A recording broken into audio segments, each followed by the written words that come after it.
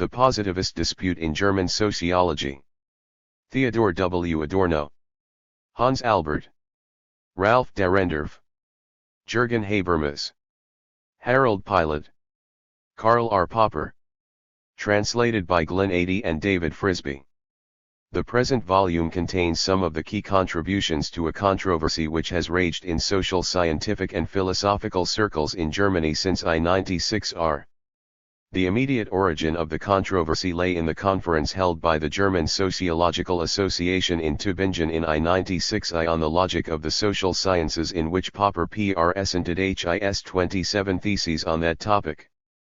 This was replied to by Adorno, and the discussion which followed at that conference is summarized by Dahrendorf. In a different form, the controversy was continued by Habermas and Albert from I-963 onwards, and many other writers took up various issues and aspects of the controversy. Of these other contributions, only Pilot's was added to the original German edition. In 1969 the present volume appeared in Germany with considerable additional material by Adorno. This previous okayed the short afterword from Albert, who was dismayed at the form which the volume had taken. This translation of the 1969 volume contains an additional essay not in the original, namely, Popper's review of the German volume. The introduction to the translation sets out to locate this controversy within a wider context. Some remarks are made on the most ambiguous notions in Th's dispute, namely those of positivism and scientism. The fact that no one in the controversy claims to be a positivist has led Dahrendorf to speak of the third man in the debate 1 and Giddens to suggest that the debate is like Hamlet without the prince. Point 2. On the other hand, all the contributors to the debate have claimed allegiance either to critical rationalism or to critical theory.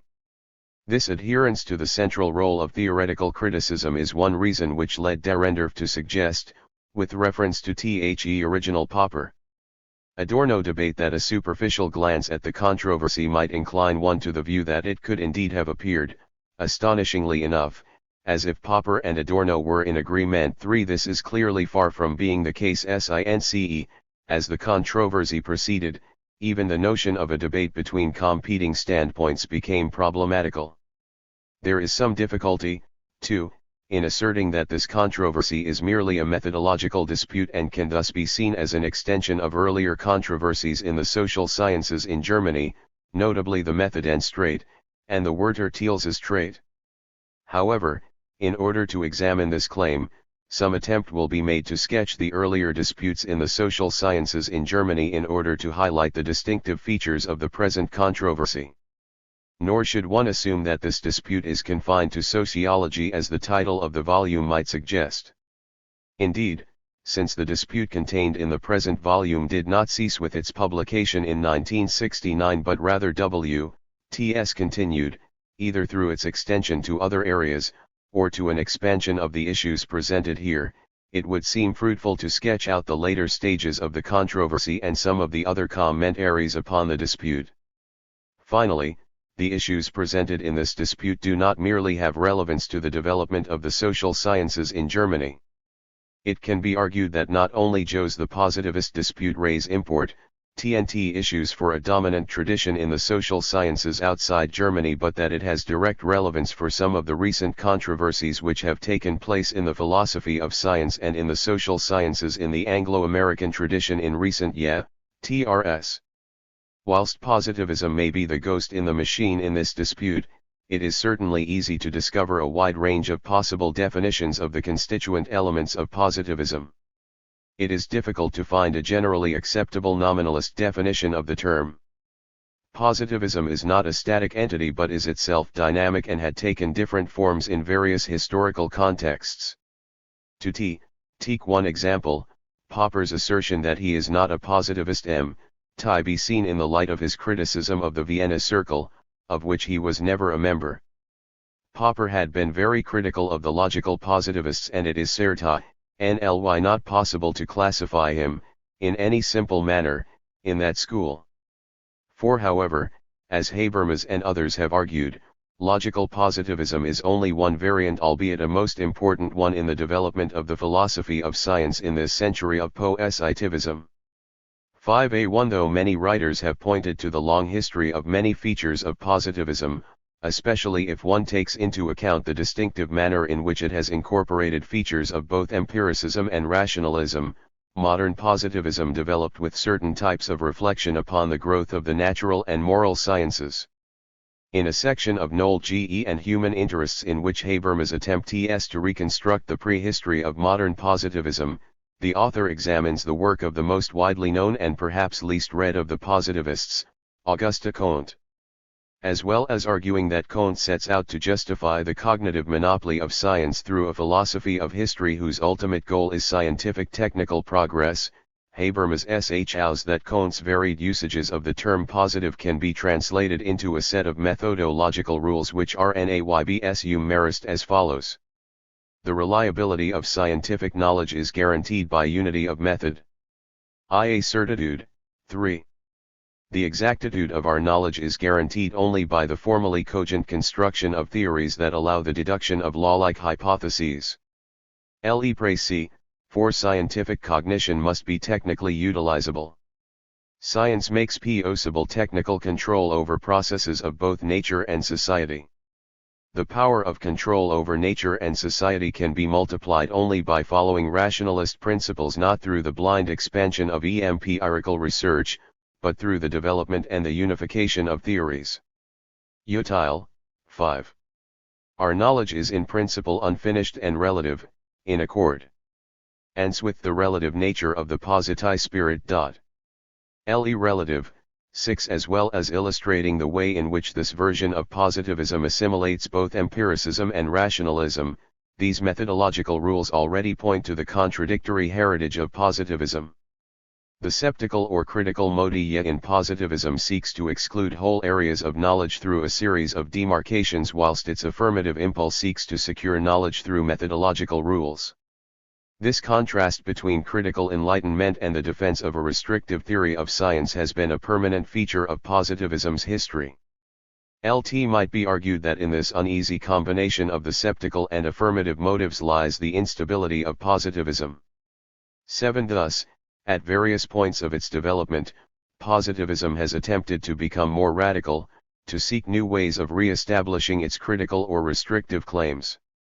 The methodological rules which can be derived from Comte's writings also point to some modern features of positivism, which have retained Comte's positive impetus even though they may now take a different form.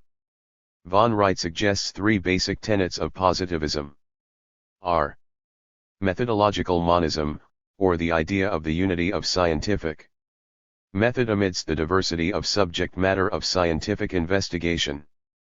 Z. The exact natural sciences, in particular mathematical physics, set a methodological ideal for all other sciences. 3. Causal scientific explanation, which consists in the subsumption of individual cases under hypothetically assumed general laws of nature. The first tenet is a more general version of the construction of Comte's second rule, as well as being symptomatic of the whole process of laying down restrictive methodological rules. The second tenet is contingent upon the developments of mathematical physics in this century. Some positivist traditions might substitute formal logic for mathematical physics. The third tenet in the social sciences might today be exemplified by Hempel's covering law model. 9. This seems to suggest the unsatisfactory nature of any historical definition of positivism. However, Von Wright also suggests that positivism is often characterized as being closely bound up with a scientific and technological view of knowledge and its uses. Yet this seems to shift the problems associated with positivism onto another equally problematical term, that of scientism. As with positivism, no one in the present controversy claims to be committed to scientism. For example, Popper has argued that those of his opponents who accept the difference between science and the humanities as being one which rests upon the method of understanding are themselves committed to scientism. Thus, Popper states, when the supporters of such a standpoint denounce a view like mine as positivistic or scientistic, then I may perhaps answer that they themselves seem to accept, implicit, and uncritically, that positivism or scientism is the only philosophy, J. Appropriate to the natural sciences. Point 10. By scientism, pauper means a name for the aping of what is widely mistaken for the method of science rather than Hayek's original notion of the slavish imitation of the method and language of science. L1 for pauper, then, scientism refers to the acceptance of a false methodological position. Habermas' notion of scientism is related to what he takes to be the replacement of theories of knowledge by the philosophy of science positivistically interpreted. Scientism means science's belief in itself, that is the conviction that we can no longer understand science as one form of possible knowledge, but rather must identify knowledge with science. Point 12. As such, of course, it is closely bound up with the development of positivism. Indeed, Habermas goes further and argues that positivism stands and falls with the principle of scientism, that is that the meaning of null CLGE is defined by what the sciences do and can thus be adequately explicated through the methodological analysis of scientific procedures. Any epistemology that transcends the framework of methodology as such now succumbs to the same sentence of extravagance and meaninglessness that it once passed on metaphysics. 13. In the present controversy, Habermas takes as a crucial feature of scientism that it equates scientific rationality with rationality in general. This is central to the exchanges between Habermas and Albert. Other contributors to the controversy have taken scientism to imply other basic tenets. Lorenzen, for example, in his contribution to the later debate, The Antismus Ursus Dialectic, takes scientism to be a characterization of theories which hold that a rational legitimation of practical principles is impossible. Point 14. Such a polemical notion extends far beyond the confines of a preoccupation with methodology and has been related to subsequent attempts to reconstitute practical philosophy. Point 15. Ape, in his contributions to the later controversy, also starts out from a broader notion of scientism as implying that reflection on the subject of the scientific process is minimal since the subject is itself understood as a scientific object. Point 16. In the extension of scientism to the practical sphere, Ape argues that scientism as the absolutism of value-free scientific rationality rests upon three premises. Firstly, that intersubjective validity is equivalent to the objectivity of the subjects of science. Second, that science is the value-free description and explanation of facts, secured, in part, through formal logic, and thirdly, that no value judgments can be derived from facts. All these premises lie at the heart of the Habermas-Albert dispute, where the nature of science as a specific form of activity and the particular type of practice derived from such a notion of science are placed in question. It might be argued that much of the positivist dispute is the result of terminological confusion, since it is certainly the case that the participants claim their views are misunderstood, not examined, or not held up to genuine criticism. Yet this apparent process of talking past one another might in turn have its origin not in conceptual confusion as such, but in the situation which Feyerabend refers to as the incommensurability of theories. I. The main groupings in this dispute lay claim to the development of a critical stance, either as critical rationalism or as a critical theory of society. However, once again the dispute centers around the nature of the criticism and the foundations of such criticism and rationalism. It does begin to look as if one difficulty in this debate is that there is more than one ghost in the machine. L8. 2. This is certainly not the first time that many of the issues raised in this dispute have been the subject of heated controversy. It is a feature of the development of the social sciences in Germany that they have historically produced a number of important controversies, ostensibly concerned with methodology but actually more wide-ranging. At times they have provided a degree of reflection upon the activity of doing social science which has no comparable development in other social scientific traditions. The earlier controversies will be briefly presented in order to locate the present dispute within some historical perspective. One cannot, of course, appeal to these past controversies in order to offer easy solutions to the present dispute, but it is necessary to show how the positivist dispute both continues earlier themes or develops new points of departure. Long before the original Schmaler-Menger method and straight in economics in the 187 OS and 1808 OS in Germany, one can discern aspects of contrary positions which are relevant to the present dispute. Within the empiricist tradition of philosophy, Verne's discussion of values is relevant for the later Werther Thiel's trait. Habermas has pointed to the contrary motives of the Scottish economists in the second half of the 18th century who, though they directed their research against existing institutions and authorities, did not basically question the postulate of continuous progress in society. 19 Their early version of sociology can be seen as the precursor of what Brinkman was later to refer to as sociology as an oppositional science. That critical tradition of sociology was continued in the immediate post-French Revolution period by Saint-Simon, the conservative tradition by de Bonald. 20 Negt has highlighted the opposition of a Hegelian and Kantian social theory, an opposition which still has relevance for the contenders in the present positivist dispute. 21 The whole of Marx's critique of political economy stands as a critical chapter in the development of methodological reflection upon critical social science, though its relevance for the methodological controversies later in the century is hardly ever drawn. 22 This is all the more surprising since Marx and Engels were engaged in the development of a methodology which they saw as both logical and historical. As Engels remarks cryptically, the logical method of approach was therefore the only suitable one. This, however, is indeed nothing but the historical method, only stripped of the historical form and divested of chance occurrences. 2-3 In a very different form, the contro/RC sur. Renunding a historical or logical approach by J.T. the Center NF the Schmaler-Menger method and straight.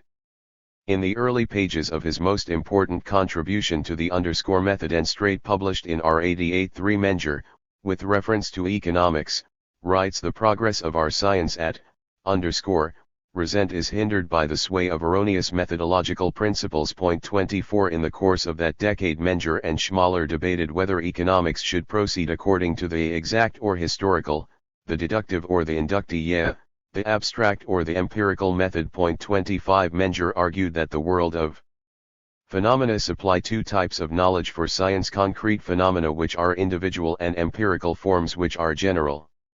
Those empirical forms which are repeated, Menger terms types, whilst relations which regularly recur are typical relations.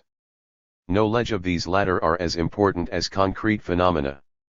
Thus for Menger, without cognition of typical relations we would be deprived of a deeper understanding of the world and of the prediction and control of phenomena. Menger goes on to suggest that there are three groups of economic science: historical economics, concerned with individual concrete phenomena, individual relations, individual knowledge; theoretical economics concerned with types, typical relations, and general knowledge; and practical economics concerned with techniques, with economic policy and finance.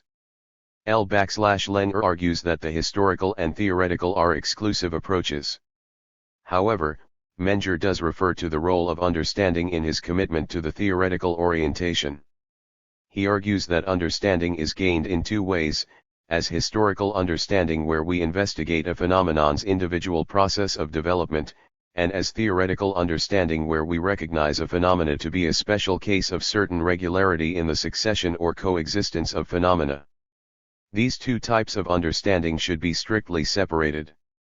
The theoretical approach in economics proceeds through a realistic empirical method to give us real types and empirical laws, and through what Menger terms the exact scientific method to enable us to move from the simplest to the most complex elements. Schmaler, the leading figure in the historical school, questioned the role of general theories in the social sciences.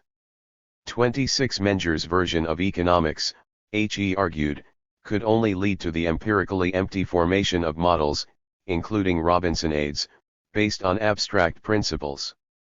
Menger had argued that historical economics could fulfill only a subordinate role in economics.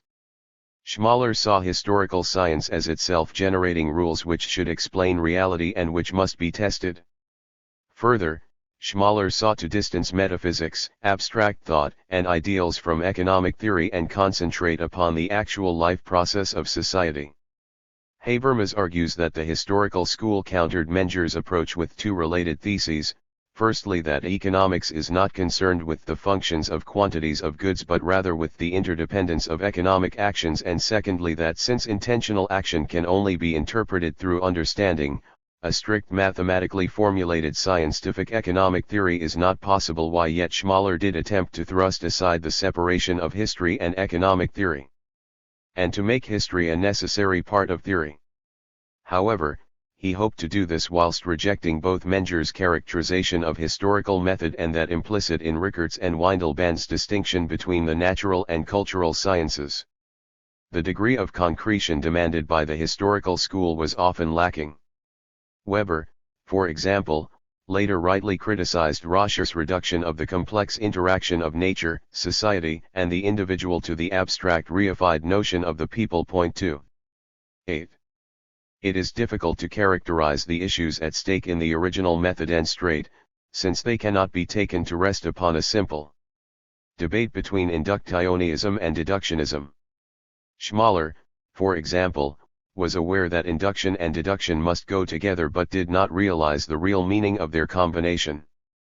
In this controversy it was perhaps not the relation of theory to reality which was at issue but rather what constitutes theory, in a context in which both Schmaler and Dottlevlenger rejected classical political economy. Point 29. The later stages of the method like coincide historically with the development of the neo-Kantian attempt to ground the separation of the natural from the historical or cultural sciences, a separation which many see to be a central error in the positivist dispute. As Popper argues, laboring the difference between science and the humanities has long been a fashion, and has become a bore. The method of problem solving, the method of conjecture and refutation, is practiced by both. It is practiced in reconstructing a damaged text as well as in constructing a theory of radioactivity. 30. Against this view, the predominance of the unified science ideal and of methodological monism has been seen by Habermas as the reason why the lively discussion of the methodological distinction between natural and cultural scientific research which was first opened by Neo-Kantianism is today forgotten. The problematic which it sparked off does not appear real anymore. 31. Habermas goes on to argue that whilst the dominant positivist interpretation of research has adopted the unified science thesis and accounted for any dualism in science in terms of distinctions between levels of development, it still remains true that research continues to take separate paths which take little notice of one another, either as a general methodology of empirical science or as a general hermeneutics of social and historical science. For this reason, and since the Neo-Kantian distinctions play an important role in the Werther-Thiele-Strait and Weber's attempted resolution, it is useful to return to these writers. Windelband and Rickert were the leading figures in the Southwest school of Neo-Kantianism. 32. Windelband's distinction between history, already a well-developed study in Germany, and natural science in his Recht oral address of 1894 was not, as many later interpreters suggest, based on a metaphysical dualism of nature and spirit, Geist, which Windelband explicitly rejected. Rather, this distinction was based on the formal character of their cognitive goals. Unlike Dilthey's earlier division, Windelband's is not based on psychological or hermeneutic grounds but is instead logically based. Windelband's concern is with the methods of research and not with the object of research, which could, he argued, be investigated by either method. It is in this way that we should understand Windelband's distinction between a science generating laws and a science of individual events, between nomothetic and ideographic sciences. It is thus not an ontological demarcation of scientific realms but a typology of scientific modes of procedure. As Schnadelbach comments, the application of nomothetic or ideographic procedures is thereby directed not according to the object but according to the cognitive interest or the cognitive goal. 33. In terms of utility, Windelband ascribes to the natural sciences a technical goal or interest and to the historical ideographic sciences a practical goal or cognitive interest. He argues strongly against the view that our knowledge can only be nomothetic and for the view that the dualism of these two moments of human knowledge are not reducible to one another and cannot be transcended. Rickert followed Windelband in his commitment to an epistemological and logical starting point for his analysis and to the thesis that the value relevance, W-Erdbeziehung, of the objects of knowledge possess central importance for the special position of disciplines to which history belongs. 34 However, Rickert extended his analysis and distanced himself from Windelband in important respects. As well as relativizing the nomothetic ideographic distinction to a relative typological opposition between generalizing and individualizing methods, Rickert changed the distinction itself to one between natural and cultural sciences in order to remove any association of the Geisteswissenschaften with psychology. 35 Whereas Windelband based his opposition of nomothetic and ideographic upon the logical dualism of general and particular judgments, Rickert shifted the basis for the distinction to the level of scientific concept formation. This was necessary for Rickert since, as Schnadelbach explains, if, with Kant, one starts out not from facts as finished objects, but from facts of consciousness in the sense of a variety of sensory perceptions, then a constitution of facts as scientific objects is required before one can apply judgment to the facts. 36 This insistence on the epistemological priority of concept formation over the act of judgment, and in this he was following Kant, led Rickert to transfer Windelband's problem of classification to the level of scientific concept formation. The specific realm of the cultural sciences are for Rickert constituted from the prior value relevance of empirical material, whereas the dominant perspective in the choice and synthesis of data is generation of laws. Thus value and law generation are the two organizational principles in cultural and natural scientific concept formation. However, not only is our constitution of cultural objects a process of individualizing concept formation, but the importance of values takes on new meaning. For Rickert, the unity and objectivity of the cultural sciences is determined by the unity and objectivity of our concept of the cultural, and this in turn, by the unity of and objectivity of values which we value. 37 At this point, however, Rickert must move on to a cultural philosophy and a philosophy of value. Yet such a philosophy would be relegated to the level of metaphysics within the Neo-Kantian tradition.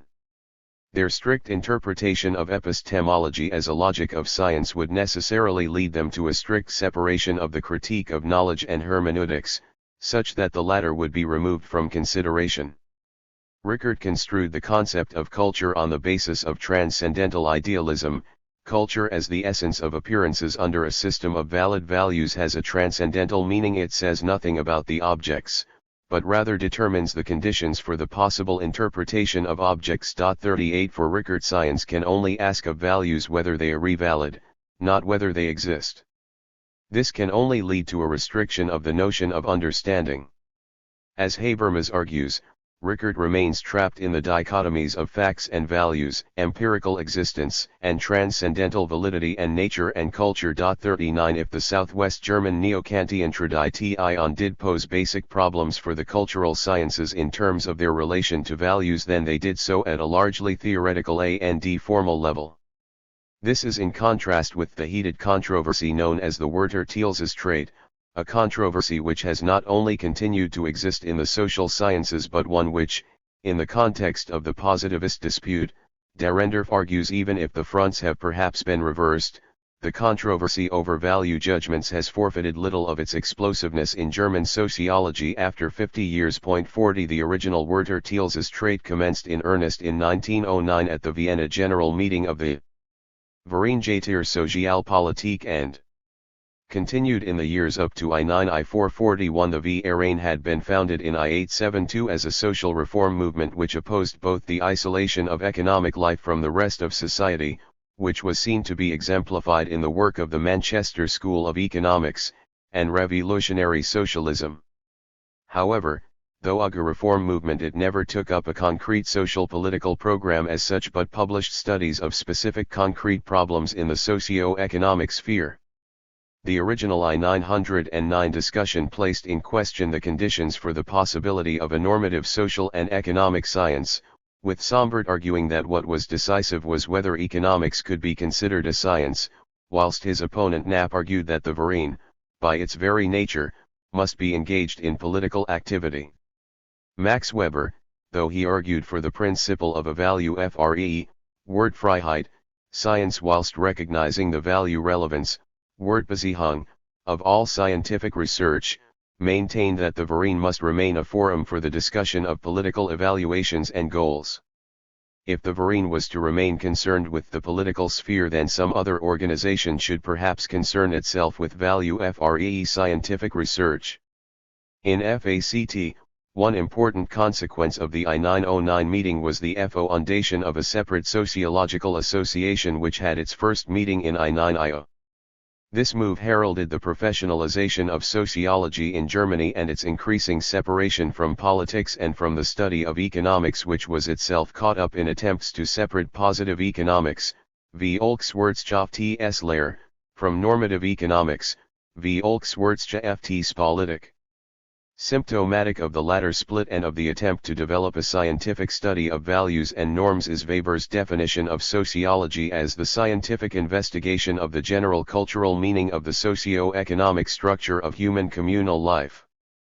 This split did not mean that the discussion of the role of value judgments in social science ceased in either of the two institutions. The discussion papers circulated by Max Weber, Schmaler, and others in I-9I2 as a preliminary basis for a meeting of the Verein in I-9I3 showed that the debate was hardly over. Schmaler asserted the possibility of objective value judgments and the hope that ethics might increasingly become an empirical science. Weber, however, asserted the permanent struggle of a plurality of values, and the ethical irrationality of the world, and the need for science in its study of values to examine their existence but not their -alidity. Behind this demand for value-free science lies an epistemological conception derived from the Neo-Kantians, namely, that value judgments are not the result of cognitive acts. In fact, Weber later saw the justification of practical judgments as meaningless. It is therefore in principle meaningless, since the diverse value orders of the world stand in an insoluble struggle with one another. 42 At the first meeting of the newly founded German Sociological Association, Weber was not alone in asserting the nonpartisan nature of sociology. Toens, too, argued that the new association was a learned society and not a school, and that consequently we wish therefore as sociologists to concern ourselves only with what is, not with what, from whatever viewpoint, on whatever grounds, should be. 43 SLLCH views were not accepted by some members of the association, and the issues continued to be debated up to the outbreak of the First World War.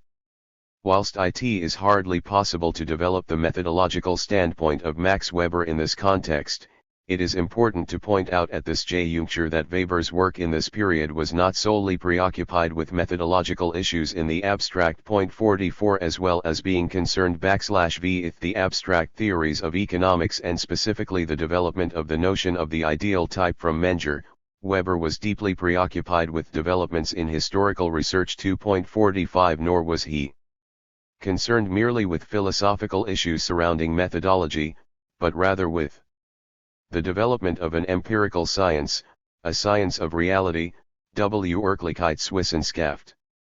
Thus, as Rickert argued, logical investigation for Weber certainly never remained an end in itself but was always directed towards actual questions of social life. 46 Yet much of Weber's methodological writing has suffered from later interpretations which have extracted problems which he raised, e.g. the role of value judgments and understanding, and so distanced them from empirical study by placing them firmly in the sphere of an autonomous metascience of methodology, that their real relevance for the practice of scientific research is often lost. For example, it is a distortion of Weber's viewpoint to relegate his category of understanding to a heuristic device, as is often the case in neo-positivist interpretations of his work. Even though Weber did not use understanding as a way of distinguishing the natural from the human sciences, and although he was critical of the notion of Verstehen, he did not give it a subordinate place to nomological explanation.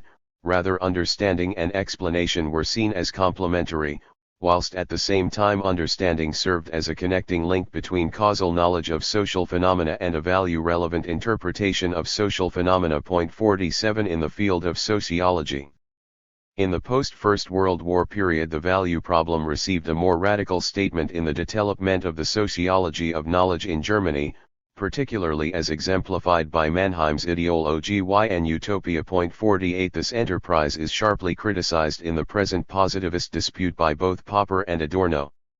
Of more relevance for the present dispute were the rise of critical theory and the development of logical positivism. Horkheimer, in a number of essays written in the 1930s, particularly Traditional and Critical Theory and the latest attack on Metaphysics, sought both to distinguish critical theory from contemporary notions of theory and to attack the logical positivism of the Vienna Circle. 49 Horkheimer summarizes the difference between traditional and critical theory thus: theory in the traditional sense established by Descartes and every /v here practiced in the pursuit of the specialized sciences organizes experience in the light of questions which arise out of life in present-day society. The resultant network of disciplines contains information in a form which makes it useful in any particular circumstances for the greatest number of possible purposes. The social genesis of problems, the real situations in which science is put to use, and the purposes which it is made to serve are all regarded by science as external to itself. 50 Horkheimer contrasts this with a critical theory of society which has for its object men as producers of their historical way of life in its totality. The real situations which are the starting point of science are not regarded simply as data to be verified and to be predicted according to the laws of probability. Every datum depends not on nature alone but also on the power man has over it. Objects, the kind of perception, the questions asked, and the meaning of the answers all bear witness to human activity and the degree of man's power. 51 In the period in which these remarks were written, Horkheimer still assumed as his model of critical theory 1/Larx's critique of political economy, despite critical theory's precarious relation to it. However, these articles do not form part of a genuine controversy since they were written while Horkheimer and other members of the Frankfurt School were in exile. They are important, as Wellmer has argued more recently, in that they foreshadow some aspects of the critique of positivism offered by Habermas. 52 The logical positivism which Horkheimer attacked also came under attack from a different quarter. When Horkheimer wrote these essays, logical positivism had already gone beyond its radical phase. The analytical theory of science had moved in two diverse directions which sometimes overlapped, one concerned with the logical reconstruction of scientific languages and the other with the logico-methodological reconstruction of the research process itself. 53 Whilst both traditions at times placed great emphasis on formal logic, it is worth pointing out that it would be difficult to argue that formal logic is intrinsic to positivism or the analytical theory of science. The Formatter tradition of reconstruction of scientific languages, exemplified in Carnap's work, was later to influence the development of a much broader linguistic philosophy which has been known as ordinary language philosophy. 54 The second tradition is perhaps best represented by Popper who, from R9 onwards, developed his concept of falsificationism and rejected logical positivism's verificationism. Popper later broadened his theory of scientific method to incorporate the social and political world. 55. 3.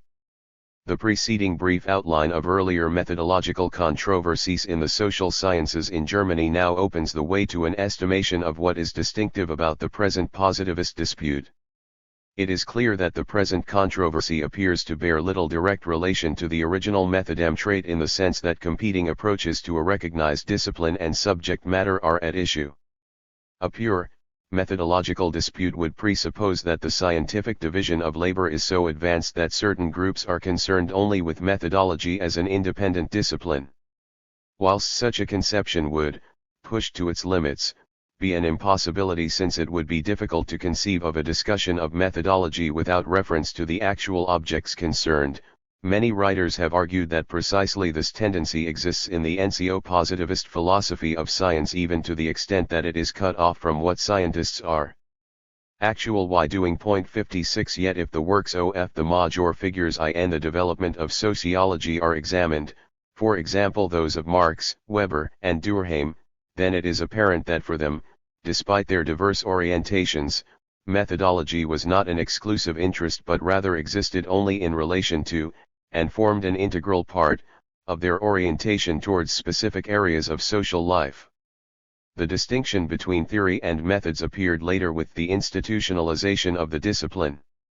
In the present instance, the cause of the lamented lack of genuine discussion RNAY lie elsewhere. A discussion of methodology usually presupposes that we know and agree on the object to which the methodology is related, or at least that there exists some measure of agreement as to where this object lies. In the present dispute this is not the case. Some protagonists do not recognize as a genuine object what others argue is the real object of social research. That the methodological standpoints and their interpretation are divergent, suggests that methodology may not be taken in isolation from its object nor from the critical reflection upon its own activity. For example, in the present dispute, Habermas argues that the neo-positivist position restricts the cognitive interest in the acquisition of knowledge to a purely technical interest, and ignores both the practical interest by which we come to make our expressions intelligible and the emancipatory interest which is usually reduced to the technical. Thus what is at issue here is the attempt to reduce science to methodology in such a way that what characterizes science is its methodology in the abstract. This was apparent in the neo-Kantian conception of science, and not merely the South/VS school but also the Marburg school, with reference to which Ten Broek argues the methodological inclinations of that epoch result from the naturalistic image of reality's lack of structure. Science itself is here nothing other than methodology, namely a procedure. In this hypertrophy, methodologizing loses its original function as a way towards knowledge of reality. The conflict of methodologies is then only a methodological conflict. 57. Such considerations are pertinent to the positivist controversy. A different line of argument is advanced by Schnadelbach in a postscript to the controversy. 58. He argues that it is a mistake to see the positivist dispute as the third methodological controversy since methodology is not at issue. The central controversies do not at all relate to methodological questions in the re-richted sense. In the critique of a positivist scientific practice, that of a collection of facts without theory and of reference to the given in problems of foundation, both parties were in agreement. Positivism provided no reason for dispute. 59. Particularly in Adorno's introduction, it is noticeable that he holds up for criticism a naive positivism which is hardly at issue amongst any of the disputants, even though it may remain in operation in much social scientific practice. Nor could one look for the source of the controversy in scientific practice as such, since a consensus concerning the standards and directions for action for scientific practice cannot be a basis of agreement for a debate on it, since this practice, which follows from those standards and directions for action itself, must be interpreted. 60. Schnadelbach suggests that rather than methodological conceptions as such being at issue, one may look for one source of controversy in the concepts of interpretation of methods.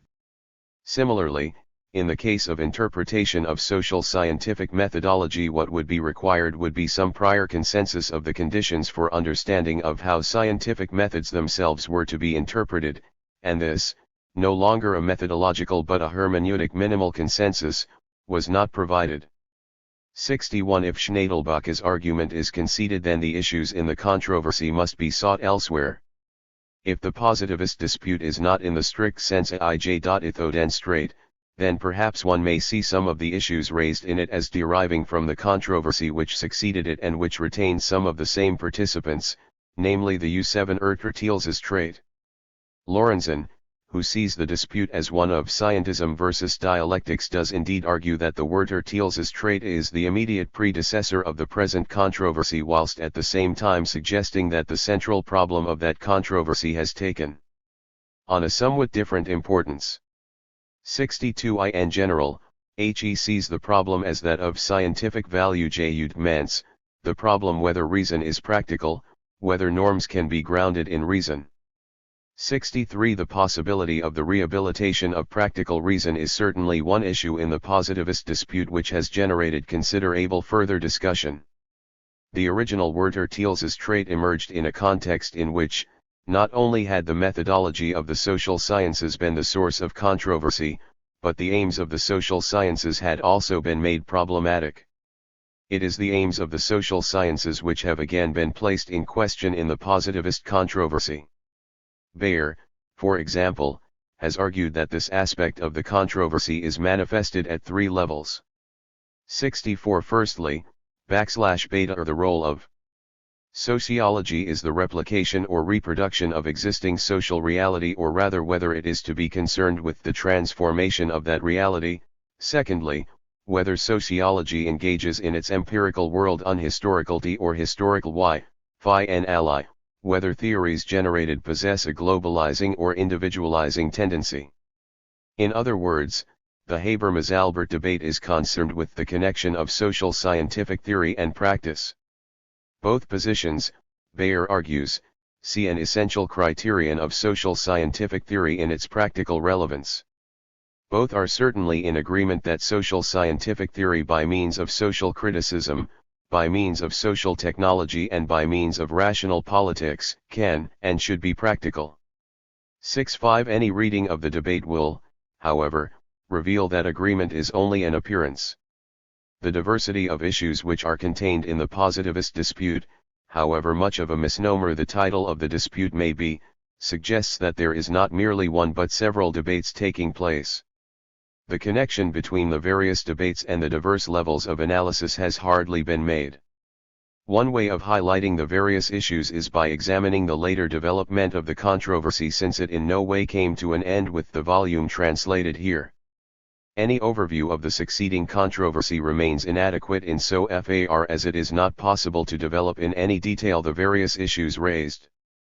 Only the focal points of the debates can be summarized, since their presentation would necessitate several more volumes of collected contributions.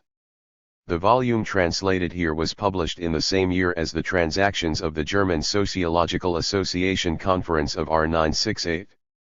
6.6 This conference, whose theme was late capitalism or industrial society, and more especially the heated debate within it, led to the temporary demise of the Sociological Association.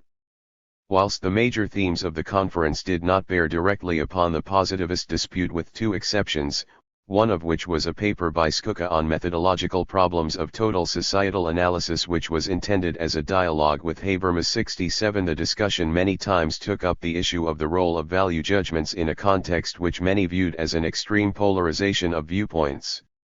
6.8 At the same Congress, Luhmann presented a paper on modern systems theory as a form of total societal analysis. 69 Which subsequently sparked off a further debate, first with Habermas and then with many other contributors.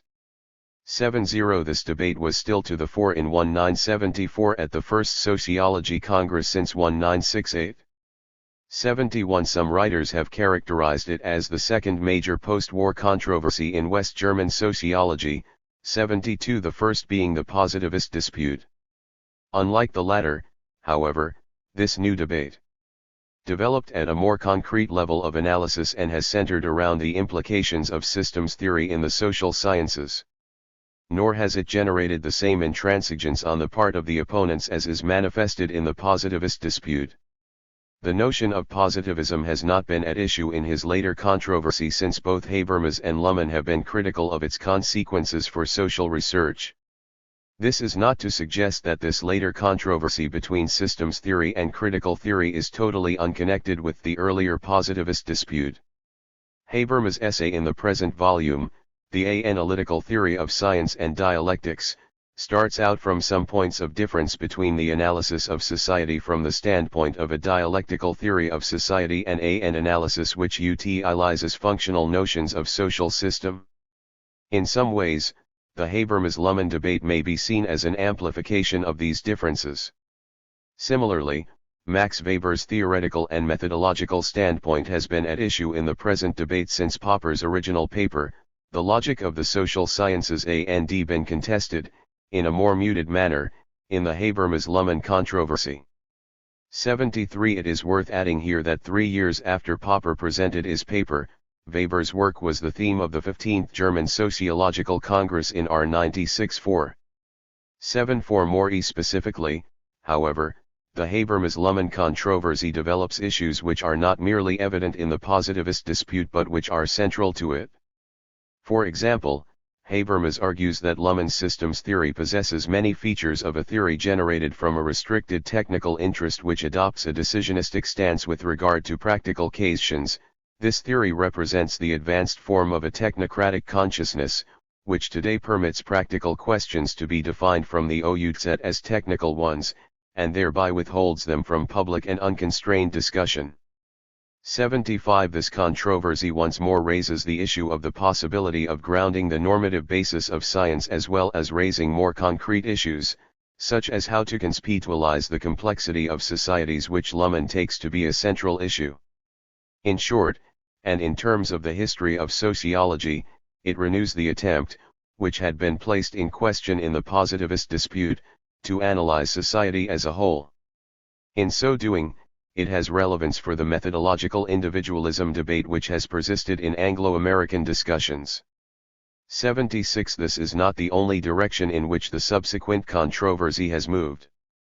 Albert, for example, from the standpoint of critical rationalism, has extended his criticism of a hermeneutical dialectical sociology to recent attempts, notably that of Holzkamp, to develop a critica.l psychology. 77. It remains to examine two further developments which have emerged out of the problematics of the positivist dispute. These are the attempt to extend the critique of the analytical philosophy of science by Ape, and the rejoinders by Albert, and various attempts to develop a practical philosophy. In Habermas' contributions to the present volume, reference is often made to the hermeneutic dimension in the interpretation of theories and life experience. At the same time as the positivist dispute was in progress, Habermas and Ape W. redeveloping a critical version of hermeneutics which incorporates the critique of ideology. This has led some observers to characterize this project as a hermeneutic dialectical theory of society. 78. In order to introduce this dimension of the debate, reference will be made to the work of Ape. Since this is the subject of a critical volume by Albert. 79. If A.S. Ape suggests, W.E. compare the dominant neo-positivist theory of science with Kant's theory of knowledge, which critical rationalism claims as its heritage, then it becomes apparent that the question of the conditions for the possibility of knowledge have not been enlarged but have been substantially reduced. Kant's notion of transcendental philosophy recognized that recourse to the critique of pure reason was not possible without placing the question of the possibility of science and the conditions for its validity.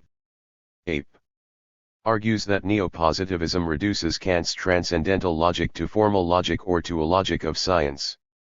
In its extreme form, the problem of the synthetic constitution of the data of experience plays no role. This is contrasted with an enlarged conception of the conditions for the possibility of knowledge, which Ape favors, in which the constitution of experiential data is dependent not only upon the synthetic capacity of human understanding but on an engaged world understanding, that is, a meaning constitutive cognitive interest. However, Ape argues that neo-positivism seeks to eliminate the question of cognitive interests from the basic problematic of the logic of science. The latter's restricted level of reflection becomes apparent when it seeks to extend its methodological ideals beyond the realms of natural science. In the process of extrapolation from science tincture methodology to a critical social philosophy, Ape argues that Popper is guilty of two abstractive fallacies.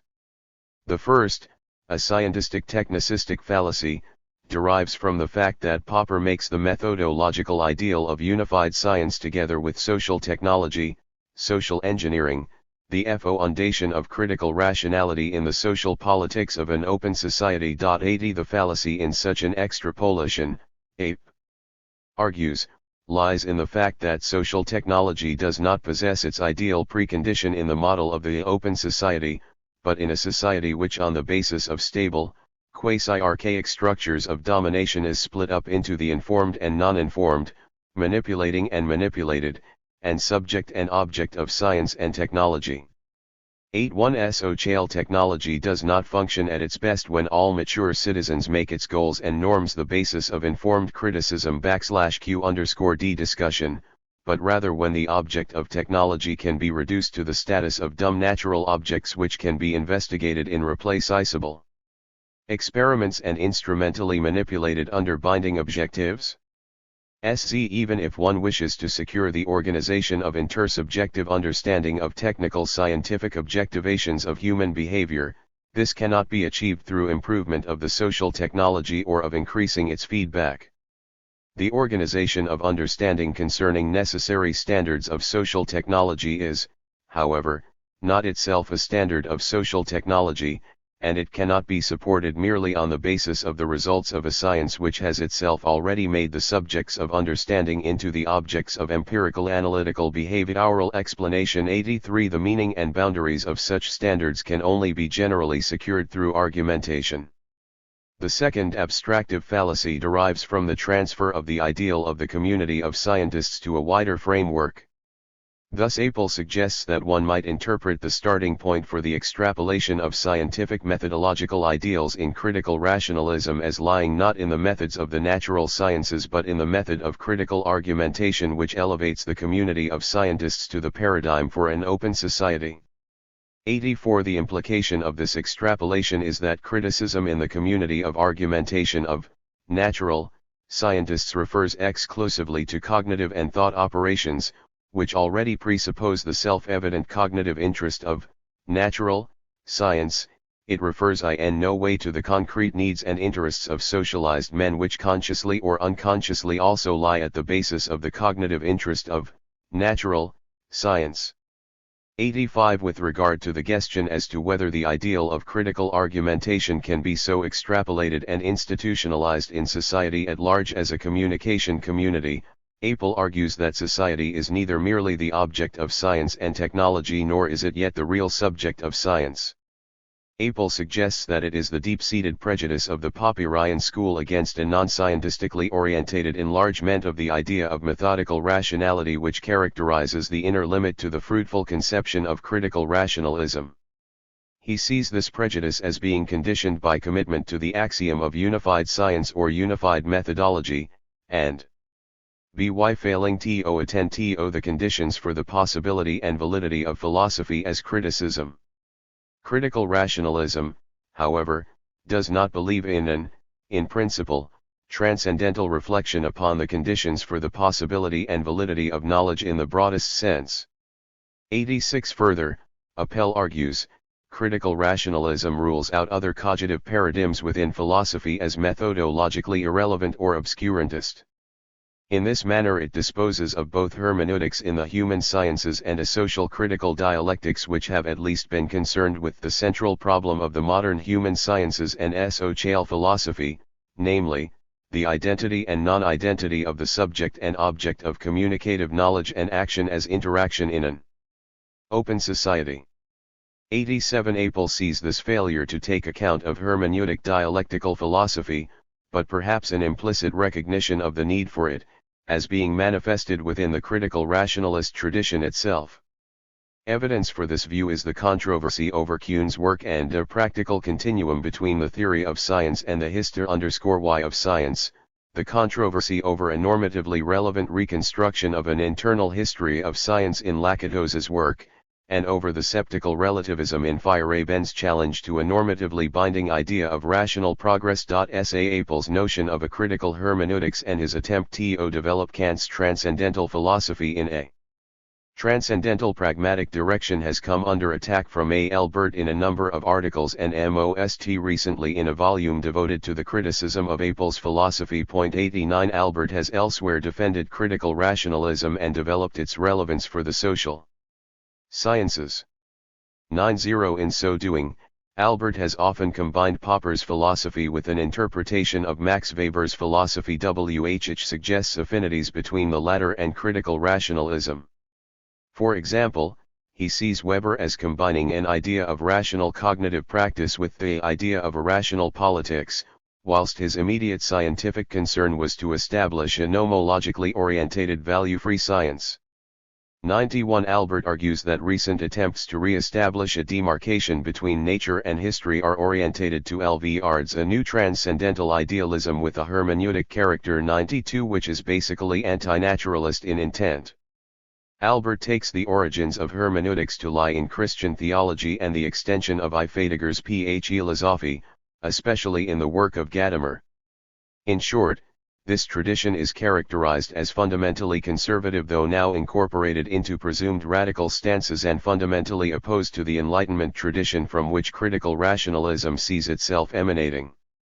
The hermeneutic tradition rejects nomological explanation as inappropriate for the historical social world and favors the method of understanding directed at uncovering meaning. In this, A. Albert argues, the current hermeneutic tradition has much in common with that linguistic philosophy which was influenced by Wittgenstein's later works, and possesses similar distinctive characteristics, notably, are, the linguistic orientation and with it emphasis on the problem of linguistic meaning, z, the transcendental philosophical tendency, that is, the FALL_NG back upon ontological arguments in the direction of an a priorism in which language is elevated to an unmistakable transcendental factor, and, 3.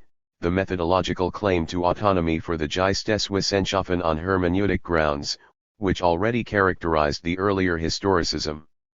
93. It therefore suffers from the weaknesses of that tradition. 94. The hermeneutic tradition tends to devalue natural scientific theory as instrumentalist and reduces it to knowledge generated from one cognitive interest amongst others. Albert sees the quasi-transcendental cognitive interests introduced by Habermas and Apel, the technical, practical, and emancipatory, as the product of a secularization of S.C. Heeler's conception 95 of a hierarchy of types of knowledge: knowledge for domination, education or formation, and salvation.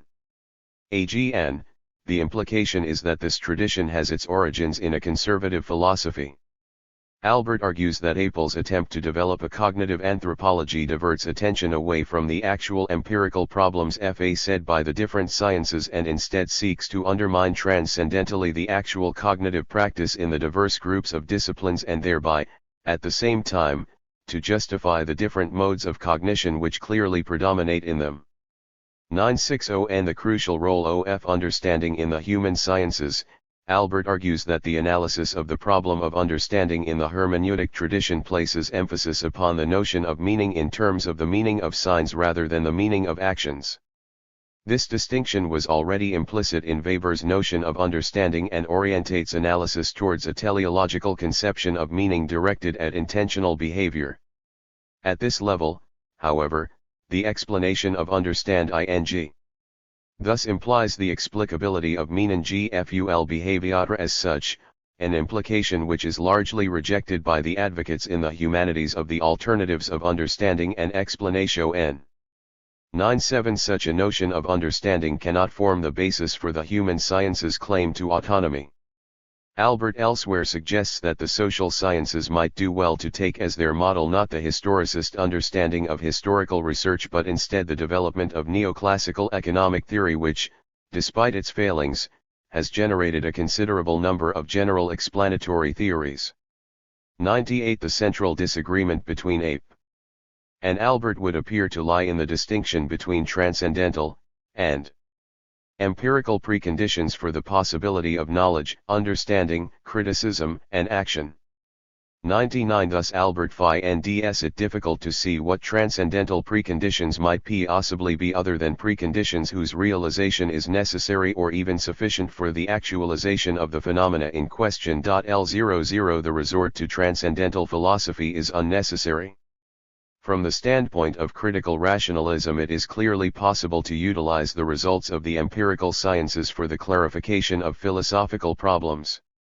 The problem of knowledge itself belongs therefore to those problems which apply to the structural features of reality. 101 The solution to the problem of knowledge does not require us to constitute a transcendental subject from which a guarantee of truth can be expected for specific insights, but to make clear the basic features of the factual cognitive efforts of real subjects. 1 Degree 2 If the Apel-Albert controversy has centered round the foundation of the sciences and can be related back to the positivist dispute, then so too can the attempts to resurrect practical philosophy and to reopen the possibilities for a rational discourse concerning normative orientations.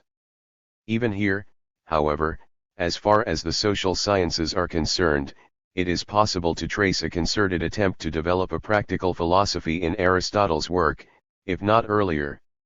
In the more recent history of sociology, Opposition to such an enterprise within the social sciences came most forcefully from Max Weber, who rigidly separated the completely heterogeneous problems of securing facts and making normative judgments. 103 More recently, however, attempts have been made not merely to resurrect practical philosophy but also to examine the normative basis of both social action and science. On the one hand, Habermas in the present dispute and elsewhere points to a rational normative foundation of science and of interactio N.L04. Habermas argues that we employ counterfactual presuppositions, idealizations through which we seek to implement ideal postulates, in everyday speech and interaction. These relate to the assumption of rationality on the part of participants and to a domination-free discourse, as well as the assumption that we could, if we wished, ground our norms discursively. Habermas' theory requires a consensus theory of truth which can be applied to theoretical as well as practical orientations. 105 From a different direction, the Erlangen School, notably Lorenzen and O.T. Herz, have developed a constructive theory of science which is directed against the purely formalistic interpretation of scientific theories. 106 This has led in the direction of a dialogical foundation of logic and an attempt to construct the normative foundations of science. Though there are substantial differences between the two positions I07, they are both agreed that it is possible to judge, in a rational manner, evaluative orientations in social and particularly scientific practice. 10. V.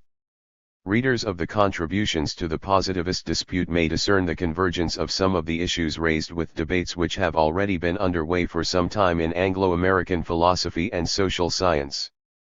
This is, in part, due to the critical assimilation of Anglo-American traditions in some German circles. L09 More significantly, however, some debates in Anglo-American philosophy have raised, in a different manner, some of the issues debated here. The debate surrounding Kuhn's work on the relation between the philosophy and history of science, Lakatos's attempts to redevelop the internal history of science, and Feyerabend's radical pluralism have all, Ape suggests, pointed to issues concerning the normative status of science, the notion of scientific rationality, and the interpretation of theories, all of which have animated contributions to the positivist controversy. The implications of the Kuhn debate on the growth of science certainly extend to the social sciences, or WH at Kuhn terms the proto-sciences. 110 As Lakatos remarked, the dispute has implications not only for theoretical physics but also for the underdeveloped social sciences and even for moral and political philosophy. 111 However, this did not imply, for some contestants, that one should turn to sociology, psychology, or history for assistance in clarifying the aims of science. As Popper pointed out, this would be a dangerous enterprise, since compared with physics, sociology and psychology are riddled with fashions and with uncontrolled dogmas. The suggestion that we can find anything here like objective, pure description is clearly mistaken. Besides, how can the regress to these often spurious sciences help us in this particular difficulty? 11 Such a view is consistent with Popper's attempt to preserve the autonomy of science and secure third world status for its theories. It is clear from the contributions to the positivist dispute that another central issue concerns the notion of rationality. This is most apparent in the criticism of the reduction of scientific rationality to the canons of formal logic and methodology, and the possible extension of scientific rationality as the dominant paradigm of rationality to other areas of social life. Such views have been challenged within the Anglo-American tradition. Thalmann, for example, in a recent work attempts to develop the concept of rationality within historical dimension and suggests that what has to be demonstrated is not that the rational procedures of scientific inquiry have, after all, a kind of logic of their own, rather it is, how the formal structures and relations of propositional logic are put to work in the service of rational enterprises at all. U3 From a different standpoint, Feyerabend, who characterizes critical rationalism as the most liberal positivistic methodology in existence today, U4 also challenges the notion of critical rationalism, both at the level of scientific activity and in its extension to other realms. 115 However, Feyerabend's own alternative to what he takes to be a restricted concept of rationality, namely, a radical theoretical pluralism and an anti-methodology of anything goes, has been seen by many to entail an irrationalist response to this problem. In other areas too, the positivist dispute has taken up earlier controversies. O'Neill argues that the positivist dispute extends the earlier debate surrounding methodological individualism, though not merely at the level of the nature of concept formation and the logic of explanation in the social sciences. Rather, what is at stake besides methodological issues, is the question of the conservative and radical roots of social science knowledge. 116 This is perhaps made most apparent in Adorno's introduction and in Habermas's analytical theory of science and dialectics. Their opponents continue a tradition in the social sciences which, in the recent past and within the history of the present dispute, goes back to Max Weber, who wrote, "If I am now a sociologist, I am so essentially in order to put an end to the use of collective concepts, a use which still haunts us." In other words, even sociology can only start from the action of one or a few, or many individuals, i.e. pursue a strictly individualistic method. 117 In recent years in the social sciences, and especially in sociology, the positivist framework has come under attack from the phenomenological and ethnomethodological traditions. 118 Whilst the former has, following Schutz and others, examined an alternative theoretical grounding for the social sciences, the ethnomethodological tradition has challenged the type of research activity and strategies generated from a positivist paradigm. It has also provided a much wider basis for rationality and for the consideration of theories of the everyday world. 119 It is one of the ironies of the German positivist dispute that whilst the analytical theory of science and its research strategies were criticized, this did not immediately lead to the presentation and development of alternative methodologies. In fact, as has been previously remarked, the debate did not take up actual research methodology, though some of the contributors have discussed concrete social research elsewhere. Any summary of the issues raised by the positivist dispute must make apparent the complex range of controversies held together under the umbrella of a positivist dispute. As one commentator somewhat acidly remarks, on the one hand, this dispute is still relatively unfruitful, and on the other, it already covers so much ground. L20 But this may only point to the fact that controversy is certainly not foreign to the social sciences. Indeed, the history of almost continuous dispute suggests that controversy must characterize normal science in the social sciences. Their problematic role and the problematic nature of their inquiry has a history as long as that of the sciences themselves. It was perhaps the state of affairs which J.S. Mill was commenting upon over a century ago in his ASY Stem of Logic. There Mill, in his opening remarks on the logic of the moral sciences, asserts that whilst concerning the physical nature of man as an organized being there exists a considerable body of truths which all who have attended to the subject consider to be fully established, this is certainly not true for the laws of mind and especially those of society, which are so far from having attained a similar state of even partial recognition, that it is still a controversy whether they are capable of becoming subjects of science in the strict sense of the term, and amongst those who are agreed on this point there reigns the most irreconcilable diversity on almost every other. 121.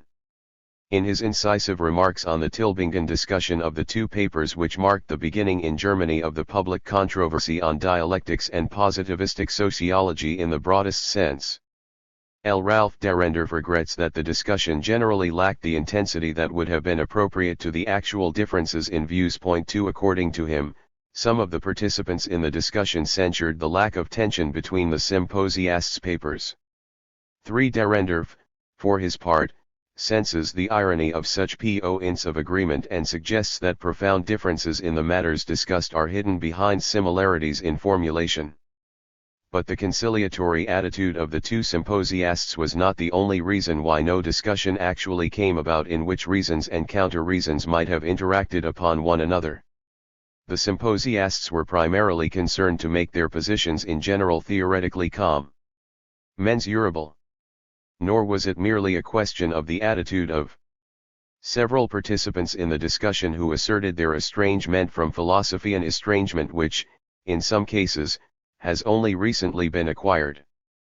The dialecticians have explicit recourse to philosophy, but the methodological interests of the positivists are hardly less alien to naively practiced research activity. Both speakers, H.O. Weaver, ought to plead guilty to one genuine lack which obstructed the discussion.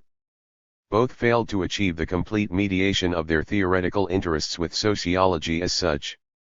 Much of what they said referred to science in general. A degree of bad abstraction is posited in all epistemology, and even in the criticism of it.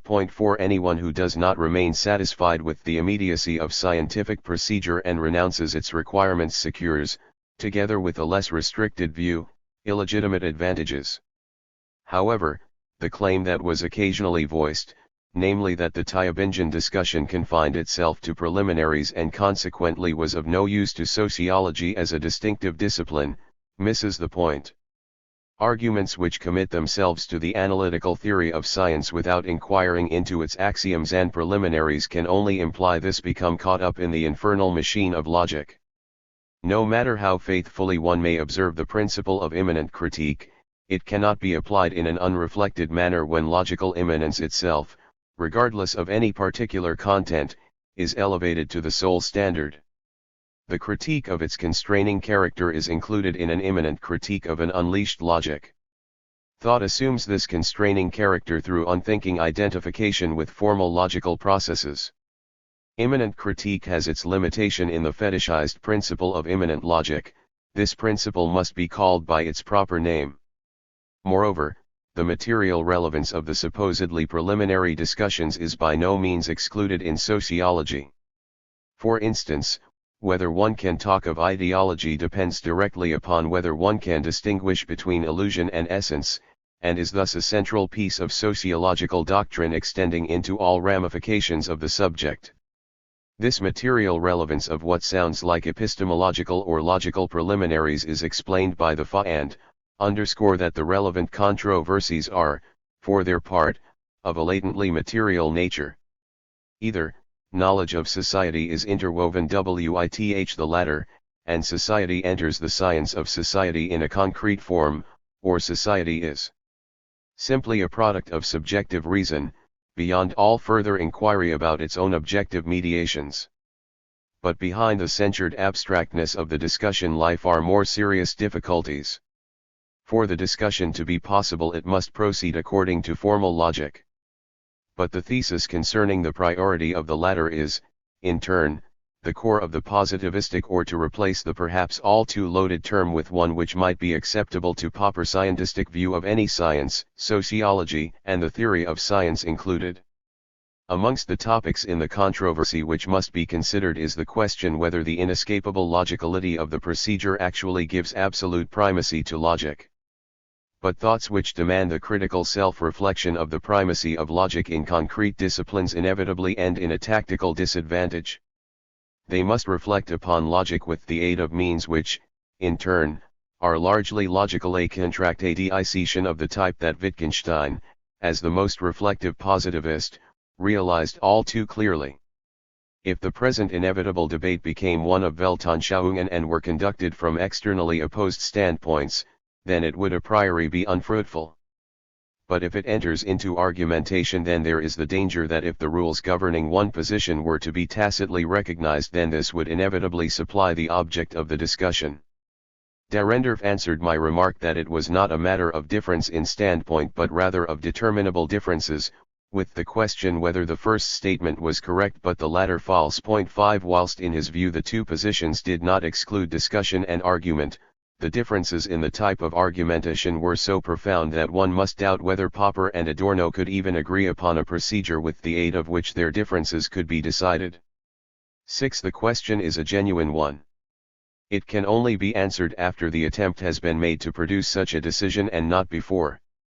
This attempt should be made since the amiable tolerance towards two different coexisting types of sociology would amount to nothing more than the neutralization of the emphatic claim to truth. The task itself is paradoxical. The controversial questions must be discussed without iogistic prejudice, but also without dogmatism. Habermas implies this effort, and not crafty heuristic arts, with the formulation's banking strategy or behind positivism's back. A theoretical position ought to be found from which one can residential pon to the other person without, however, accepting a set of rules which are themselves a theme of the controversy and intellectual no man's land. But this position cannot be conceived, in terms of a model derived from extensional logic, as something even more general than the two opposing positions. It is made concrete since even science, including formal logic, is not only a social force of production but also a social relation of production. One may doubt whether this is acceptable to the positivists. It critically affects the basic thesis of the absolute independence of science and its constitutive character for all knowledge. One ought to ask whether a valid disjunction exists between knowledge and the real-life process, or whether it is not rather the case that knowledge is mediated through the latter, or whether its own autonomy, through which it has made itself productively independent of its genesis and objectivated itself, can be derived, in turn, from its social function, or whether it forms an immanent context and yet, in terms of its constitution, is situated in a field which surrounds it and even acts upon its immanent structure. But such a dual nature, no matter how plausible, would clash with the principle of non-contradiction. Science would then be both independent and dependent. A dialectics which advocated this could, in so doing, no more act as if it were privileged thought than it could elsewhere. It cannot set itself up as a specific subjective capacity, with which one person is gifted but which is denied to others. Nor can it present itself as intuitionism. Conversely, the positivists must make sacrifices. They must relinquish the attitude which Habermas calls the systematic pretense of failure to understand, and not unhesitatingly disqualify out of hand as unintelligible anything that fails to coincide with their criteria of meaning. In view of their increasing animosity towards philosophy, one suspects that certain sociologists are taking great pains to shake off their own past. But the past usually takes its revenge. At first sight the controversy seems to be that the positivist's position represents a strict concept objective scientific validity which is weakened by philosophy. The dialecticians proceed speculatively, as the philosophical tradition would suggest. However, everyday linguistic usage converts the concept of the speculative into its opposite. It is no longer interpreted, as it was by Hegel, in the sense of the critical self-reflection of the intellect. Self-reflection's boundedness and self-correction. But rather it is imperceptibly interpreted in a popular manner. Here, he who speculates is viewed as an unrestricted wild thinker who in his vanity dispenses with logical self-criticism and any confrontation with the facts. Since the collapse of the Hegelian system, and perhaps as a consequence of it, the idea of speculation has become so inverted that it resembles the Faustian cliché of the beast on the barren heath. What was once intended to signify the thought that renounces its own narrowness and in so doing gains objectivity, is now equated with subjective caprice. It is caprice since speculation lacks generally valid restraints, it is subjectivism since the concept of the fact of speculation is dissolved through emphasis upon mediation, through the concept which appears as a relapse into scholastic realism and according to positivistic ritual, as that product of the thinker which boldly confuses itself with an entity in itself. On the other hand, stronger than the TTL quoque argument which Albert regards with suspicion, is the thesis that the positivist position, where pathos and influence are inherent in its claim to objectivity, is in turn, subjectivist. This was anticipated by Hegel's critique of what he termed the philosophy of reflection. Carnap's jubilation was based on the claim that nothing remained of philosophy but its method. His method of logical analysis is the prototype of the quasi-ontological predisposition towards subjective reason. 7. Positivism, to which contradictions are anathema, possesses its innermost contradiction, unbeknown to itself, in the following, namely, that it adheres to an objectivity which is most external to its sentiments and purged of all subjective projections, but thereby simply becomes all the more entangled in the particularity of mere subjective, instrumental reason. Those who regard themselves as victors over idealism are far closer to it than critical theory. They hypostatize the knowing subject, not as an absolute subject or a source, but as the topos noetikos of all validity of scientific control.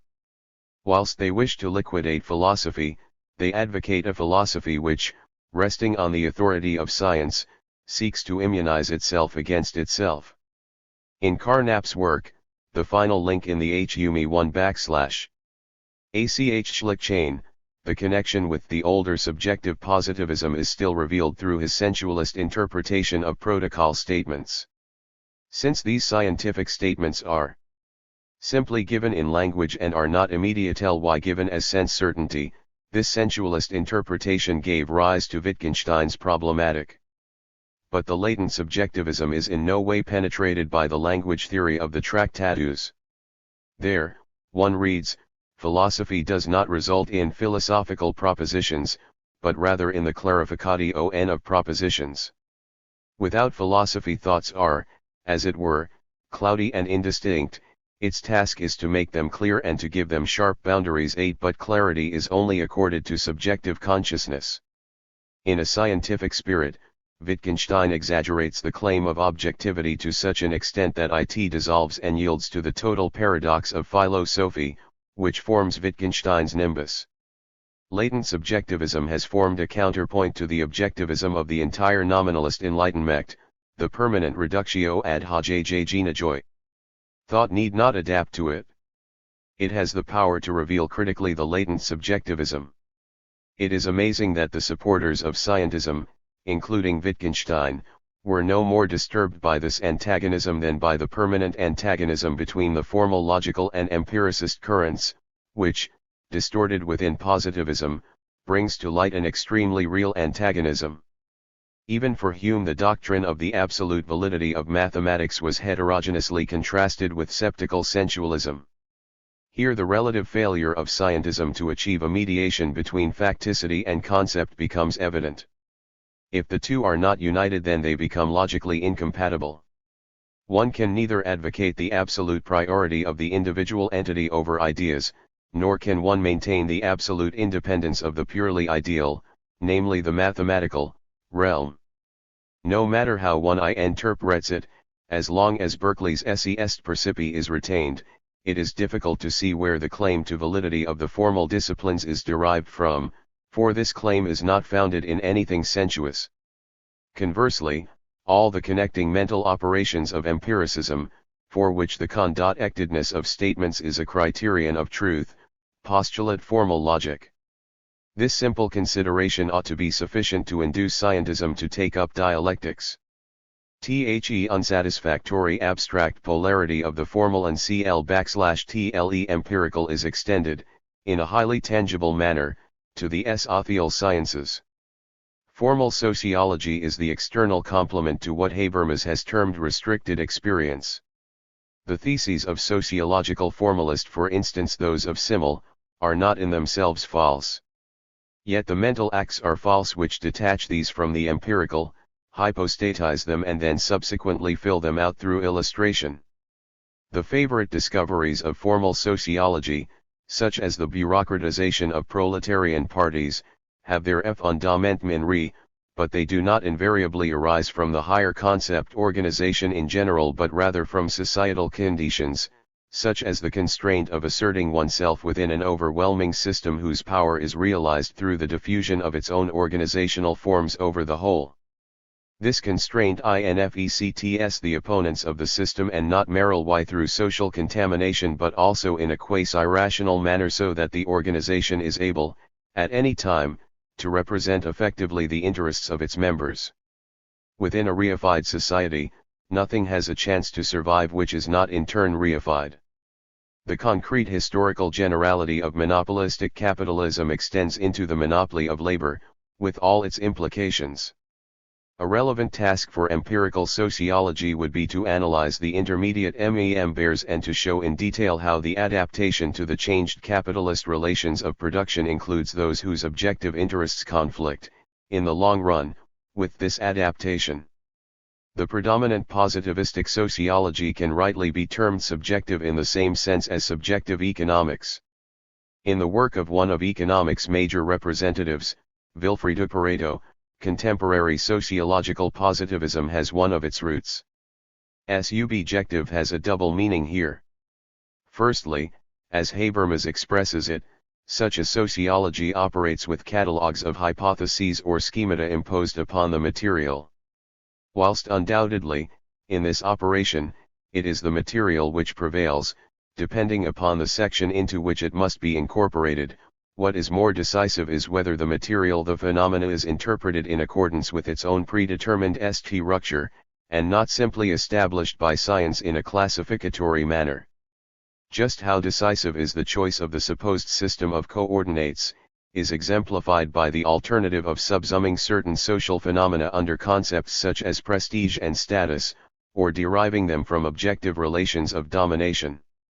According to the latter interpretation, status and prestige are subject to the dynamics of class relations and, in principle, they can be conceptualized as capable of abolition. But their classificatory subsumption, on the other hand, tends to accept such categories as simply given, and probably untransformable. A distinction which apparently concerns only methodology therefore has vital concrete consequences. The subjectivism of positivistic sociology accords with this in its second meaning.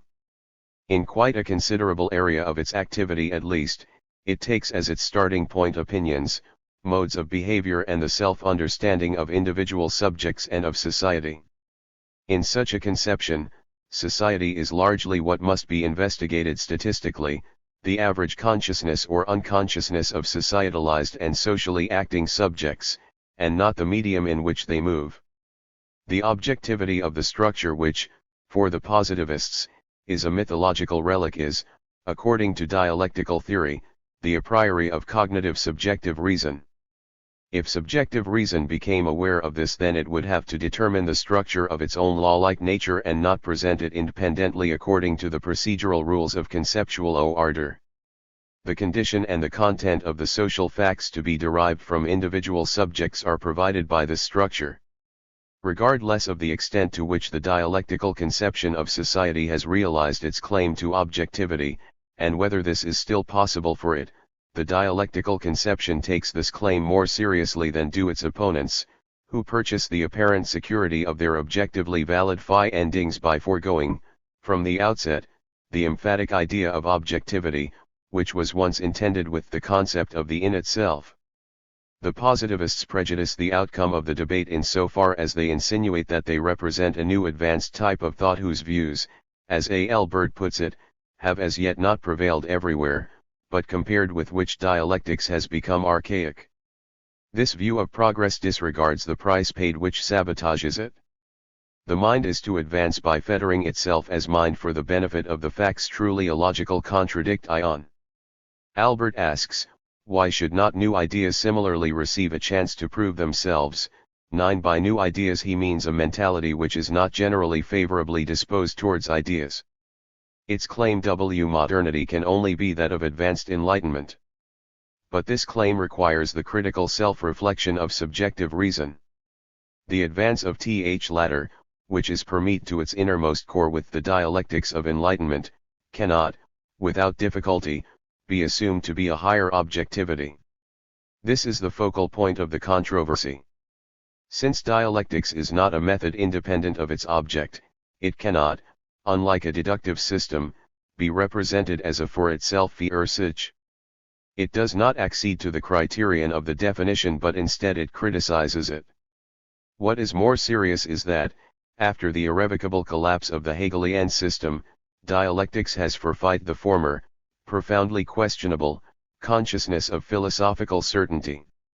The accusation of the positivists, namely that dialectics lacks a foundation upon which everything else might be constructed, is held against it even by currently predominant philosophy with the claim that it lacks n, jx*.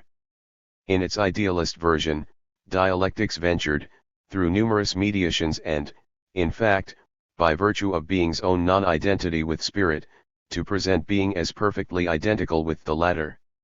This was unsuccessful and consequently, in its present form, dialectics adopts a position towards the myth of total reason no less polemical than Albert's scientism. Dialectics is unable to take its claim to truth as guaranteed, as it did in its idealist phase. For Hegel the dialectical movement was able, with difficulty, to consider itself to be a comprehensive explanatory principle to be science. For, in its first steps and positings, the thesis of identity was always present, a thesis which in the development of the analyses was neither corroborated nor explicated. Hegel described it with the metaphor of the circle. Such closedness, which necessarily implied that nothing remained essentially unrecognized or fortuitous outside dialectics, has been exploded, along with its constraint and unambiguity. Dialectics does not possess a canon of thought which might regulate it. Nevertheless, it still has its raison d'etre. In terms of society, the idea of an objective system in itself is not as illusory as it seemed to be after the collapse of idealism, and as positivism asserts. The notion of the great tradition of philosophy, which positivism considers to be outdated, 1 degree is not indebted to the allegedly aesthetic qualities of intellectual achievements but rather to a content of experience which, because of its transcendence into individual consciousness, would tempt me to hypostatize it as being absolute. Dialectics is able to legitimize itself by translating this content back into the experience from which it arose. But this is the experience of the mediation of all that is individual through the objective societal totality. In traditional dialectics, it was turned on its head with the thesis that antecedent objectivity, the object itself, understood as totality, was the subject. Albert objects that in my THEODOR paper there are merely hints at totality. 11 Yet it is almost tautological to say that one cannot point to the concept of totality in the same manner as one can point to the facts, from which totality distances itself as a concept.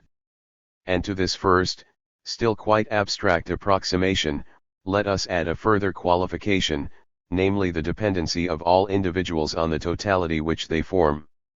In such a totality, everyone is also dependent on everyone else. The whole survives only through the unity of the functions which its members fulfill. Each individual without exception must take some function on himself in order to prolong his existence. Indeed, while his function lasts, he is taught to express his gratitude for it. 12 Albert accuses Habermas of adhering an idea of total reason, together with all the sins of the philosophy of identity. In objective terms, Albert claims that dialectics carries on, in an obsolete Hegelian manner, with the notion of the societal whole that cannot be realized by research and which thus belongs on the rubbish dump.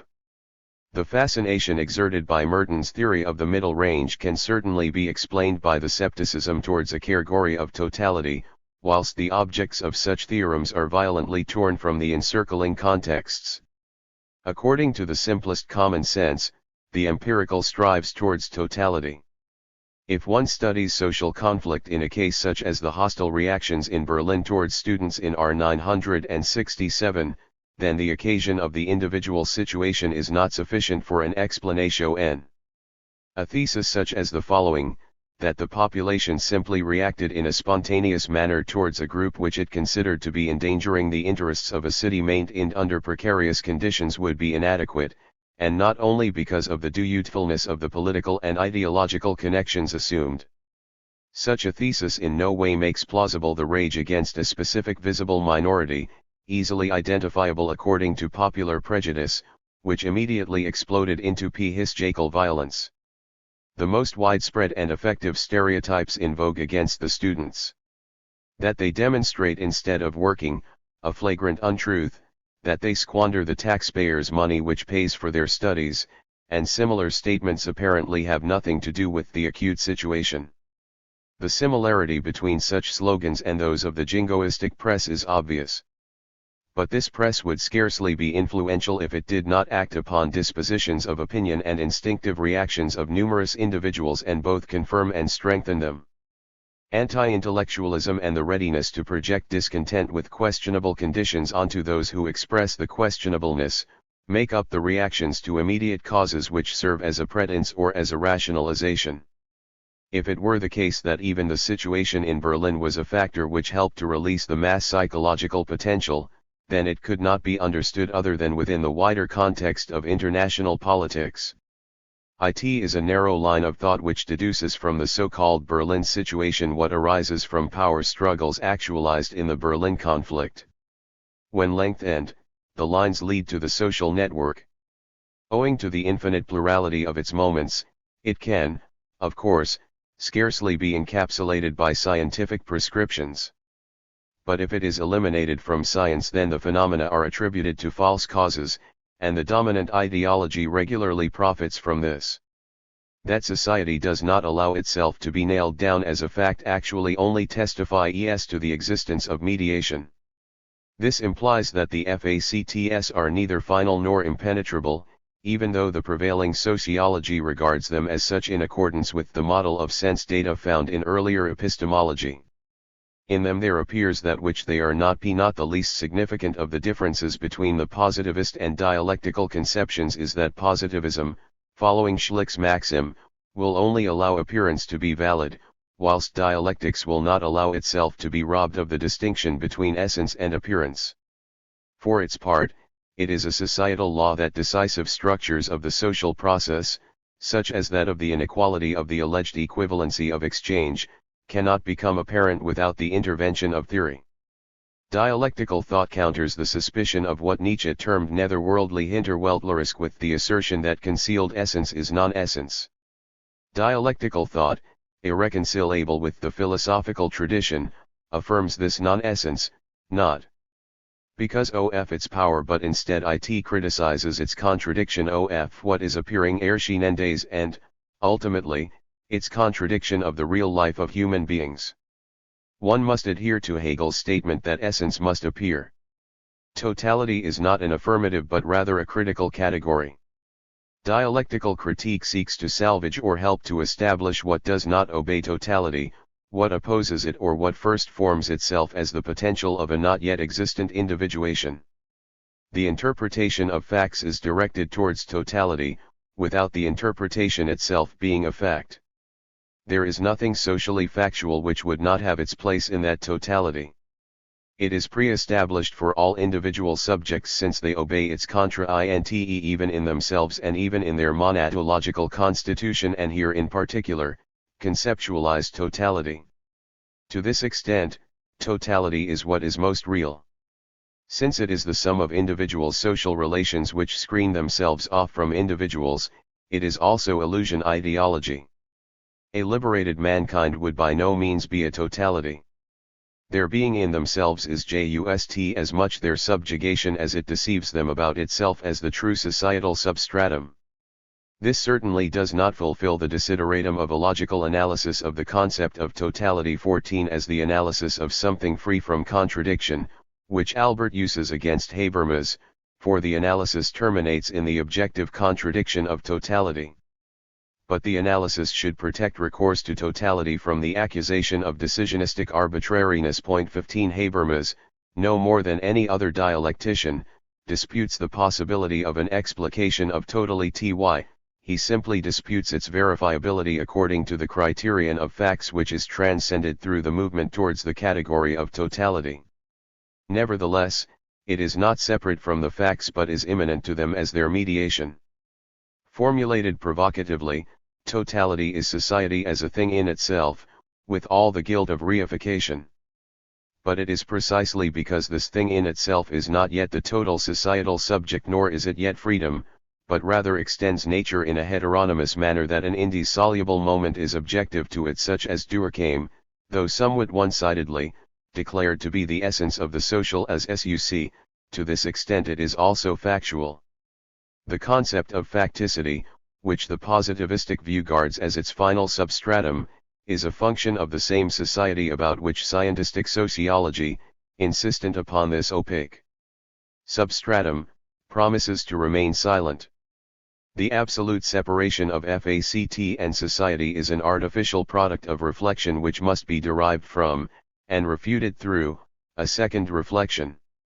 In a footnote, Bert writes the following. Habermas quotes in this context L\Adorno's reference to the untestability of the dependence of each social phenomenon upon the totality. The quotation stems from a context in which Adorno, with reference to Hegel, asserts that refutation is only fruitful as immanent critique, see Adorno, On the Logic of the Social Sciences, pp. II 3 pounds. Here the meaning of Popper's comments on the problem of the critical test is roughly reversed through further reflection. It seems to me that the untestability of Adorno's assertion is basically linked with the fact that neither the concept of totality used, nor the nature of the dependence asserted, is clarified to any degree. Presumably, there is nothing more behind it than the idea that somehow everything is linked with everything else. To what extent any view could gain a methodical advantage from such an idea would really have to be demonstrated. In this matter, verbal exertations of totality ought not to suffice. CEI 6. However, the untestability does not reside in the fact that no plausible reason can be given for recourse to totality, but rather that totality, unlike the individual social phenomena to which Albert's criterion of testability is limited, is not factual. To the objection that behind the concept of totality there lies nothing more than the triviality that everything is linked with everything else, one should reply that the bad abstraction of that statement is not so much the sign of feeble thinking as it is that of a shabby permanency in the constitution of society itself, that of exchange. The first, objective abstraction takes place, not so much in the scientific account of it, as in the universal development of the exchange system itself, which happens independently of the qualitative attitudes of producer and consumer, of the mode of production, even of need, which the social mechanism tends to satisfy as a kind of secondary byproduct.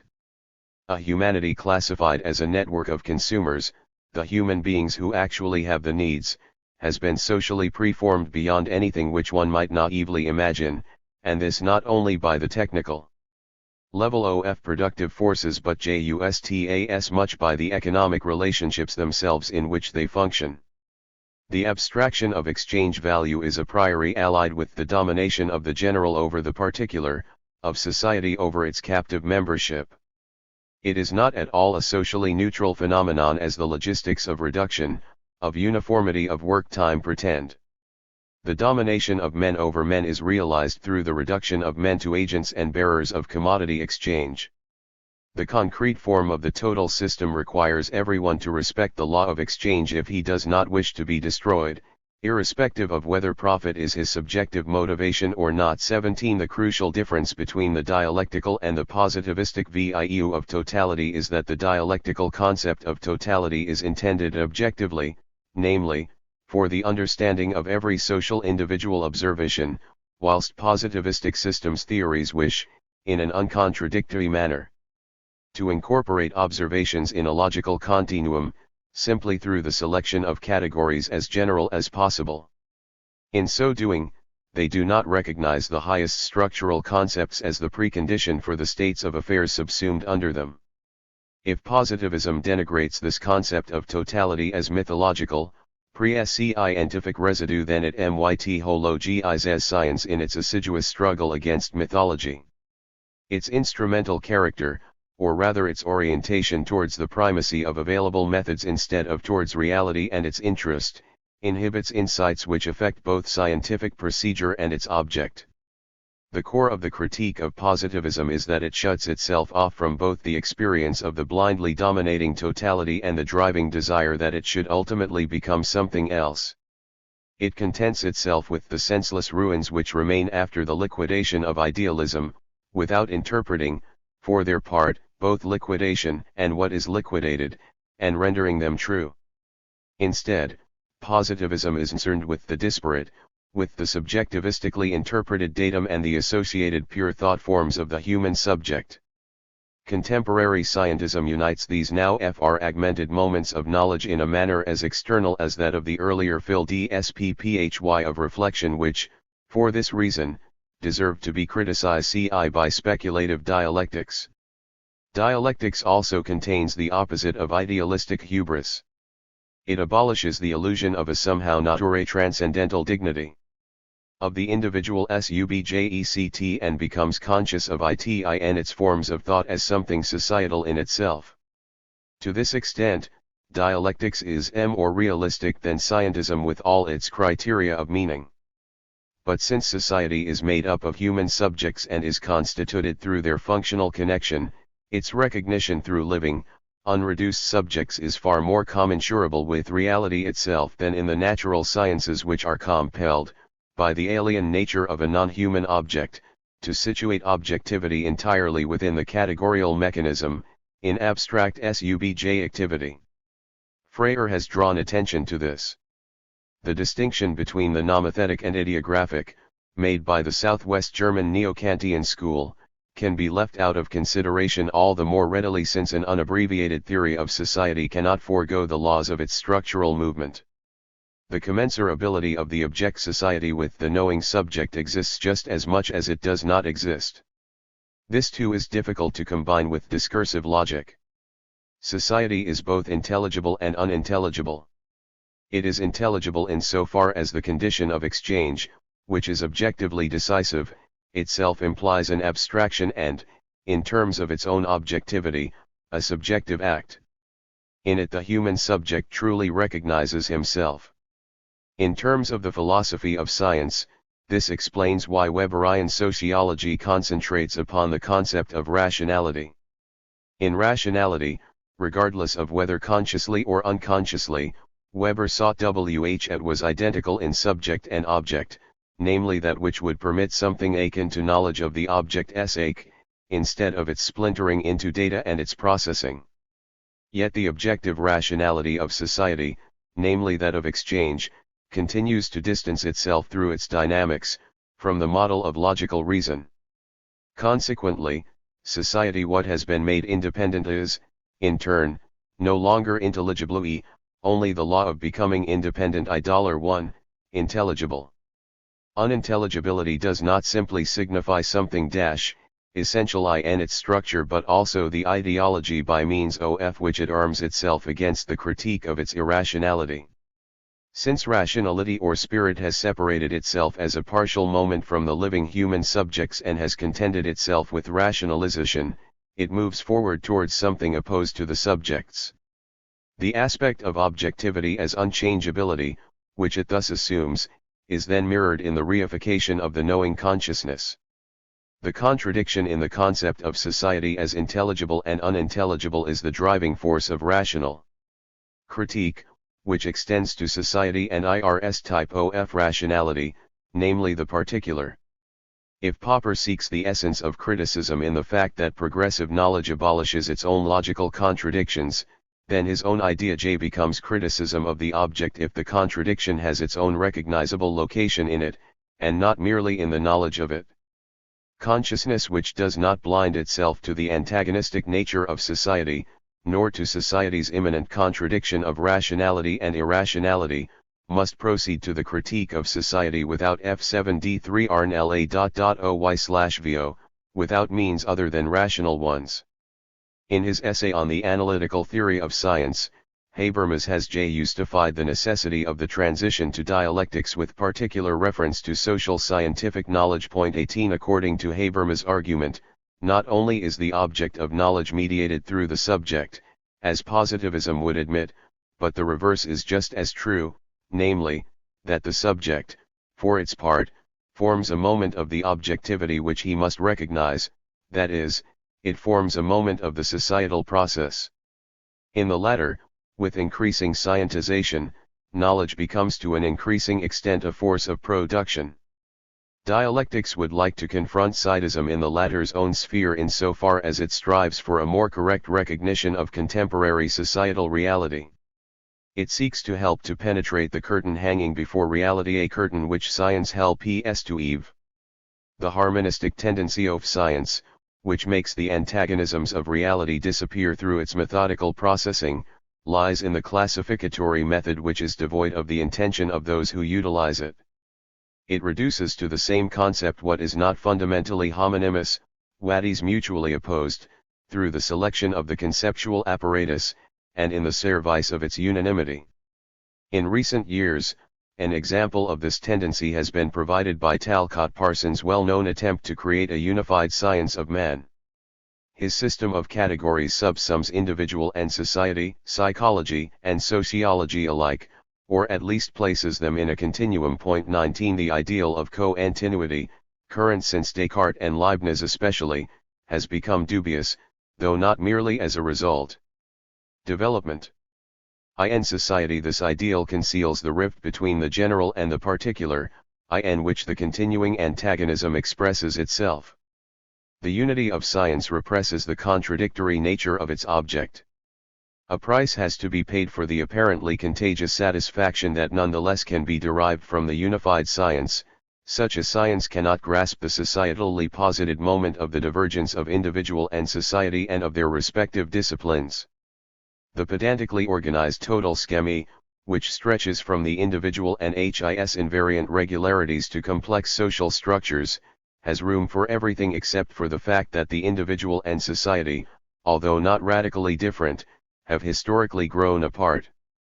Their relationship is contradictory since society largely denies individuals what it always a society of individuals promises them and why society coalesces at all, whilst on the other hand, blind, unrestrained interests of individuals inhibit the formation of a possible total societal interest. The ideal of a unified science merits an epithet, but one which it would by no means please it, namely, that of the aesthetic, just as one speaks of elegance in mathematics. The organizatory rationalization in which the program of unified science results, as opposed to the disparate individual sciences, greatly prejudices questions in the philosophy of science which are thrown up by society.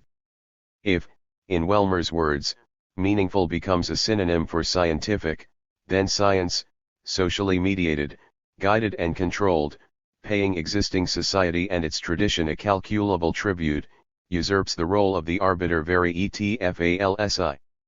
For Kant, the epistemological constitutive question was that of the possibility of science. Now, in simple tautology, the question is referred back to science. Insights and modes of procedure which, instead of remaining within valid science affected critically, are banished elimine. Thus it is that the apparently neutral concept of conventionalist bond has fatal implications. Through the back door of conventionalism, social conformism is smuggled in as a criterion of meaning for the social sciences. The effort of analyzing in detail the entanglement of conformism and the self-enthronement of science proved worthwhile. More than 30 years ago, Horkheimer drew attention to the whole complex in the latest attack upon metaphysics. 20 The concept of science is also assumed by Popper as if it were self-evident. But such a concept contains its own historical dialectic. When Fichte's _y of science and Hegel's science of logic were written at the turn of the 18th century, the present concept of science with its claim to exclusiveness would have been critically placed on the level of the pre-scientific, whilst nowadays what was then termed science, no matter how chimerically it was called absolute knowledge, would be rejected as extra-scientific by what Popper refers to as scientism. The course of history, and not merely of intellectual history, which led to this is by no means unqualified progress, as the positivists would have it. All the mathematical refinement of the highly developed scientific methodology does not allay the suspicion that the elaboration of science into a technique alongside others has undermined its own concept. The strongest argument for this would be that what appears as a goal to scientific interpretation, namely fact finding, is only a means towards theory for emphatic science. Without theory the question remains open as to why the whole enterprise was undertaken. H.O. Weaver, the reformulation of the idea of science begins even with the idealists, in particular with Hegel, whose absolute knowledge coincides with the manifest concept of what exists thus and not otherwise, so und nicht anders scenes. The point of attack for the critique of this development is not the crystallization of particular scientific methods, the fruitfulness of which is beyond question, but rather the now dominant suggestion, crudely urged on the authority of Max Weber, that extra-scientific interests are external to science and that the two should be strictly separated. Whilst, on the one hand, the allegedly purely scientific interests are rigid channels and are frequently neutralizations of extra-scientific interests which, in their weakened form, extend into science. The scientific body of instruments, on the other hand, which provides the canon of what is scientific, is also instrumental in a manner in which instrumental reason has never dreamt. This body of instruments is the means for answering questions which both originate beyond science and strive beyond it, i.e. so far as the ends means rationality of science ignores the telos which lies in the concept of instrumentalism and becomes its own sole purpose, it contradicts its own instrumentality. But this is what society demands of science. In a determinably false society that contradicts the interests both of its members and of the whole, all knowledge, which readily subordinates itself to the rules of this society that are congealed in science, participates in its falsehood. The current academically attractive distinction between the scientific and the pre-scientific, to which even Albert adheres, cannot be upheld. The revision of this dichotomy is legitimate by a fact which can constantly be observed and is even confirmed by positivists, namely, that there is a split in their thinking in that, regardless of whether they speak as scientists or non-scientists, they nevertheless utilize reason. What is classified as pre-scientific is not simply what has not yet passed through, or avoided, the self-critical work of science advocated by Popper. But rather it subsumes all the rationality and experience which are excluded from the instrumental determinations of reason. Both moments are necessarily dependent upon one another. Science, which incorporates the pre-scientific impulses without transforming them, condemns itself to indifference no less than do amateur arbitrary procedures. In the disreputable realm of the pre-scientific, those interests meet which are severed by the process of scientization. But these interests are by no means inessential. Just as there certainly would be no advance of consciousness without the scientific discipline, it is equally certain that the discipline also paralyzes the organs of knowledge. The more science is regified in the shell which Max Weber prophesied for the world, the more what is ostracized as pre-scientific becomes the refuge of knowledge. The contradiction in the relationship of the spirit to science responds to the latter's own contradiction. Science postulates a coherent immanent connection and is a moment of the society which denies it coherence. If it escapes this antinomy, be it by cancelling its truth content through a sociology of knowledge relativization, or by failing to recognize its entanglement in the fates so shows, and sets itself up as something absolute and self-sufficient, then it contents itself with illusions which impair science and what it might achieve.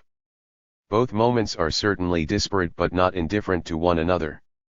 Only insight into science's inherent societal mediations contributes to the objectivity of science, since it is no mere vehicle of social relations and interests.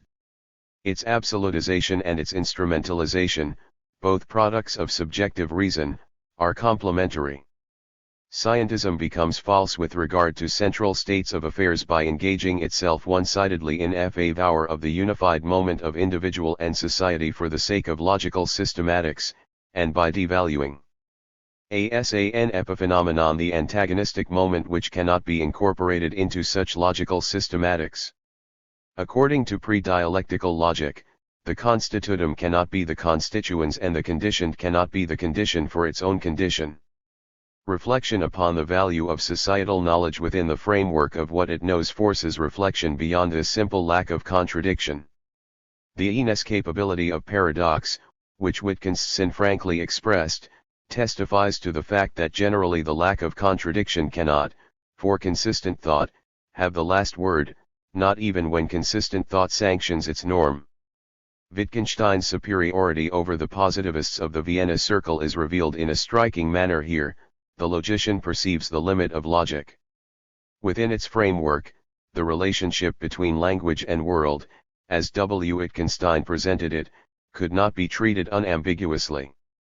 For him language forms a closed immanent context through which the nonverbal moments of knowledge, for instance sense data, are mediated. But it is not the intention of language to refer to what is nonverbal. Language is both language and autarky. In accord with the scientistic assumption of rules only being valid within it, it is as a moment within reality, a Fahit social. 21 / Wittgenstein had to account for the fact that it removed itself from all that factually exists, since the latter is only given through it, and yet is conceivable only as a moment of the world which, in his view, can only be known through language. At this point, he had reached the threshold of a dialectical awareness of the so-called problems of constitution, and had reduced ad absurdum scientism's right to cut off dialectical thought. This affects both the current scientistic notion of the subject, even of the transcendental subject of knowledge, which is seen as dependent upon its object as a precondition for its own possibility, and it also affects the current scientistic notion of the object. It is no longer an X whose substratum must be composed from the context of subjective determinations, but rather, being itself determined, it helps to determine the subjective function. The validity of knowledge, and not only of natural laws, is certainly largely independent of its origin. In Tübingen the two symposiists were united in their critique of the sociology of knowledge and of Pareto's sociologism. Marx's theory opposes it. The study of ideology, of LSE consciousness, of socially necessary illusion would be nonsense without the concept of true consciousness and objective truth. Nevertheless, genesis and validity cannot be separated without contradiction. Objective validity preserves the moment of its emergence, and this moment permanently affects it. No matter how unassailable logic is, the process of abstraction which removes it from attack is that of the controlling will. It excludes and disqualifies what it controls. In this dimension logic is untrue, its unassailability is itself the intellectualized societal taboo. Its illusory nature is manifested in the contradictions encountered by reason in its objects. In the distancing of the subject from the object, which realizes the history of the mind, the subject gave way to the real superiority of objectivity. Its domination was that of the weaker over the stronger. Perhaps in no other way would the self-assertion of the human species have been possible. The process of scientific objectivation would certainly not have been possible. But the more the subject seized for itself the aims of the object, the more it, in turn, unconsciously rendered itself an object. This is the prehistory of the reification of consciousness. What scientism simply assumes to be progress was always, at the same time, a sacrifice. What in the object does not correspond to the ideal of a pure subject for itself, alienated from its own living experience, slips through the net. To this extent, advancing consciousness was accompanied by the shadow of false consciousness. Subjectivity has in itself eradicated what does not yield to the unambiguousness and identity of its claim to domination. Subjectivity, which is really always object, has reduced itself no less than its object. One should also recall the moments which are lost in scientific methodology's curtailment of objectivity, and similarly the loss of the spontaneity of knowledge inflicted by the subject upon himself in order to master his own restricted achievements. Carnap, one of the most radical positivists, once characterized as a stroke of good luck the fact that the laws of logic and of pure mathematics apply to reality. A mode of thought, whose entire pathos lies in its enlightened state, refers at this central point to an irrational mythical concept, such as that of the stroke of luck, simply in order to avoid an insight which, in fact, shakes the positivistic position, namely, that the supposed lucky circumstance is not really one at all but rather the product of the ideal of objectivity based on the domination of nature, or, as Habermas puts it, the pragmatistic ideal of objectivity. The rationality of reality, registered with relief by Carnap, is simply the mirroring of subjective ratio. The epistemological metacritique denies the validity of the Kantian claim to the subjective a priori but affirms Kant's view to the extent that his epistemology, intent on establishing validity, describes the genesis of scientistic reason in a highly adequate manner. To him, as a remarkable consequence of scientistic reification, seems to be the strength of subjective form which constitutes reality is, in truth, the Su 11m1 of the historical process in which subjectivity liberating itself from nature and thus objectivating itself emerged as the total master of nature, forgot the relationship of domination and, thus blinded, reinterpreted this relationship as the creation of that ruled by the ruler.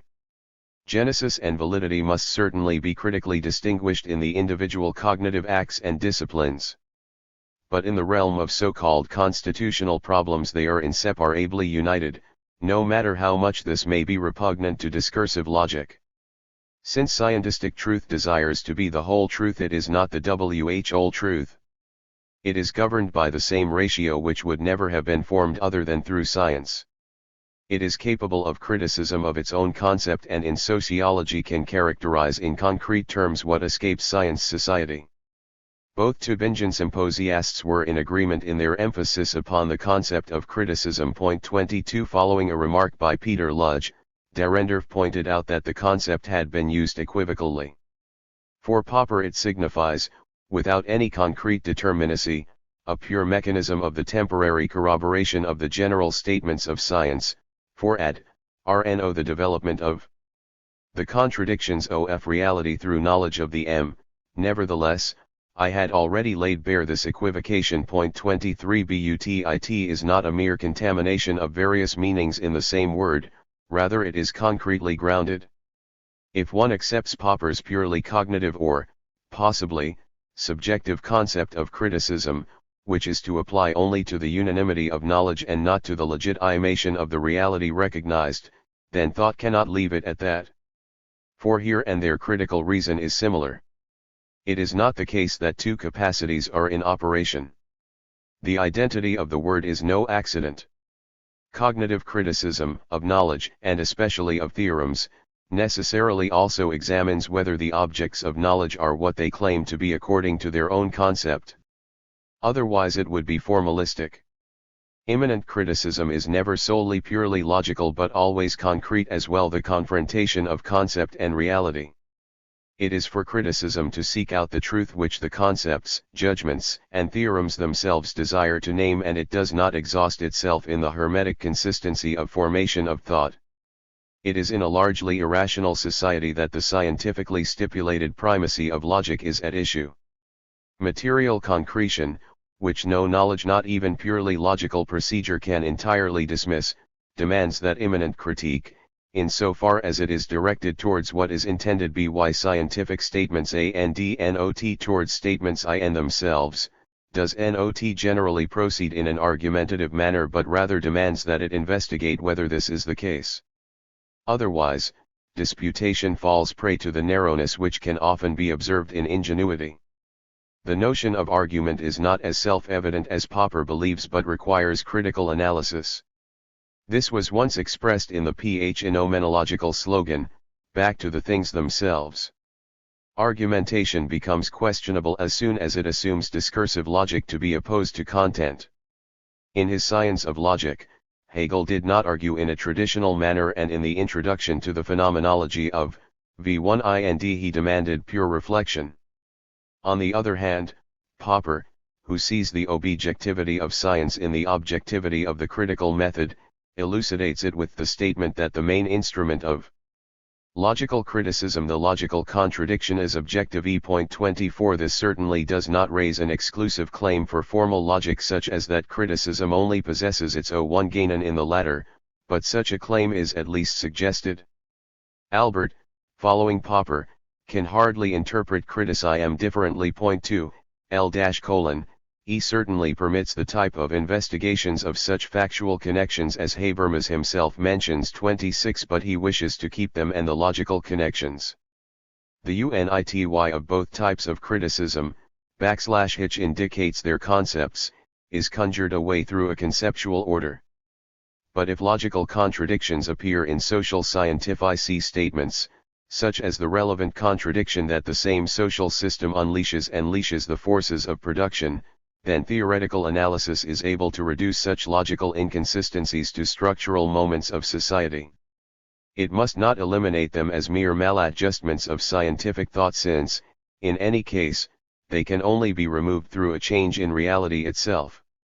Even if it were possible to translate such contradictions into merely semantic contradictions, that is, to demonstrate that each contradictory statement refers to something different, their form still expresses the structure of the object more sharply than a procedure which attains scientific satisfaction by turning its back upon what is unsatisfactory in the non-scientific object of knowledge. Moreover, the possibility of devolving objective contradictions onto semantics may be connected with the fact that I/Yerkes, the dialectician, did not possess a completely developed notion of dialectics. He imagined that he was simply flirting with it. Thinking, which teaches itself that part of its own meaning is what, in turn, is not a thought, explodes the logic of non-contradiction. Its prison has windows. The narrowness of positivism is that it does not take this into account and entrenches itself in ontology as if in a last refuge, even if this ontology were simply the wholly formalized, contentless ontology of the deductive connection of statements in themselves. The critique of the relationships of scientific statements to that to which they refer is, however, inevitably compelled towards a critique of reality. It must rationally decide whether the insufficiencies which it encounters are really scientific, or whether reality insufficiently accords with what science, through its concept, expresses about it. The separation between the structures of science and reality is not absolute. Nor may the concept of truth be attributed solely to the structures of science. It is no less meaningful to speak of the truth of a societal institution than of the truth of theorems concerned with it. Legitimately, criticism does not normally imply merely self-criticism, which is what it actually amounts to for Popper, but also criticism of reality. In this respect, Habermas' reply to Albert has its pathos. Point 27. The concept of society, which is specifically bourgeois and anti-feudal, implies the notion of an association of free and independent human subjects for the sake of the possibility of a better life and, consequently, the critique of natural societal relations. The hardening of bourgeois society into something impenetrably and inevitably natural is its imminent regression. Something of the opposing intention was expressed in the social contract theories. No matter how little these theories were historically correct, they penetratingly remind society of the concept of the unity of individuals, whose conscience ultimately postulates their reason, freedom, and equality. In a grand manner, the unity of the critique of scientific and metascientific sense is revealed in the work of Marx. It is called the critique of political economy since it attempts to derive the whole that is to be criticized in terms of its right to existence from exchange, commodity form, and its immanent logical contradictory nature. The assertion of the equivalence of what is exchanged, the basis of all exchange, is repudiated by its consequences. As the principle of exchange, by virtue of its immanent dynamics, extends to the living labors of human beings, it changes compulsively into objective inequality, namely that of social classes. Forcibly stated, the contradiction is that exchange takes place justly and unjustly. Logical critique and the emphatically practical critique that society must be changed simply to prevent a relapse into barbarism are moments of the same movement of the concept. Marx's procedure testifies to the fact that even such an analysis cannot simply ignore the separation of what has been compounded, namely of society and politics. He both criticized and respected the separation. The same person who, in his youth wrote the theses on Feuerbach, remained throughout his life. Without regard for the logicity of its substratum which it requires in order to be true to its own meaning. Popper's critical rationalism has something pre-Kantian about it. In terms of formal logic, this is at the expense of its content. Sociological constructs, however, which contented themselves with their logical freedom from contradiction, could not withstand concrete reflection. They could not withstand the reflection of a thoroughly functional society, though one which perpetuates itself solely through the harshness of relentless repression ad calendas graecas, because that society is inconsistent, because the constraint under which it keeps itself and its members alive does not reproduce their life in a form which would be possible given the state of the rationality of means, as is specifically presupposed by integral bureaucratic domination. Endless terror can also function, but functioning as an end in itself, separated from why it functions, is no less a contradiction than any logical contradiction, and a science which fell silent before it would be irrational. Critique does not merely imply the decision as to whether suggested hypotheses can be demonstrated as true or false, it moves transparently over to the object. If theorems are full of contradictions, then by modifying Lichtenberg's statement one might say that they are not always to blame. The dialectical contradiction expresses the real antagonisms which do not become visible within the logical scientistic system of thought. For positivists, the system, according to the logical deductive model, is something worth striving for, something positive. For dialecticians, in real no less than in philosophical terms, it is the core of what has to be criticized. One of the decaying forms of dialectical thought in dialectical materialism is that it reprimands critique of the dominant system. Dialectical theory must increasingly distance itself from the system. Society constantly distances itself from the liberal model which gave it its systematic character, and its cognitive system forfeits the character of an ideal since, in the post-liberal form of society, its systematic unity as a totality is amalgamated with repression. Today, wherever dialectical thought all too inflexibly adheres to the system, even and precisely in what is criticized, it tends to ignore determinate being and to retreat into illusory notions. It is a merit of positivism that it draws attention to this, if its concept of the system, as mere internal scientific and classificatory, is not to be enticed to hypostasis. Hypostatized dialectics becomes undialectical and requires correction by the fact-finding whose interest is realized by empirical social research, which then, in turn, is unjustly hypostatized by the positivistic theory of science. The pre-given structure, which does not merely stem from classification Durkheim's impenetrable, is essentially negative and is incompatible with its own goal, namely the preservation and satisfaction of mankind. Without such a goal, the concept of society, seen in concrete terms, would indeed be what the Viennese positivists used to term devoid of meaning. To this extent, sociology, even as a critical theory of society, is logical.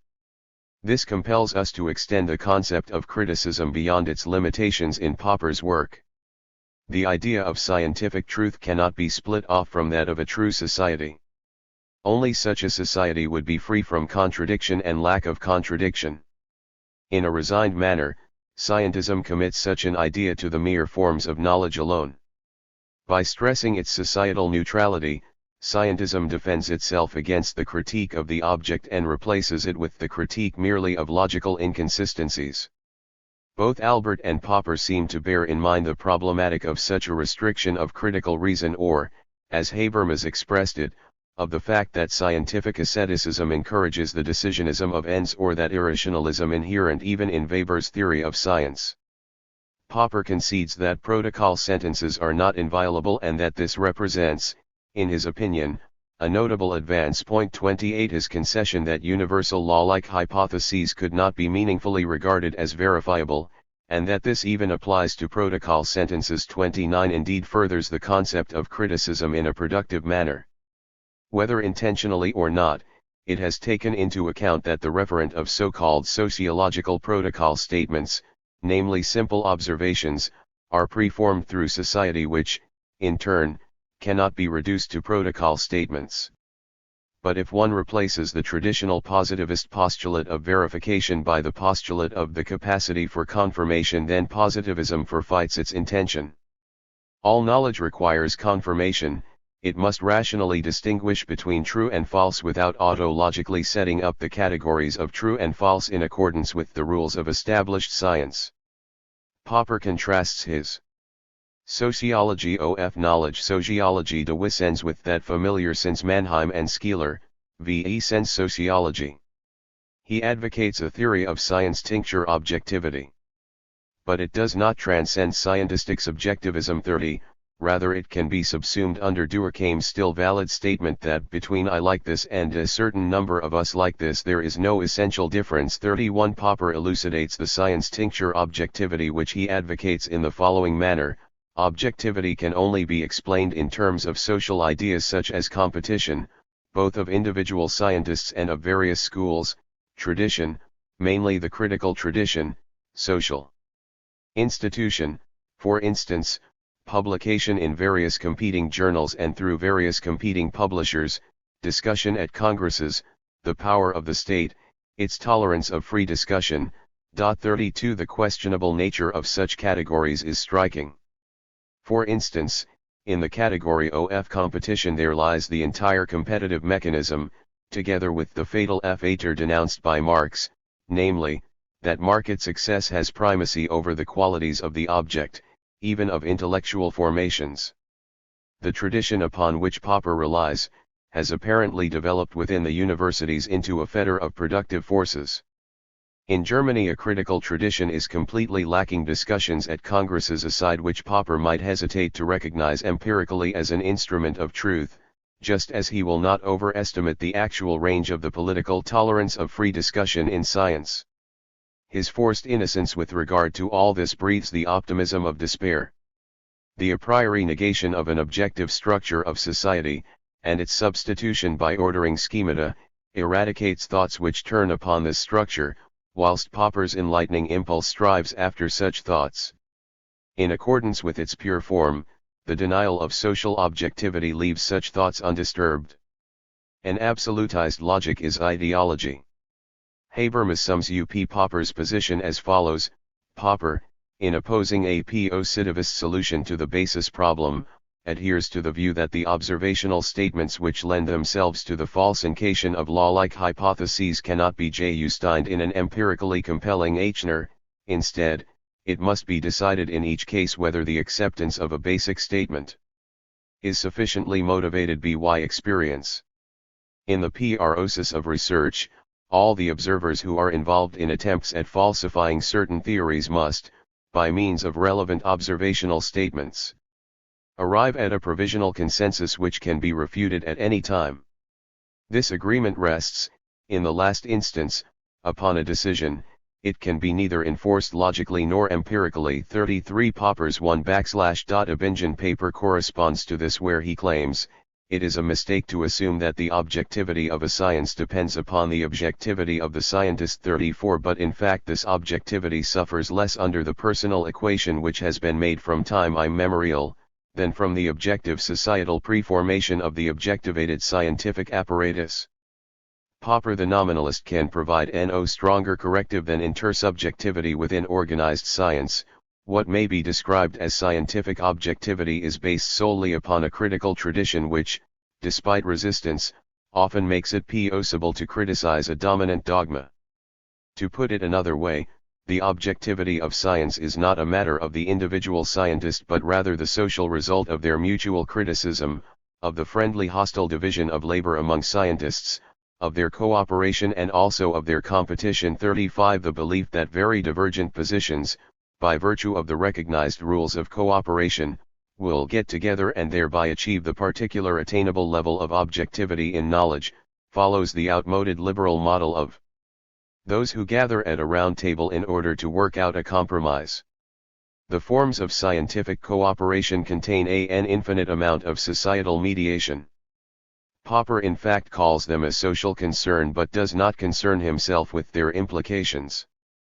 They stretch from the mechanism of selection which controls whether someone is academically co-opted and receives a call, a mechanism in which conformity with prevailing group opinion is apparently decisive, to the form of communis opinio and its irrationalities.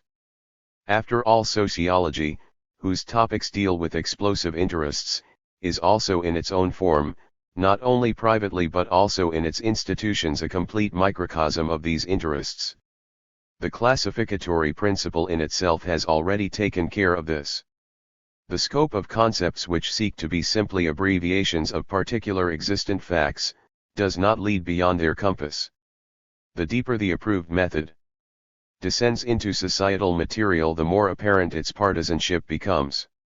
If the sociology of the mass media, the accepted notion pervades the prejudice that by questioning the human subjects, the consumer masses, one must establish what is planned and kept alive in the sphere of production seeks to ascertain simply the opinions and attitudes of those socially categorized and tested and to elicit socially critical consequences, then the given system, centrally guided and reproducing itself through mass reactions, tacitly becomes its own norm.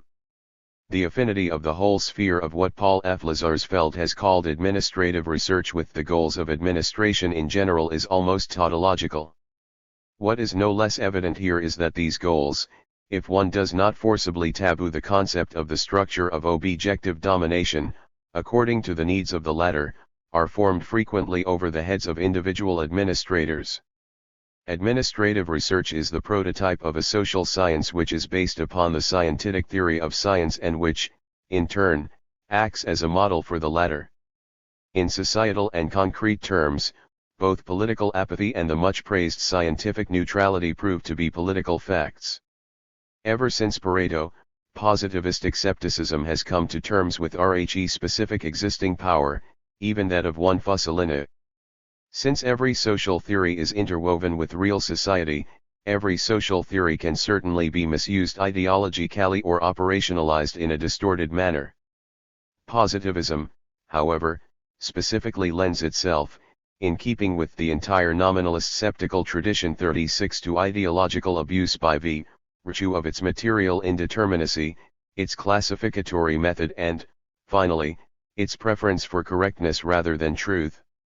The scientific measure of all things, the fact as the fixed and irreducible entity which the human subject is not allowed to undermine, is borrowed from the world. A world, however, that more scientifico still has to be constituted from the facts and from their connection formed according to logical rules. The entity to which scientific analysis leads, the final subjective phenomenon postulated by a critique of knowledge and PNE which cannot be further reduced, is in turn the inadequate PF the objectivity reduced here to the subject. In the spirit of an unswerving claim to objectivity, sociology cannot content itself with the fact, with what is only in appearance most objective. Anti-idealistically, something of idealism's truth content is preserved in it. The equation of subject and object is valid insofar as the subject is an object, initially in the sense emphasized by Habermas that sociological research, for its part, belongs to the objective context which it intends to study. 37 Albert replies, does he Habermas wish to declare common sense or somewhat more sublimely expressed, the natural hermeneutics of the social life world to be sacrosanct? If not, then wherein does the specificity of his method lie? To what extent is the object, Sach, treated more in accord with its own significance than in the usual methods of the empirical sciences? 38 But dialectical theory in no way inhibits in an artificial dogmatic manner, as Hegel once did, the critique of so-called pre-scientific consciousness. At the Frankfurt Sociology Conference in R 968, Dahrendorf addressed the dialecticians ironically with the words, "You simply know much more than I do." He doubted the knowledge of antecedent social objectivity since the social in itself is mediated through subjective categories of the intellect. The predominance of the method attacked by the dialecticians was, he claimed, simply the advancing reflection of the intentio recta through which the advance of science is accomplished. But it is epistemological critique, the intentio oblicte in its results, which the dialecticians criticize. Here, however, they annul the prohibitions in which scientism, including the recent development of analytical philosophy, has culminated, since these prohibitions are maintained at the expense of knowledge. The concept of the object itself does not, as A. Albert suspects, revive certain prejudices or even the priority of intellectual origin as opposed to achievement, and incidentally, the achievement of scientism within the field of sociology is not so very impressive. Popper's view, referred to by Albert, according to which theorems can be understood as attempts to illuminate the structural characteristics of reality 39, is not so very far removed from the concept of the object itself. Popper does not deny the philosophical tradition as Reichenbach had done. Criteria such as that of relevance 40 or of explanatory power h, which he certainly interprets later in a sense closer to the natural scientific model, would have little meaning if, in spite of everything, there were not an implicit underlying concept of society which several positivists, for instance, Koenig and Skolsky in Germany, would prefer to abolish. The mentality which refuses to admit an objective social structure draws back from the object which it taboos. In caricaturing their opponents as visionary metaphysicians, the followers of scientism become unrealistic. Operationally ideal techniques inevitably withdraw from the situations in which what is to be investigated is located. In particular, this could be demonstrated in the social psychological experiment, but it could also be demonstrated in the alleged improvements in scale construction. Objectivity, which actually should be served by the finishing touches of methodology and the avoidance of sources of error, becomes something secondary, something graciously dragged along by the operational ideal. What is central becomes peripheral. If the methodological will to make problems unambiguously determinable and falsifiable predominates in an unreflected manner, then science is reduced to alternatives, which only emerged through the elimination of variables, that is, by abstracting and thereby changing the object. Methodological empiricism works according to the scheme in the opposite direction to experience. In sociology, interpretation acquires its force both from the fact that without reference to totality, to the real total system, untranslatable into any solid immediacy, nothing societal can be conceptualized, and from the fact that it can, however, only be recognized in the extent to which it is apprehended in the factual and the individual. It is the societal physiognomy of appearance. The primary meaning of interpret is to perceive something in the features of totality's social givenness. The idea of the anticipation of totality, which perhaps a very liberal positivism would be prepared to accept, is insufficient. Recalling Kant, it envisages totality as something in fact indefinitely relinquished and postponed, but something in principle to be fulfilled through the given, without regard for the qualitative gap between essence and appearance in society. Physiognomy does better justice to it, since it realizes totality in its dual relationship to the facts which it deciphers, a totality which is, and does not represent a mere synthesis of logical operations. The facts are not identical with totality, but the latter does not exist beyond the facts. Knowledge of society which does not commence with the physiognomic view is poverty-stricken. In this view, appearance is categorically suspect. But knowledge cannot adhere to this. By developing mediations of the apparent and of what expresses itself in these mediations, interpretation occasionally differentiates and corrects itself in a radical manner. As distinct from what in fact is a pre-scientific, dull registration, knowledge worthy of human cognizance begins by sharpening the sense for what is illuminated in every social phenomenon. This sense, if anything, ought to be to pound one net as the or anon of scientific 1C experience. Established sociology banishes this sense, hence its sterility. Only if this sense is first developed can it be disciplined. Its discipline requires both increased exactness of empirical observation and the force of theory which inspires interpretation and transforms itself in it. Several followers of scientism may generously accept this, but the divergence still remains. The divergence is one of conceptions. Positivism regards sociology as one science among others and, since Kant, has considered that the proven methods of older science, in particular of natural science, can be transferred to sociology. The actual symptos is concealed here. For sociology has a dual character. In it, the subject of all knowledge society, the bearer of logical generality, is at the same time the object. Society is subjective because it refers back to the human beings who create it, and its organizational principles to refer back to subjective consciousness and its most general form of abstraction, logic, something essentially subjective.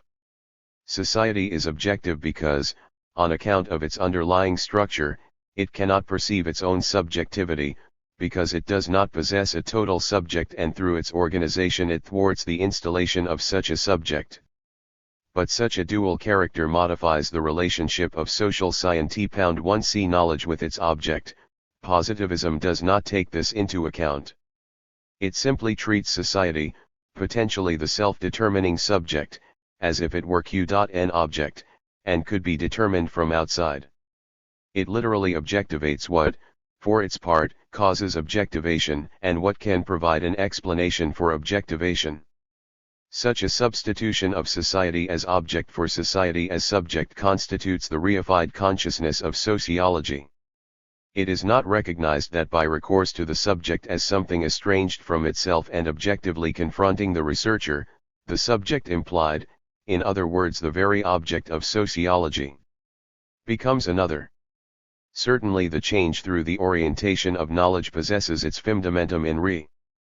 The development within society moves, for its part, towards reification. This provides a reified consciousness of society with its adequatio. But truth demands that this quid pro quo also be included. Society as subject and society as object are the same and yet not the same. The objectivating acts of science eliminate that in society by means of which it is not only an object, and the shadow of this falls upon all scientific objectivity. For a doctrine whose supreme norm is the lack of contradiction, it is most difficult to perceive this. Here lies the innermost difference between a critical theory of society and what is commonly known as sociology. Despite all the experience of reification, and in the very expression of this experience, critical theory is orientated towards the idea of society as subject, whilst sociology accepts reification, repeats it in its methods and thereby loses the perspective in which society and its law would first reveal themselves. This relates back to the sociological claim to domination raised by Kant, a claim which today is more or less openly reproduced in the notion that, since it is possible for sociology to control successfully particular societal situations and fields, it can extend its control to the whole. If such a transfer were somehow possible, if it did not crassly fail to recognize the power relations through whose givenness sociology is constituted, then the scientifically totally controlled society would remain an object that of science and as unemancipated as ever. Even in the rationality of a scientific monadogement of the whole society which had apparently thrown off its shackles, domination would survive. Even against their will, the domination of the scientists would amalgamate with the interests of the powerful cliques. A technocracy of sociologists would retain an elitist character. On the other hand, one of the moments which must remain common to philosophy and sociology, and which must rank highly if the two are not to decline, the latter to a lack of content, the former to a lack of concepts, is that inherent to both is something not wholly transformable into science. In both nothing is meant in completely literal manner, neither statement of fact nor pure validity. This unliteralness, according to Nietzsche, a part of a game, paraphrases the concept of interpretation which interprets being as non-being. What is not quite literal testifies to the tense non-identity of essence and appearance. Emphatic knowledge does not lapse into irration. Alism if it does not absolutely renounce art. The scientistic adult mockery of mind music simply drowns the creaking of the cupboard drawers in which the questionnaires are deposited, the sound of the enterprise of pure literalness. It is associated with the trusty objection to the solipsism of self-satisfying thought about society which neither respects the latter's actual condition nor fulfills a useful function in it. Nevertheless, there are many indications that theoretically trained students who have a flair for reality and what holds it together, are more capable, even in reality, of reasonably fulfilling their allotted tasks than recruited specialists for whom method is paramount. The catchword solipsism, however, turns the state of affairs upon its head. In that the individual, to which even Max Weber believed he had to have recourse in his definition of social action, does not count as a substratum for dialectics, the latter does not content itself with a subjective concept of reason. But all solipsism rests upon the individual as a substratum. All this has been explicated in detail in the philosophical publications of the Frankfurt SC Houle. The illusion of solipsism is furthered by the fact that apparently in the present situation the subjectivistic spell is only penetrated by what remains unenthusiastic about subjective sociology's general pleasure in communication. Recently something of this has been manifested in rebellious public opinion which feels that it can believe only what, through the form of communication, does not leer at consumers of culture who are about to have something foisted upon them. What jars like discordant music in the positivist's ears is that which is imperfectly present in objective circumstances and requires linguistic form. The closer the latter follows the objective circumstances, the more it surpasses mere signification and comes to resemble expression. What was hitherto unfruitful in the controversy surrounding positivism probably stems from the fact that dialectical knowledge was taken all too literally by its opponents. Literalness and precision are not the same, but rather the two diverge. Without the broken, the inauthentic, there can be no knowledge which might be more than an ordering repetition.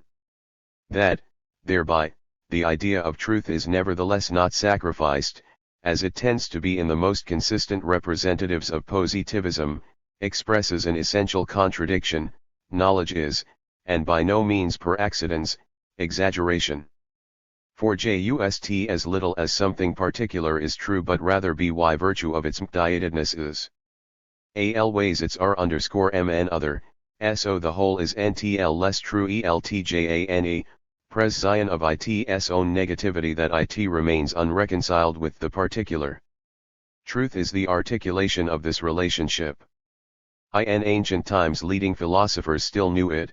Plato's philosophy, which pre-critically raises the extreme claim to truth, continually sabotages this claim in its presentational form of the aporetic dialogues as a literally fulfilled claim. Speculations which related Socratic irony to this would not be out of place.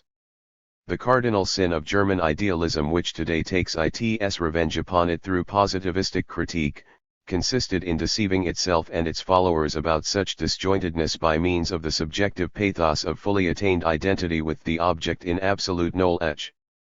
Thereby German idealism transferred itself to the showplace of the statements of fact and of validities terra et terra, upon which it is then inevitably defeated by a science which can demonstrate that idealism does not meet its desiderata. The interpretative method becomes weak at the moment when, terrorized by the progress of individual sciences, it professes to be as good a science as the others. There is no more stringent objection to Hegel than that already uttered by Kierkegaard, namely, that he took his philosophy literally. But interpretation is by no means arbitrary. History mediates between the phenomenon and its content \v which requires interpretation. The essential which appears in the phenomenon is th t whereof it became what it is, what was silenced in it, and what, in painful stultification, releases that which yet becomes. The orientation of physiognomy is directed towards what is silenced, the second level of phenomena. One should not assume that Habermas phrase the natural hermeneutics of the social life world 42 which Albert censures, applies to the first level of phenomena, but rather it is the expression which emergent social processes receive in what has emerged. Nor should interpretation be absolutized according to the usage of phenomenological invariance. It remains enmeshed in the total process of knowledge. According to Habermas, the dependence of these ideas and interpretations upon the interests of an objective configuration of societal reproduction makes it impossible to remain at the level of subjective meaning comprehending hermeneutics. An objective meaning comprehending theory must also account for that moment of reification which the objectifying procedures exclusively have in mind. Sociology is only peripaherally concerned with the ends-means relation subjectively carried out by actors. It is more concerned with the laws realized through and against such intentions. Interpretation is the opposite of the subjective meaning endowment on the part of the knowing subject or of the social actor. The concept of such meaning endowment leads to an affirmative fallacy that the social process and social order are reconciled with the subject and justified as something intelligible by the subject or belonging to the subject. A dialectical concept of meaning would not be a correlate of Weber's meaningful understanding, but rather the societal essence which shapes appearances, appears in them and conceals itself in them. It is not a general law, understood in the usually scientistic sense, which determines the phenomena. Its model would be Marx's law of crisis, even if it has become so obscured as to be unrecognizable, which was deduced from the tendency of the rate of profit to fall. Its modifications, for their part, should also be derived from it. The efforts to ward off or postpone the system immanent tendency are already prescribed within the system. It is by no means certain that this is possible indefinitely or whether such efforts enact the law of crisis against their own will. The writing on the wall suggests a slow inflationary collapse. The employment of categories such as totality and essence strengthens the prejudice that the dialecticians concern themselves uncommittedly with the global, whilst the positivists deal with solid details and have purged the facts of all doubtful conceptual trappings. One should oppose the scientistic habit of stigmatizing dialectics as theology, which has crept in through the back door, with the difference between society's systematic nature and so-called total thought. Society is a system in the sense of a synthesis of an atomized plurality, in the sense of a real yet abstract assemblage of what is in no way immediately or organically united. The exchange relationship largely endows the system with a mechanical character. It is objectively forced onto its elements, as implied by the concept of an organism, the model which resembles a celestial teleology through which each organ would receive its function in the whole and would derive its meaning from the latter. The context which perpetuates life simultaneously destroys it, and consequently already possesses in itself the lethal impulse towards which its dynamic is propelled. In its critique of total and organicist ideology, dialectics lacks none of positivism's incisiveness. Similarly, the concept of societal totality is not ontologized, and cannot be made into a primary thing in itself. Positivists who ascribe this to dialectical theory, as Skuka did recently, simply misunderstand it. The concept of a primary thing in itself is just as little general. Why accepted by dialectical theory as by the positivists? The telos of the dialectical view of society runs contrary to the global view. Despite reflection upon totality, dialectics does not proceed from ABOE, but rather it attempts to overcome theoretically the antinomic relationship between the general and the particular by means of its procedure. The followers of scientism suspect that the dialecticians are megalomaniacs for, instead of striding through the finite in all direction in a Gothian masculine manner and fooling the requirement of the day within the attainable, they enjoy themselves in the uncommitted infinite. Yet as a mediation of all social facts, totality is not finite. By virtue of its very systematic character it is closed and finite, despite its elusive nature. Even if the great metaphysical categories were a projection of inner-worldly societal experience onto the spirit which was itself so cially derived, it remains true that, once retrieved into society, they do not retain the illusion of the absolute which the projections created in them. No social knowledge can profess to be master of the unconditioned. Nevertheless, its critique of philosophy does not imply that the latter is submerged in this knowledge without a trace. Consciousness which retreats to the societal domain also liberates, through its self-reflection, that element in philosophy which does not simply dissolve in society. But if it is argued that the societal concept of system, as the concept of something objective, secularizes metaphysics' concept of system, then this argument is true but applies to everything and therefore to no thing. It would be no less justifiable to criticize positivism on the grounds that its concept of secure certainty is a secularization of celestial truth. The accusation of cryptotheology is incomplete. The metaphysical Sisterus, apologetically projected the constraining character of society on being. Anyone who desires to extricate himself from the system through thought, must translate it from idealistic philosophy into the societal reality from which it was abstracted. Thereby, the concept of totality, preserved by the followers of scientism such as Popper in the notion of the deductive system, is confronted with enlightenment. What is untrue but also what is true in it can be determined. The accusation of megalomania is no less unjust in concrete terms. Hegel's logic knew totality as what it is in its societal form, not as anything preformed before the singular or, in Hegel's language, preformed before the moments, but rather inseparable from the latter and their motion.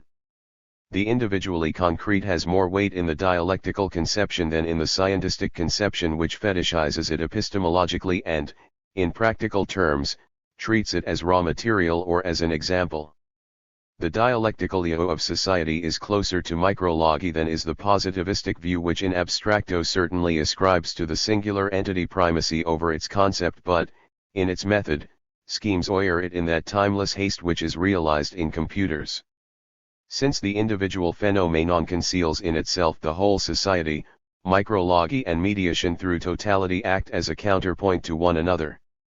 It was the intention of a contribution to the theory of social conflict today 44 to elucidate this. The same point was central to the earlier controversy with Benjamin concerning the dialectical interpretation of societal phenomena.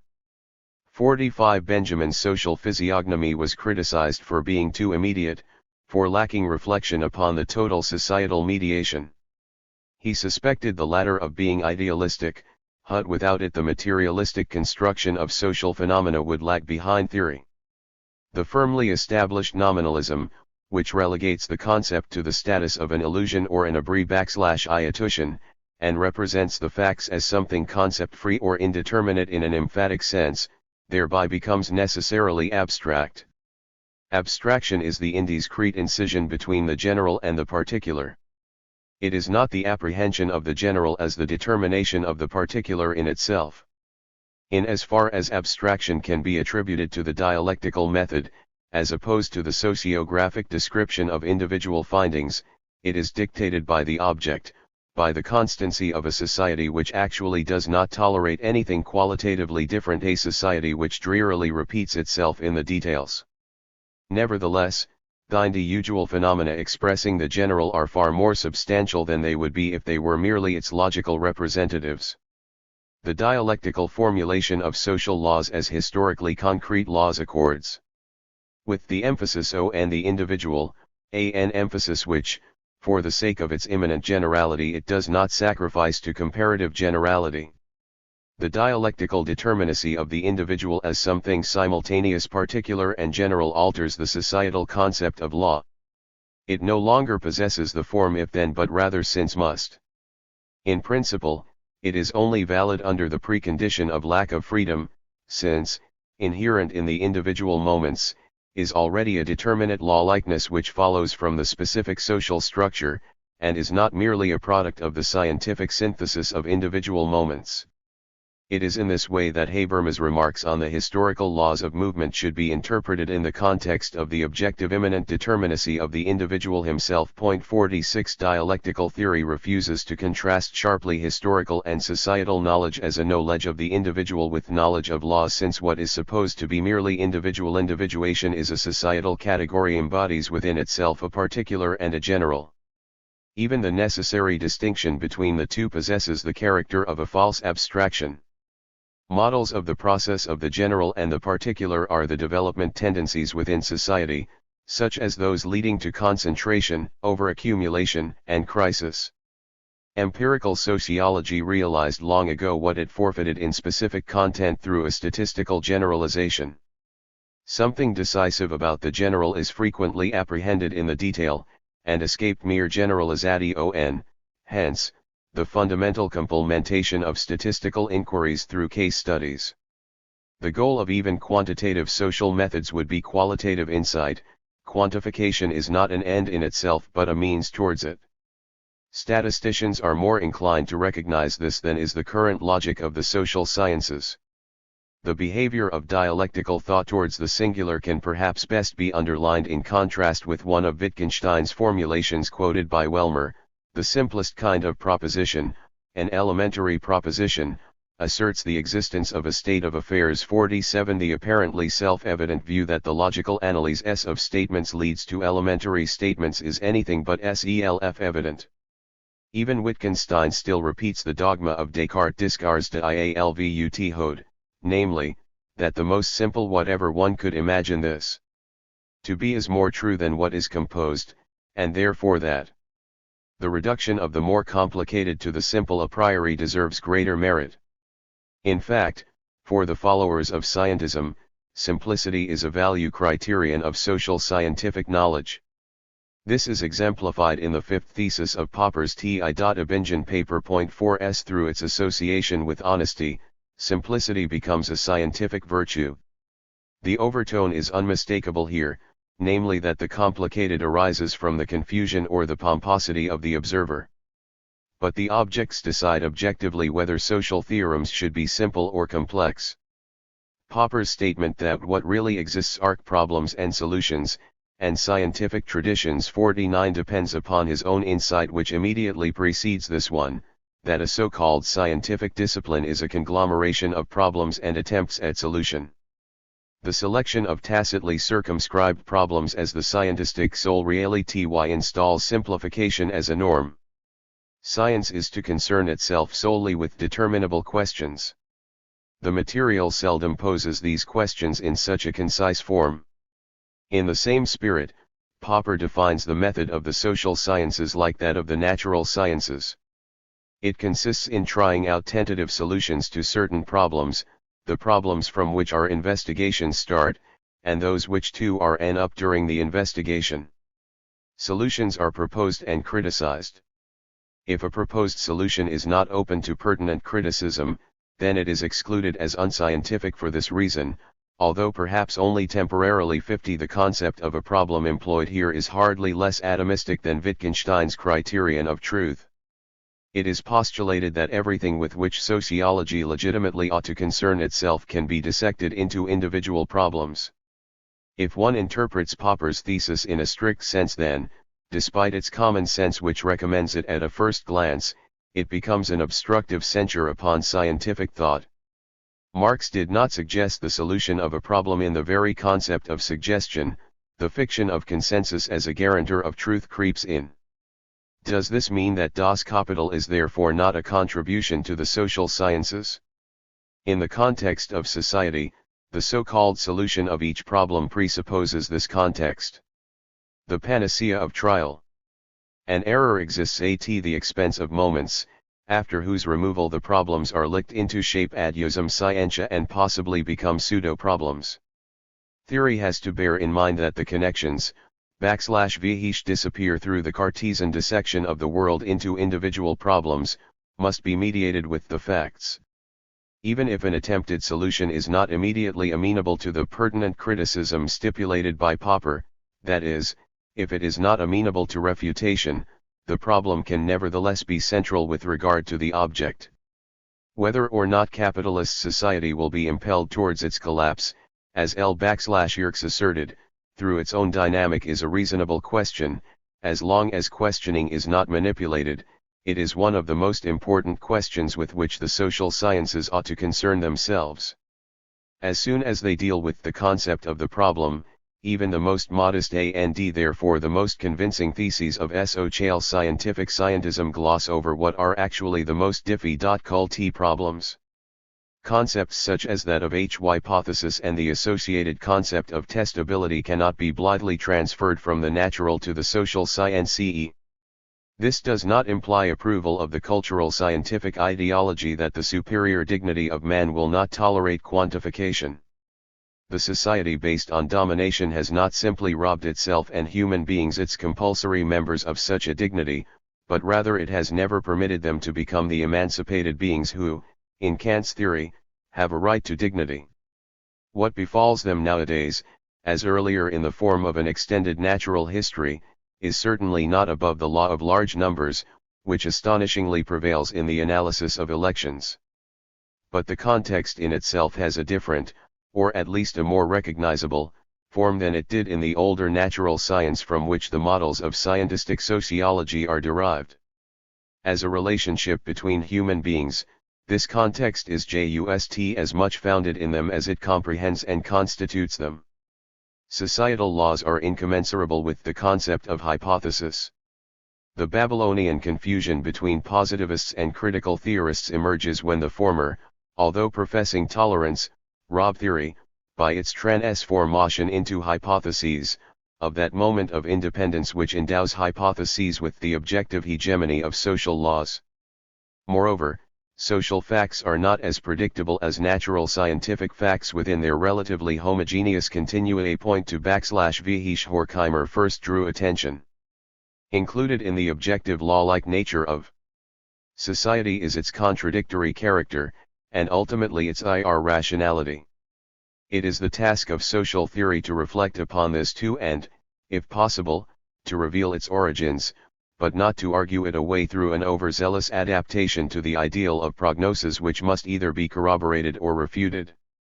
Similarly, the concept also borrowed from the natural sciences of the general, quasi-democratic, empathetic reconstructability nachvaljebarkeit of cognitive operations and insights is by no means as axiomatic in the social sciences as it pretends to be.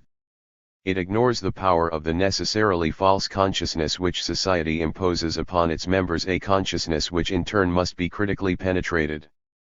It is embodied in the aspiring type of social science research assistant as the contemporary form of the world spirit. Anyone who has grown up under the influence of the culture industry so entirely that it has become his second nature is initially hardly able and inclined to internalize insights which apply to the culture industry's functions and role in the social structure. Like a reflex action, he will fend off such insights preferably, by referring to the scientific guideline of general empathetic reconstructability. It took 30 years for the critical theory of the culture industry to prevail.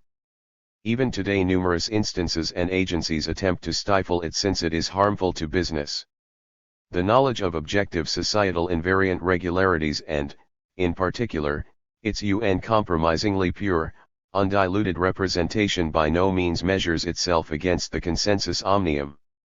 Opposition to the repressive total tendency can be reserved for small minorities who even have to suffer being castigated for an elitist stance. Empathetic reconstructability is a potential possessed by mankind and does not exist here and now under existing conditions. It is certainly the case that what one person can understand can potentially be understood by another, for in the interpreter Verstehen that whole is operative through which generality is also posited. Yet in order to realize this possibility, it is not sufficient to appeal to the intellect of others as they are, nor even to education. Probably a change in the whole would be required, that whole which today, in terms of its own law, deforms rather than develops awareness. The postulate of simplicity harmonizes with such a repressive disposition. Since it is incapable of any mental operations other than those which, for all their perfection, proceed mechanically, this disposition is even proud of its intellectual honesty. Involuntarily it denies the complicated nature of precisely those social relations which are indicated by such currently overworked terms as alienation, reification, functionality, and structure. The logical method of reduction to elements, from which the social is constructed, virtually eliminates objective contradictions. A secret agreement exists between the praise for simple life and the anti-intellectual preference for the simple as what is attainable by thought. This tendency prescribes simplicity for thought. Social scientific knowledge, however, which expresses the complex nature of the process of production and distribution, is apparently more fruitful than the dissection into separate elements of production by means of surveys on factories, individual companies, individual workers, and the like.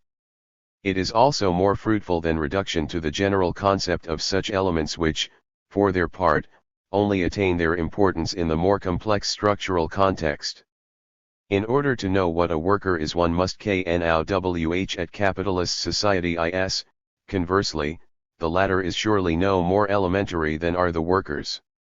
If Wittgenstein justifies his method by the statement objects form the substance of the world, therefore they cannot be compound 51, then in so doing he follows, with the positivists' naivete, the dogmatic rationalism of the 17th century. Scientism certainly regards the individual objects as the sole true existent, but thereby dispossesses them of all their determinations, as mere conceptual superstructure, to such an extent that this solely real entity becomes wholly nugatory for scientism and then, in fact, merely serves as an illustration for what, in nominalistic belief, is a similarly nugatory generality. The positivist critics of dialectics rightly demand models at least of sociological methods which, although they are not tailored to empirical rules, prove to be meaningful. Here however the empiricist's so-called meaning criterion would have to be a tiered. The Index Verboten Prohibitortund demanded by Otto Neurath in the name of the Vienna Circle would then be abolished. One might name as a model something which certainly did not emerge as science, namely, the critique of language, which Karl Kraus, who strongly influenced Wittgenstein, practiced for decades in Die Fackel. His critique, often directed at journalistic corruptions of grammar, was eminently inscribed. From the outset, however, aesthetic criticism possessed a social dimension. For Kraus, linguistic impoverishment was the herald of real impoverishment. A heady in the First World War, he witnessed the realization of the malformations and rhetoric whose muted cry he had heard long before. This process is the prototype of a nonverbal one. The worldly wise Kraus knew that language, no matter how much it might be a constituent of experience, did not simply create reality. Through its absolutization, language analysis became for Kraus both a distorted mirror of real tendencies and a medium in which his critique of capitalism was concretized into a second immediacy. The linguistic abominations which he created, and whose disproportion to the real abominations is most readily emphasized by those who wish to gloss over the real ones, are excretions of societal processes which appear archetypically in words before they abruptly destroy the supposedly normal life of bourgeois society in which, beyond current scientific observation, they matured almost imperceptibly. Consequently, the physiognomy of language developed by Kraus contains a greater penetrative power over society and due largely empirical sociological findings, since it records seismographically the monster which science, out of a sense of pure objectivity, narrow-mindedly refuses to deal with. The figures of speech cited and pilloried by Kraus parody and surpass what research only tolerates under the sloppy heading of Wiki quotes. Kraus non-science or anti-science puts science to shame. Sociology may contribute mediations which Kraus would in fact scorn as mitigations of his diagnoses that still inevitably lag behind reality. Even during his lifetime, the Viennese socialist workers' newspaper /V is aware of social conditions which made Viennese journalism into what Kraus recognized it to be. In History and Class Consciousness, Lukács defined the social type of the journalist as the dialectical extreme of reification.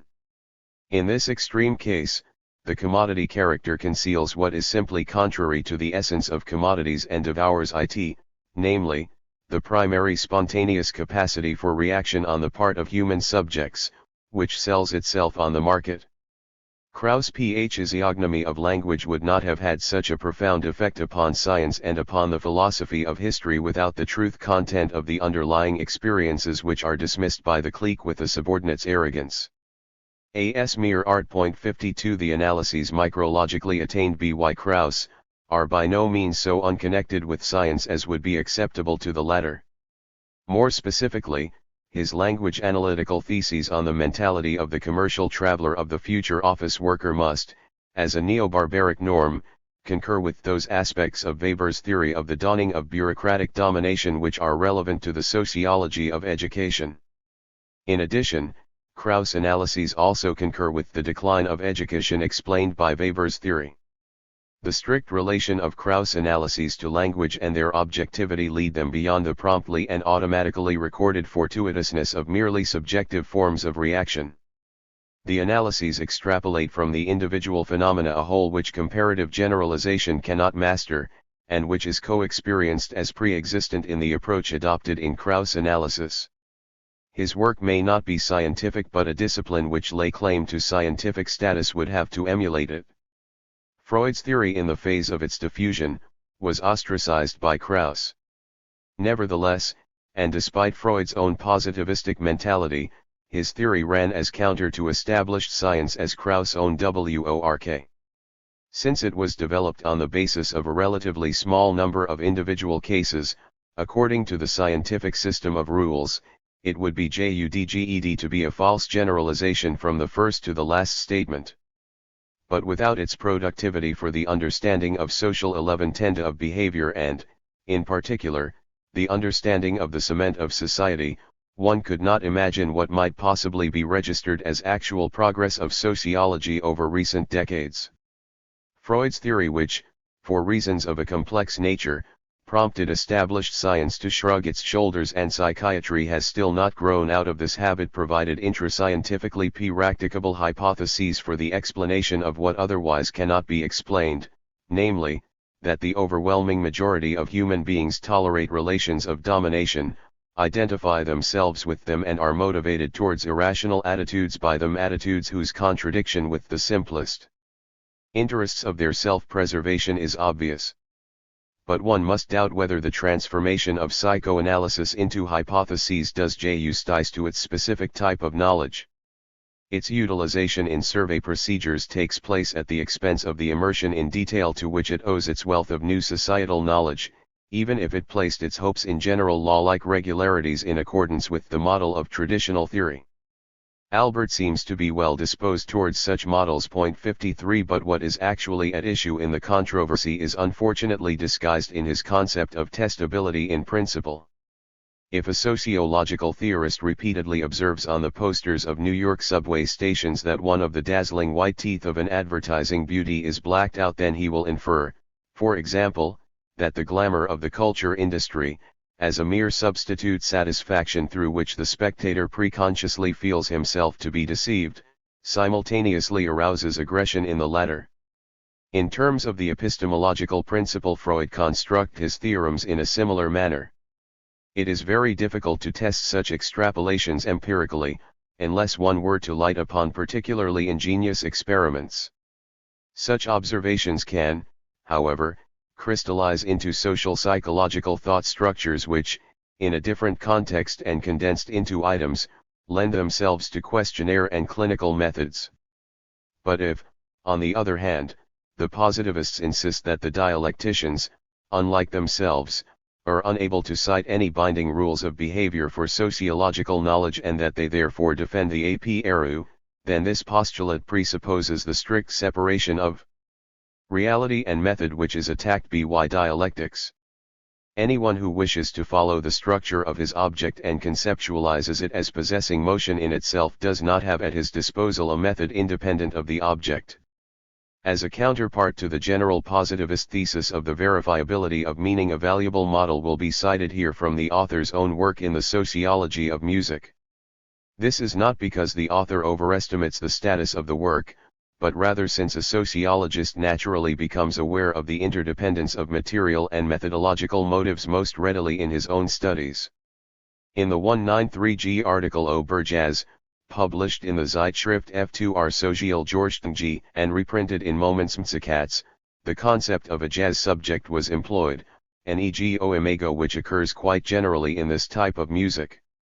Jazz was regarded as a totally symbolic process in which this jazz subject, confronted by the collective demands represented by the basic rhythm, falters, stumbles and drops out, but, while dropping out, reveals himself in a kind of ritual to be similar to all the other helpless subjects and is integrated into the collective at the price of his self-cancellation. One can neither put one's finger on the jazz subject in protocol statements, nor reduce the symbolism of the process to sense data in a completely stringent manner. Nevertheless, the construction which interprets the smooth idiom of jazz, stereotypes of which await such deciphering like a secret code, is hardly devoid of meaning.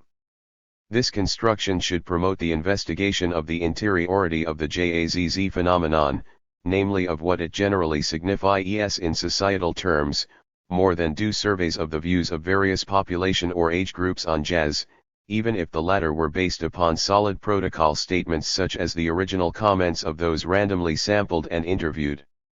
Presumably one could only decide whether the juxtaposition of positions and criteria was quite irreconcilable after a concentrated attempt had been made to realize theorems of this type in empirical research projects. Up till now, this has hardly interested social research, although the possible gain in urgent insight can scarcely be denied. Without indulging in a should-dy compromise, one can readily detect possible meaning criteria for such interpretations. This is exemplified in extrapolations from the technological analysis of a phenomenon of mass culture. This is the point of the theory of the jazz subject, or the capacity to combine theorems with other phenomena closer to the usual criteria, phenomena such as the eccentric clown and certain older types of phi.lm. In any case, what is implied by such a thesis as that of The jazz subject, in his capacity as the latent embodiment of this type of popular music, is intelligible even if it is neither verified nor falsified by the reactions of the jazz listeners questioned. Subjective reactions by no means need to coincide with the determinable content of cultural phenomena which provoke a reaction. The moments which motivate the ideal construction of a jazz subject must be adduced. And no matter how inadequately, this was attempted in the above-mentioned article on jazz. As an evident meaning criterion there emerges the question whether, and to what extent, a theorem illuminates questions which would otherwise remain obscure and whether, through this theorem, diverse aspects of the same phenomenon are mutually elucidated. The construction can fall back upon far-reaching societal experiences, such as that of the integration of society in its monopolistic phase at the expense of the virtually powerless individuals and by means of them. Hertha Herzog, in a later study of the soap operas popular at that time an American radio series for housewives applied the formula closely related to jazz theory of getting into trouble and getting out of it, to such programs. This study took the form of a content analysis, empirical in terms of the usual criteria, and achieved analogous results. The positivists themselves must state whether the internal positivistic extension of the so-called verifiability criterion makes room for the above-cited models, in that it does not restrict itself to observations requiring verification, but rather includes statements for which any preconditions for their verification can be created at all. 54 Or whether the all too indirect possibility of verification of these statements, a possibility burdened down by additional variables as usual, renders them unacceptable. It ought to be the task of sociology to analyze which problems can be dealt with adequately by means of an empirical approach and which problems cannot be analyzed in this manner without forfeiting some degree of meaning. A strictly a priori judgment on this question cannot be made. One can presume that a gap exists between empirical research actually carried out and positivist methodology. Even in the form of analytical philosophy, the latter, until now, has contributed little that is positive to sociological research, and the reason for this is probably that, in research, interest in the object, such, has, in fact, asserted itself sometimes through crudely pragmatistic considerations against methodological obsessions. Living science must be rescued from the philosophy which, having been culled from it, holds it in tutelage. One should simply ask oneself whether, for all its faults, the F-scale of The authoritarian personality, a study which operated with empirical methods, could ever have been introduced and improved if it had been developed, from the outset, with the aid of the positivist criteria of the Gutmann scale. The dictum of the academic teacher that you are here to do research, not to think, mediates between the subordinate status of numerous social scientific surveys and their social standpoint. The inquiring mind which neglects the question what in favor of the question how, or neglects the goal of knowledge in favor of the means of knowledge, changes itself for the worse. As a heteronymous cog, it forfeits all its freedom in the machinery. It becomes despiritualized through rationalization. 55 Thought, harnessed to the functions of an office worker, becomes an office worker's mentality in itself. The despiritualized spirit must virtually lead ad absurdum, since it fluidunders when faced with its own pragmatic tasks. The defamation of fantasy, and the inability to conceive of what does not yet exist, become sand in the mechanism of the apparatus itself, as soon as it finds itself confronted with phenomena not provided for in its schemata. Undoubtedly, part of the blame for the Americans' helplessness in the Vietnamese guerrilla war is borne by what the Americans call top brass. Bureaucratic generals pursue a calculating strategy that is unable to anticipate Japs tactics, which are irrational according to their norms. Scientific management, which is what the strategy of warfare has become, results in military disadvantage. Moreover, in societal terms, the prohibition of fantasy is all too compatible with societal statics, with the decline in capitalist expansion which, despite all protestations to the contrary, is becoming discernible. What, by virtue of its own nature, strives for enlargement becomes, as it were, superfluous, and this in turn damages the interests of capital, which must expand in order to survive. Anyone acting in accordance with the maxim safety first is in danger of losing everything. They are a microcosm of the prevailing system, whose stagnation is precipitated both by the surrounding dangerous situation and by deformations imminent in progress. It would be worthwhile to write an intellectual history of fantasy, since the latter is the actual goal of positivist prohibitions. In the 18th century, both in Saint Simon's work and in D'Alembert's Discours préliminaire, fantasy along with art is included in productive labor and participates in the notion of the unleashing of the forces of production. Comte, whose sociology reveals an apologetic, static orientation, is the first enemy of both metaphysics and fantasy simultaneously. The defamation of fantasy, or its relegation to a special domain, marked off by the division of labor, is the original phenomenon of the regression of the bourgeois spirit. H.O. Weaver, it does not appear as an avoidable error of the spirit, but rather as a consequence of a fatality which instrumental reason required by society couples with this taboo. The fact that fantasy is only tolerated when it is reified and set in abstract opposition to reality, makes it no less of a burden to science than to art. Legitimate science and art desperately seek to redeem the mortgage that burdens them. Fantasy implies an intellectual operation rather than free invention without the equivalent of hastily realized facticity. But this is precisely what is prevented by the positivist theory of the so-called meaning criterion. In quite formal terms, for instance, this is exemplified in the famous postulate of clarity: everything that can be thought at all can be thought clearly. Everything that can be put into words can be put clearly. 56 But everything which is not sensuously realized retains a halo of indeterminacy. No abstraction is ever quite clear, every abstraction is also indistinct. On account of the diversity of possible concretizations. Moreover, one is surprised by the language philosophical a priorism as Wittgenstein's thesis.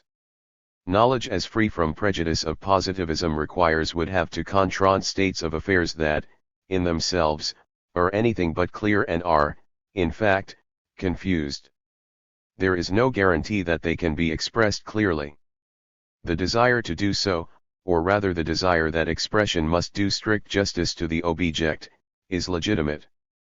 But this can only be satisfied gradually, and not with the immediacy expected of language only by a view alien to it, unless one dogmatically regards the priority of the instrument of knowledge, even up to the subject-object relation, as prestabilized a standpoint emanating from Descartes' theory of the clara et disti 11 cta perceptio. Just as it is certain that the object of sociology, contemporary society, is structured, so there is no doubt that, in its imminent claim to rationality, it possesses incompatible characteristics.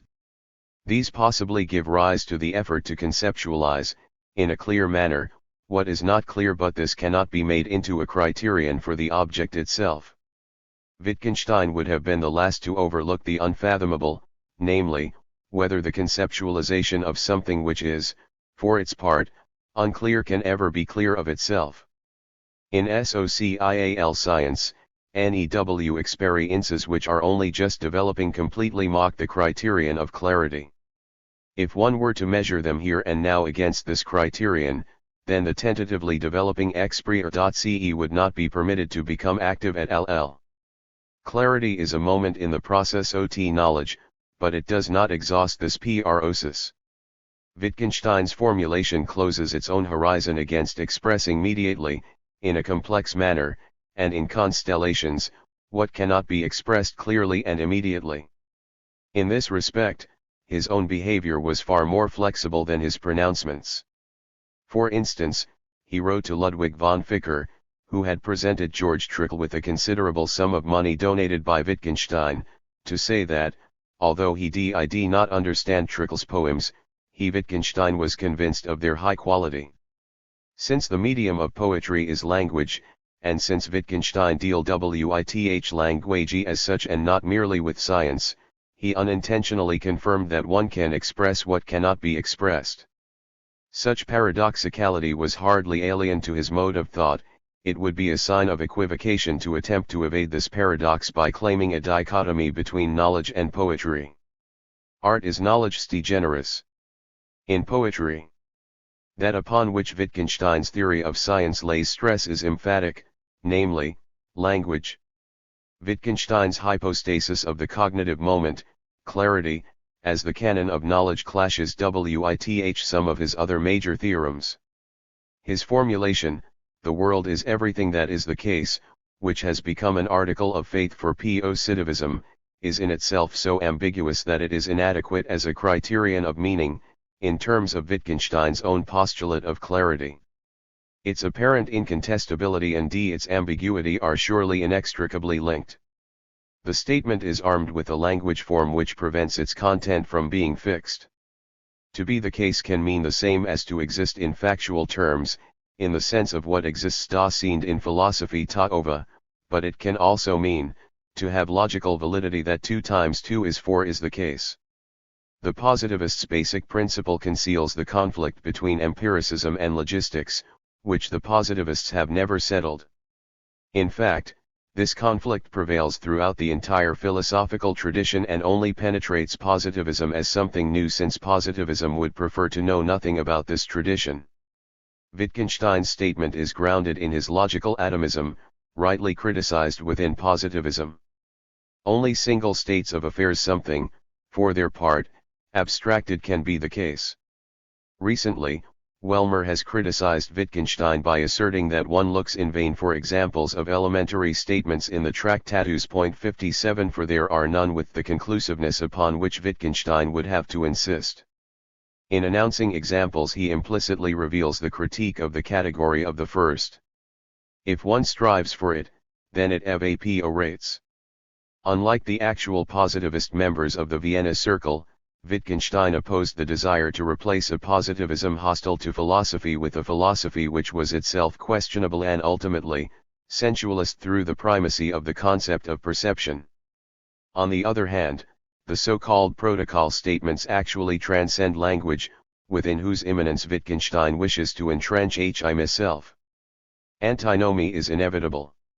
The magic circle of reflection upon language is not breached by recourse to crude, questionable notions such as that of the immediately given. Philosophical categories, such as that of the idea, the sensual, as well as dialectics, all of which have been in existence since Plato's Theodites, arise in a theory of science hostile to philosophy, thereby revoking its hostility towards philosophy. One cannot dispose of philosophical questions by first deliberately forgetting them, and then rediscovering them with the effect of demi-ir not would. Carnap's modification of Wittgenstein's criterion of meaning is a retrogressive step. Through the question concerning the criteria of validity, he represses the question of truth. Most of all, they would like to relegate this question to metaphysics. In Carnap's opinion, metaphysical statements are not empirical statements. ERFAHRTTNGSS 58 A simple tautology. What motivates metaphysics is not sense experience, to which Carnap ultimately reduces all knowledge, but rather mediated experience. Kant did not tire of pointing this out.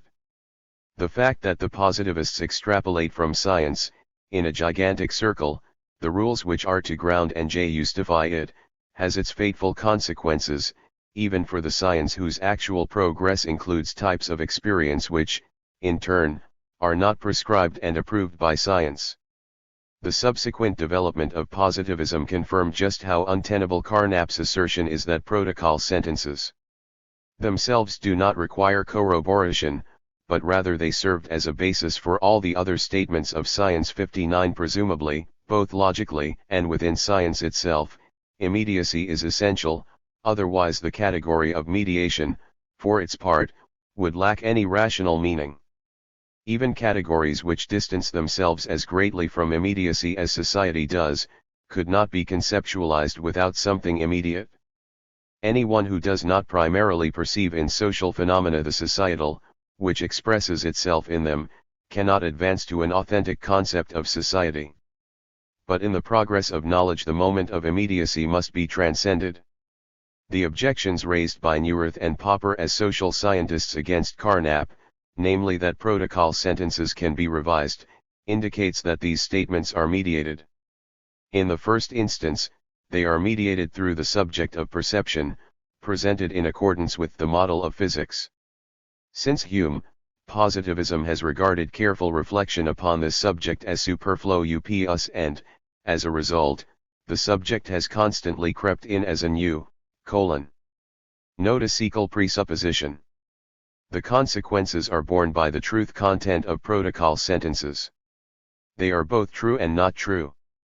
They would have to be elucidated on the basis of several questionnaires such as are used in surveys in political sociology. As preliminary material, the answers are certainly true and, despite their reference to subjective opinions, they are themselves a part of social objectivity to which opinions themselves belong. The people sampled have affirmed this, or put a cross against this and nothing else. On the other hand, however, in the context of the questionnaires, the answers are frequently inconsistent and contradictory. On an abstract level, they might be pro-democratic whilst, with regard to concrete items, they are anti-democratic. Hence sociology cannot be satisfied with the data, but rather it must attempt to reveal the derivation of the contradictions. Empirical research proceeds accordingly. When viewed subjectively, the philosophy of sciences of scorn for such considerations common in science, presents the dialectical critique with its point of attack. The positivists have never wholly shaken off the latent anti-intellectualism which was already present in Hume's dogmatic degradation of ideas to mere copies of impressions. For them thought is nothing more than reconstruction and ekvalsk, anything beyond this is an evil. Undoubtedly, such a disguised anti-intellectualism, with its unintended political overtones, increases the influence of the positivist doctrine.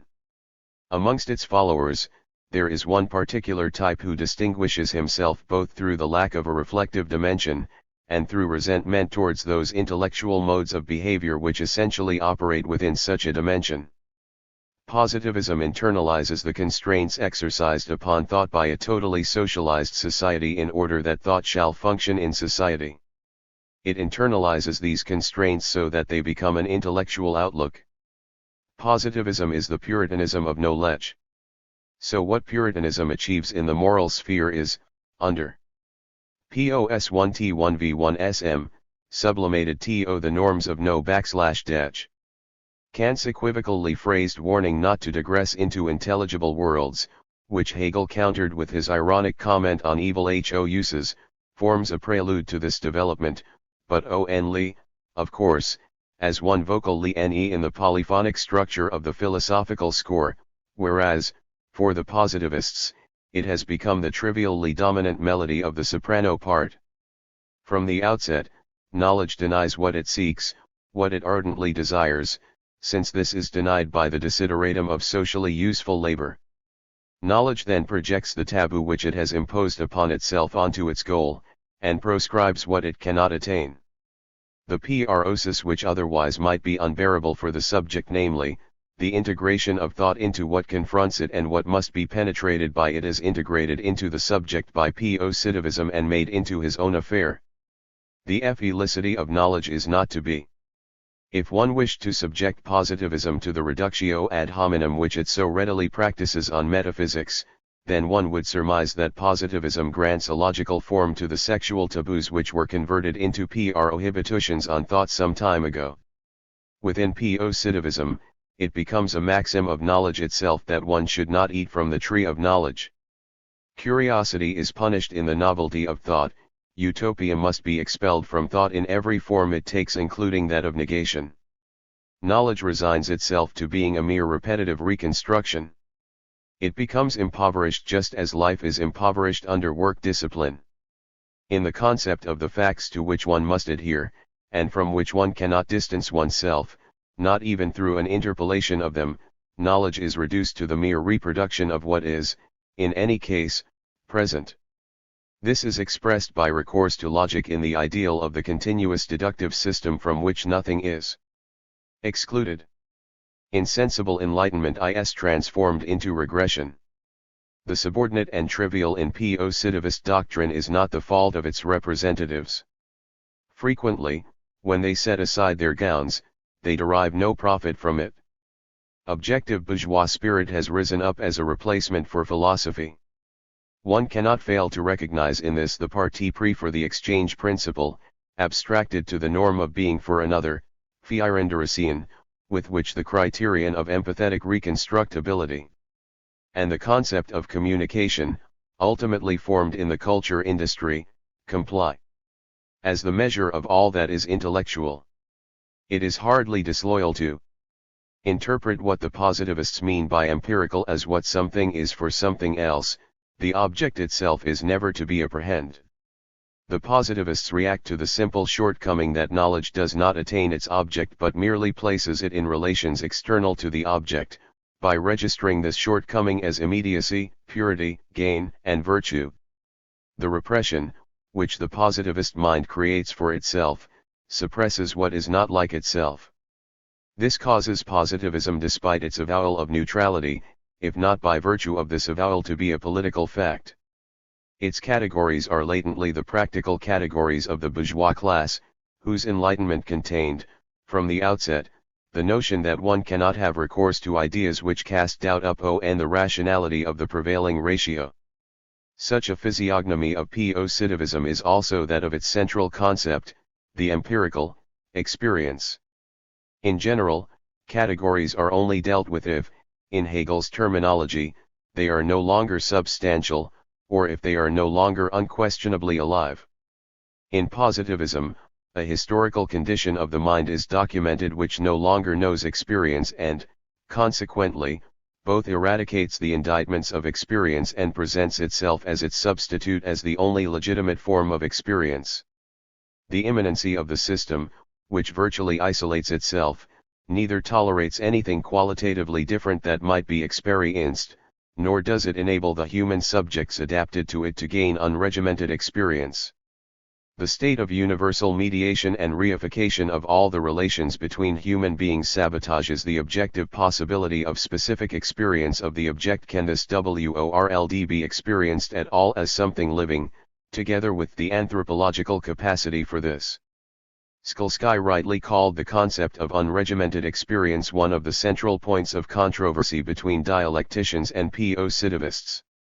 The regimented experience prescribed by positivism nullifies experience itself and, in its intention, eliminates the experiencing subject. The correlate of indifference towards the object is the abolition of the subject, without whose spontaneous receptivity, however, nothing objective emerges. As a social phenomenon, positivism is geared to the human type that is devoid of experience and continuity, and it encourages the latter, like Babbitt, to see himself as the crown of creation. The appeal of positivism must surely be sought in its a priori adaptation to this type.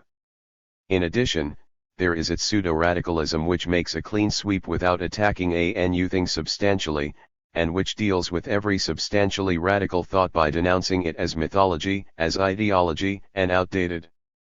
Reified consciousness automatically turns upon every thought which has not been covered in advance by facts and figures, with the objection, where is the evidence?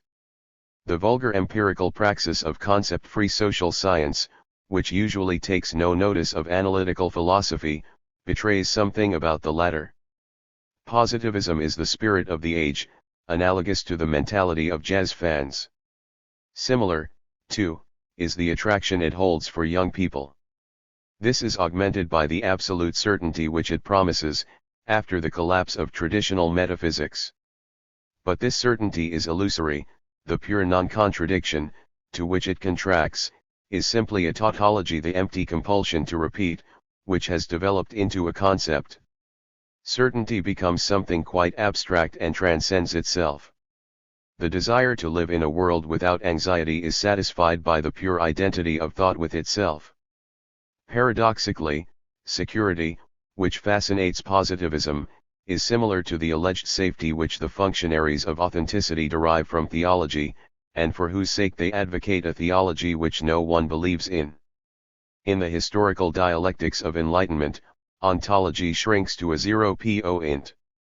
But this point, although in fact nothing, becomes the bastion or the ineffable for the advocates of scientism. This is in keeping with the consciousness of the masses, who sense that they are societally superfluous and ineffectual, and at the same time cling to the fact that the system, if it is to serve if one cannot let them starve. Ineffectuality is savored as destruction, whilst empty formalism is indifferent, and therefore conciliatory, towards whatever exists. Real impotence itself consciously becomes an authoritarian mental attitude. Perhaps objective emptiness holds a special attraction for the emergent anthropological type of the empty being lacking experience. The effective realization of an instrumental thought alienated from its object is mediated through its technification. The latter presents such thought as if it were avant-garde. Popper advocates an open society. The idea of such a society is contradicted, however, by the close regimented thought postulated by his logic of science as a deductive system. The most recent form of positivism fits the administered world perfectly. In the early days of nominalism, and even for early bourgeois society, Bacon's empiricism implied the emancipation of experience from the ordo of pre-given concepts, the open as liberation from the hierarchical structure of bourgeois society. Since, however, liberated dynamics of bourgeois society are nowadays moving to /vards a new statics, this openness is obstructed through the restitution of closed intellectual control systems by the scientistic syndrome of thought. If one applies to positivism its own supreme maxim, one might say that positivism with its elective affinity to the bourgeoisie is self-contradictory in that it declares experience to be its ultimate, and yet in the very S1 me breath prohibits it. The exclusivity which it ascribes to the ideal of experience both systematizes it and thereby potentially transcends it. Popper's theory is more flexible than normal positivism. He does not insist upon value freedom in such an unreflected manner as does the most influential tradition in German sociology since Weber. Albert, for instance, writes, Adorno's judgment that the whole value problem is falsely posed, bears no relation to a definite formulation of this problem, and can therefore hardly be judged. It is an assertion which sounds comprehensive but carries no risk. 61 To this one must reply that the criticized abstractness of formulation corresponds to a dichotomy which has been sacrosanct in Germany since Weber, and that its inaugurators and not its critics should be censured. The antinomies in which positivism has been entangled through the norm of value freedom, however, can be made concrete. Just as a strictly apolitical stance becomes a political fact, as does capitulation in the face of might in the political play of forces, so value neutrality generally subordinates itself, in an unreflected manner, to what the positivists call valid value systems. Even Popper with his 11 Albert, The Myth of Total Reason, J. Cit. p. 184 below. 60 THEODORW. JDORNO. Demand that it should be one of the tasks of scientific criticism to point out confusions of value and to separate purely scientific value problems of truth, of relevance, simplicity, and so forth, from extra-scientific problems. 62 takes back to some extent what he originally permits. The problem of this dichotomy can actually be traced in concrete terms to the social sciences. If one applies value freedom as vigorously as Max Weber did on public occasions but not always in his texts, then sociological studies can easily violate the criterion of relevance, which Popper after all includes. If the sociology of art seeks to brush aside the question of the quality of works whose effects it studies, then it fails to apprehend such relevant complexes as that of manipulation through the consciousness industry, the truth or falsity content of stimuli to which a random sample of people is exposed, and ultimately the determinate insight into ideology as societally false consciousness. A sociology of art, unable or unwilling to distinguish between the quality of an honest and significant work and that of a kitsch product, calculated in terms of its influence, forfeits not only the critical function it seeks to exercise, but also the knowledge of such it so shows as the autonomy or heteronomy of intellectual works, which depends upon their social location and determines their social influence. If this is ignored, then we are left with the empty remains of a head count at most, mathematically perfected of likes and dislikes, of no consequence for the social significance of the registered likes and dislikes. The critique of the evaluative procedure of the social sciences should not be refuted, nor shall for instance, the ontological theory of value of Skeeler's middle period be restored as a norm for the social sciences. The dichotomy between value and value freedom, and not the one or the other, is untenable. If Popper concedes that the scientistic ideals of objectivity and value freedom are, in turn, values, then this extends to the truth of judgments. Their meaning is implied by the evaluative notion that a true judgment is better than a false one. Analysis of any substantive social scientific theorems would necessarily encounter their axiological elements, even if the theorems do not give an account of them. But this axiological moment does not stand in abstract opposition to making a judgment, but rather is immanent to it. Value and value freedom are not separate, rather, they are contained in one another. Each, byt self, while, RLB false both the judgment which is phi xed to an external value E1 nd. A judgment which paralysed itself through the extirpation of IRS. Immanent and inextinguishable evaluative moment. One has to be completely blind to separate the thema probandum, together with the line of argument in Weber's treatise on the Protestant ethic, from the by no means value-free intention of his critique of Marx's base superstructure theorem. This intention nourishes the individual arguments, but above all it also supports the insulation of the investigation against the socio-economic origin of the theologumena, which, it is claimed, constituted capitalism. Weber's anti-materialist standpoint not only provides the motivation as he would admit for the questions raised in his Sociology of Religion, but also its focus of attention, the selection of material and the mental complex. Self-consciously, his line of argument turns the economic derivation upon its head. The rigidity of the concept of value, external to thought and object alike, was, for both sides, precisely what was unsatisfactory in the debate on value freedom. Moreover, without mentioning Weber, a positivist such as Durkheim stated frankly that cognitive and evaluative reason were the same and that, consequently, the absolute separation of value and knowledge was invalid. With respect to the latter, positivists and ontologists are in agreement. The solution of the alleged problem of value, which Albert finds lacking in the dialectician's work, must surely be sought to use a positivist concept on this occasion in the fact that the alternative is apprehended as a pseudo-problem, Scheinprob/M, as an abstraction which dissolves when confronted with the concrete view of society and reflection upon consciousness of society. This was the point of the thesis concerning the reification of the problem of value, namely, that the so-called values whether they are regarded something to be eliminated from the social sciences, or as their blessing are elevated to something independent, quasi-self-constitutive, whereas, neither in real historical terms, nor as categories of knowledge, are they anything of the kind. Value relativism is the correlate to the absolutist apotheosis of values. As soon as values are removed from the arbitrariness and affliction of the knowing consciousness, and are torn away from its reflection and from the historical context in which they emerge, they fall prey to this very relativity which an invocation of these values ought to banish. The economic concept of value, which served as a model both for Lotze's philosophical concept, and that OFTE Southwest German School, and subsequently for the dispute on objectivity, is the original phenomenon of reification, namely, the exchange value of the commodity. Starting out from the latter, Yerkes developed his analysis of fetishism, which interpret the concept of value as the reflection of the relationship between human beings as if it were a characteristic of objects.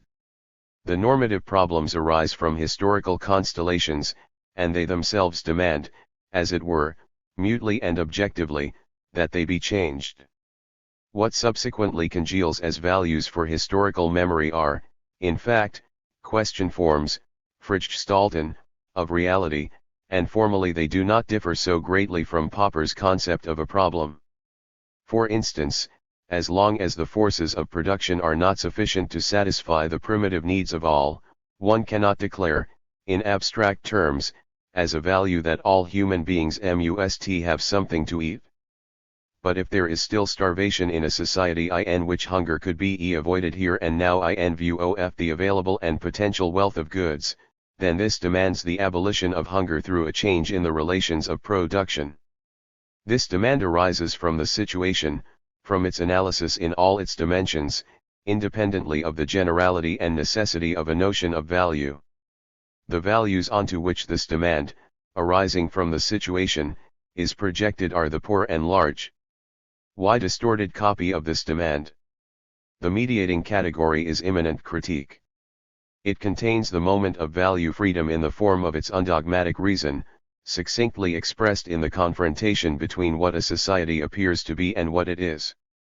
The value moment, however, lies in the practical challenge which must be construed from the situation. To fulfill this task, however, one requires a theory of society. The false chorismos of value freedom and value reveals itself to be the same as that of theory and practice. Society, if it is understood as the functional context of human self-preservation, means this, namely, that it aims objectively at a reproduction of its life which is consonant with the state of its powers. Otherwise, every societal arrangement, even societalization itself in the siq-plist cognitive sense, is absurd. As soon as it were no longer actually retarded by societal or scientific authoritative orders, the subjective reason of the ends-means relation would be transformed into objective reason, which is contained in the axiological moment as a moment of knowledge itself. Value and value freedom are mediated dialecti. Introduction. Cali through one another.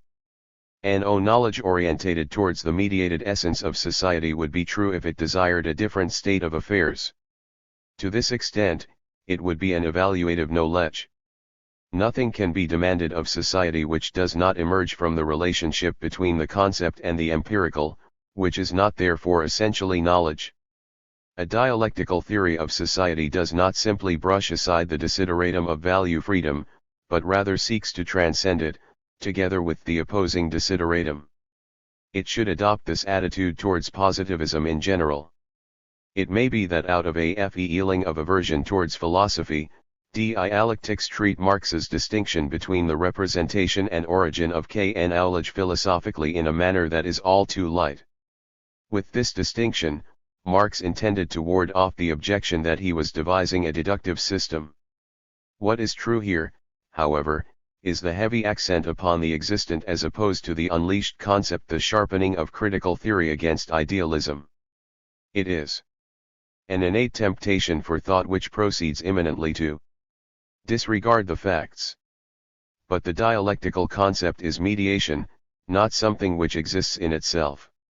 This imposes on the dialectical concept the duty of not pretending that there is any truth set apart from the mediated, from the facts. A dialectical critique of positivism finds its most important point of attack in reification, in the reification of science and of unreflected facticity. And consequently, such critique must not reify its concepts either. Quite correctly, Albert recognizes that such central concepts as society or collectivity, which are not however sensorily verifiable concepts, should not be hypostatized nor posited and fixed in a naively realistic manner as things that exist in themselves. Nevertheless, a theory endangered by such reification is persuaded to become a theory of the object, while the object itself is so hardened that it recurs in the theory, provided that the theory merely reflects as its jograna. If society, a functional and not a substantial concept, remains hierarchically above all individual phenomena in an apparently objective manner, then even dialectical sociology cannot ignore the aspect of their reified nature. Otherwise it distorts that which is decisive, namely, the relationships of domination. Even Durkheim's concept of the collective consciousness, which so obviously reifies mental phenomena, derives its truth content from the constraint exerted by societal mores. But this constraint ought, in turn, to be derived from the relationships of domination in the real life process, and not accepted as an ultimate pre given or as a thing such. Perhaps, in primitive societies, the lack of food necessitates organizational modes of constraint which recur in situations of scarcity in supposedly mature societies where such situations are caused by the relations of production and are consequently unnecessary. The question which comes first, the socially necessary separation of physical and mental labor or the usurpatory privilege of the medicine man, resembles the debate over the chicken and the egg. In any case, the shaman requires ideology, and without him it would not be possible. For the sake of sacrosanct theory, one cannot exorcise the possibility that social constraint might be an animal or biological inheritance.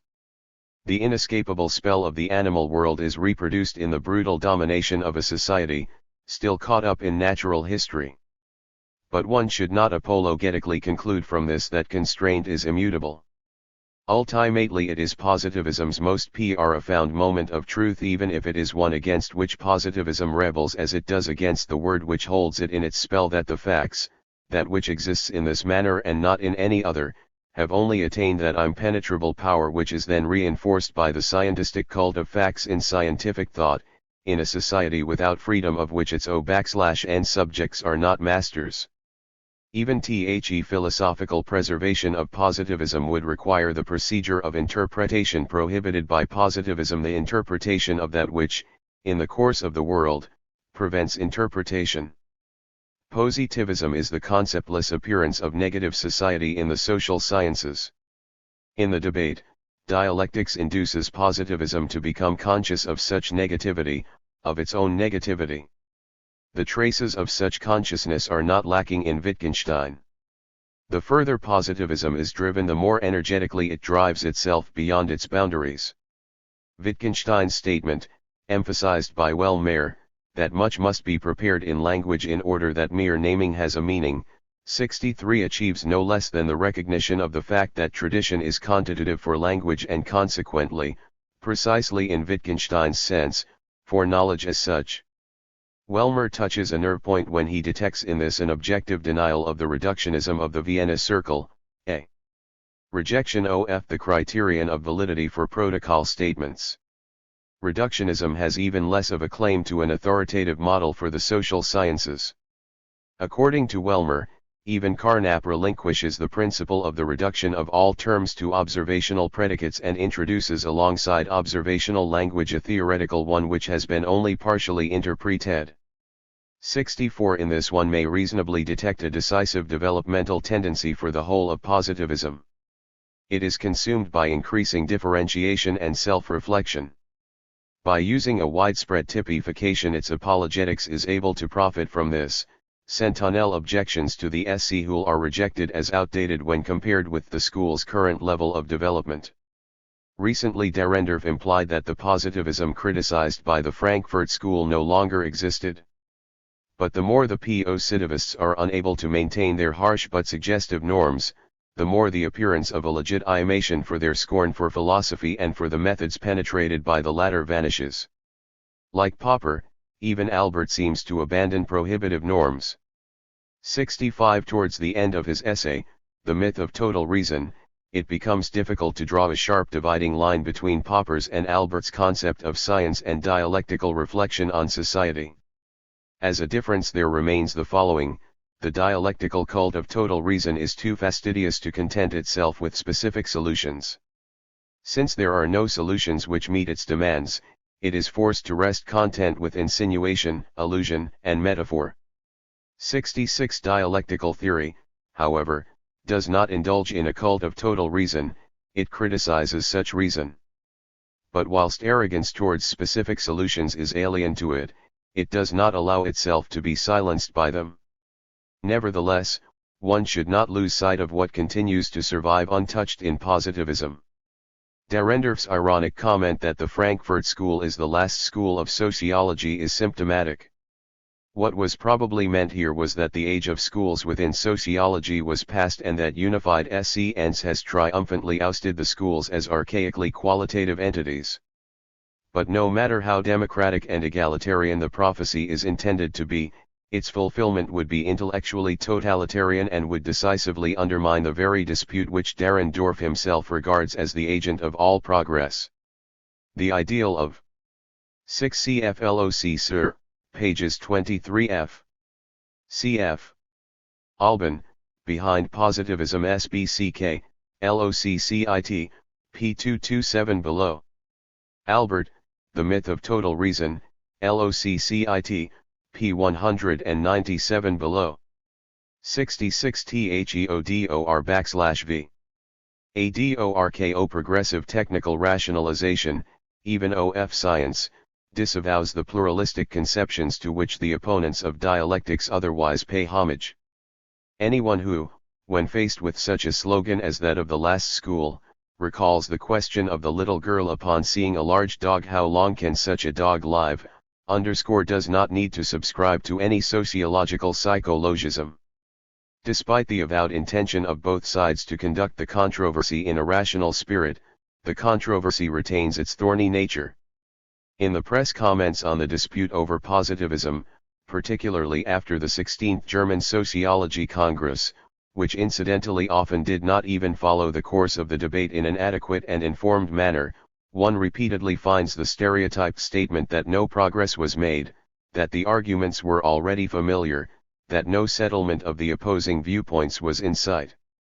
Consequently, doubt was thrown upon the fruitfulness of the debate. These misgivings, which are full of rancor, miss the point. They expect tangible progress in science at a point where its tangibility is just as much in question as its current conception. It has not been established whether the two positions can be reconciled through mutual criticism as they might be in Popper's model. Albert's cheap comments ad sp ectatories on the whole subject of Hegel, not to mention his most recent comments, provide little ground for hope. To protest that one has been misunderstood does not further the discussion any more than the nudging appeal for agreement by referring to the notorious unintelligibility of the opponent. If one contaminates by association dialectics and irrationalism, then one blinds oneself to the fact that criticism of the logic of non-contradiction does not suspend the latter but rather reflects upon it. One can generalize the observations made even in Tübingen on the ambiguities contained in the word criticism. Even when the same concepts are used, in fact, even where consensus is achieved, the opposing parties actually mean and strive after such diverse things that the consensus remains a phase, 8 covering the antagonisms. A continuation of the controversy would surely have to make visible those underlying antagonisms, which have by no means been fully articulated as yet. It could often be observed in the history of philosophy that doctrines which consider themselves to be the true representation of another diverge because of the climate of the intellectual context right up to the last detail. The relationship of Fichte to Kant would provide the most striking example. In sociology matters are no different, no matter whether sociology as a science has to maintain society in its particular functioning form, as was the tradition from Comte to Parsons, or whether sociology strives for the change of society's basic structures as a result of societal experience. This is determined down to the last category by the theory of science and therefore can scarcely be decided in terms of the theory of science. It is not even the immediate relationship to praxis which is decisive, but rather what role one accords science in the life of the mind and ultimately in reality. Divergencies here are not those of worldview. They have their rightful place in logical and epistemological questions, in the interpretation of contradiction and non-contradiction, of essence and appearance, of observation and interpretation. Dialectics remains intransigent in the dispute since it believes that it continues to reflect beyond the point at which its opponents break off, namely before the unquestioned authority of the institution of science. THEODORW ADORNO Sociology Empirical Research. The modes of procedure assembled under the name of sociology as an academic discipline are united in an extremely abstract sense, namely, in that all of them in some way deal with society. Neither their object nor their method is uniform. Some apply to societal totality and its laws of movement, others, in pointed oppositio one, apply to individual social phenomena, which 011c relates to a concept of society at the cost of ostracization for being speculative. Accordingly, the methods vary. In the former case, insight into the societal context is supposed to follow from structural basic conditions, such as the exchange relationship. In the latter, such an endeavor, even though it may in no way desire to justify the factual from the standpoint of an autocratic mind, is dismissed as philosophical residue in the development of science, and is to give way to the mere establishment of what is the case. Historically divergent models underlie both conceptions. The theory of society originated in philosophy whilst, at the same time, it attempts to reformulate the questions posed by the latter by defining society as the substratum which traditional philosophy called eternal essences or spirit. Just as philosophy mistrusted the deceit of appearances and sought after interpretation, so the more smoothly the fate of society presents itself, the more profoundly does theory mistrust it. Theory seeks to give a name to what secretly holds the machinery together. The ardent desire for thought, to which the senselessness or merely exists was once unbearable, has become secularized in the desire for disenchantment. It seeks to raise the stone under which the monster lies brooding. In such knowledge alone meaning has been preserved for us. Sociological research into facts opposes such a desire. Disenchantment of the kind that L/Fax Weber accepted, is merely a special case of sorcery for such research, and reflection upon that which governs secretly and would have to be changed, is viewed as a mere waste of time on the way towards the alteration of the manifest. This is especially the case since what nowadays generally bears the name empirical social science has taken, more or less avowedly since Kant's positivism, the natural sciences as its model. The two tendencies refuse to be reduced to a common denominator. Theoretical reflections upon society as a whole cannot be completely realized by empirical findings, they seek to evade the latter just as spirits evade parapsychological experimental arrangements. Each particular view of society as a whole necessarily transcends its scattered facts. The first condition for construction of the totality is a concept of the object such, around which the disparate data are organized. From the living experience, and not from one already established according to the societally installed control mechanisms, from the memory of what has been conceived in the past, from the unswerving consequence of one's own reflection, this construction must always bring the concept to bear on the material and reshape it in contact with the latter. But if theory is not to fall prey to the dogmatism over whose discovery skepticism now elevated to a prohibition on thought is always ready to rejoice, then theory may not rest here.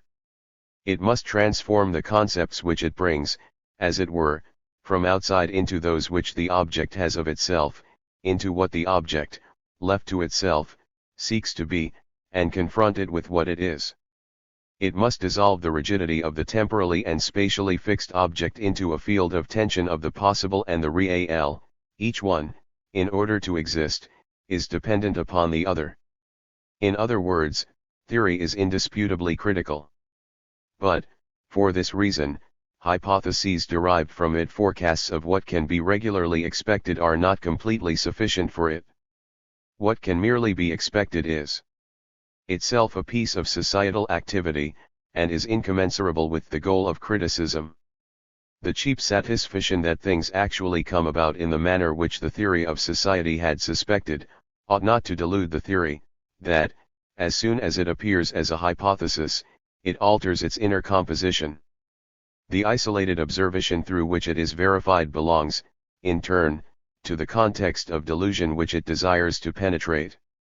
The concretization and certainty gained must be paid for with a loss in penetrating force. As far as the principle is concerned, it will be reduced to the phenomenon against which it is tested.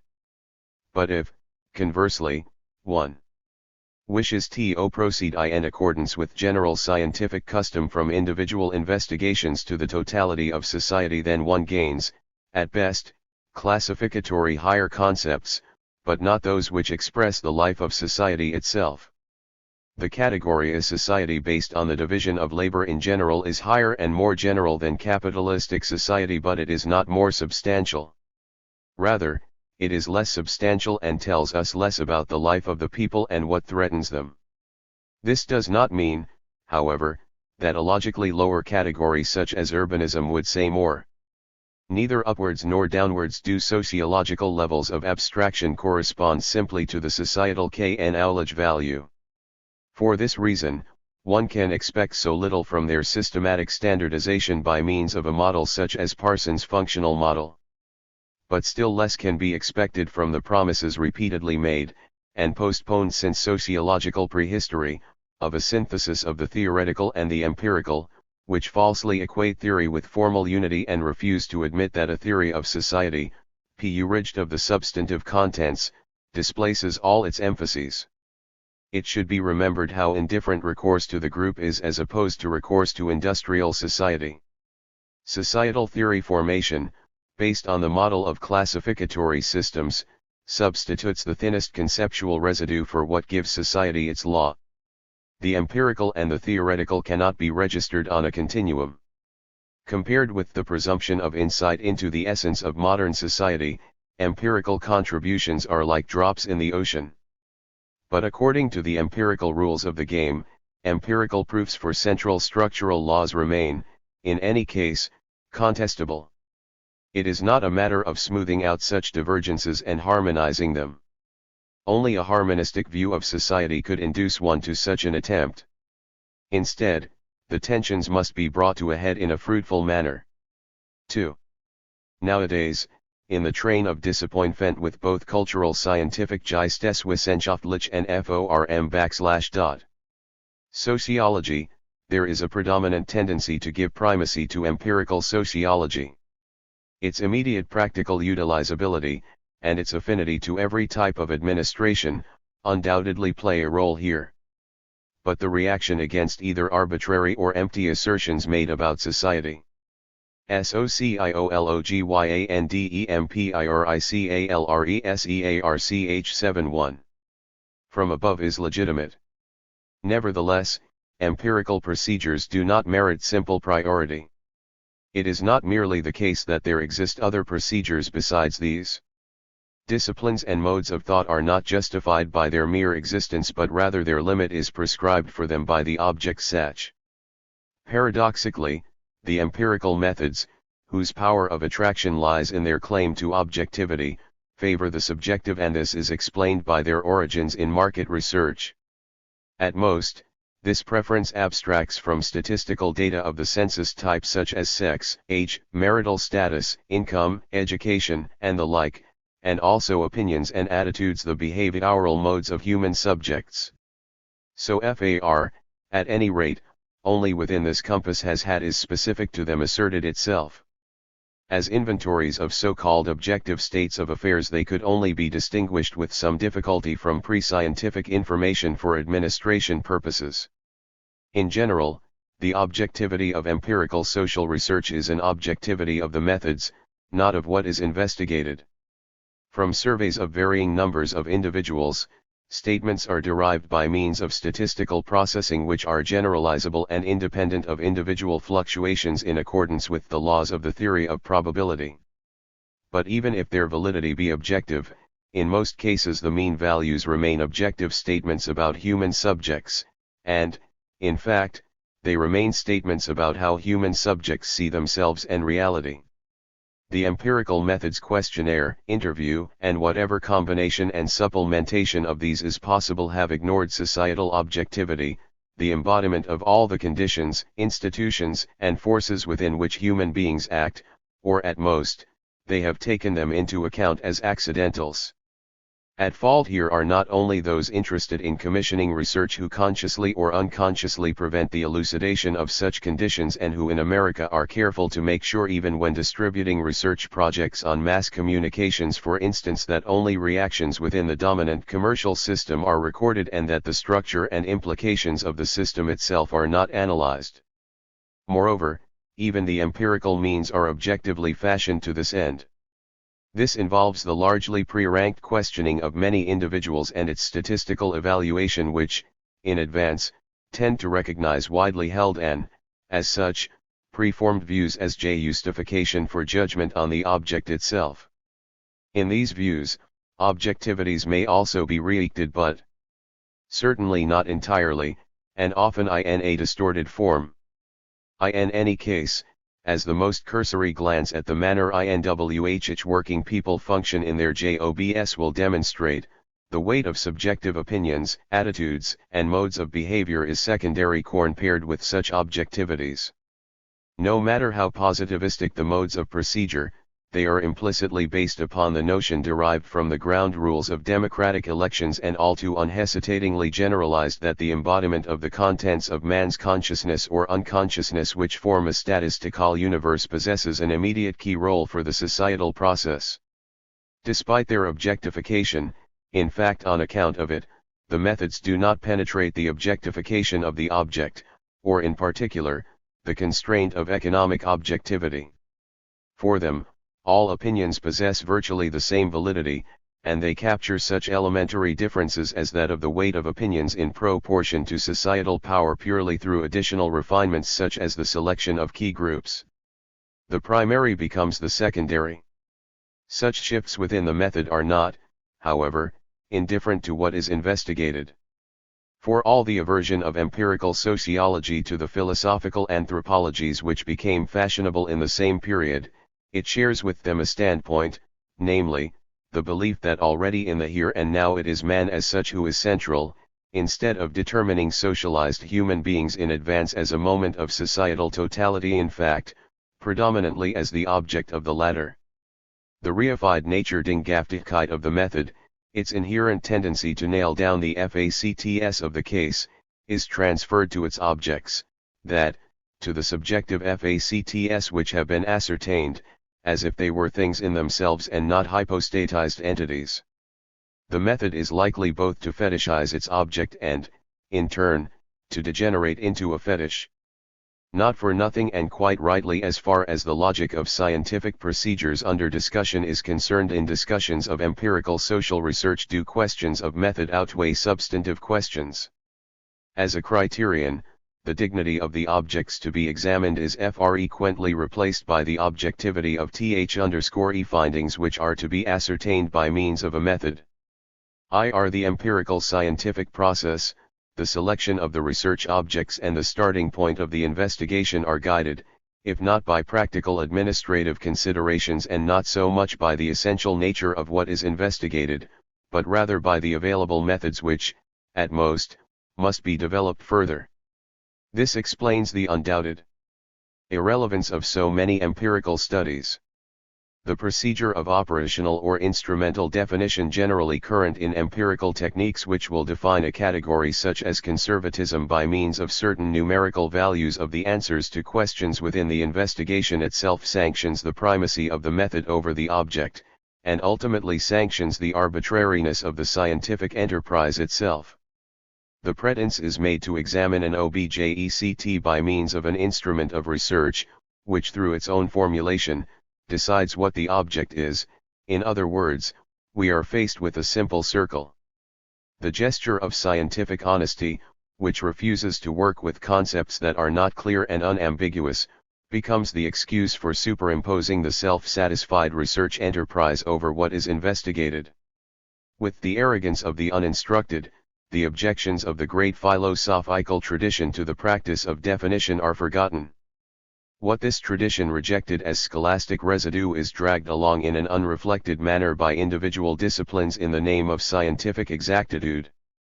But as soon as there is any extrapolation from the instrumentally defined concepts even to the conventionally common concepts, and this is almost inevitable, research is guilty of the impurity which it intended to eradicate with its definitions. 3. It is in the nature of society itself that the natural scientific model cannot be happily and unreservedly transferred to it. But although the ideology suggests otherwise, and this is rationalized by the reactionary opposition to new techniques in Germany, this is not because the dignity of man, for the gradual abolition of which mankind is avidly working, would be excluded from methods which regard him as a part of nature. Instead, it is more true to say that mankind commits a flagrant sin in so far as man's claim to domination represses the remembrance of his natural being and thus perpetuates blind natural spontaneity, Naturweichsichkeit, than when human beings are reminded of their natural instincts. Editor HFT. Sociology is not a cultural science, (2) insofar as the obduracy of society continually reduces human beings to objects and transforms their condition into second nature, methods which find it guilty of doing just this are not sacrilegious. The lack of freedom in the method serves freedom by attesting wordlessly to the predominant lack of freedom. The enraged, indignant protests and the subtler defensive gestures provoked by Kinsey's investigations are the most powerful argument for Kinsey. Wherever human beings are, in fact, reduced under the pressure of conditions to the amphibious mode of reaction 3 as they are in their capacity as compulsive consumers of the mass media and other regimented JOYS, opinion research, which infuriates lixiviated humanism, is better suited to them than, for instance, an interpretative sociology. 4. The substratum of understanding, namely human behavior, which is in itself unified and meaningful, has already been replaced in the human subjects themselves by mere reaction.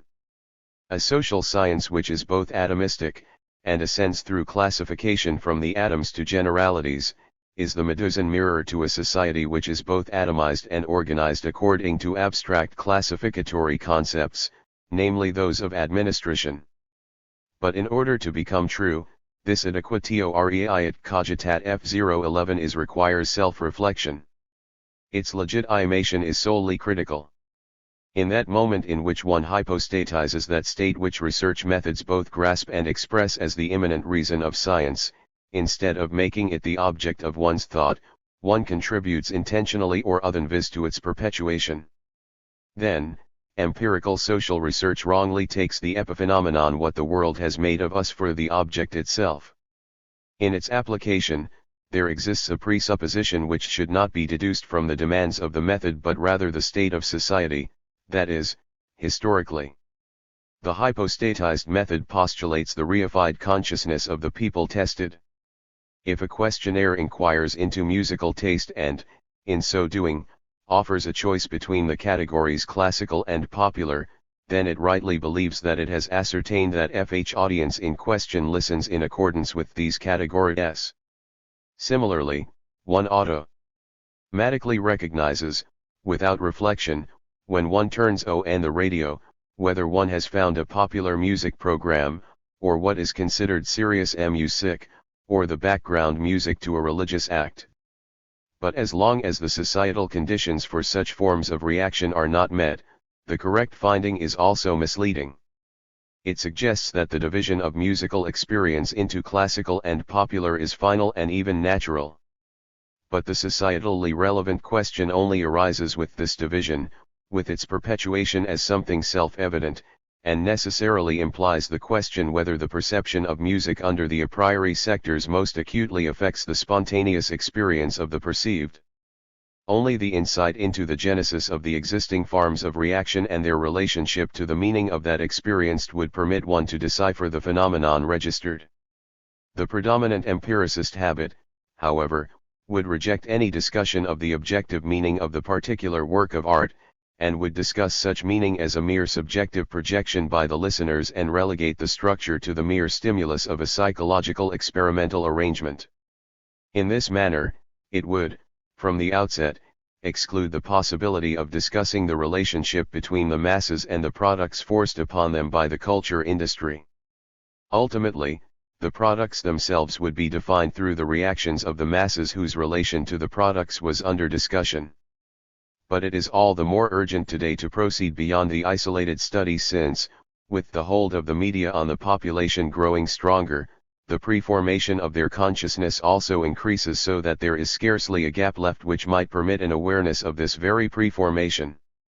Even such a positivistic sociologist as Durkheim, who in his rejection of Verstehen was in agreement with social research, had good reason for associating the statistical jaws, to which he also adhered, with the contra-inte sociali for and even for recognizing in the latter the criterion of society's general _law-like nature.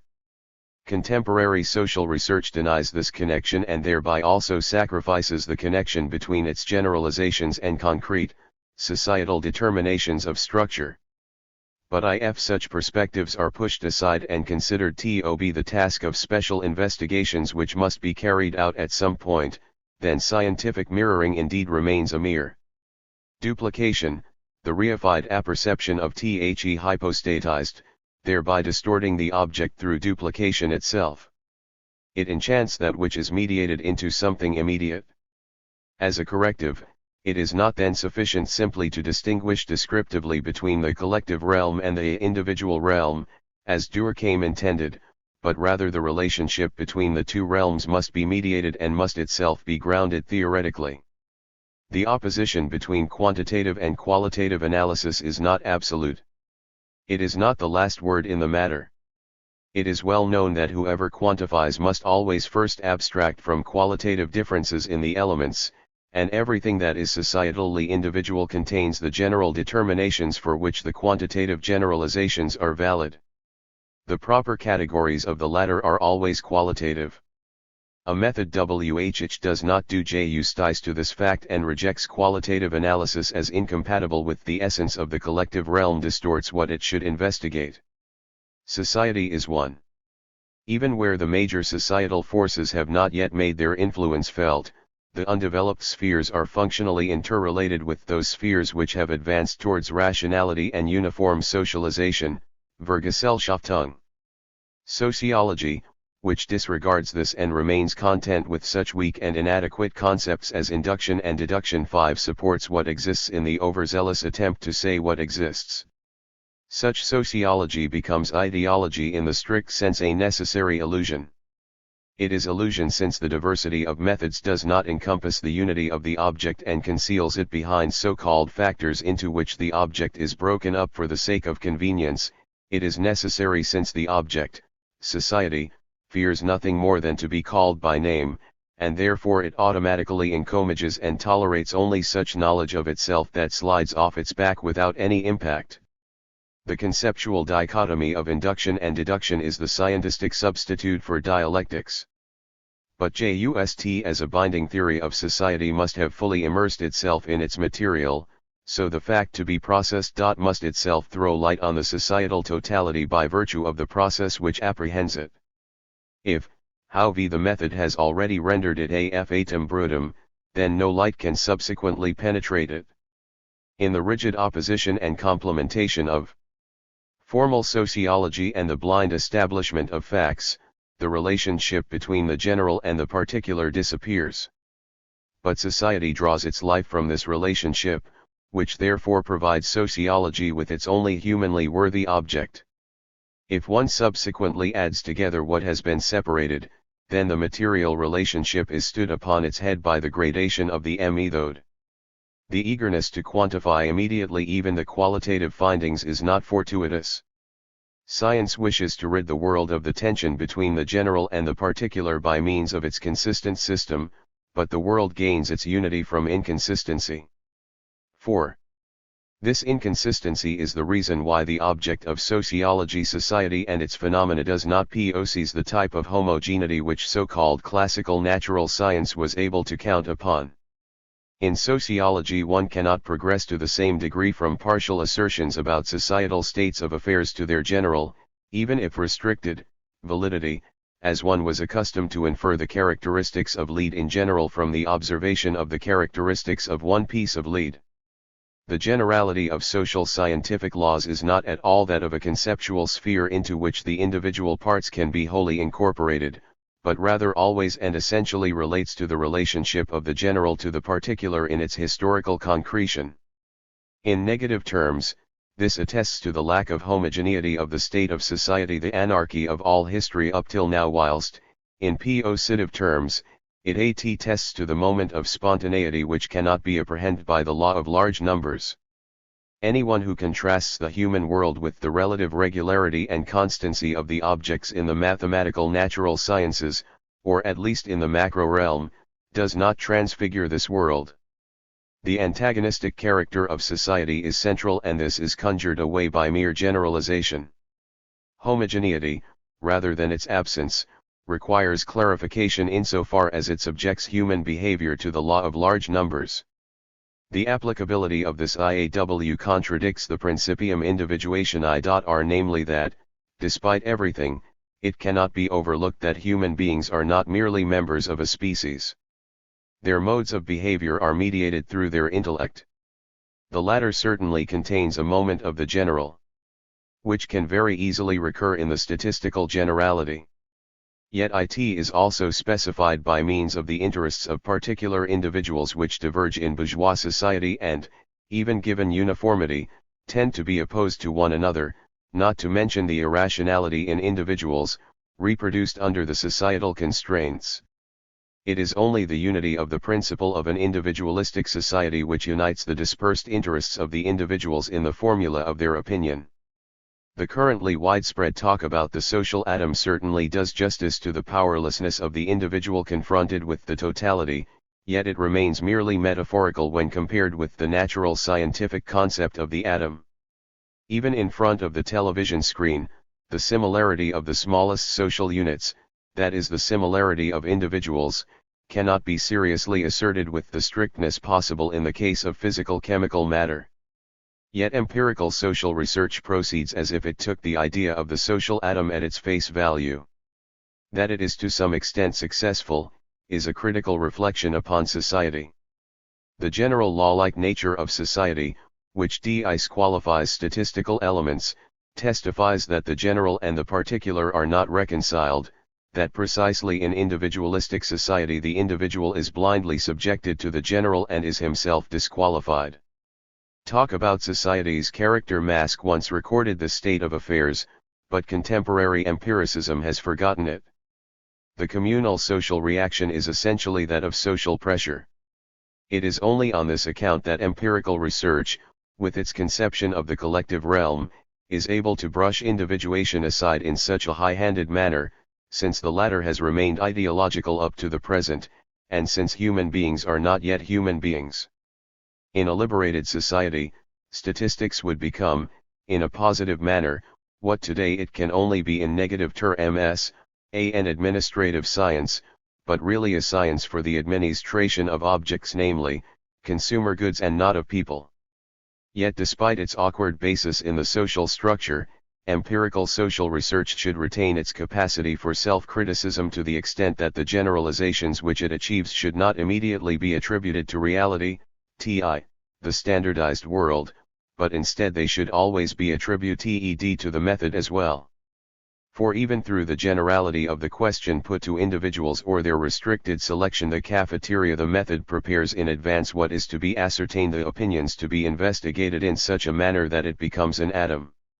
Insight into the heterogeneity of sociology as a scientific construct, that is, insight into the heterogeneity of the categorial, and not merely graded and easily bridgeable, divergence between disciplines such as social theory, the analysis of objective social conditions and institutions, and subjectively orientated social research in the narrower sense, does not imply that one should simply accept the sterile division between the disciplines. The formal demand for the unity of a science is certainly not to be respected when the science itself bears the marks of an arbitrary division of labor and cannot set itself up as if it could discern without difficulty the much favored totalities, whose social existence is, in any case, questionable. But the critical amalgamation of divergent sociological methods is required for concrete reasons, for the cognitive goal. In view of the specific nexus of social theory formation and specific social interests, a corrective of the type offered by the research methods is salutary, no matter how entangled with particular interests the latter may be by virtue of their administrative structure. Numerous stalwart assertions of social theories, and here we shall only mention for the purpose of illustration, Max Keeler's assertion about the typical lower-class forms of consciousness can be tested and refuted with the aid of strict investigations. On the other hand, social research is dependent upon confrontation with theory and with knowledge of objective social structures, otherwise it would degenerate into irrelevancy or willingly comply with apologetic slogans such as those of the family, which occasionally gain popularity. Isolated social research becomes untrue as soon as it wishes to extirpate totality as a mere crypto-metaphysical prejudice, since totality cannot, in principle, be apprehended by its methods. Science then pledges itself to the mere phenomena. If one taboos the question of being as an illusion, as something which cannot be realized with the aid of the method, then the essential connections what actually matters in society are protected a priori from knowledge. It is futile to ask whether these essential connections are real, or merely conceptual structures. The person who attributes the conceptual to social reality need not fear the accusation of being idealistic. What is implied here is not merely the constitutive conceptuality of the knowing subject but also a conceptuality which holds sway in reality, Sach, itself. Even in the theory of the conceptual mediation of all being, Hegel envisaged something decisive in real terms. The law which determines how the fatality of mankind unfolds itself is the law of exchange. Yet, in turn, this does not represent a simple immediacy but is conceptual. The act of exchange implies the reduction of the products to be exchanged to their equivalents, to something abstract, but by no means as traditional discussion would maintain to something material. This mediating conceptuality is, however, not a general formulation of average expectations, nor is it an abbreviating addition on the part of a science which creates order. Instead, society obeys this conceptuality tel que / and it provides the objectivity valid model for all essential social events. This conceptuality is independent both of the consciousness of the human beings subjected to it and of the consciousness of the scientists. Confronted with physical reality and all the hard data, one might call this conceptual entity illusion, since the exchange of equivalents proceeds both justly and unjustly. It is not an illusion to which organizing science sublimates reality but rather it is immanent to reality. Moreover, talk about the unreality of social laws is only justified critically, namely with regard to the commodity's fetish character. Exchange value, merely a mental configuration when compared with use value, dominates human needs and replaces them, illusion dominates reality. To this extent, society is myth and its elucidation is still as necessary as ever. At the same time, however, this illusion is what is most real, it is the formula used to bewitch the world. The critique of this illusion has nothing to do with the positivistic scientific critique according to which one cannot regard the objective nature of exchange as valid. This validity is unremittingly corroborated by reality itself. But if sociological empiricism claims that the law is not something that exists in real terms, then it involuntarily denotes something of the social illusion in the objectant illusion which sociological empiricism wrongly attributes to the method. It is then precisely the alleged anti-idealism of the scientific mentality which benefits the continued existence of ideology. The latter is supposed to be inaccessible to science since it is not, of course, a fact. Yet nothing is more powerful than the conceptual mediation which conjures up before human beings the being for another, dhfiranderacind, as an in itself, and prevents them from becoming conscious of the conditions under which they live. As soon as sociology opposes recognition of what is known as its fact and remains content simply to register and order it in so doing, mistaking the rules distilled for the law which governs the facts and in accordance with which they develop, then it has already succumbed to justification, even if it does not suspect that it has done so. In the social sciences, one cannot therefore proceed from the part to the whole as one can in the natural sciences, since it is something conceptual, totally different in its logical extension and in the unity of features of any individual elements, which constitutes the whole. Nevertheless, because of its mediated conceptual nature, this whole has nothing in common with totalities and forms, which necessarily must always be conceptualized as being immediate. Society has more in common with the system than with the organism. An empirical research devoid of theory which gets by with mere hypotheses is blind to society as a system, its authentic object, since its object does not coincide with the sum of all the parts. It does not subsume the parts nor is it made up, like a geographical map, of their juxtaposition of country and people. No social atlas in the literal and figurative sense represents society. Insofar as society is more than the immediate life of its hers and the related subjective and objective facts, research which exhausts itself in the investigation of such immediacy misses its mark. For all the hypostatization of the method, even by virtue of such hypostatization as the idealization of what can be simply observed, it produces an illusion of being alive, an illusion of neighborliness, as it were, from countenance to countenance. A dissolution of such an illusion would not be the last of the tasks for social knowledge if it had not already been dissolved. Today, however, it is repressed. In this respect, the transfiguring metaphysics of existence and the rigid description of what is the case are equally guilty. Moreover, to a considerable extent, the practice of empirical sociology does not even comply with its own admission that hypotheses are necessary.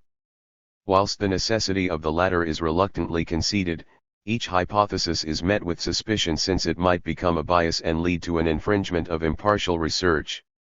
7. This view is based upon a residual theory of truth, upon the notion that truth is \v hat remains after the allegedly mere subjective addition, a sort of cost-price, has been deducted. Since George Simmel and Freud, psychology has realized that the conclusiveness of the experience of objects, if the latter in turn are essentially subjectively mediated like society, is increased and not decreased by the degree of subjective participation of the no_ving subject. But this insight has not yet been incorporated into the social sciences. As soon as individual common sense is suspended in favor of the responsible behavior of the scientist, people seek salvation in procedures which are as free from hypotheses as possible. Empirical social research ought to dismiss completely the superstition that research must begin like a tabula rasa, where the data that are assembled in an unconditioned manner are prepared. In so doing, it ought to recall epistemological controversies which are indeed fought out long ago, but are forgotten all too willingly by short-winded consciousness in its reference to the urgent requirements of the research process. Skepticism with regard to its own ascetic ideals befits a skeptical science. The readily quoted statement that a scientist needs 0% inspiration and 90% perspiration is second airy and leads to a prohibition on thought. For a long time, the abstinent work of the scholar has mainly consisted in renouncing for poor pay those thoughts which he did not have in any case. No_Vedas, since the better paid executive has succeeded the scholar, lack of intellect is not only celebrated as a virtue on the part of the modest well-adapted person who is incorporated into the team, but, in addition, it is institutionalized through the establishment of levels of research which hardly recognize the spontaneity of individuals as anything other than as indices of friction. But the antithesis of grandiose inspiration and solid research work is, as such, of secondary importance. Thoughts do not come flying along but rather they crystallize in protracted subterranean processes, even if they emerge suddenly. The abruptness of what research technicians condescendingly call intuition marks the penetration of living experience through the hardened crust of the communis opinio. It is the long drawn-out breath of opposition to the latter, and by no means the privilege of highly gifted moments, which permits unregimented thought that contact with being which is often inexorably sabotaged by the distended apparatus that intervenes. Conversely, scientific assiduity is always both the operation and exertion of the concept, the opposite of the mechanical, doggedly unconscious procedure with which it is equated. Science should be the recognition of the truth and untruth of what the phenomenon under study seeks to be. There is no knowledge which is not, at the same time, critical by virtue of its inherent distinction between true and false. Only a sociology which set the petrified antitheses of its organization in motion would come to its senses. 6. The categorical difference between the discipline is confirmed by the fact that what should be fundamental, namely the combination of empirical investigations with theoretically central questions, has despite isolated attempts not yet been achieved. The most modest demand and yet, in terms of imminent critique, the most plausible demand for empirical social research in accordance with its own rules of objectivity, would be to confront all its statements directed at the subjective consciousness and unconsciousness of human beings and groups of human beings with the objective factors of their existence. What seems merely accidental or mere background study to the domain of social research provides the precondition for the possibility of social research ever reaching the essential. Inevitably, in these given factors, it will first emphasize what is connected with the subjective opinions, feelings and behavior of those studied, although these connections, in particular, are so wide-ranging such a confrontation ought not really to content itself with the knowledge of individual institutions but instead should have recourse to the structure of society. The categorical difficulty is not removed by means of a comparison between certain opinions and certain conditions. But even with res weighty reservation, the results of opinion research acquire a different value as soon as they can be measured against the real nature of war opinions are concerned with. The differences which thereby emerge between social objectivity and the consciousness of the subjectivity, no matter in what form this consciousness may be generally distributed, mark a place at which empirical social research reaches knowledge of society, the knowledge of ideologies, of their general essence and of their function. Such knowledge would be the actual goal, although not of course the only goal, of empirical social research. Taken in isolation, however, the latter does not have the weight of social knowledge. The laws of the market, in whose system it remains in an unreflected manner, remain a facade. Even if a survey provided the statistically overwhelming evidence that workers no longer consider themselves to be workers and deny that there still exists such a thing as the proletariat, the non-existence of the proletariat would in no way have been proved. But rather, such subjective findings would have to be compared with objective findings, such as the position of those questioned in the production process, their control or lack of control over the means of production, their societal power or powerlessness. The empirical findings concerning the human subjects would certainly still retain their significance. One would not simply have to ask within the content of the theory of ideology how such modes of consciousness come about, but also whether something essential has changed in social objectivity through their very existence. In the latter, the nature and self-consciousness of human beings, no matter how this is produced and reproduced, can only be neglected by erroneous dogma. Even the existence of such consciousness, whether as an element of the affirmation of what exists or as a potential for something different, is a moment in societal totality. Not only theory but also its absence becomes a material force when it seizes the masses. Empirical social research is not only a corrective in that it prevents blindly superimposed constructions, but also in the relationship between appearance and essence. If the task of a theory of society is to relativize critically the cognitive value of appearance, then conversely it is the task of empirical research to protect the concept of essential IAWS from mythologization. Appearance is always also an appearance of essence and not mere illusion. Its changes are not indifferent to essence. If no one in fact knows any more that he is a worker, then this affects the inner composition of the concept of the worker, even if its objective definition through separation from the means of production is still fulfilled. 7. Empirical social research cannot evade the fact that all the given factors investigated, the subjective no less than the objective relations, are mediated through society. The given, the facts which, in accordance with its methods, it encounters as something.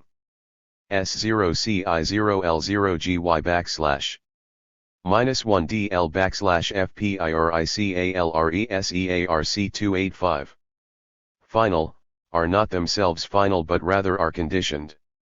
Consequently, empirical social research cannot confuse the roots of its knowledge, the givenness of facts which is the concern of its method, with the real basis, a being in itself of facts, their immediacy as such, their fundamental character.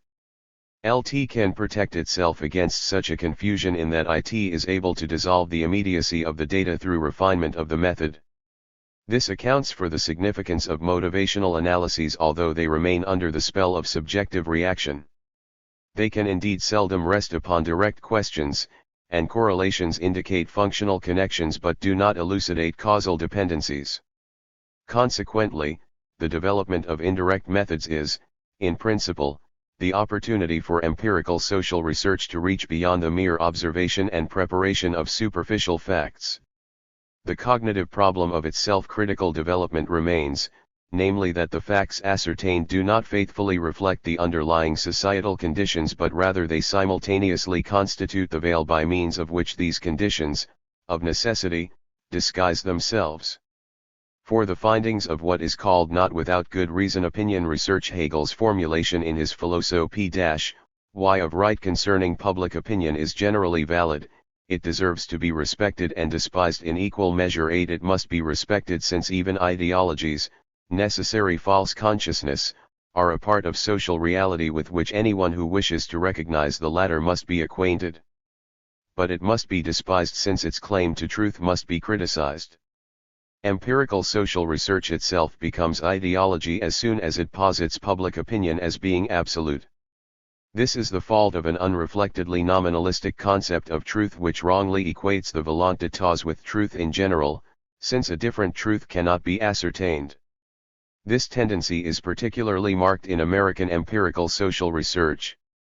But it should not be dogmatically confronted with the mere assertion of a volonté générale as a truth in itself, for instance in the form of postulated values. Such a procedure would be loaded with the same arbitrariness as the installation of popular opinion as objectively valid. Historically, since Robespierre, the establishment of the volonté générale by decree has possibly caused even more harm than the concept-free assumption of a volonté. The only way out of the fateful alternative was provided by immanent analysis, the analysis of the consistency or inconsistency of opinion in itself and of its relationship to reality, such, not however the abstract antithesis of the objectively valid and of opinion. Opinion should not be rejected with Platonic arrogance, but rather its untruth is to be derived from the truth, from the supporting societal relationship and ultimately from the latter's O/VN untruth. On the other hand, however, average opinion does not represent an approximate value of truth, but instead the socially average illusion. In the latter, there participate what unreflective social research imagines to be its ens realissimum, those questioned, the human subjects. Their own nature, their being as subjects, depends upon the objectivity, upon the mechanisms which they obey, and which constitute their concept. This can only be determined, however, if one perceives in the facts themselves the tendency which reaches out beyond them. That is the function of philosophy in empirical social research. If it is not realized or suppressed, if merely the facts are reproduced, then such a reproduction is at the same time a corruption of facts into ideology. Karl R. Popper. The logic of the socialsciences. First contribution to the symposium ***. I propose to begin my paper on the logic of the social sciences with two theses which formulate the opposition between our knowledge and our ignorance. First thesis: we know a great deal. And we know not only many details of doubtful intellectual interest but also things which are of considerable practical significance and, what is even more important, which provide us with deep theoretical insight, and with a surprising understanding of the world. Second thesis: our ignorance is sobering and boundless. Indeed, it is precisely the staggering progress of the natural sciences, to which my first thesis alludes, which constantly opens our eyes anew to our ignorance, even in the field of the natural sciences themselves. This gives a new twist to the Socratic idea of ignorance. With each step forward, with each problem which we solve, /VC not only discover new and unsolved problems, but we also discover that where we believed that we were standing on firm and safe ground, all things are, in truth, insecure and in a state of flux. My two theses concerning know/village and ignorance only appear to contradict one another. The apparent contradiction is primarily due to the fact that the words knowledge and ignorance are not used in the two theses as exact opposites. Yet both ideas are important, and so are both theses, so much so that I propose to make this explicit in the following third thesis. Third thesis: it is a fundamentally important task for every theory of knowledge, and perhaps even a crucial requirement, to this was the opening contribution to the Tübingen Symposium, followed by Professor Adorno's reply. The translation was revised by the author for the present publication. A few small additions have been made. See also the last contribution to the present volume. Doj Justice to our first two theses by clarifying the relations between our remarkable and constantly increasing knowledge and our constantly increasing insight that we really know \v nothing. If one reflects a little about it, it becomes almost obvious that the logic of no \v ledge has to discuss this tension between no \v ledge and ignorance. An important consequence of this insight is formulated in my fourth thesis. But before I present this fourth thesis, I should like to apologize for the many numbered theses which are still to come. My excuse is that it was suggested to me by the organizers of this conference that I assemble this paper in the form of numbered theses in order to make it easier for the second symposiast to present his critical counter-theses more sharply. I found this suggestion very useful despite the fact that this style may create the impression of dogmatism. My fourth thesis, then, is the following. Fourth thesis, so far as one can say at all that science, or knowledge, starts from something, one might say the following: knowledge does not start from perceptions or observations or the collection of data or facts, but it starts, rather, from problems. One might say, no knowledge without problems, but also, no problems without knowledge. But this means that knowledge starts from the tension between knowledge and ignorance. Thus \ve might say not only, no problems without no \v ledge, but also, no problems without ignorance. For each problem arises from the discovery that something is not in order with our supposed knowledge, or, viewed logically, from the discovery of an inner contradiction between our supposed knowledge and the facts, or, stated perhaps more correctly, from the discovery of an apparent contradiction between our supposed knowledge and the supposed facts. While my first three theses may perhaps, because of their abstract character, create the impression that THY are somewhat removed from our topic, that is, the logic of the social sciences, I should like to say that with my fourth thesis we have arrived at the heart of our topic. This can be formulated in my fifth thesis, as follows. Fifth thesis: as in all other sciences, we are, in the social sciences, either successful or unsuccessful, interesting or dull, fruitful or unfruitful, in exact proportion to the significance or interest of the problems we are concerned with, and also, of course, in exact proportion to the honesty, directness and simplicity with which we tackle these problems. All this in no way confined to theoretical problems. Serious practical problems, such as the problems of poverty, of illiteracy, of political suppression or of uncertainty concerning legal rights, were important starting points for research in the social sciences. Yet these practical problems led to speculation, to theorizing, and thus to theoretical problems. In all cases, without exception, it is the character and the quality of the problem also of course the boldness and originality of the suggested solution which determine the value, or the lack of value, of a scientific achievement. The starting point, then, is always a problem. An observation becomes something like a starting point only if it reveals a problem, or in other words, if it surprises us, if it shows us that something is not quite in order with our knowledge, with our expectations, with our theories. An observation creates a problem only if it clashes with certain of our conscious or unconscious expectations. But what in this case constitutes the starting point of our scientific work is not so much an observation pure and simple, but rather an observation that plays a particular role, that is, an observation which creates a problem. I have now reached the point where I can formulate my main thesis, as thesis N 6. It consists of the following. Sixth thesis: A. The method of the social sciences, like that of the natural sciences, consists in trying out tentative solutions to certain problems, the problems from which our investigations start, and those which turn up during the investigation. Solutions are proposed and criticized. If a proposed solution is not open to pertinent criticism, then it is excluded as unscientific, although perhaps only temporarily. b. If the attempted solution is open to pertinent criticism, then we attempt to refute it, for all criticism consists of attempts at refutation. c. If an attempted solution is refuted through our criticism, we make another attempt. d. If it withstands criticism, we accept it temporarily, and we accept it, above all, as worthy of being further discussed and criticized. e. Thus the method of science is one of tentative attempts to solve our problems, by conjectures which are controlled by severe criticism. It is a consciously critical development of the method of trial and error. f.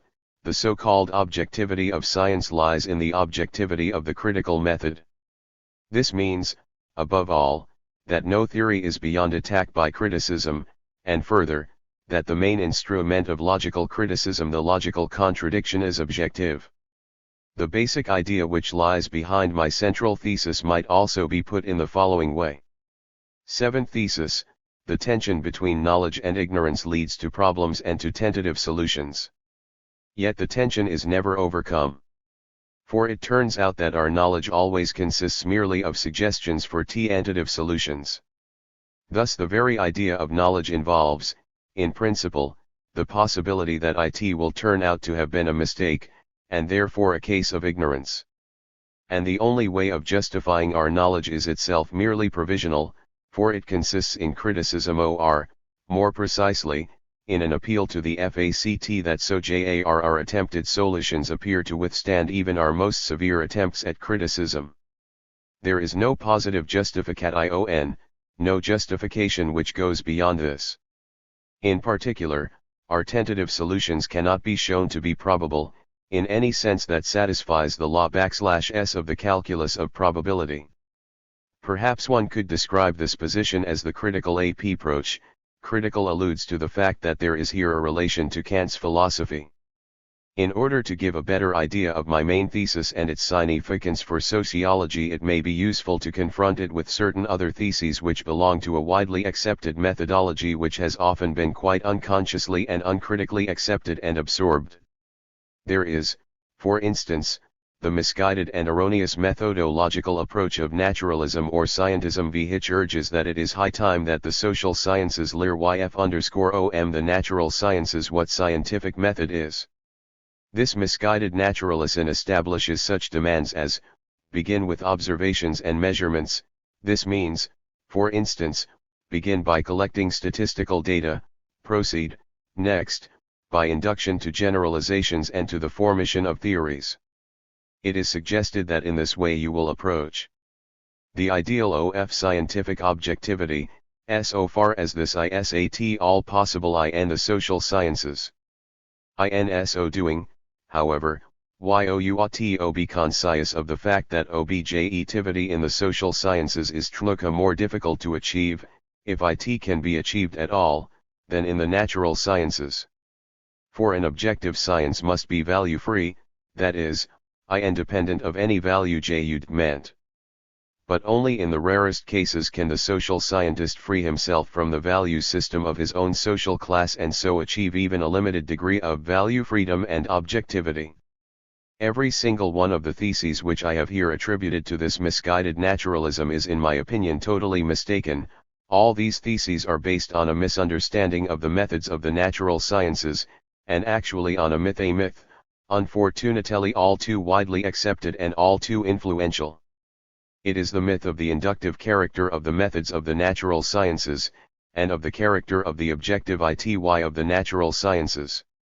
I propose in what follows to devote a small part of the precious time at my disposal to a critique of this misguided naturalism. Admittedly, many social scientists will reject one or other of the theses which I have attributed to this misguided naturalism. Nevertheless, this naturalism seems at present to have gained the upper hand in the social sciences, except perhaps in economics, at least in English-speaking countries.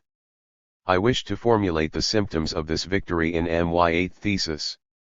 Eighth thesis: before the Second World War, sociology was regarded as a general theoretical social science, comparable, perhaps, with theoretical physics, and social anthropology was regarded as a very special kind of sociology, a descriptive sociology of primitive societies. To date, this relationship has been completely reversed, a fact to which attention should be drawn. Social anthropology or ethnology has become a general social science, and sociology has resigned itself more and more to playing the part of a special kind of social anthropology, the social anthropology of the highly industrialized West European or American forms of society. Restated more briefly, the relationship between sociology and anthropology has been reversed. Social anthropology has been promoted from an applied descriptive discipline to a key theoretical science, and the anthropologist has been elevated from a modest and somewhat short-sighted descriptive one-eld worker to a far-seeing and profound social theorist and social depth psychologist. The former theoretical sociologist, however, must be happy to find employment as a field worker and a specialist. His function is to observe and to describe the totems and taboos of the natives of the white race in Western Europe and the United States.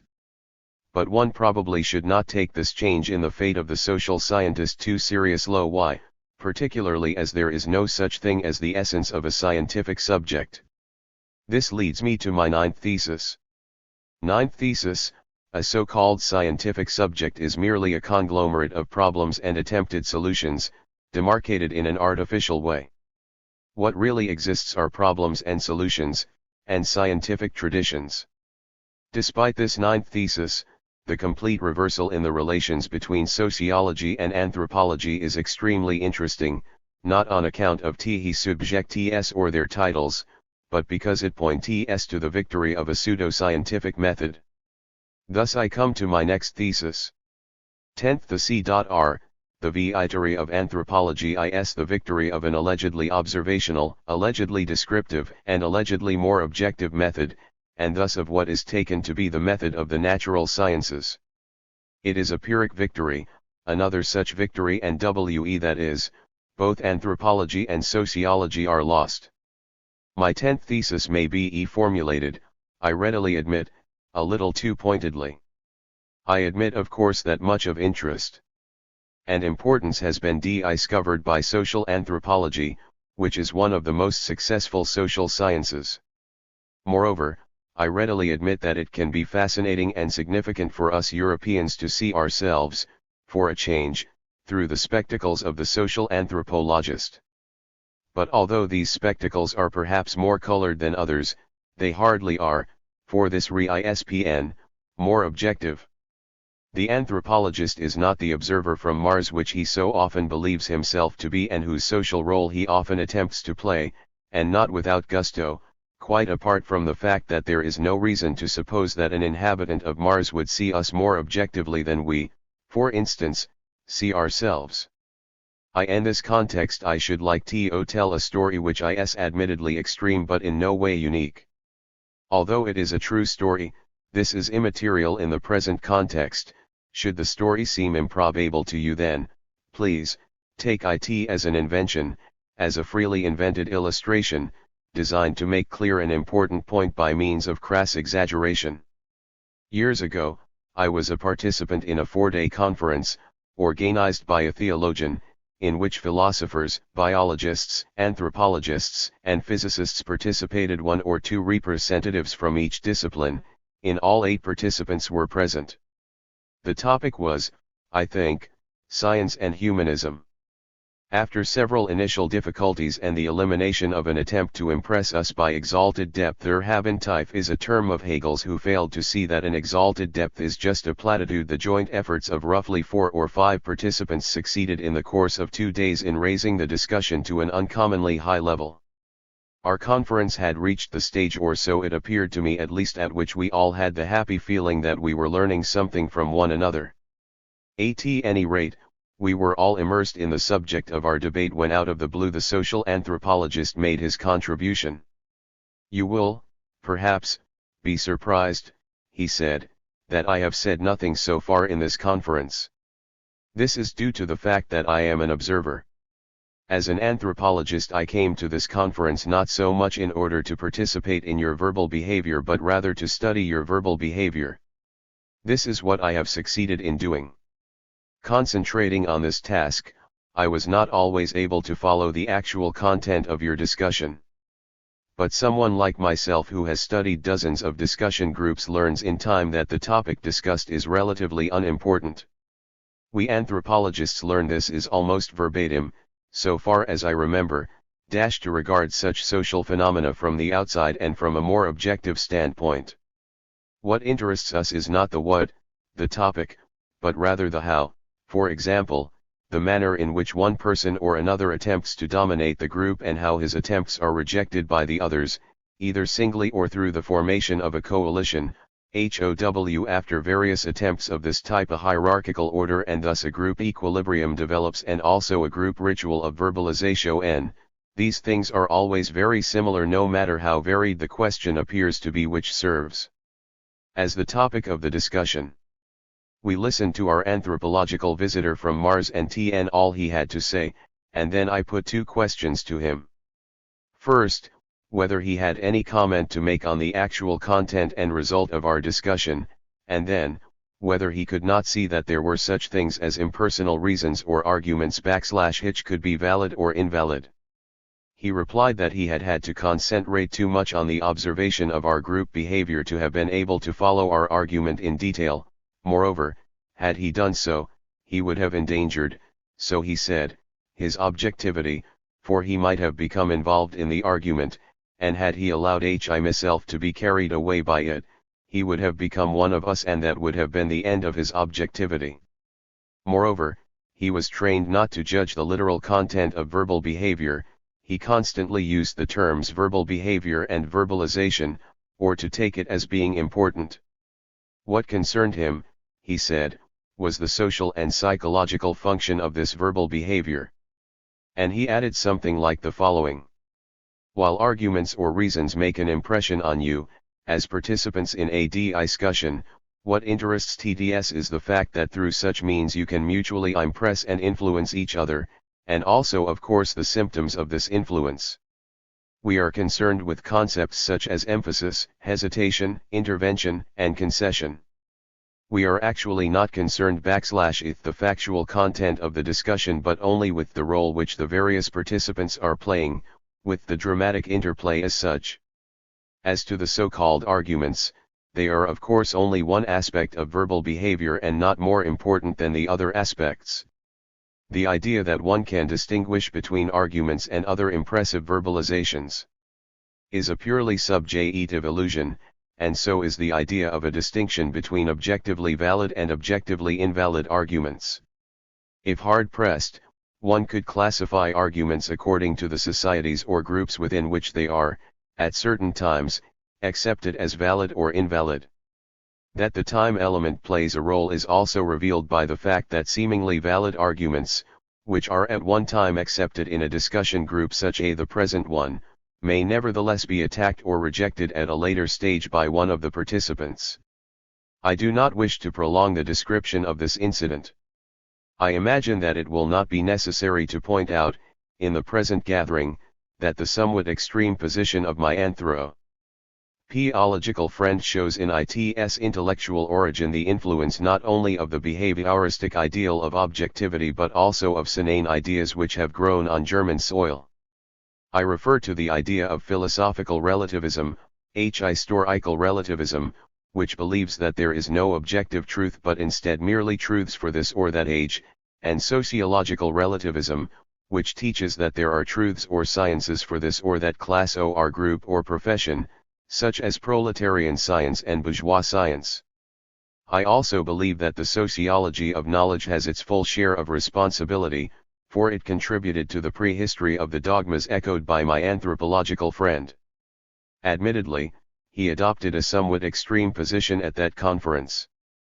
But this position, especially if one modifies it a little, is neither untypical nor unimportant. But this position is abstrode. Since I have criticized historical and sociological relativism and also the sociology of knowledge in detail elsewhere, I will forego criticism here. I will confine myself to discussing very briefly the naive and misguided idea of scientific objectivity which underlies this position.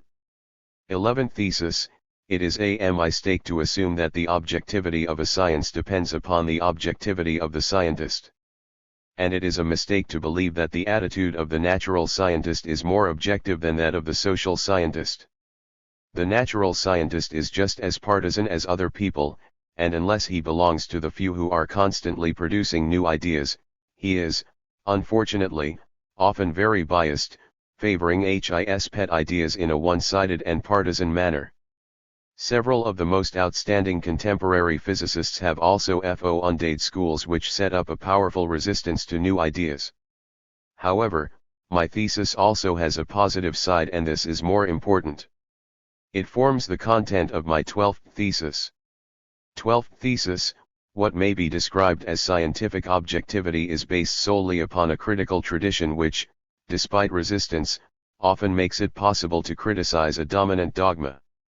To put it another way, the objectivity of science is not a matter of the individual scientists but rather the social result of their mutual criticism, of the friendly hostile division of labor among scientists, of their cooperation and also of their competition. For this reason, it depends, in part, upon a number of social and political circumstances which make this criticism possible. 13th thesis, the so-called sociology of knowledge, which tries to explain the objectivity of science by the attitude of impersonal detachment of individual scientists, and a lack of objectivity in terms of the social habitat of the scientist, completely misses the following decisive point, the fact that objectivity rests solely upon pertinent mutual criticism. What the sociology of knowledge misses is nothing less than the sociology of knowledge itself, the social aspect of scientific objectivity, and its theory. Objectivity can only be explained in terms of social ideas such as competition, both of individual scientists and of various schools, tradition, mainly the critical tradition, social institution, for instance, publication in various competing journals and through various competing publishers, discussion at congresses, the power of the state, its tolerance of free discussion. Such minor details as, for instance, the social or ideological habitat of the researcher, tend to be eliminated in the long run, although admittedly they always play a part in the short run.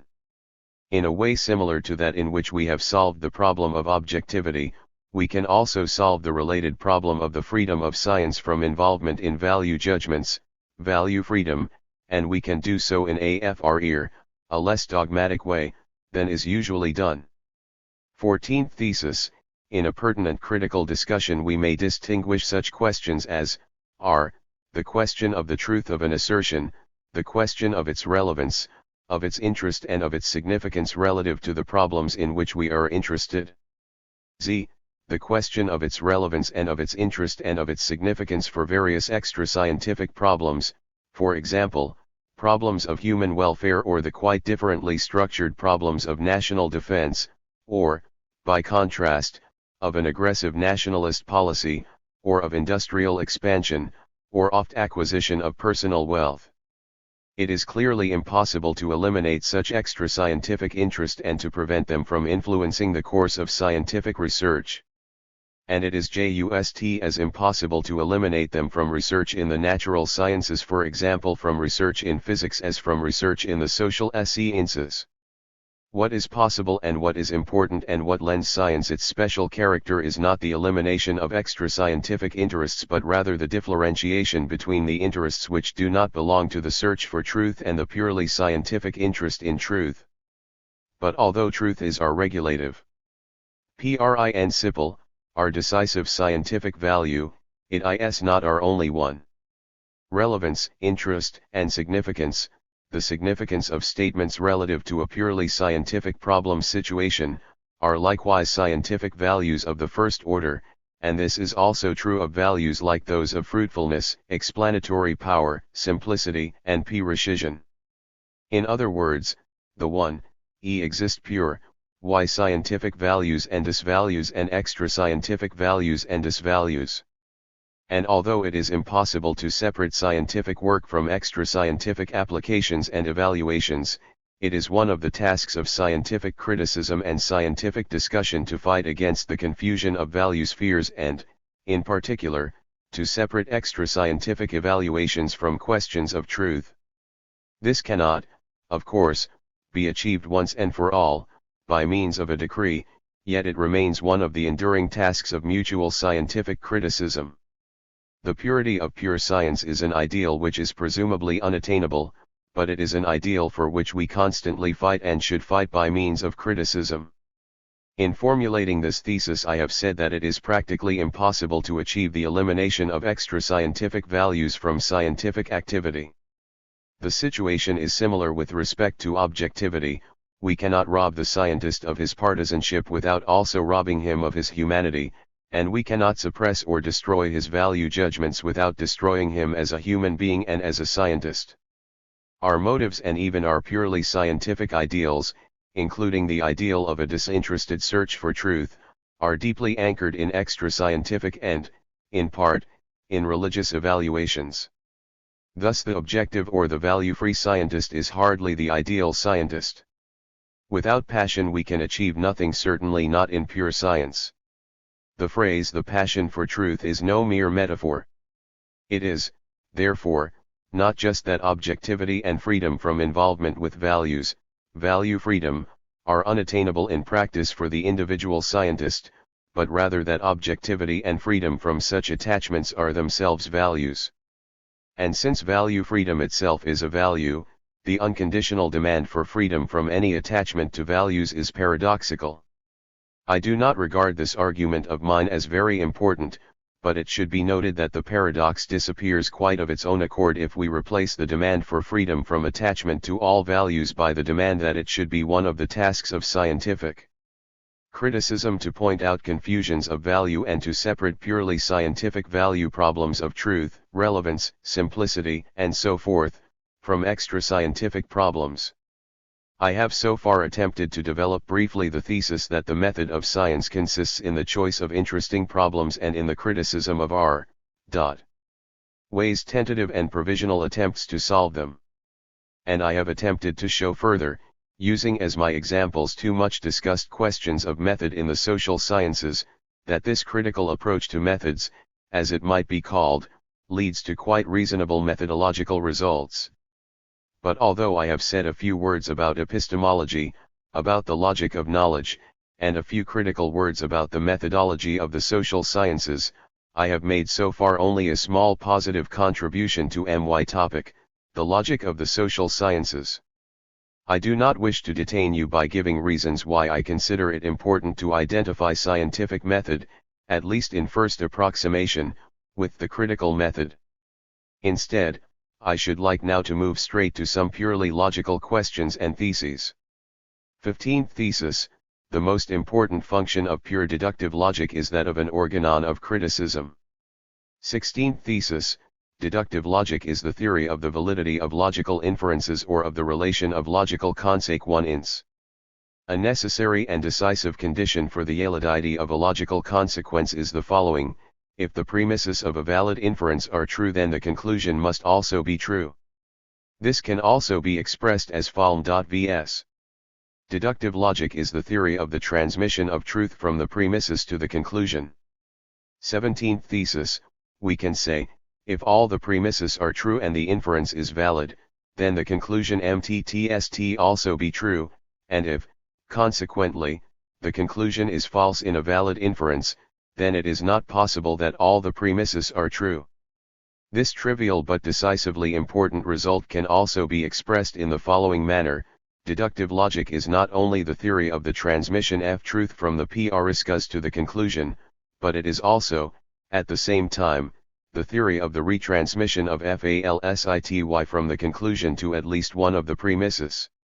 18th thesis: in this way deductive logic becomes the theory of rational criticism. For all rational criticism takes the form of an attempt to show that unacceptable conclusions can be derived from the assertion we are trying to criticize. If we are successful in deriving, logically, unacceptable conclusions from an assertion, then the assertion may be taken to be refuted. 19th thesis: in the sciences we work with theories, that is to say, with deductive systems. There are two reasons for this. First, A theory or a deductive system is an attempt at explanation, and consequently an attempt to solve a scientific problem, a problem of explanation. Secondly, a theory, that is, a deductive system, can be criticized rationally through its consequences. It is, then, a tentative solution which is subject to rational criticism. So much for formal logic as the organon of criticism. Two fundamental ideas which I have used here require a brief elucidation: the idea of truth and the idea of explanation. 20th thesis: the concept of truth is indispensable for the critical approach developed here. What we criticize is, precisely, the claim that a theory is true. What we attempt to demonstrate as critics of a theory is, clearly, that this claim is unfounded, that it is false. The important methodological idea that we can learn from mistakes cannot be understood without the regulative idea of truth. Any mistake simply consists in a failure to live up to the standard of objective truth, which is our regulative idea. We term a proposition true if it corresponds to the facts, or if things are as described by the proposition. This is what is called the absolute or objective concept of truth, which each of us constantly uses. The successful rehabilitation of this absolute concept of truth is one of the most important results of modern logic. This remark hints at the fact that the concept of truth had been undermined. Indeed, this was the driving force which produced the dominant relativistic ideologies of our time. This is the reason why I am inclined to describe the rehabilitation of the concept of truth by the logician and mathematician Alfred Tarski as the philosophically most important result of mathematical logic. I cannot of course discuss this result here. I can merely say quite dogmatically that Tarski succeeded, in the simplest and most convincing manner, in explaining wherein the agreement of a statement with the facts lies. But this was precisely the task whose apparently hopeless difficulty led to sceptical relativism with social consequences which I do not need to spell out here. The second concept which I have used and which may require elucidation is the idea of explanation, or, more precisely, the idea of a capsule explanation. A purely theoretical problem, a problem of pure science, always consists in the task of ending an explanation, the explanation of a fact or of a phenomenon or of a remarkable regularity or of a remarkable exception from a rule. That which we hope to explain can be called the explicandum. The tentative solution of the problem, that is, the explanation, always consists of a theory, a deductive system, which permits us to explain the explicandum by connecting it logically with other facts, the so-called initial conditions. A completely explicit explanation always consists in pointing out the logical derivation, or the derivability, of the explicandum from the theory strengthened by some initial conditions. Thus the basic logical schema of every explanation consists of a logical, deductive inference whose premises consist of a theory and some initial conditions and whose conclusion is the explicandum. This basic schema has a remarkable number of applications. One can point out with its aid, for example, the distinction between an ad hoc hypothesis and an independently testable hypothesis. Further, and this might be of more interest to you, one can analyze logically, in a simple manner, the distinction between theoretical problems, historical problems, and problems of applied science. Another result is that the famous distinction between theoretical or nomothetic and historical or ideographic sciences can be logically justified, provided one understands here under the tense science not merely natural science, as in English, but any attempt to solve a definite, logically distinguishable, set of problems. So much for the elucidation of the logical concepts which I have employed so far. The two concepts under discussion, that of truth, and that of explanation, make possible the logical analysis of further concepts which are perhaps even more important for the logic of knowledge or methodology. The first of these concepts is that of approximation to the truth, and the second that of the exp anator_yp01 ver, or the explanator_y content of a theory.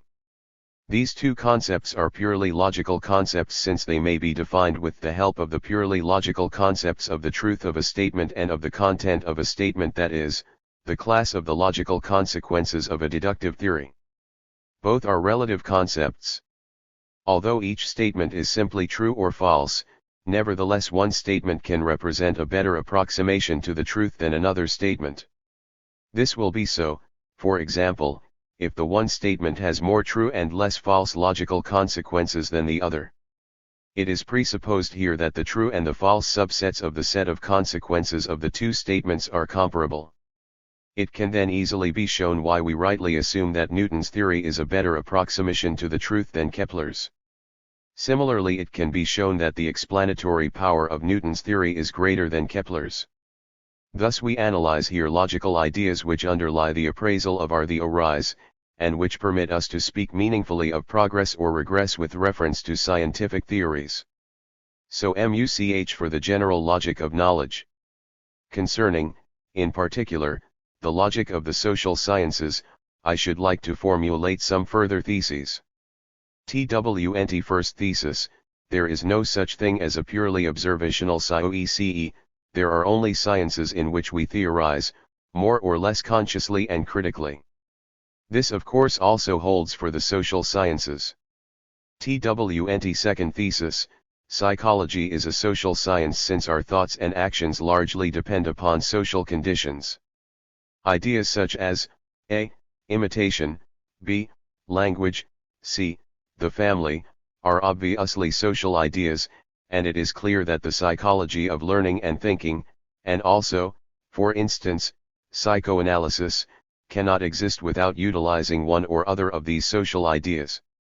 Thus psychology presupposes social ideas, which shows that it is impossible to explain society exclusively in psychological terms, or to reduce it to psychology. Thus we cannot look upon psychology as the basis of the social sciences. What we cannot, in principle, explain psychologically, and what we must presuppose in every psychological explanation, is man's social environment. The task of describing the social environment, that is, with the help of explanatory theories since as stated before theory-free descriptions do not exist, is the fundamental task of social science. It might well be appropriate to allot this task to sociology. I therefore assume this in what follows. 23rd thesis, sociology is autonomous in the sense that, to a considerable extent, it can and must make itself independent of psychology.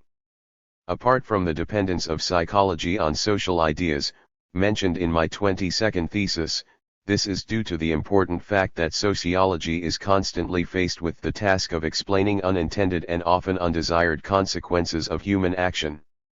An example, competition is a social phenomenon which is usually undesirable for the competitors, but which can and must be explained as a, usually inevitable, unintended consequence of, conscious and planned, actions of the competitors. Thus even though we may be able to explain psychologically some of the actions of the competitors, the social phenomenon of competition is a psychologically inexplicable consequence of these actions. TWNT thesis, but sociology is also autonomous in a second sense, that is, we cannot reduce to psychology what has often been termed verstehen sociology, the sociology of objective understanding. TWNT fifth thesis, the logical investigation of economics culminates in a result which can be applied to all social sciences. This result shows /vs that there exists a purely objective method in the social sciences which may well be called the method of objective understanding, or situational logic. A social science orientated towards objective understanding or situational logic can be developed independently of all subjective or psychological ideas. Its method consists in analyzing the social situation of acting men sufficiently to explain the action with the help of the situation, without any further help from psychology. Objective understanding consists in realizing that the action was objectively appropriate to the situation.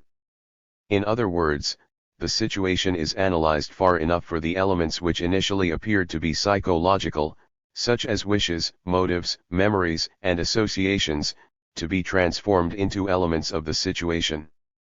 The man with certain wishes therefore becomes a MADW whose situation may be characterized by the fact that he pursues certain objective aims, and a man with certain memories or associations becomes a man.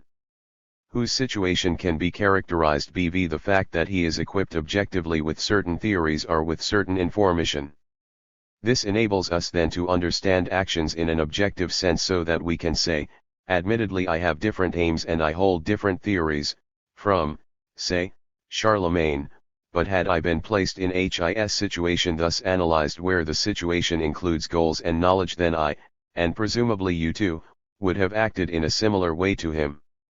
The method of situational analysis is certainly an individualistic method, and yet it is certainly not a psychological one, for it excludes, in principle, all psychological elements and replaces them with objective situational elements. I usually call it the logic of the situation or situational logic. TWNT sixth thesis, the explanations of situational logic described here are rational, theoretical reconstructions. They are oversimplified and overschematized and consequently in general false. Nevertheless, they can possess a considerable truth content and they can, in the strictly logical sense, be good approximations to the truth, and better than certain other testable explanations. In this sense, the logical concept of approximation to the truth is indispensable for a social science using the method of situational analysis. Above all, however, situational analysis is rational, empirically criticizable, and capable of improvement. For we may, for instance, find a letter which shows that the knowledge at the disposal of Charlemagne was different from what we assumed in our analysis. By contrast, psychological or characterological hypotheses are hardly ever criticizable by rational arguments. 27th thesis, in general, situational logic assumes a physical world in which we act.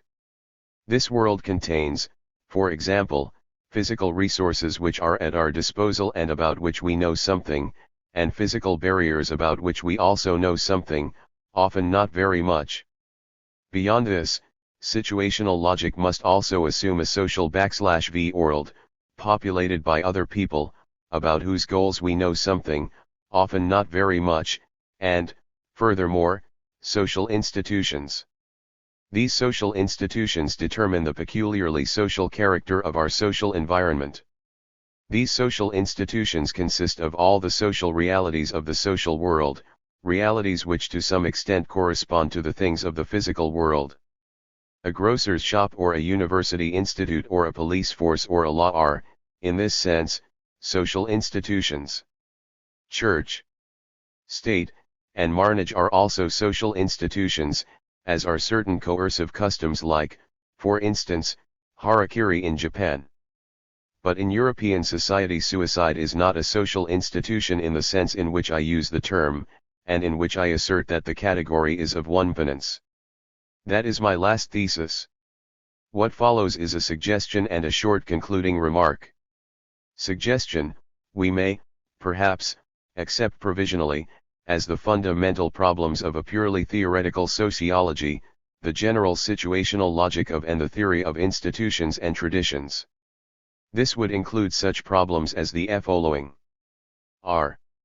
Institutions do not act, rather, only individuals act, in or for or through institutions. The general situational logic of these actions will be the theory of the quasi-actions of institutions. 2. We might construct a theory of intended or unintended institutional consequences of purposive action. This could also lead to a theory of the creation and development of institutions. Finally, a further comment. I believe that epistemology is important not only for the individual sciences but also for philosophy, and that the religious and philosophical uneasiness of our time, which surely concerns us all, is, to a considerable degree, the result of uneasiness about the philosophy of human knowledge. Nietzsche called it the European nihilism and Benda the treason of the intellectuals. I should like to characterize it as a consequence of the Socratic discovery that we know nothing, that is, that we can never justify our theories rationally.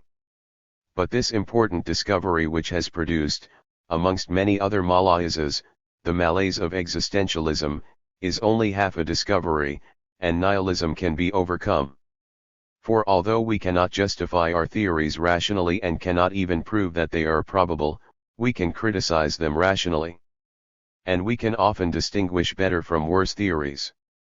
But this was known, even before Socrates, to Xenophanes, who told us asterisk. The gods did not reveal from the Bel finding, all things to us, ver in the course of time, through seeking we may learn, and know things better. Asterisk, note to the F. English edition. Cf. My Correctures and Arfutatium, PRP. The translation is mine. THEODORW. ADORNO. On the logic of the SOCELSCIENCES. Second contribution. Generally, the discussant has to choose between behaving like a pedant or a parasite. First of all, I should like to thank Popper for freeing me from such an embarrassing situation. I can take up what he has said without having to begin with elementary matters, but also without having to adhere so closely to the text of his paper, that I would be dependent upon it. With authors of so diverse intellectual origins, this is no less astonishing than are the numerous substantive points of agreement. Often, I do not need to oppose his theses with counter-theses, but instead I can take up what he has said and attempt to reflect on it further. However, I interpret the concept of logic more broadly than Popper does. I understand this concept as the concrete mode of procedure of sociology rather than general rules of thought, of deduction. Here, I do not wish to touch upon the problems of the latter in sociology. Instead, I shall commence with Popper's distinction between the abundance of knowledge and boundless ignorance.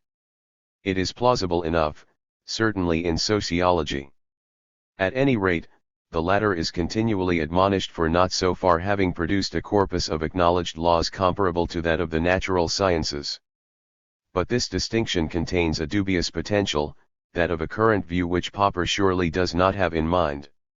According to this view, sociology, on account of its conspicuous retardedness in relation to the exact sciences, should initially content itself with collecting facts and elucidating methods before it raises the claim to reliable and, at the same time, relevant knowledge. Theoretical reflections on society and its structure are then frequently tabooed as an impermissible anticipation of the future. But if one views sociology as beginning with Saint Simon rather than with its godfather Comte, then it is more than 160 years old.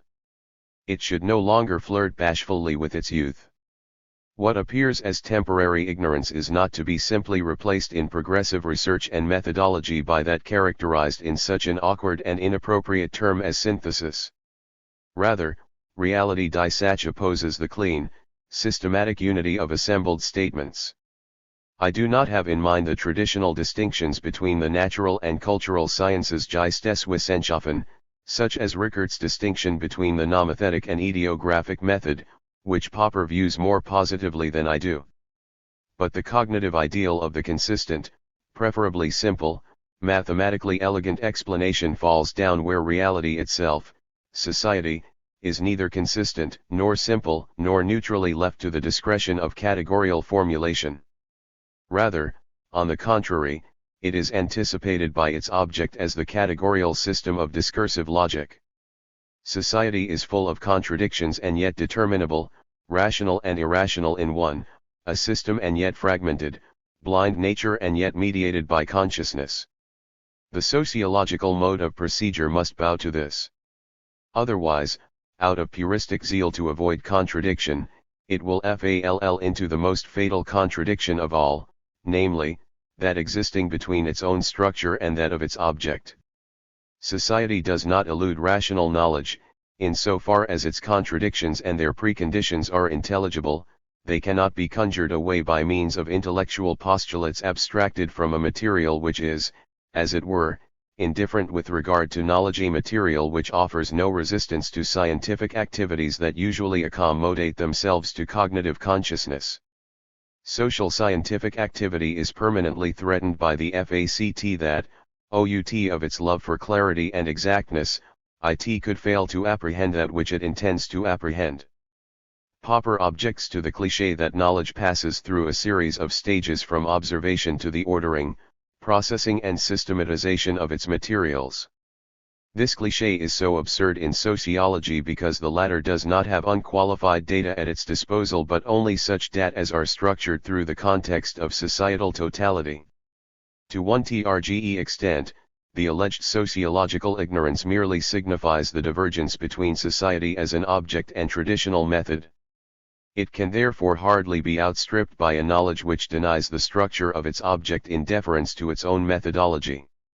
On the other hand, however, and undoubtedly Popper would also concede this, the usual empirical asceticism with regard to theory cannot be sustained without the anticipation of that structural moment of the whole, which in individual observations can hardly ever be adequately realized. No individual observation would find its relative place. This is not to advocate anything similar to the tendency in cultural anthropology to superimpose upon Western civilization the centralistic and total character of some primitive societies by means of a selected coordinate system. One may even cherish as few illusions as I do about its gravitation towards total forms and about the decline of the individual, but the differences between a pre- and post-individual society are still decisive. In the democratically governed countries of industrial societies, totality is a category of mediation, not one of immediate domination and subjugation. This implies that in industrial market societies by no means everything pertaining to society can simply be deduced from its principle. Such societies contain within themselves countless non-capitalist enclaves. At issue here is whether, in order to perpetuate itself under the present relations of production, it necessarily needs such enclaves as that of the family. Their specific irrationality complements, as it were, that of the structure as a whole. Societal totality does not lead a life of its own over and above that which it unites and of which it, in its turn, is composed. It produces and reproduces itself through its individual moments. Many of these moments preserve a relative independence which primitive total societies either do not know or do not tolerate. This totality can no more be detached from life, from the cooperation and the antagonism of its elements than can an element be understood merely as it functions without insight into the whole which has its source wesson in the motion of the individual himself. System and individual entity are reciprocal and can only be apprehended in their reciprocity. Even those enclaves, survivals from previous societies, the favorites of a sociology which desires to unburden itself of the concept of society as it might of an all too spectacular philosophy, become what they are only in relation to the dominant totality from which they deviate. This is presumably underestimated in the present most popular sociological conception, that of middle-range theory. In opposition to the view held since Kant, Popper advocates the priority of problems, of the tension between knowledge and ignorance. I am in agreement with every criticism Popper makes. The false transposition of natural scientific methods, the misguided and erroneous methodological naturalism or scientism. If he accuses his social anthropologist of extracting himself from the problem of truth or falsehood by means of the allegedly greater objective /ity of someone who observes social phenomena from outside, then this is surely good Hegel. In the preface to the Phenomenology of Leibniz, Hegel scorns those who only stand above things because they do not stand amidst things. I hope that Koenig will not chide me and will not criticize the discussion with Popper for being philosophy and not sociology. It seems to me worth mentioning that a scholar, for whom dialectics is anathema, finds himself reduced to formulations which reside in dialectical thought. Moreover, the problems of social anthropology examined by Popper are presumably closely associated with a method rendered independent of reality.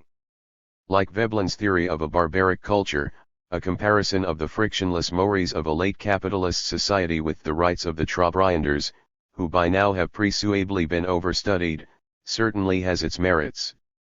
Yet the alleged freedom in the choice of a system of coordinates is transformed into a falsification of the object, since for every member of the modern state the fact that he belongs to the latter's economic system means, in real terms, far more than the finest analogies with totem and taboo. In my agreement with Popper's critique of scientism, and with his thesis concerning the primacy of the problem, I must perhaps go further than he would approve. For the object of sociology itself, society, which keeps itself and its members alive but simultaneously threatens them with ruin, is a problem in an emphatic sense. This means, however, that the problems of sociology do not constantly arise through the discovery that something is not in order with our supposed knowledge. From the discovery of an apparent contradiction between our supposed knowledge and the facts. The contradiction must not, as Popper at least presumes here, be a merely supposed contradiction between subject and object, which would have to be imputed to the subject alone as a deficiency of Judge FNNT. Instead, the contradiction can, in very real terms, have its place in reality and can in no way be removed by increased knowledge and clearer formulation. The oldest sociological model of such a contradiction which necessarily develops in reality is the now famous section 243 in Hegel's philosophy of right. The amassing of wealth is intensified. By generalizing, a. the linkage of men by their needs, and b. the methods of preparing and distributing the means to satisfy these needs, because it is from this double process of generalization that the largest profits are derived. That is one side of the picture. The other side is the subdivision and restriction of particular jobs. This results in the dependence and distress of the class tied to work of that sort. One, it would be easy to accuse me of equivocation, namely, that for Popper a problem is something merely epistemological and for me, at the same time, it is something practical in the last instance, even a problematic condition of the world. But we are concerned here with the legitimacy of precisely this distinction. One would fetishize science if one radically separated its immanent problems from the real ones, which are weakly reflected in its formalisms. No doctrine of logical absolutism, Tarski's no more than formerly Husserl's, would be in a position to decree that the facts obey logical principles which derive their claim to validity from a purgation of all that pertains to reality. I must content myself with a reference to the critique of logical absolutism in 1v8 Hahidic der Erkenntnis Theory 2, which is there associated with a critique of sociological relativism, in which respect I am in agreement with Popper. The conception of the contradictory nature of societal reality does not, however, sabotage knowledge of it and expose it to the merely fortuitous. Such knowledge is guaranteed by the possibility of grasping the contradiction as necessary and thus extending rationality to it. Methods do not rest upon methodological ideals but rather upon reality. Popper implicitly acknowledges this in the thesis concerning the priority of the problem.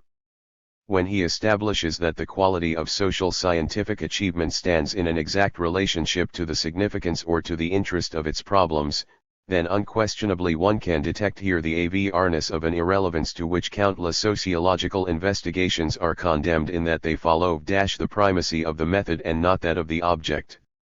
They either wish to develop methods further for their own sake or, from the outset, they so select objects that they can be treated with already available methods.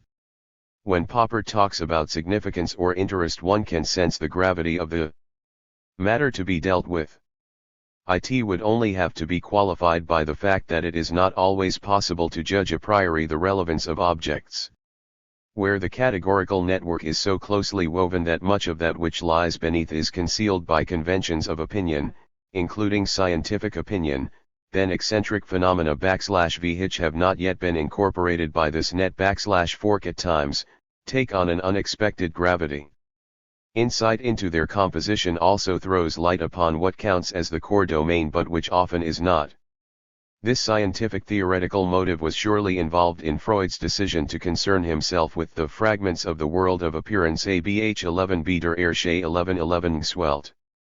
Similarly, it proved to be fruitful in Simmel's sociology when, mistrustful of the systematic totality, he immersed himself in such social specifics as the stranger or the actor.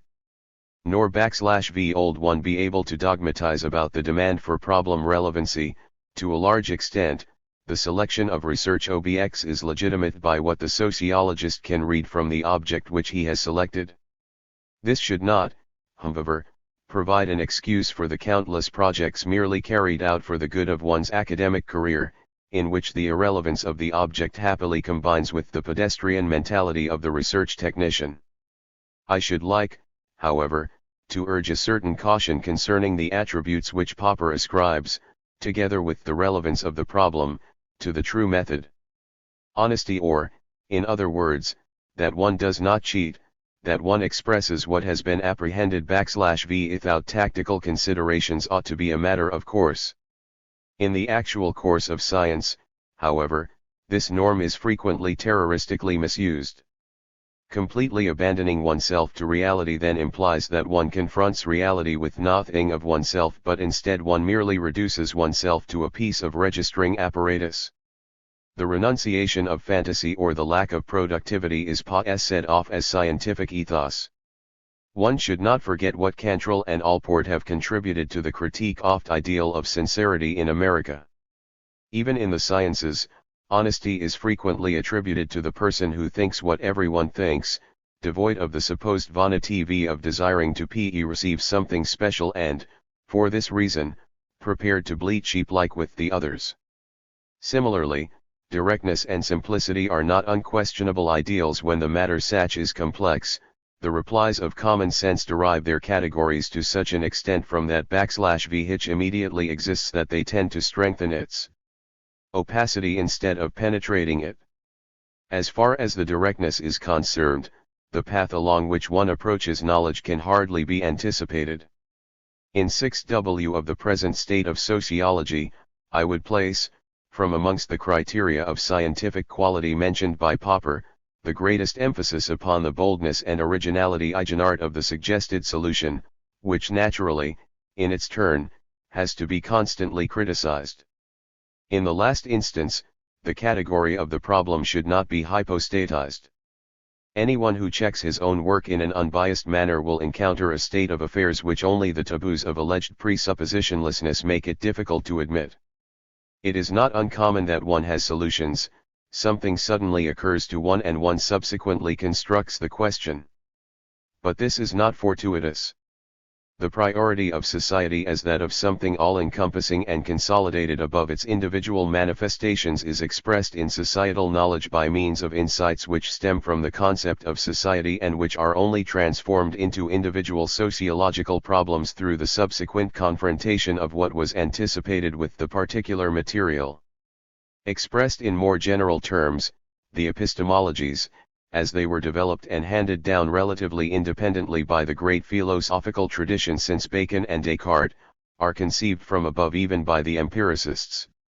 They have frequently remained inappropriate to the living tradition of knowledge, they have trimmed the latter in accordance with a conception of science, as an inductive or deductive continuum, which is alien and external to this living tradition. By no means the last of the necessary tasks of epistemology, and Bergson sensed this would be to reflect upon the actual process of cognition instead of describing in advance the cognitive achievement in accordance with a logical or scientific model to which, in truth, productive knowledge in no way corresponds. In Popper's categorical framework, the concept of a problem is associated with that of a solution. Solutions are to be suggested and criticized. With the key nature of criticism, a decisive point is reached in opposition to the primitive doctrine of observation, a doctrine estranged from knowledge. Sociological knowledge is, indeed, criticism. But crucial nuances are involved here, such as how the decisive distinctions between scientific positions are often more likely to be found in the nuance than they are to be expressed in grandiose concepts expressive of a view of life Yvelton charme. According to Popper, if an attempted solution is not accessible to fatal criticism, then it will be excluded as unscientific for this reason, even if, perhaps, only temporarily. Is, to say the least, ambiguous. If such criticism implies reduction to so-called facts, the complete redemption of thought through what is observed, then this desideratum would reduce thought to hypothesis and would rob sociology of that moment of anticipation which essentially belongs to it. There are sociological theorems which, as insights into the mechanisms of society which operate behind the facade, in principle, even for societal reasons, contradict appearances to such an extent that they cannot be adequately criticized through the latter. Criticism of them is incumbent upon systematic theory, upon further reflection, but not, for instance, upon the confrontation with protocol statements. Popper, incidentally, does not formulate it this way either. For this reason, facts in society are not the last thing to which knowledge might attach itself, since they themselves are mediated through society. Not all theorems are hypotheses, theory is the telos, not the vehicle of sociology. One could also enlarge upon the equation of criticism and the attempt at refutation. Refutation is only fruitful as immanent criticism. Hegel already knew that. The second volume of the larger Logic provides statements on the judgment of the notion \v which must simultaneously outweigh most of \v hat has been proclaimed about values since then. The predicates good, bad, true, beautiful, correct, etc. express that the thing is measured against its universal notion as the simply presupposed ought to be and is, or is not, in agreement with it. 3. Viewed from without, everything and nothing is refutable. Skepticism is appropriate in discussion. It testifies to a confidence in organized science as an instance of truth confronted with which the sociologist should show reserve. In the face of scientific thought control, whose preconditions sociology itself names, it is particularly important that Popper grants the category of criticism a central position. The critical impulse is at one with the resistance to the rigid conformity of each dominant opinion. This motive also occurs in Popper. In his 12th thesis, he strictly equates scientific objectivity with the critical tradition which, despite resistance, often makes it possible to criticize a dominant dogma. Like Dewey and previously Hegel, he appeals for open, unfixed, unreified thought. An experimental, to say a playful, moment is unavoidable in such thought. Would hesitate, however, both to equate it simply with the concept of attempted solution and even to adopt the renaxim of trial and error. In the climate from which the latter stems, the phrase attempted solution is ambiguous. It is precisely this phrase which carries with it natural scientific associations and is directed against the independence of every thought which cannot be tested. But only thoughts and, in the last instance, the essential ones recoil from tests, and yet they have a truth content. Popper agrees even with this. Probably no experiment could convincingly demonstrate the dependence of each social phenomenon on the totality, for the whole which preforms the tangible phenomena can never itself be reduced to particular experimental arrangements. Nevertheless, the dependence of that which can be socially observed upon the total structure is, in reality, more valid than any findings which can be irrefutably verified in the particular, and this dependence is anything but a mere figment of the imagination. If, in the last analysis, one does not wish to confuse sociology with natural scientific models, then the concept of the experiment must also extend to the thought which, satiated with the force of experience, is projected beyond the latter in order to comprehend it. In sociology, in contrast to the situation in psychology, experiments in the narrower sense are, in any case, mainly unproductive. The speculative moment is not a necessity of societal knowledge but is, rather, an indispensable moment of it, even though idealist philosophy, which once glorified speculation, may be a thing of the past. To the above, one might add that criticism and the solution can in no way be separated from one another. Solutions are at times primary and direct, they instigate the criticism through which they are mediated in order to advance the process of knowledge. Above all, however, the construct FZGTTR of criticism, if it fulfills its latent possibilities, can, conversely, already imply the solution. The latter hardly ever appears from without. It was to this that the philosophical concept of determinate negation referred, a concept which is in no way alien to Popper, although he is in no way enamored of Hegel. Insofar as he identifies the objectivity of science with the critical method, he raises the latter to the organon of truth. No dialectician today would demand more. From this, however, I would draw a consequence which is not mentioned in Popper's paper, and I am not sure whether he would accept it. He calls his standpoint, in a very unkantian sense, the critical approach kritistisch. Yet, If one takes the dependency of the method upon reality such as seriously as is inherent in some of Popper's definitions, such as in that of relevance and interest as measures for societal knowledge, then the critical work of sociology could not be restricted to self-criticism, to reflection upon its statements, theorems, conceptual apparatus, and methods. It is, at the same time, a critique of the object upon which, in fact, all these subjectively localized moments are dependent subjectively, that is, in the sense of subjects united for the purpose of organized science. No matter how instrumentally the moments of the mode of procedure are defined, their adequacy for the object is still always demanded, even if this is concealed. Procedures are unproductive when they are lacking in such adequacy. In the method, the object such must be treated in accord with its significance and importance, otherwise even the most polished one. Method is bad. This involves no less than that, in the very form of the theory, that of the object must appear. The content of the theorem which is to be criticized, decides when the critique of sociological categories is only that of the method, and when the discrepancy between concept and object is to the latter's detriment, since it claims to be that which it is not. The critical path is not merely formal but also material. If its concepts are to be true, critical sociology is, according to its own idea, necessarily also a critique of society, as Horkheimer developed it in his work on traditional and critical theory. Kant's critical philosophy also contains something of this. The arguments he advanced against scientific judgments on God, freedom, and immortality were in opposition to a situation in which, long after these ideas had lost their theological binding force, people endeavored to preserve them for rationality by surreptitious means. The Kantian term, subreption, confronts the apologist's lie in its intellectual error. Critical philosophy criticismus was militant enlightenment. The critical impulse, however, which halts before reality and is satisfied with work in itself, would, IRIC. M.P. Arison, hardly be an advanced form of enlightenment. By curtailing the motives of enlightenment, it would itself also be retarded, as is so convincingly demonstrated by the comparison of administrative research with critical theories of societies. It is time that sociology resisted such atrophy which is entrenched behind the intangible method. 4. Knowledge lives in relation to that which it is not, in relation to its other.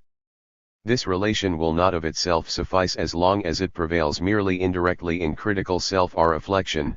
It must become a critique of the sociological object.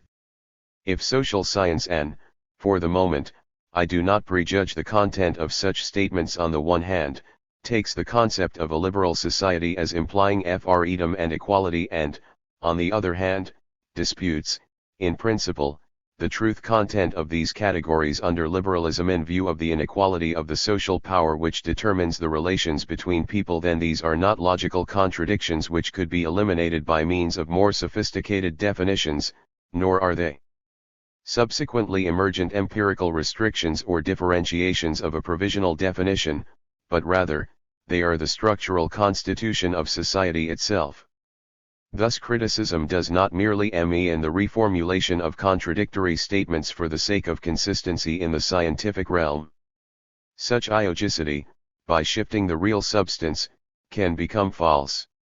I should like to add that this change in approach likewise affects the conceptual means of sociological knowledge. A critical theory of society guides the permanent self-criticism of sociological knowledge into another dimension. I would simply recall what I implied about NAVE trust in organized social science as a guarantor of truth. But all this presupposes the distinction between truth and falsehood to which Popper so strictly adheres. As a critic of sceptical relativism, he argues polemically against the sociology of knowledge and, in particular, against that of Pareto and Mannheim just as sharply as I have always done. But the so-called total concept of ideology, and the elimination of the distinction between true and untrue, does not correspond to the classical doctrine of ideologies, if one might call it that. It represents a degenerate form of the latter.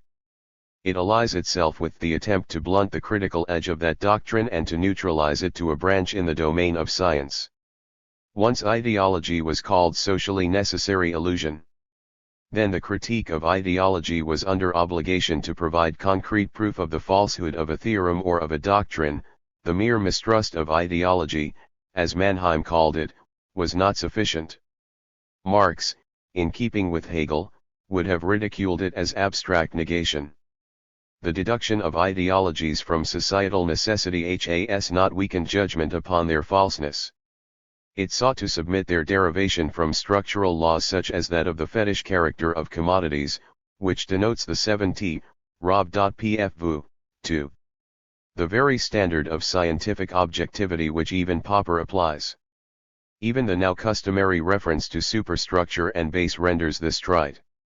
Whilst the sociology of knowledge, which disses the distinction between true and false consciousness, believes that it is advancing the cause of scientific objectivity, has, through such dissolution, reverted to a pre-Marxian conception of science, a conception which L·Yerkes understood in a full Y objective sense.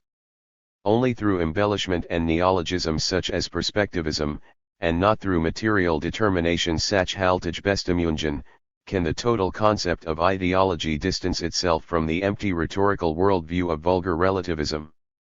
For this reason, one has the open or concealed subjectivism of the sociology of knowledge which Popper rightly denounces, and in criticizing which the great philosophical tradition is at one with concrete scientific work. The latter has never seriously allowed itself to be misled by the general stipulation of the relativity of all human knowledge.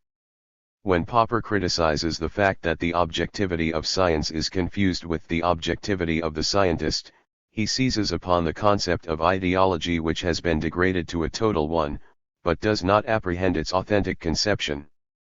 The latter implied the objective determination of false consciousness, a determination largely independent of the individual subjects, and of their much-quoted standpoints, and irrefiable in the analysis of the social structure, a notion, incidentally, which dates back to Helvetius, if not to Bacon. The zealous concern for the standpoint-boundedness Standardgebundenheit of individual thinkers emanates from the powerlessness to hold fast the insight gained into the objective distortion of truth. It has little to do with the thinkers and nothing at all with their psychology. In short, I am in agreement with Popper's critique of the sociology of knowledge, but it also is the undiluted doctrine of ideology. Popper, like Max Weber before him in his famous essay, connects the question of social scientific objectivity with that of value freedom. It has not escaped him that this category, which has been dogmatized in the meantime and whit comes to terms all too well with pragmatistic scientific activity, must be thought out anew. The disjunction between objectivity and value is not so secure as it seems in Max Weber's writings. In his texts, it is, however, more qualified than his slogan might lead one to expect. When Popper calls the demand for unconditional value freedom paradoxical, since scientific objectivity and value freedom are themselves values, this insight is hardly as unimportant as Popper regards it. One might draw philosophical scientific consequences from it. Popper underlines the fact that the scientist's evaluations could be prohibited or destroyed without destroying him as a human being and also as a scientist. This, however, is to say more than merely something about the practice of knowledge, destroying him as a scientist involves the objective concept of science as such. The separation of evaluative and value-free behavior is false insofar as value, and thus value freedom, are reifications, correct, insofar as the behavior of the mind cannot extricate itself at will from the state of reification. What is referred to as the problem of value can only be constituted in a phase in which means and ends are split asunder for the sake of a frictionless domination of nature, in which the rationality of means advances with a constant or, if possible, increasing irrationality of ends. Kant and Hegel did not use the concept of value already current in political economy. Presumably it first entered philosophical terminology with Lotze. Kant's distinction between dignity and price in practical reason would be incompatible with it. The concept of value is formed in the exchange relationship, a being for the other. in a society in which every relationship has become an exchange relationship, has become fungible, and the denial of truth which Popper observes reveals the same state of affairs, this for the other has been magically transformed verhext into an in itself, into something substantial. As such, it then became false and was suited to fill the sensitive vacuum by following the caprice of dominant interests.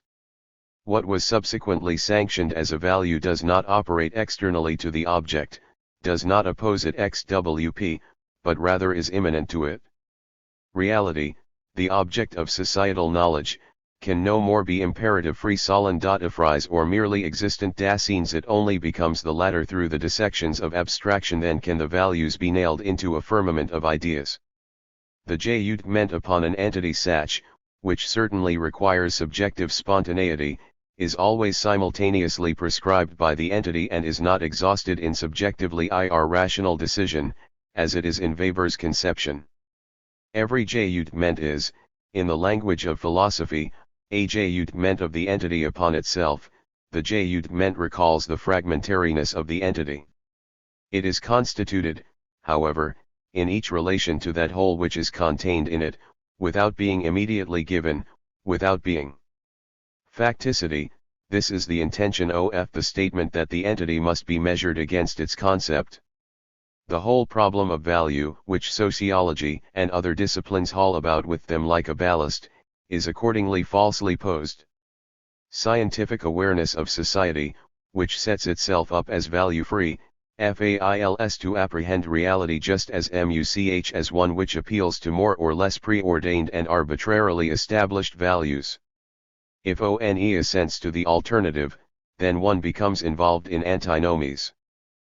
Positivism was not able to extricate itself from them. Durkheim, whose Stoicism outstripped Weber in positivist sentiments, the latter himself had his them approbandum in the Sociology of Religion, did not recognize value freedom.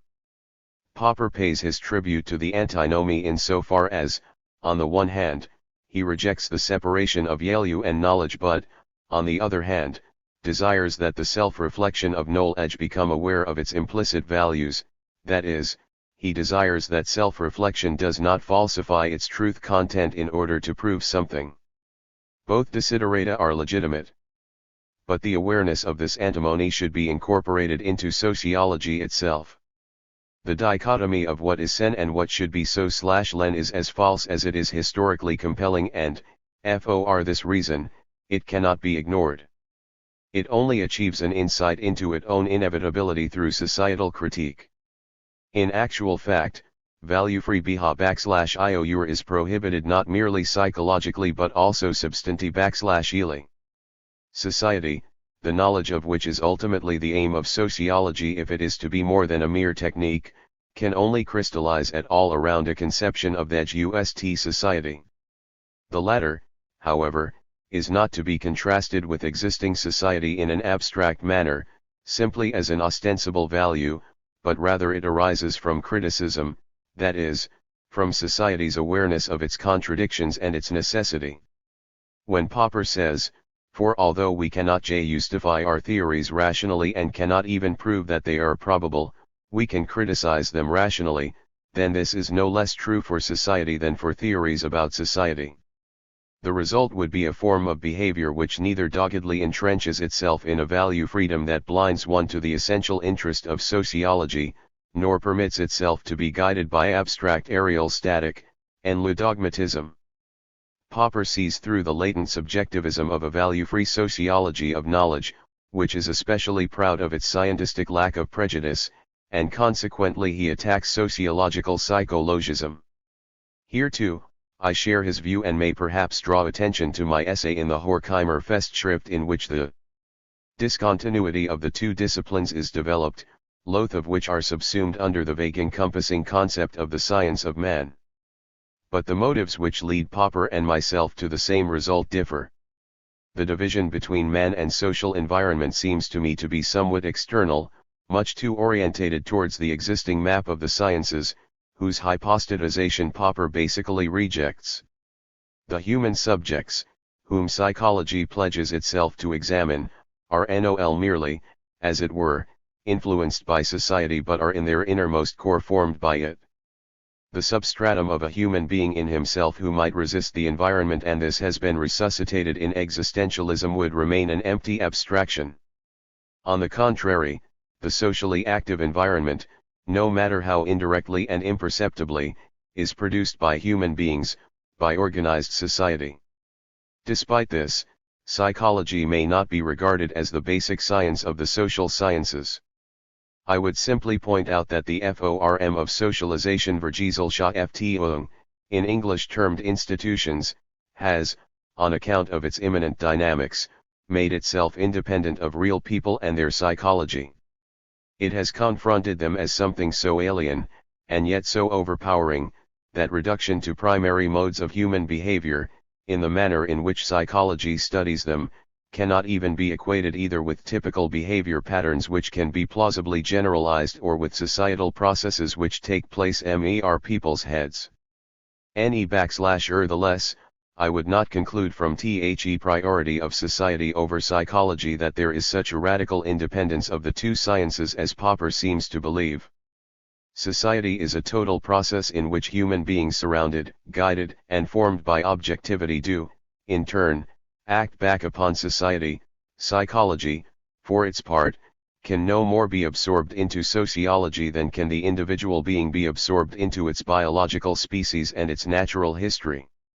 Certainly, fascism cannot be explained in social psychological terms, but the authoritarian personality has occasionally been misunderstood as just such an attempt.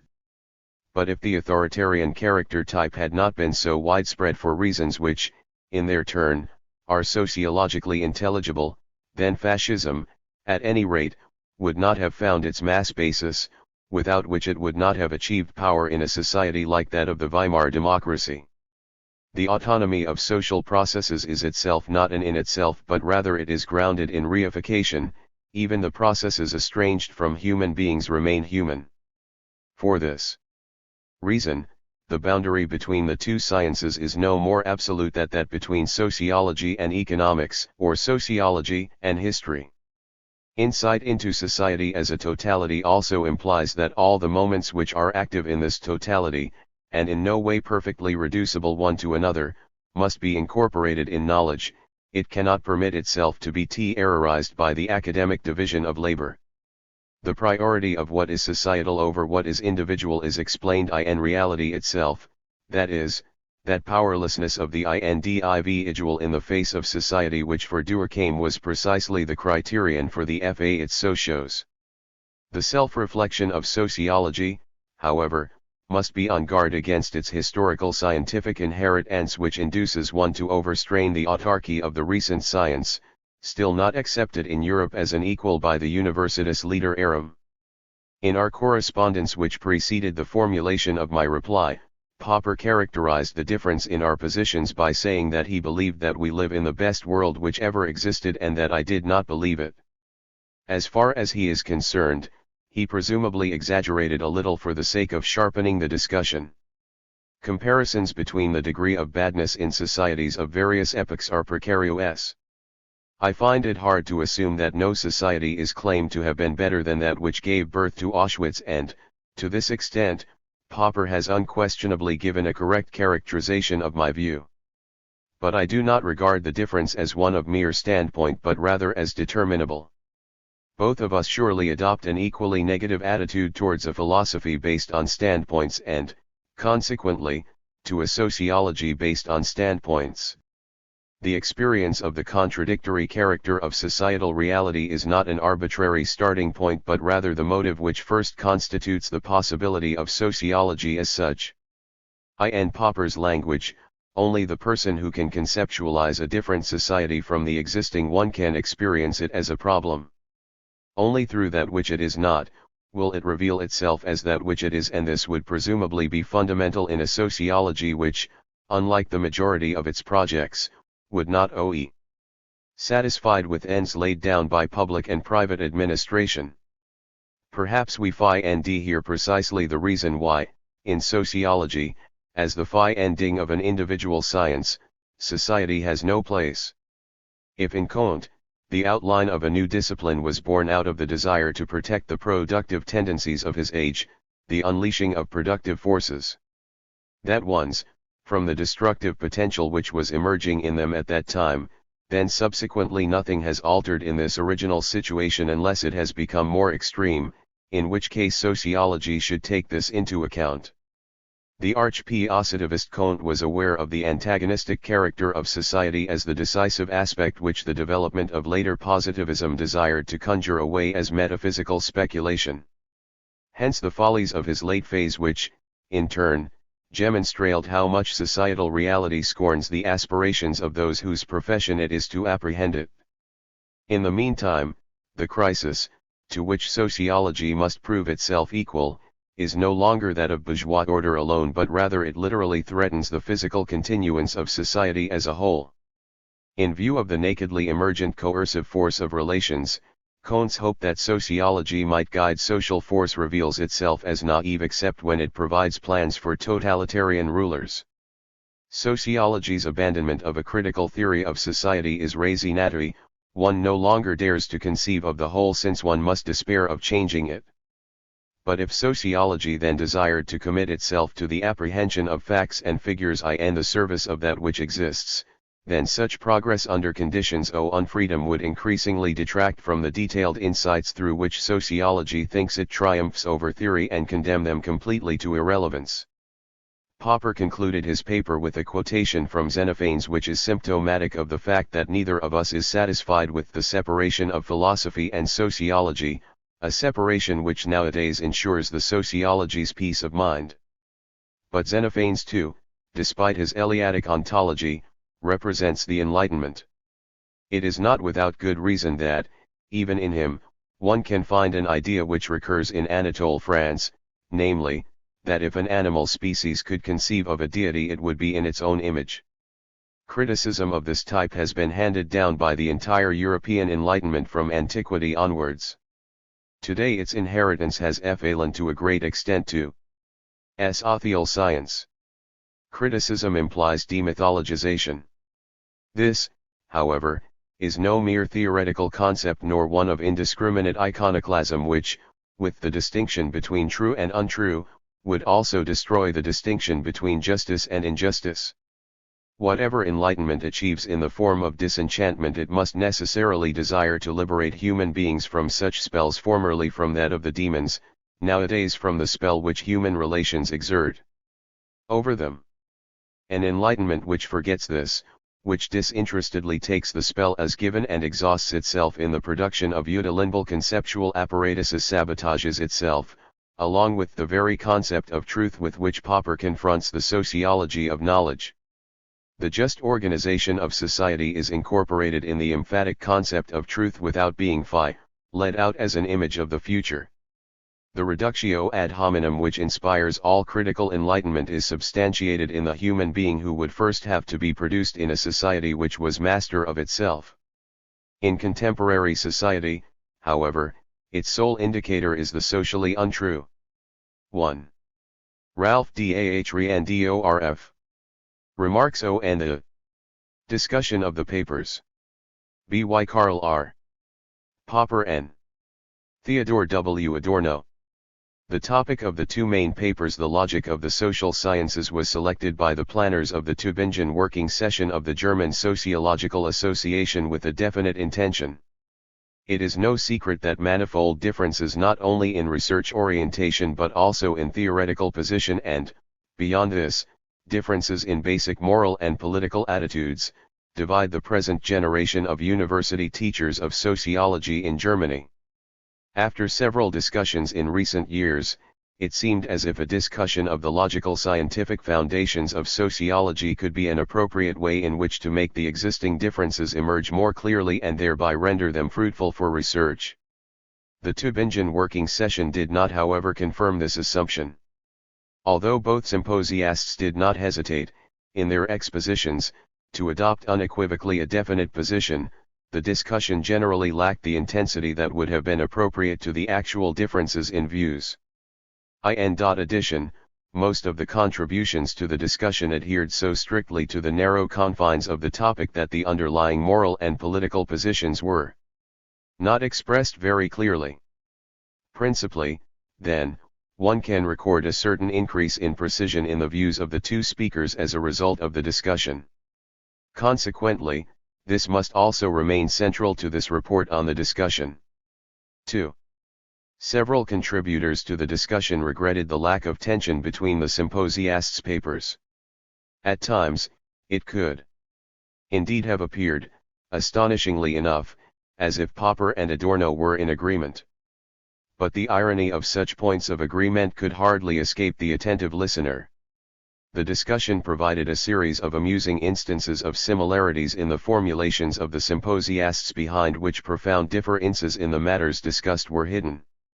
Thus, Popper and Adorno were in complete agreement that the attempt at a sharp demarcation between sociology and philosophy would have detrimental effects for both.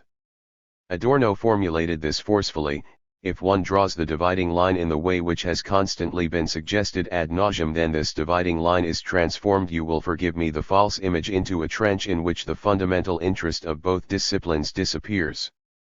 Nevertheless, the symposiasts were wise in not talking about what can or should be thought or said at the boundary of the disciplines, if such a boundary is even conceivable. But George Heinrich Weipert was surely correct in drawing attention to the extraordinary difference in the concept of philosophy held by the two symposiasts. Certainly, the shared preference of the two symposiasts for the category of criticism, which Peter Lujazy commented upon in the discussion, was just as superficial. Criticism, or more precisely, a critical theory of society, means for Adorno the unfolding of the contradictions of reality through their apprehension erkenness. One is tempted to examine this concept of a critical theory which, in the Kantian sense, is, at least potentially, thoroughly dogmatic in its derivation from the critique of the left Hegelians. For Popper, on the other hand, the category of criticism is completely lacking in definite content. It is a pure mechanism of the provisional confirmation of general scientific statements. We cannot ground our assertions, we can only expose them to criticism. Points of agreement and dissension in the views of the two symposiasts on the logic of science emerged with particular force in the question of the distinction between the natural and human sciences. Neither Popper nor Adorno are inclined to adhere unreservedly to this distinction. In their respective lines of argument, they emphasized, however, very diverse aspects. Popper advocated the view that the traditional distinction largely rested upon a misunderstood conception of the natural sciences. If one corrected this misunderstanding, the result would be that all sciences were theoretical, namely, that they all exposed general statements to criticism. Distinctions between domains of science could therefore only be those of degree, and of historical development, that is, these distinctions are in principle transcendable. Adorno, on the other hand, drew attention to a methodic distinction of quite a different kind which he does not in fact regard as fundamental but, nevertheless, since it is determined by the object as untranscendable, in natural science we are mainly concerned with unmediated materials, that is, with materials which have not already been humanly performed, and, to this extent, we are dealing with materials which are, to a large extent, unqualified. The result is that natural science gives us, if you like, a freer choice of our categorical system than is the case in sociology, whose object is determined et in itself to such an extent that the object forces us to take up the categorical apparatus. In such formulations, the fundamental difference in the cognitive hopes and aspirations of Popper and Adorno becomes clear, a difference which permeated the entire discussion and which will be taken up again in its basic aspects below. Whilst Adorno regards it as possible to reproduce reality itself in the cognitive process and, consequently, even to apprehend and utilize a categorical apparatus inherent in the object, for Popper, knowledge is always a problematic attempt to capture reality by forcing upon it categories and, above all, theories. It is hardly necessary to mention the names of Kant and Hegel here. 3. In terms of time and subject matter, however, the discussion was dominated neither by Popper nor Adorno, but instead by a third man, conjured up by almost all participants in the discussion, but yet against whom the two symposiasts unreservedly adopted a common stance. This THIRD man was given several names by his friends and enemies alike: positive method, unmetaphysical positivism, empiricism, empirical research, and so on. Even before the discussion, Eduard Baumgarten noted certain shortcomings. These were then commented upon by Emmerich Francis, and emphasized by Leopold Rosenmayer, Weipert, and others, namely, that in both PAPERS there had actually been very little mention of the methodical problems of a sociology which, in its daily business at least, principally engages in empirical research. Weipert's formulation, directed towards Popper, can be applied to both symposiasts. Weipert claims that, contrary to the representatives of empirical research, both symposiasts possessed an extraordinarily narrow conception of the empirical and an extraordinarily broad conception of theory. For both, science largely exhausts itself in general statements, in theories, whilst systematic experience is accorded only a limited place as a corrective or as a testing instrument. Individual contributors of the discussion indicated that both symposiasts thus failed to apprehend precisely what constitutes modern sociology and what distinguishes it from the speculative early stages of the discipline. Faced with such objections, Popper and Adorno adopted a rigorous methodological position. Both characterized themselves, using Popper's term, as negativists insofar as they saw the task of the empirical as being that of critical correction. Beyond this, both repeatedly emphasized the primacy of theory in science. For Popper, this primacy results from the unambiguous connection of the theoretical and the empirical in the hypothetico-deductive method of science which he has developed in his works and presupposed in his paper. There is no observation without hypothesis. Induction is the false thesis that one can take observation as the starting point. There simply is no induction. For Adorno, the relationship of theory and empirical research is more complicated. I do not believe that one can simply bridge the divergency between the concept of a critical theory of society and empirical social research through the application of the former to the latter. From what I have characterized as the critical theory of society, there constantly arises an inscrutable number of problematic questions for empirical research which the latter, if it is simply confined to itself, could not crystallize. Here too, the primacy of theory is unambiguously asserted. Although the rigor of such a VICW is logically plausible, one must object that not all questions of scientific activity can be answered with its help. Thus both Weipert's question about the concrete research process and Rosenmayer's questions concerning an intelligible definition of the concept of theory, and of the notion of theoretical cumulation, remained unanswered.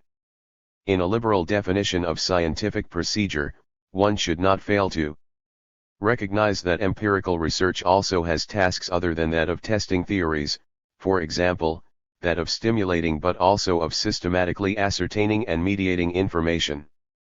But rightly, both symposiasts repeatedly emphasized that such tasks of empirical research are in no way capable of establishing a concept of sociology as a science. According to them, science remains theoretical even when the actual research activity is primarily empirical. 4. In individual contributions to the discussion, a series of subsidiary motifs were introduced which were partly taken up later and partly only mentioned once.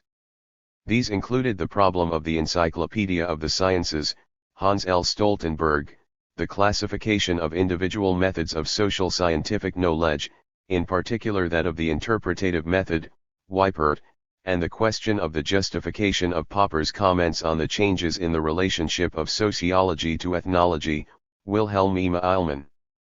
Amongst these subsidiary motifs, there was one, however, which emerged so frequently and created such apparent interest that one can assume that it represents a necessary topic of discussion within German sociology.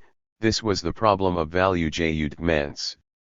A series of speakers, including Hoffmann, Eilmann, Rosenmayer, and Weipert, demanded a reappraisal of the concept of value freedom, that is, the reopening of the controversy over value judgments Urteils's trait dating from the period before the First World War.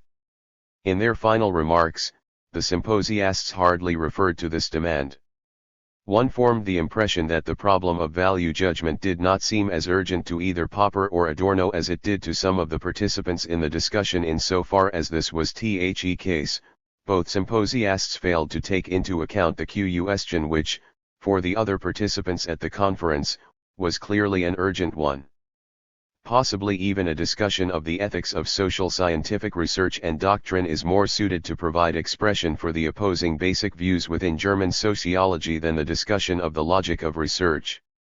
Even if the fronts have perhaps been reversed, the controversy over value judgments has forfeited little of its explosiveness in German sociology after 50 years. Even in his first comment on the discussion, Adorno characterized the relation of his expositions to those of Popper with the remark that it was not simply a question of difference in standpoint but rather that the differences were determinable. In the course of the discussion, the listener, on the other hand, was increasingly confronted with the question of whether the first statement was correct but the latter false. One would have certainly characterized the positions of the speakers quite inadequately if one were to declare them to be mere standpoints which thus exclude discussion and argument. On the other hand, the differences are obviously profound, not only as far as content is concerned but also in the type of argumentation itself, so that one must doubt whether Popper and Adorno could even agree upon a procedure with the aid of which their differences could be decided. Particularly at the close of the discussion, these differences were again very clearly expressed. Here the relationship between the two symposiasts was virtually reversed when Adorno, in answer to a question by Lodge, very openly and clearly identified the political principles of his interpretation of sociological theory and thus occasioned Popper to formulate, for his part, polemically and in political categories, the basis of his logical scientific conception. This closing dispute between the two speakers is sufficiently important to justify a somewhat more detailed reference.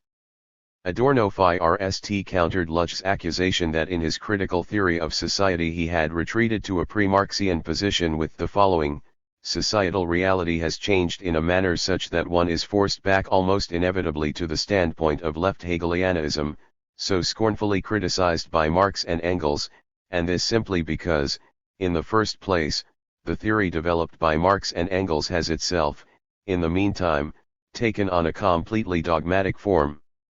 Secondly, because in this dogmatized and fossilized form of the theory, the notion of the transformation of the world has itself become an atrocious ideology which serves to justify the most wretched practice of the suppression of mankind.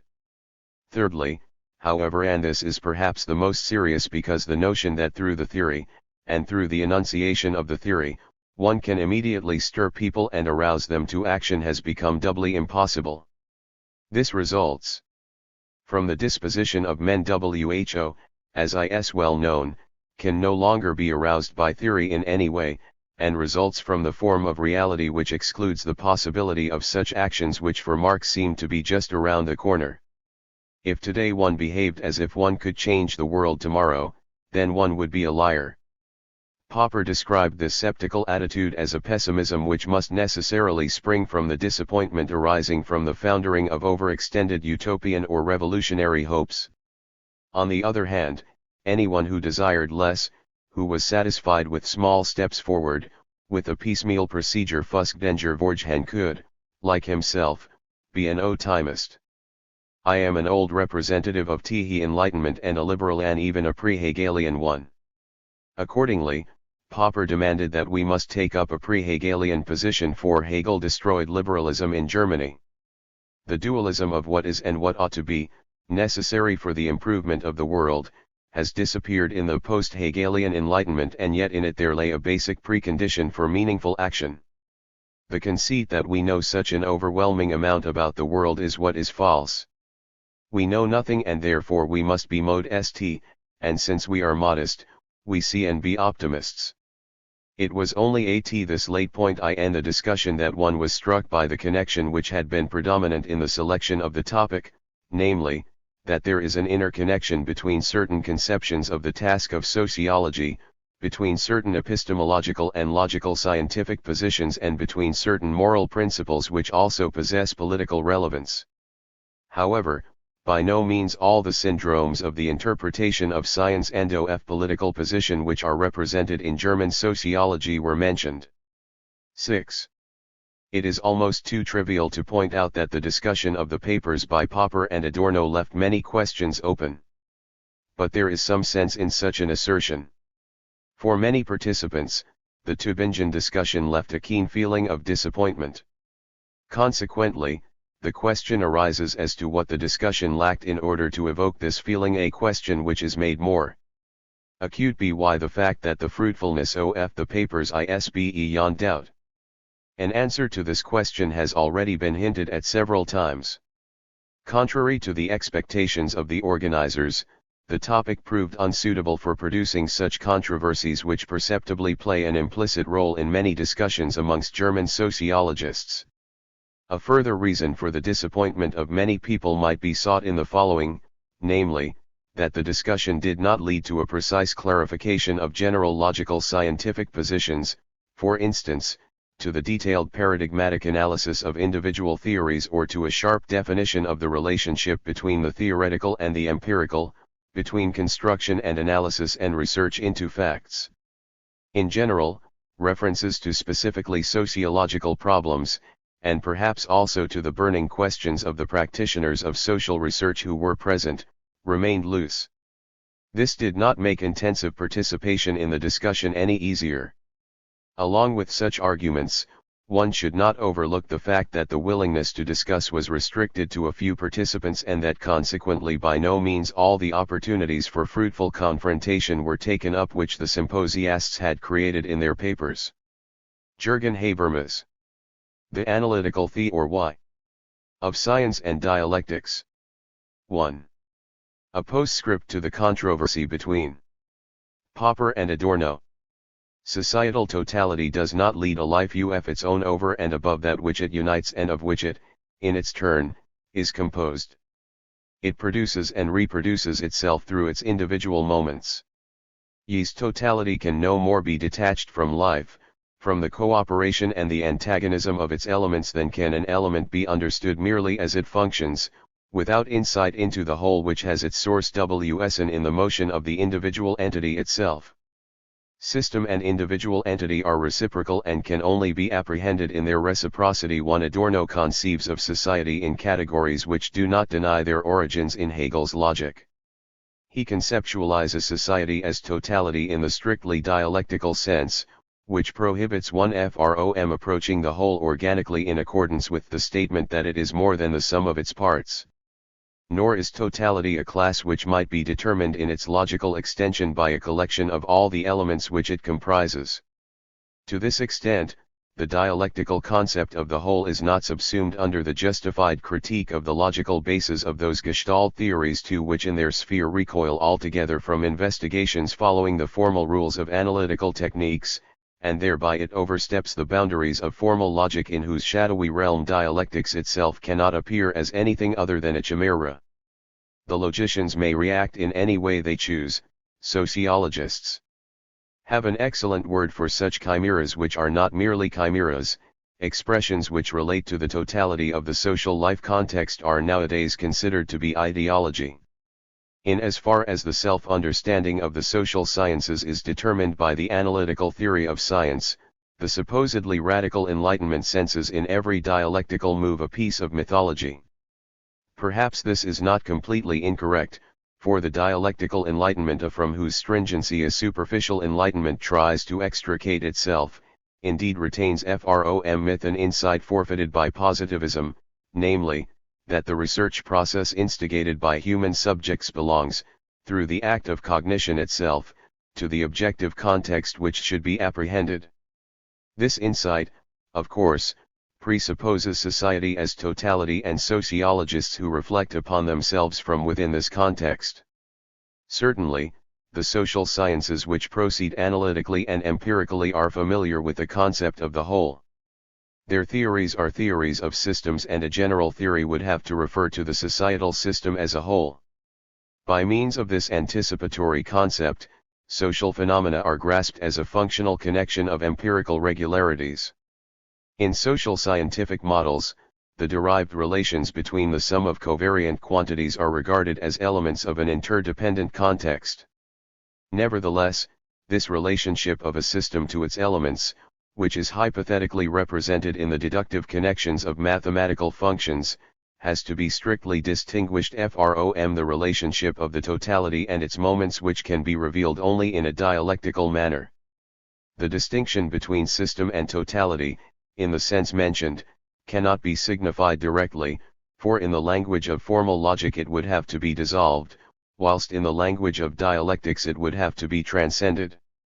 Instead of this we intend to approach, as it were, from outside the two typical forms of social science, one of which restricts itself to the use of the functionalist concept of system whilst the other insists on a dialectical concept of totality. We shall elucidate both types, first of all, by means of four characteristic distinctions. Dependent connection of functions which, for their part, are broadly interpreted as relations between variables of social behavior. The concept of system itself remains as external to the realm of experience analyzed as the theoretical statements which explicate it. The rules for analytical empirical modes of procedure contain, alongside the formal logical rules for the construction of a deductive connection of hypothetical statements, that is, a calculus utilizable in an empirical scientific manner, merely the demand that the simplified basic assumptions be chosen in such a way that they permit the derivation of empirically meaningful law-like hypotheses. At times, it is claimed that the theory must be isomorphic to its area of application, but even this manner of expression is misleading. For we know hardly anything about an ontological correspondence between scientific categories and the structures of reality. Theories are ordering schemata which we construct at will within a syntactically binding framework. They prove to be utilizable for a specific object domain if the real manifoldness of the object accommodates them. For this reason, the analytical theory of science, too, can adhere to the program of unified science. A factual agreement between the derived law-like hypotheses and empirical uniformities is, in principle, fortuitous and as such remains external to theory. Any reflection which is not satisfied with this state of affairs is inadmissible. A dialectical theory is guilty of this lack of satisfaction. It doubts whether science with regard to the world produced by men, may proceed just as indifferently as it does with such success in the exact natural sciences. The social sciences must, in advance, ensure the appropriateness of their categories for the object, because ordering schemata, which covariant quantities only accommodate by chance, fail to meet our interest in society. Certainly, the institutionally reified relations are included in the catalogue of social science models as so many empirical regularities, and certainly analytical experiential knowledge of this kind may enable us, in the knowledge of isolated dependencies, to exert a technical control over social quantities just as we do over nature.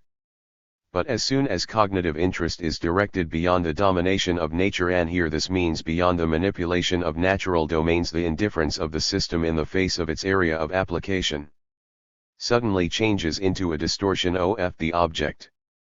The structure of the object, which has been neglected in favor of a general methodology, condemns to irrelevance the theory which it cannot penetrate.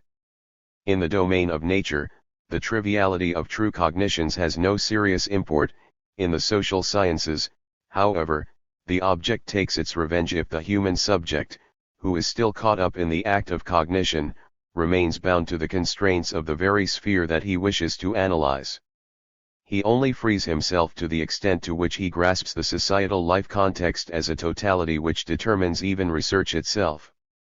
At the same time, however, social science forfeits its alleged freedom in the choice of categories and models. It knows now that it does not have unqualified data at its disposal, but only such data as are structured through the context of societal totality. For all that, the demand that theory in its construction and in the structure of its concept has to measure up to the object's sake, and the demand that in the method the object has to be treated in accord with its significance, can beyond all representational theory able theory only be fulfilled dialectically. It is only the scientific apparatus which reveals an object whose structure must nevertheless previously be understood to some degree, if the categories chosen are not to remain external to it. This circle cannot be broken by any a priori or empiricist immediacy of approach, but is rather only to be explored dialectically in conjunction with the natural hermeneutics of the social life world. The hypothetico-deductive system of statements is replaced by the hermeneutic explication of meaning. In place of a reversibly unambiguous coordination of symbols and meanings vaguely pre-understood, categories gain their determinacy gradually through their phylative position in the context developed. Concepts of a relational form give way to concepts which are capable of expressing substance and function in one. Theories of this more flexible type, even in the subjective organization of the scientific apparatus, incorporate flexibly the fact that they themselves remain a moment of TLLE objective context which, in their turn, they subject to analysis. 2. At the same time as the relationship of theory to its object is transformed, that of theory and experience is also transformed. The analytical empirical modes of procedure tolerate only one type of experience which they themselves define. Only the controlled observation of physical behavior, which is set up in an isolated field under reproducible conditions by subjects interchangeable at will, seems to permit intersubjectively valid judgments of perception. These represent the experiential basis upon which theories must rest if the deductively acquired hypotheses are to be not only logically correct but also empirically convincing. Empirical sciences in the strict sense insist that all discussable statements should be checked, at least indirectly, by means of this very narrow Lacanoled experience. A dialectical theory of society opposes this. If the formal construction of theory, of the structure of concepts, of the choice of categories and models are not able to follow blindly the abstract rules of a general methodology, but rather, as we have seen, must, in advance, measure up to a preformed object, then theory cannot merely be united at a later stage with an experience which is then, of course, restricted. The required coherence of the theoretical approach with the total societal process, to which sociological research itself belongs, similarly points towards experience. But insights of this sort stem, in the last instance, from the fund of pre-scientifically accumulated experience which has not yet excluded, as merely subjective elements, the basic resonance of a life historically centered social environment, that is, the education acquired by the total human subject. 5. This prior experience of society as totality shapes the outline of the theory in which it articulates itself and through whose constructions it is checked anew against experiences. For ultimately, even on that level at which empiricism as organized observation has completely separated itself from thought, and confronts from outside, as an alien instance, thought which has reduced itself to hypothetically necessary statements, even at that level, it must be possible to create consistency. Even a dialectical theory cannot clash with an experience, however restricted it may be. On the other hand, it is not bound to forego all those thoughts which cannot be checked in this manner. Not all its theorems can be translated into the formal language of a hypothetico-deductive connection, they cannot all be wholly resolved by empirical findings, least of all the central theorems. Probably no experiment could convincingly demonstrate the dependence of each social phenomenon on the totality, for the whole which preforms the tangible phenomena can never itself be reduced to particular experimental arrangements. Nevertheless, the dependence of that which can be socially observed upon the total structure is, in reality, more valid than any findings which can be irrefutably verified in the particular, and this dependence is anything but a mere figment of the imagination. 6. The functionalist concept of system which analytical social science presupposes cannot, in accordance with its operational sense, be empirically confirmed or refuted as such. Law-like hypotheses, no matter how tested or how great in number, could not provide proof that the structure of society itself fulfills the functional connection which necessarily is presupposed analytically as the framework of possible covariance. On the other hand, the dialectical concept of society as totality demands that analytical tools and social structures act upon one another like cogwheels. The hermeneutic anticipation of totality must prove itself in more than a merely instrumental manner. In the course of the explication, it must establish itself as correct precisely as a concept appropriate to the object itself, whereas the manifoldness of appearances at best complies with a presupposed catalogue of hypotheses. Only against the background of this claim does the shift of emphasis in the relation of the theoretical and the empirical become clear.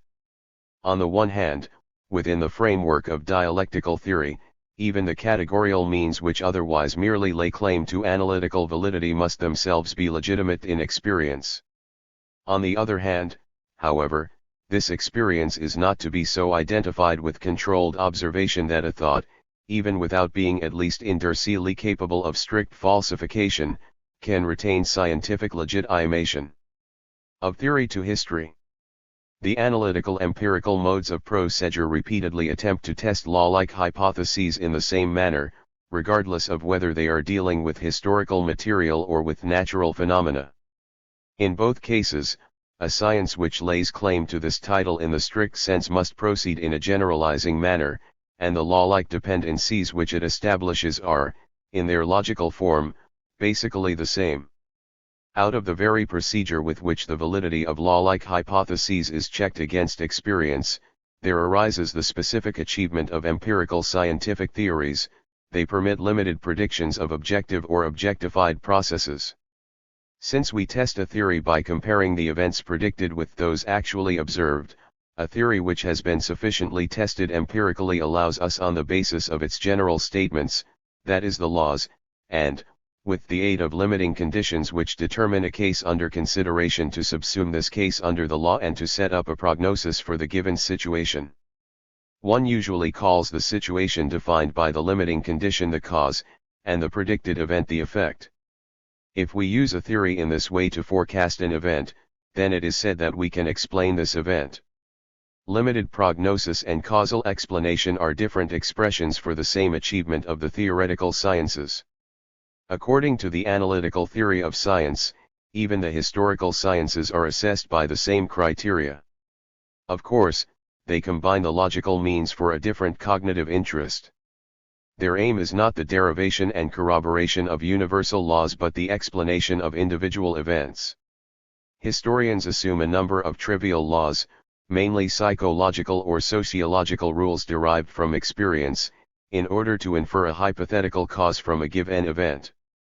The logical form of the causal explanation is the same in each case, but the hypotheses, which are to be empirically tested, refer, in the generalizing sciences, to deductively acquired laws under limiting conditions given at random. Yet in the historical sciences, they refer to these limiting conditions themselves which, under the pragmatically presupposed rules of everyday experience, are of interest as the cause of a testified individual event. 7. In the analysis of certain causes of individual events, the laws, upon which one tacitly relies, may become problematical. As soon as interest in the investigation swings away from the hypothetical singular statements which are to explain specific events, and directs itself towards hypothetical general statements, for instance, the laws of social behavior till then assumed to be trivial, then the historian becomes a sociologist. The analysis then belongs to the realm of theoretical science.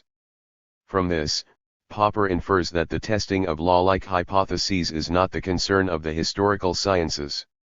Empirical regular ideas which are expressed in the form of general statements on the functional dependence of covariant quantities, belong to a different dimension than the concrete limiting conditions which can be understood as the cause of certain historical events. Accordingly, there can be no such thing as historical laws. The laws utilizable in the historical sciences have the same status as all other natural laws. A dialectical theory of society, on the other hand, asserts the dependence of individual phenomena upon the totality. It must reject the restrictive use of the concept of law. Its analysis aims beyond the particular dependent relations of historically neutral quantities, towards an objective context which also plays a part in determining the direction of historical development. Of course, this does not imply those so-called dynamic law-like regularities which strict empirical sciences develop in the form of continuous flow models. The historical laws of movement claim a validity which is, at the same time, more comprehensive and more restricted. Since they do not abstract from the specific context of an epoch, they are in no way generally valid. They do not refer to anthropologically enduring structures, T9 historical constants, but rather to a particular concrete area of application, defined in terms of a process of development both unique in toto and irreversible in its stages. This means that it is defined not merely analytically but through the knowledge of the object itself. On the other hand, the realm of validity for dialectical laws is also more comprehensive, precisely because they do take in the ubiquitous relations of individual functions and isolated connections, but rather such fundamental dependent relations from which a social life world, an epochal situation as a whole, is determined as totality and is permeated in all its moments. The generality of social scientific laws is not at all that of a conceptual sphere, into which the individual parts can be wholly incorporated, but rather always and essentially relates to the relationship of the general to the particular in its historical concretion. 8 historical regularities of this type signify developments which, mediated through the consciousness of the acting subjects, gradually prevail. At the same time, they claim to articulate the objective meaning of a historical life context. To this extent, a dialectical theory of society proceeds hermeneutically. For such a theory, the comprehension of meaning, to which the analytical empirical theories attach a merely heuristic value, 9 is constitutive.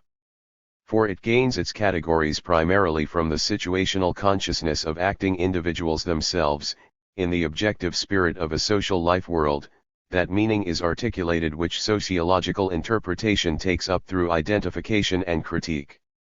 Dialectical thought does not simply eliminate the dogmatics of the lived situation through formalization, in fact it retains the subjectively intended meaning in its examination of the prevailing traditions and breaks this meaning up.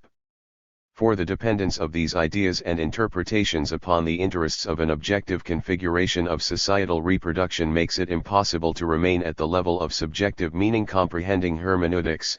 An objective meaning comprehending theory must also account for that moment of reification which the objectifying PTOsters exclusively have in mind.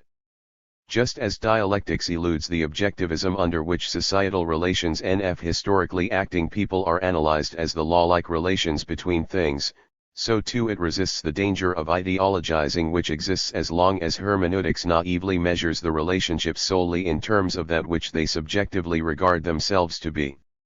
The theory will adhere to this meaning, but only in order to measure it behind the back of subjects and institutions against what they really are.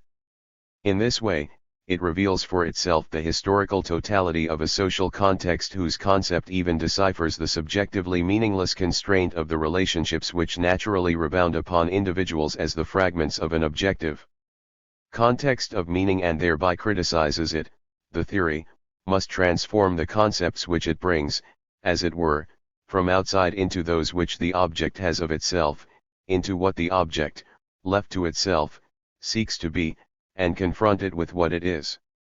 It must dissolve the rigidity of the temporally and spatially fixed object into a field of tension of the possible and the real. But, for this reason, hypotheses derived from it, forecasts of what can be regularly expected, are not completely sufficient for it. 10 By linking the method of verstem in this manner with the objectivating procedures of causal analytical science, and by permitting the realization of both through a mutually transcending critique, the dialectical approach overcomes the separation of theory and history.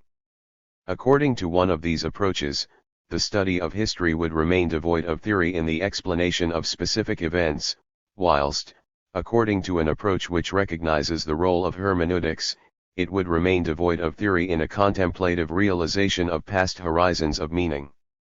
In order that history itself can be penetrated theoretically in terms of an objective comprehension of meaning, the study of history must, if the historical philosophical hypostatization of such meaning is to be avoided, keep itself open to the futur. Society reveals itself in the tendencies of its historical development, that is, it reveals itself in the laws of its historical development primarily from that which it is not. Every concept of structure of the contemporary social order presupposes that a definite will to reshape in future this social structure, to give it this or that direction of development, shall be posited or recognized as historically valid. that is, as effective. Naturally, it remains another matter whether this future is practically intended, is actually formed in its direction, for instance, through politics, or whether it is applied as a constitutive element of theory, as hypothesis 11 only in this way, with practical intum, can the social sciences proceed both historically and systematically, whereby, of course, this intention must also, in its turn, be reflected from within the same objective context whose analysis it facilitates. Precisely this legitimation distinguishes it from Max Weber's subjectively arbitrary value. Relations, Wertbeziehung. For the relationship of theory to history also transforms that of science to practice. A study of history which restricts itself in a rigorously empirical scientific manner to the causal explanation of individual events has immediately only retrospective value. Knowledge of this type is not suited to application in practical life. Relevant in this context is rather the knowledge of empirically proven law-like hypotheses. They permit limited prognosis and can, for this reason, be translated into technical recommendations for a purpose of rational choice of means only if the ends are pre-given practically. The technical realization of natural science prognosis rests upon this logical relationship. Correspondingly, techniques in the realm of societal practice can also be developed from social scientific laws, that is, precisely those social techniques with whose aid we can make social processes utilizable, as is the case with natural processes. A sociology which proceeds analytically and empirically can, for this reason, be called upon as an auxiliary science for rational administration. Of course, limited and, consequently, technically utilizable predictions can only be won from theories which refer to isolable fields and stationary connections with recurring and repeatable sequences. Social systems, however, stand in historical life contexts. They do not belong to those repetitive systems for which empirical scientifically cogent statements are possible. Correspondingly, the radius of social techniques restricts itself to partial relations between isolable quantities. More complex connections of a higher level of interdependence elude scientifically controllable operations, and this is even more true of social systems as a whole. If, nevertheless, we look to the diverse and isolated techniques for assistance in planned political practice roughly in the sense in which Mannheim intended to employ them for a reorganization of society, or Popper even for a realization of a meaning in history, then, even by positivistic standards, a total analysis is indispensable. 12 This analysis would have to develop out of historical contexts the perspective of an action imputable to a total society as subject, only within which can we become conscious of practically significant ends, means, relations, and possible social techniques. According to Popper, general interpretations of major historical developments are also permissible for the purpose of securing this heuristic goal. They do not lead to theories which would be empirically testable in the strict sense, since the same point of view, which guides the interpretation with regard to relevant contemporary problems, largely determines the selection of facts drawn upon for corroboration. Yet we permit such interpretations to glide over our past like searchlights in the expectation of illuminating the relevant sections of the past by the reflected light in such a way that partial relations can be recognized under practical viewpoints. The social techniques themselves are based on general IAW-like regularities which are neutral to historical development. Yet these techniques are formed within the framework of a heuristically fruitful historical total view which, in the last instance, is chosen arbitrarily. The social context, in which we intervene in a social technical manner, remains strictly within the dimension of an existence sense set apart from what ought to be solon. Conversely, the viewpoint of our interpretation and the projection of praxis remain within the dimension of what ought to be, which is split off from existence. The relationship of science to praxis rests, like that of theory to history, upon the strict distinction between facts and decisions. History has no more meaning than nature, but we can posit a meaning by virtue of arbitrary decision and energetically strive to enforce it gradually in history with the aid of scientific social techniques. In contrast, a dialectical theory of SOCD must indicate the gaping discrepancy between practical questions and the accomplishment of technical tasks, not to mention the realization of a meaning which, far beyond the domination of nature achieved by manipulation of a reified relation, no matter how skillful THT may be, would relate to the structure of a social life context as a whole and would, in fact, demand its emancipation. The real contradictions are produced by this totality and its historical movement, and those interpretations are reactively evoked which guide T4T employment of social techniques for apparently freely chosen goals. Only insofar as the practical intentions of our total historical analysis, or the guiding viewpoints of that general interpretation generously conceded by Popper, can be released from pure arbitrariness and can be legitimate, for their part, dialectically from the objective context. Only to this extent may \VE expect scientific orientation in practical action. \LE can only make history in as much as it appears to us as capable of being made. Thus it is one of the advantages, but also one of the obligations of a critical social science, that it allows its problems to be posed by its object. ONE would fetishize science if one radically separated its imminent problems from the real ones, which are weakly reflected in its formalisms. \Adorno's statement is the dialectical answer to the postulate of the analytical theory of science that knowledge-guiding interests should be relentlessly examined to ascertain \V whether they are motivated immanently to the science or whether they are motivated merely from the practice of life. 14 Thus, the discussion of the relationship between science and practice necessarily leads to the LTH and last question, which distinguishes the self-understanding of the two types of social science, namely, the problem of the so-called value freedom of historical and theoretical research.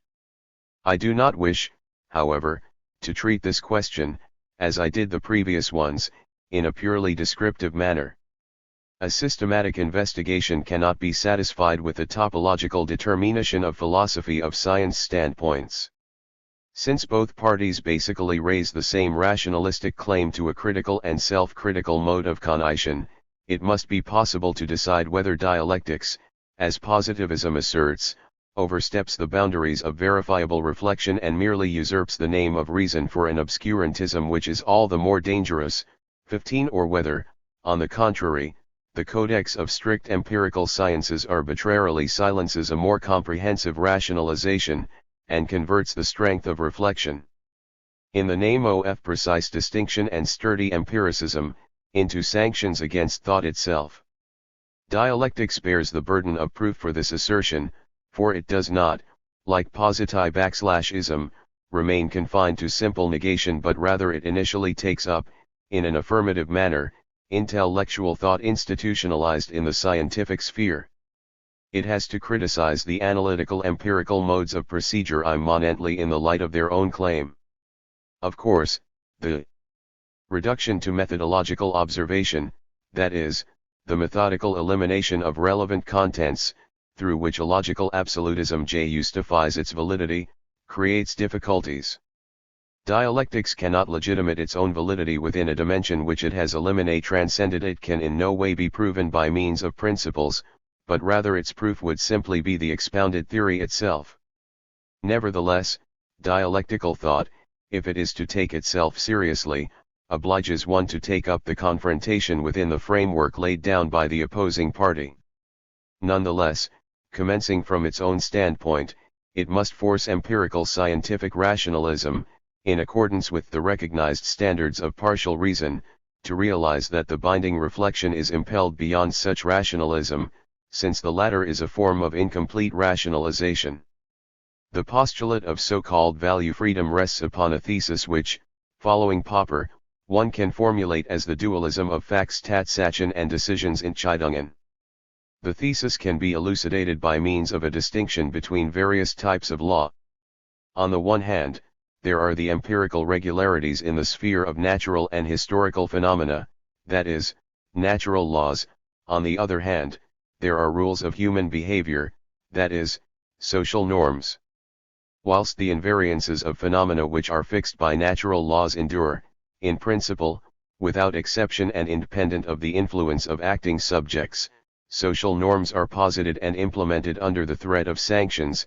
They are valid only mediately, through the consciousness of human subjects who accept them and alter their actions accordingly. But positivists assume that the sphere of each of the two types of law are autonomous. Correspondingly, even the judgments in which we accept laws of one type or the other lay claim to a basis independent of one another. Hypotheses which refer to natural laws are assertions which either hold good empirically or d.pot. Statements, on the other hand, with which we accept or repudiate, approve or reject social norms are assertions which can be neither empirically true nor false. The former judgments rest on knowledge, the latter on decision. The meaning of social norms no more depends, as has been presupposed, on factual natural laws or even the latter on the former, than can the normative content of value judgments be derived from the descriptive content of factual assertions, or, even conversely, the descriptive be derived from the normative. The spheres of is-sen and ought-n are strictly differentiated in this model.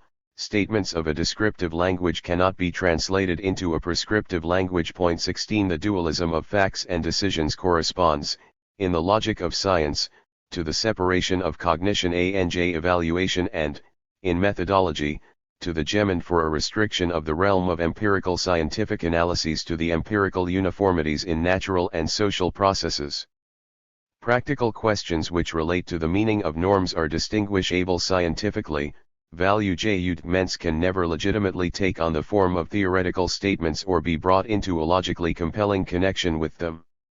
Empirical scientific prognoses concerning a probable covariance of certain empirical quantities permit, through given ends, a rationalization of the choice of means. The positing of ends itself, however, rests upon an acceptance of norms and lacks any means of being scientifically checked. Such practical questions should not be merged with theoretical technical questions, that is, with scientific questions which refer to real entities, to the conclusiveness of causal hypotheses and to given ends-means relations. The postulate of value freedom gave rise to Wittgenstein's classic statement that we feel that even when all possible scientific questions have been answered, the problems of life remain completely untouched. 17 The dualism of facts and decisions necessitates a reduction of permissible knowledge to strict empirical sciences and thereby a complete elimination of questions of life practice from the horizon of the sciences. The positivistically purified boundary between cognition and evaluation naturally signifies less a result than a problem. For philosophical interpretations now take possession anew of the eliminated realm of values, norms, and decisions precisely on the basis of labor divided between philosophy and a restricted science. Objective value ethics immediately makes of this a realm of ideal being which transcends sensory experience. Skeeler, Hartman. The value qualities ascribed independence as things of a peculiar ontological dignity, are considered to be comprehensible in a kind of intuitive knowledge.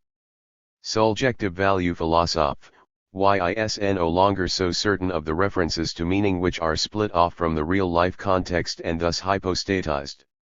It too reclaims the existence of orders of value, Max Weber, and powers of belief, Jaspers, in a sphere removed from history. But scientifically controlled knowledge is not simply enlarged by intuitive knowledge.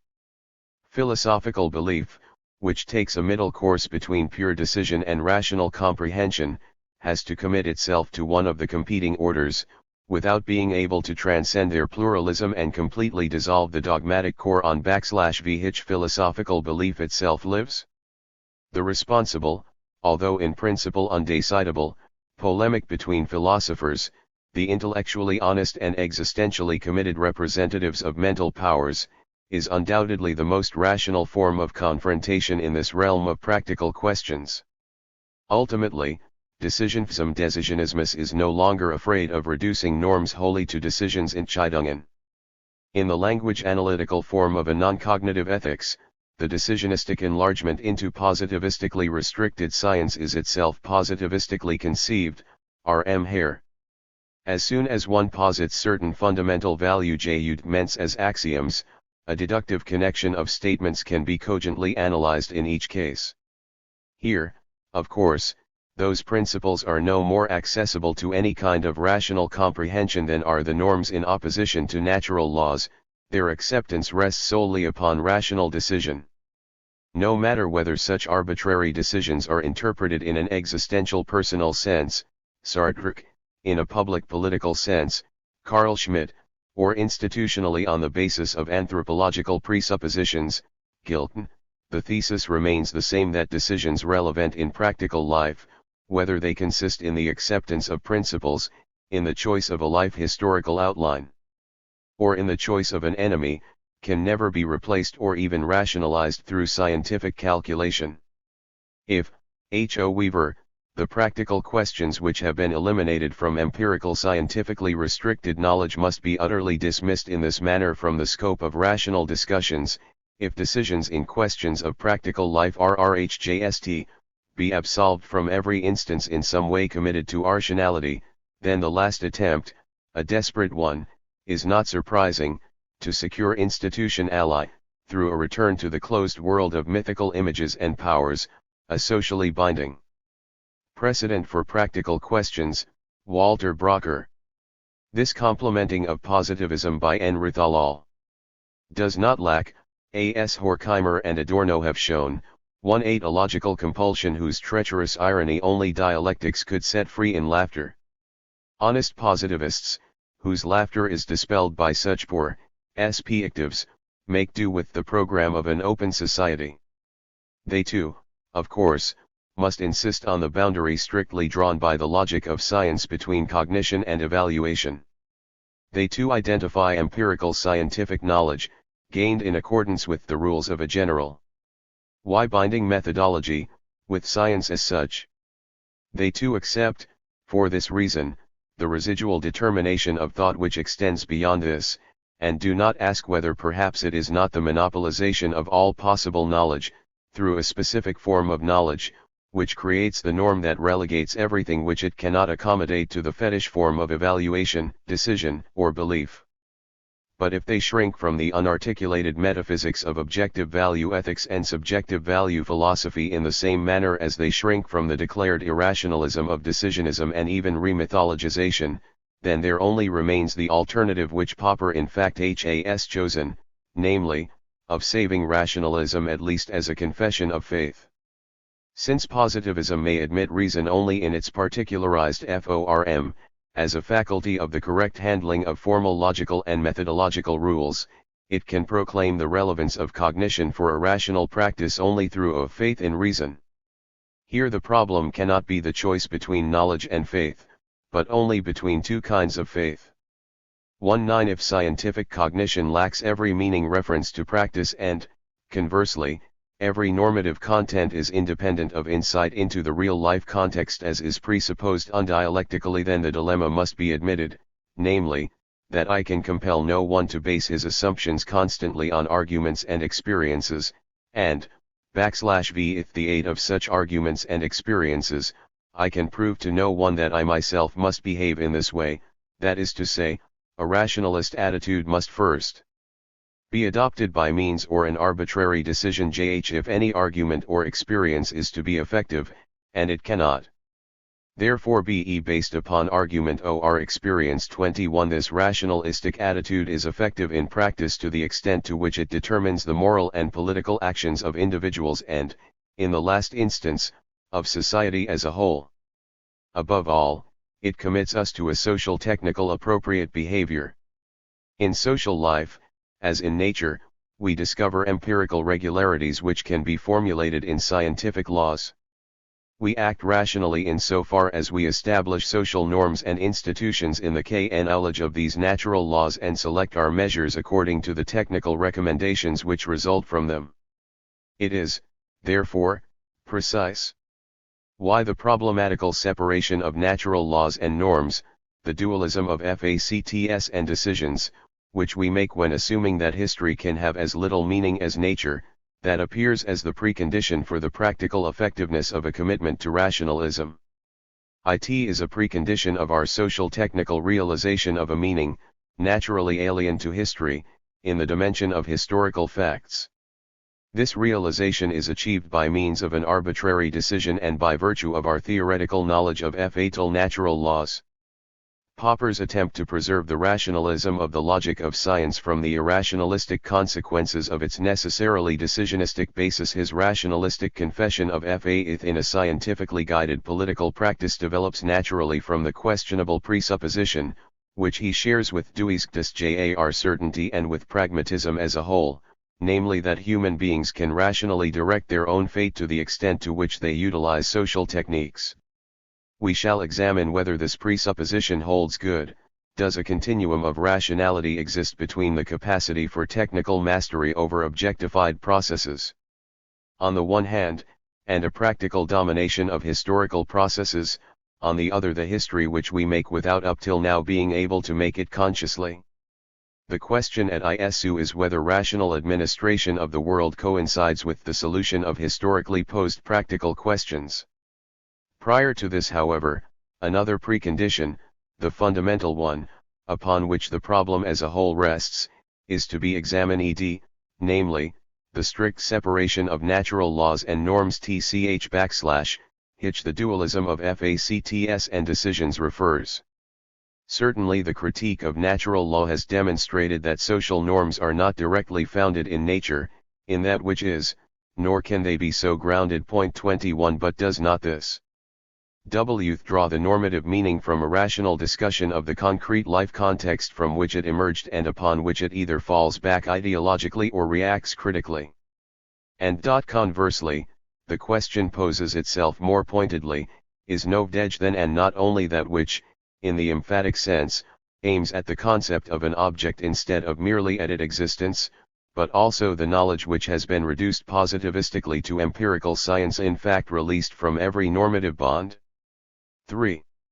We shall examine this question in connection with Popper's suggestions for the solution of the so-called basis problem. Point 22. This problem is posed in the philosophy of science's analysis of the possible empirical testing of theories. Logically correct hypotheses prove their empirical validity only when they are confronted with experience. Strictly speaking, however, theoretical statements cannot be directly tested by means of experience, however objectified it may be, but rather only by other statements. Experiences or perceptions, however, are not statements, they can at most be expressed in observation statements. For this reason, such protocol statements were regarded as the basis upon which the decision as to the conclusiveness of hypotheses could be taken. It was Popper himself who objected to this view of Carnap and Neurath, claiming that the vagueness in the relationship of theory and experience is merely set aside, only to return in the equally problematic relationship of protocol statements to protocoled experiences. For if we do not rely upon the historically superseded presupposition of earlier sensualism that elementary sensory data are intuitively and immediately manifest, then to us even protocoiled sense certainty provides no logically satisfying basis for the plausibility of empirical scientific theories. Popper offers an alternative solution in connection with his general theory of falsification. Point 2. As is well known, he provides proof that law-like hypotheses cannot be verified at all. These hypotheses possess the form of unrestricted universal statements with an unlimited number of in principle possible instances of application, whilst the series of observations, however, with whose aid we examine the hypothesis in one particular case, is, in principle, finite. An inductive proof is therefore impossible. Law-like hypotheses can at most be confirmed indirectly by withstanding as many attempts at falsification as possible. A theory can founder on singular existential assertions which contradict the law-like hypothesis which has been reformulated as a negative prediction. But intersubjective recognition cannot be exacted from such basic statements, which express a result of observation. For analogous reasons, they themselves are no more accessible to a verification than are law-like hypotheses, whose empirical testing they are intended to serve. Inevitably, in every basic statement, universal terms are used which, with regard to verification, have the same status as hypothetical assumptions. The simple assertion that here is a glass of water could not be proved by a finite series of observations, because the meaning of such general terms as glass or water consists of assumptions about the law/V-like behavior of bodies. Even basic statements transcend all possible experience because their terms inexplicitly imply law-like hypotheses which, for their part, cannot be verified on account of the, in principle, unlimited number of instances of application. Popper clarifies this thesis with the comment that all universals are either dispositional/V ords, or can be reduced to these. Even in the elementary terms of the simplest protocol statements, we discover the two implied assumptions concerning law-like behavior of observable objects as soon as we consider possible verification procedures, that is test situations, which, in doubtful cases, \V old be sufficient to clarify the significance of the universals used. 24 It is no accident that Popper advances the logical objections to the naive view that basic statements can be resolved directly through intuitive sense certainty, up to the point from which the pragmatic objections of Charles Sanders Peirce had once devil op-ed. 25 In his own way Peirce repeats Hegel's critique of sense certainty. Of course, he does not dialectically transcend the illusion of naked facts and bare sensations in the experiential process of a phenomenology of the mind, nor does he remain content, as did a later phenomenology. Experiences. 26 That pre-systematic experiential knowledge, already sediment in forms of APL reception, into which each immediate perception is merged from the outset, that is, the network of the hypothetically pre-understood and the anticipatorily co-intended, in which even the simplest sensations are always encapsulated. Peirce links with feedback-regulated behavior. The hypothetical surplus beyond each specific content of an immediately perceived entity, which logically comes into its own in the universal terms of experiential protocols, implicitly refers to an anticipated behavioral regularity. Indeed, such meaning as is possessed by what is perceived can only be regarded as the sum of behavioral habits which are corroborated in it, for what a thing means is simply what habits it involves.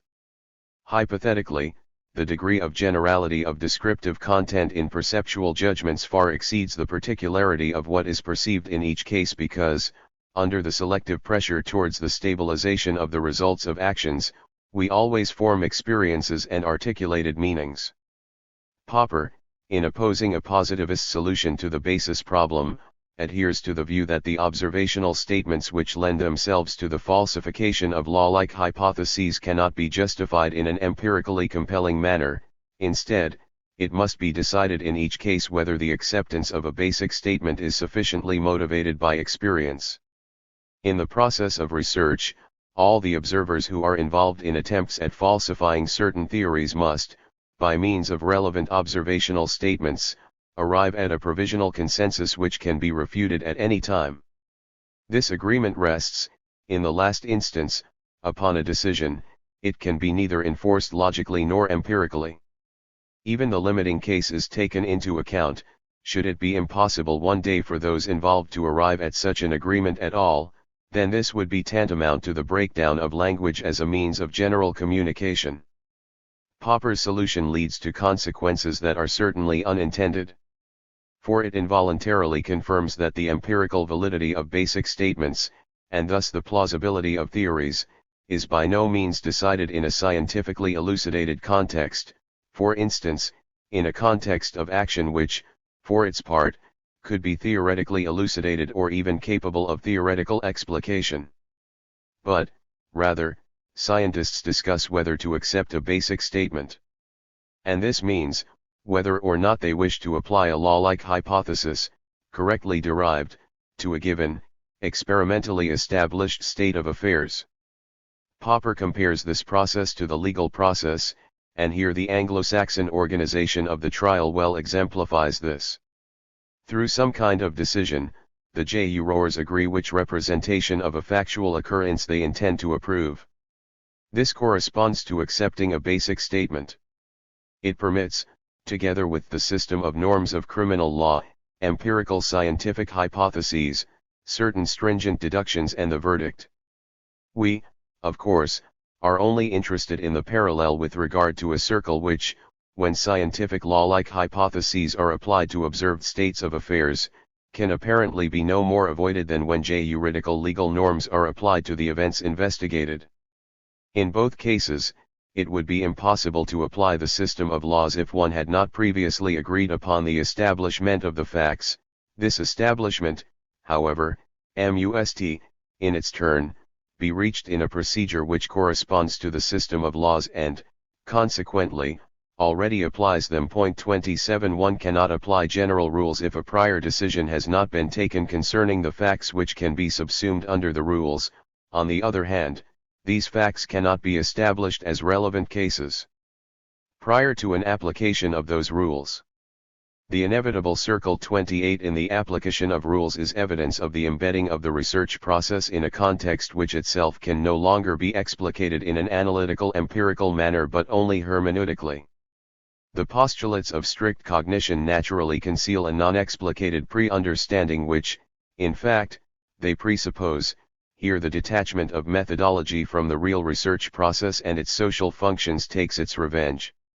Research is an institution composed of people who act together and communicate with one another. As such it determines, through the communication of the researchers, that which can theoretically lay claim to validity. The demand for controlled observation as the basis for decisions concerning the empirical plausibility of law-like hypotheses, already presupposes a pre-understanding of certain social norms. LTS certainly not sufficient to know the specific aim of an investigation and the relevance of an observation for certain assumptions.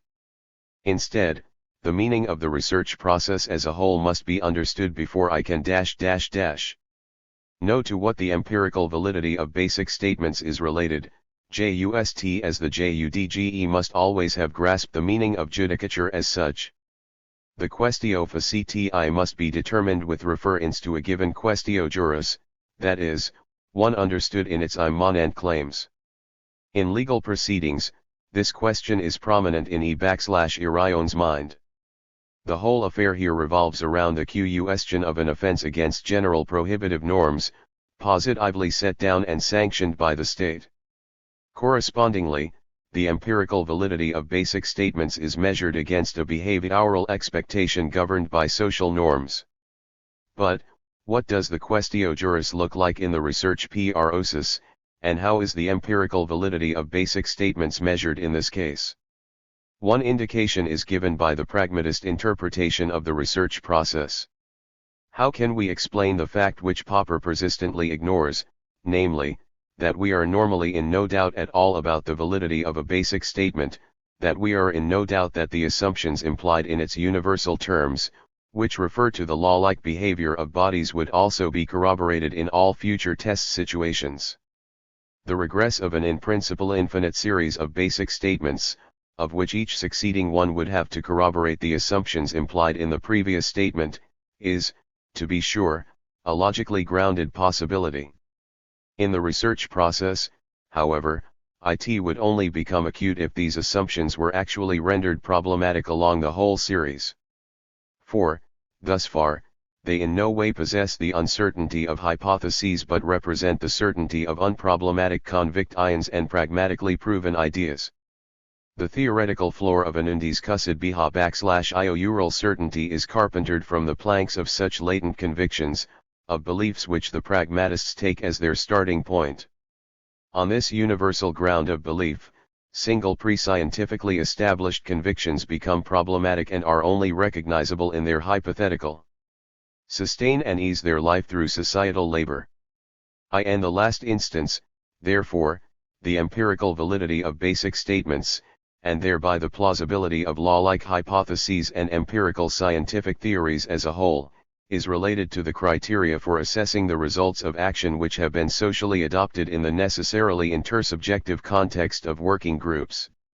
It is here that the hermeneutic pre-understanding, concealed by the analytical theory of science, is formed, a pre-understanding which first makes possible the application of rules for the acceptance of basic statements.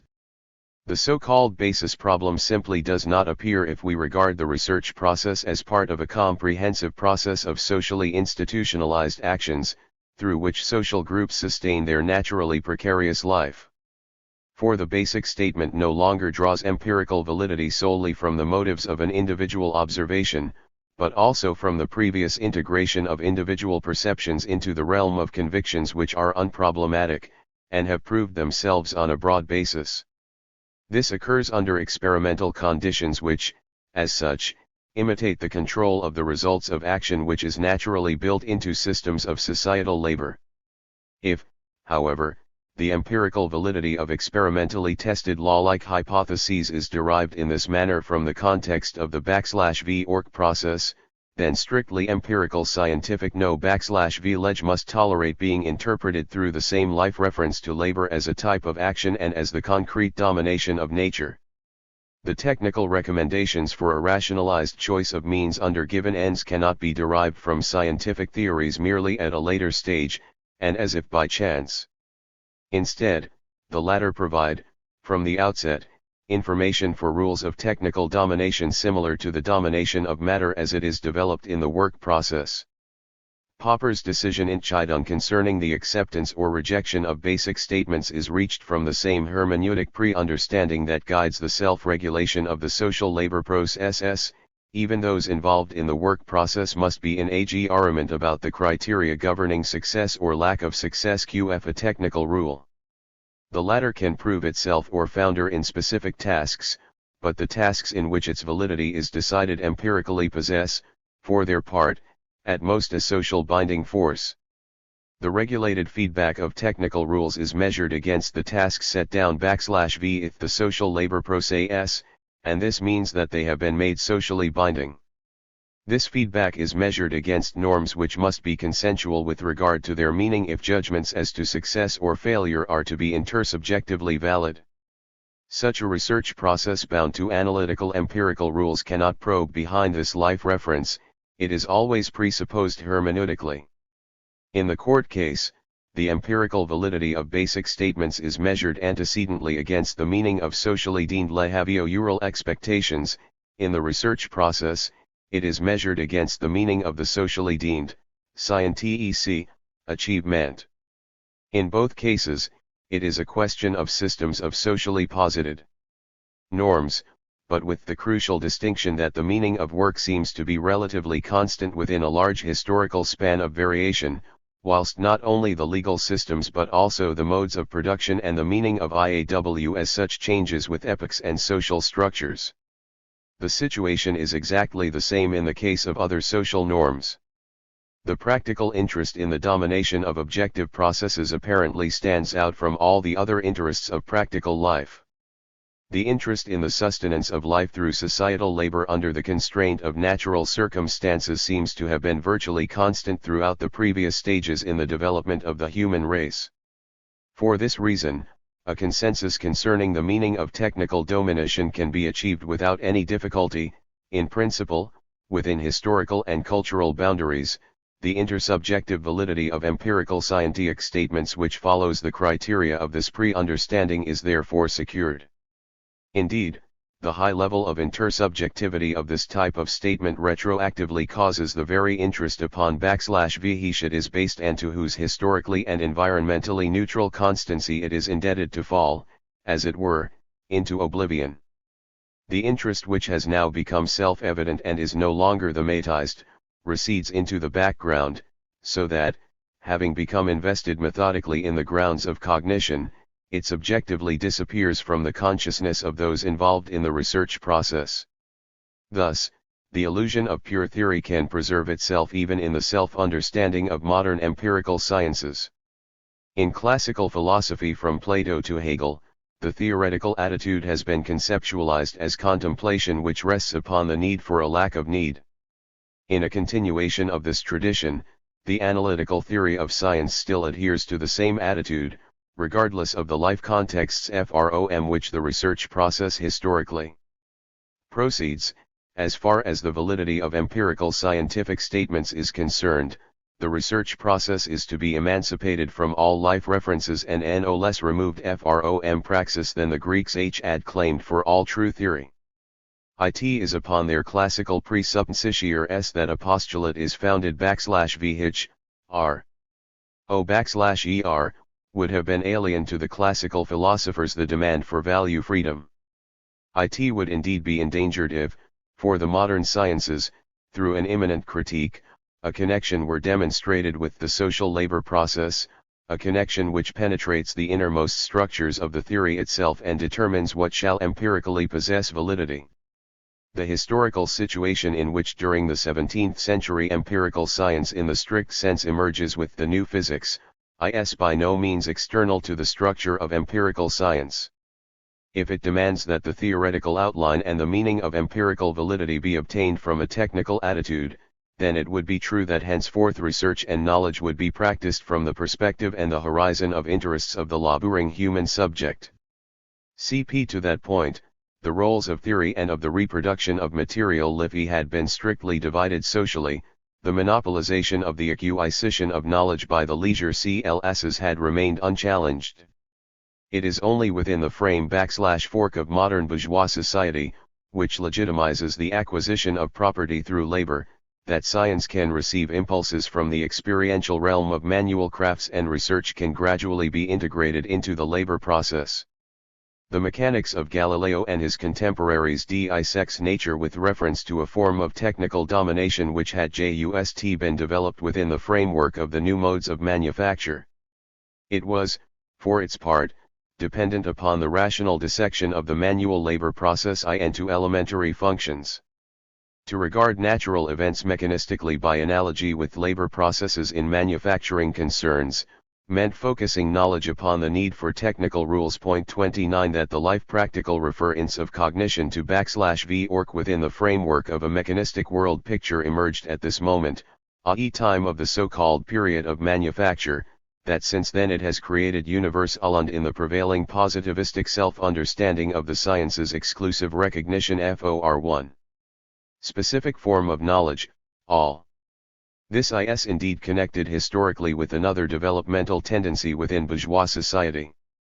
Insofar as exchange relations also affect the work process and make the mode of production dependent upon the market, the life references constitutive in the world of a social group which are the concrete relations of human beings to things and of human beings with one another, are torn asunder.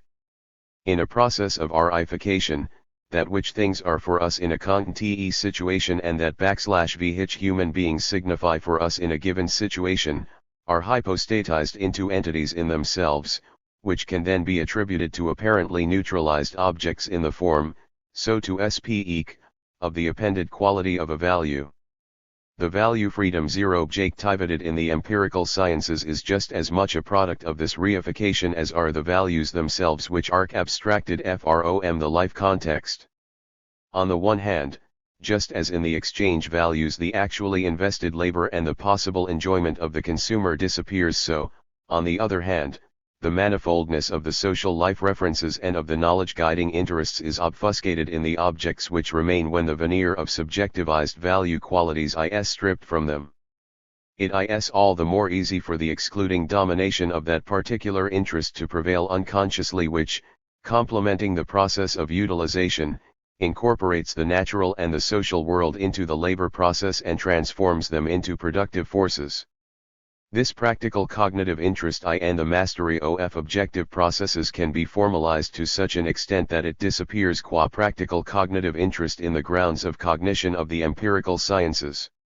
The relationship between abstract measures and the anticipated rule go_earned _IOUR of isolated quantities is liberated from the context of action of social labor and becomes relevant in itself. Even the relevance of a need for technical rules ultimately becomes indiscernible within a canon of instructions which robs this instrumental relationship between intervention and reaction of the technical sense of applicability for practical ends in general. Eventually, left to itself, the research process is only concerned with the functional connections of covariant quantities, with natural laws.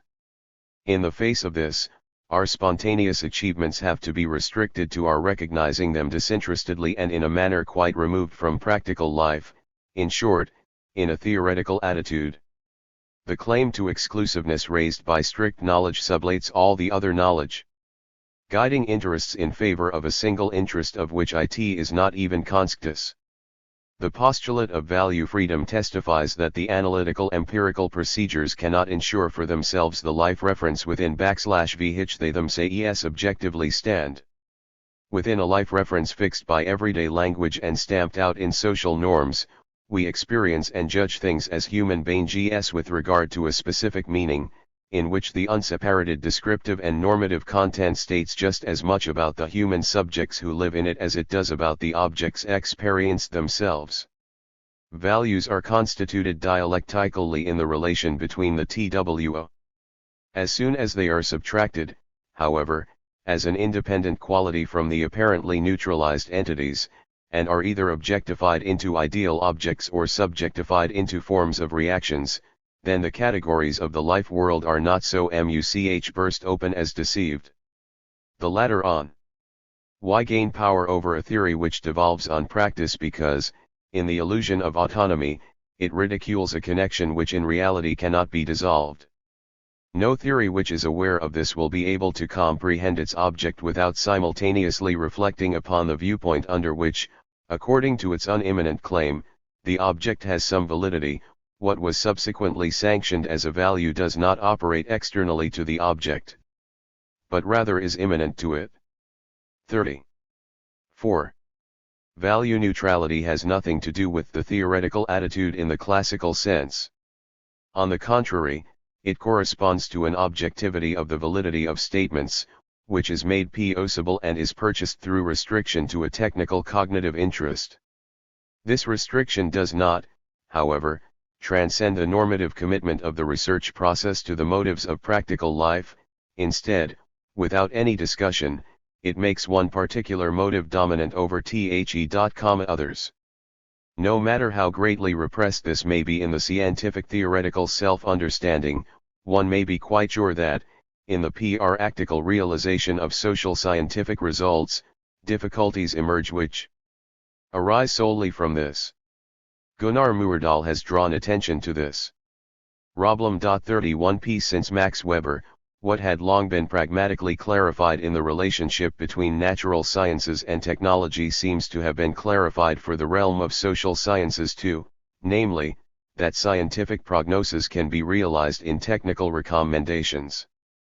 These recommendations distinguish between a given initial situation, alternative means and hypothetical ends.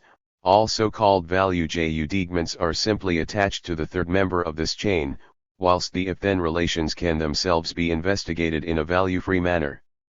This translation presupposes, of course, that in societal practice, as in the technical domination of nature, it is always possible to isolate ends-means relations in which the value neutrality of the means and the value indifference of the subsidiary consequences are guaranteed, in which, then, a value is only linked with ends so that these ends may not, for their part, be regarded as neutralized means for other ends.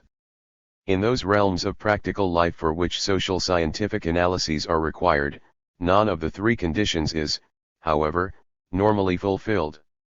If practical decisions are to be grounded in a concrete situation, then technical recommendations must first be interpreted with regard to complex life references. This interpretation must take into account what those recommendations ignore, namely, that initially isolated ends and subsidiary consequences must be regarded if possible in relation to other ends just as as means as the initially neutralized means, in another respect, can gain a relative end in themselves. Certainly, every social technical measure, every technical recommendation to which it adheres, every strictly scientific prognosis upon which it is based, must assume means for isolated ends with isolable subsidiary consequences to be value neutral. Isolation and neutralization are inevitable for analytical purposes. But the structure of the object, the social life world itself, also imposes the reservation that practical questions cannot be sufficiently solved by the statement of a technical rule, but instead they require an interpretation which cancels that abstraction with respect to the life practical consequences. Such interpretations demonstrate that the ends-means relations, which are unproblematic in the technical domination of nature, immediately become problematic with regard to society.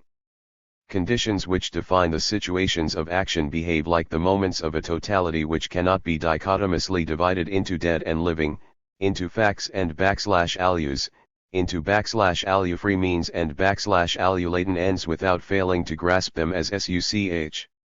Rather, it is here that Hegel's dialectic of ends and means comes into its own, since the societal context is literally a life context, in which the smallest trifling g part is as alive and that means equally as vulnerable as the whole. The means possess just as much expediency for certain ends as the ends themselves possess a correspondence to certain means. Consequently, practical questions cannot be sufficiently answered with a purposive rational choice of value-neutral means. Practical questions demand theoretical guidance as to how one situation can be carried over into another. They demand, following a suggestion made by Paul Streeton, programs and not prognoses. Programs recommend strategies to bring about unproblematical situations, namely, the specific connection of a particular constellation of means, ends and subsidiary consequences, a connection which can certainly be dissected for analytical purposes but cannot be dissolved practically. Muirdahl's critique of Weber's ends-means scheme demonstrates that with the strict modes of procedure of value-boundary social sciences a technical cognitive interest comes into PLI which remains inappropriate to practical life and, in addition, requires a programmatic interpretation of the individual prognosis. Beyond this, it is shown how, under the exclusive validity of this type of science, the competing, apparently mediatized cognitive interests succeed on the back of that interest, in the domination of objectified processes, which is alone permitted. It becomes apparent that the practical realization of technical recommendations, in fact has no need of the controlled, additional interpretation which had been demanded. But this is not because there is, after all, no discrepancy between technical recommendations and practical solutions, but simply because the social scientific theories from which the prognoses are derived, do despite their own self-understanding, satisfy the strict demands of value neutrality. From the very beginning, they are guided by a pre-understanding relevant to a specific set of practical questions. This guiding understanding of meaning is decisive in the choice both of the theoretical foundations and of the hypotheses basic to the models.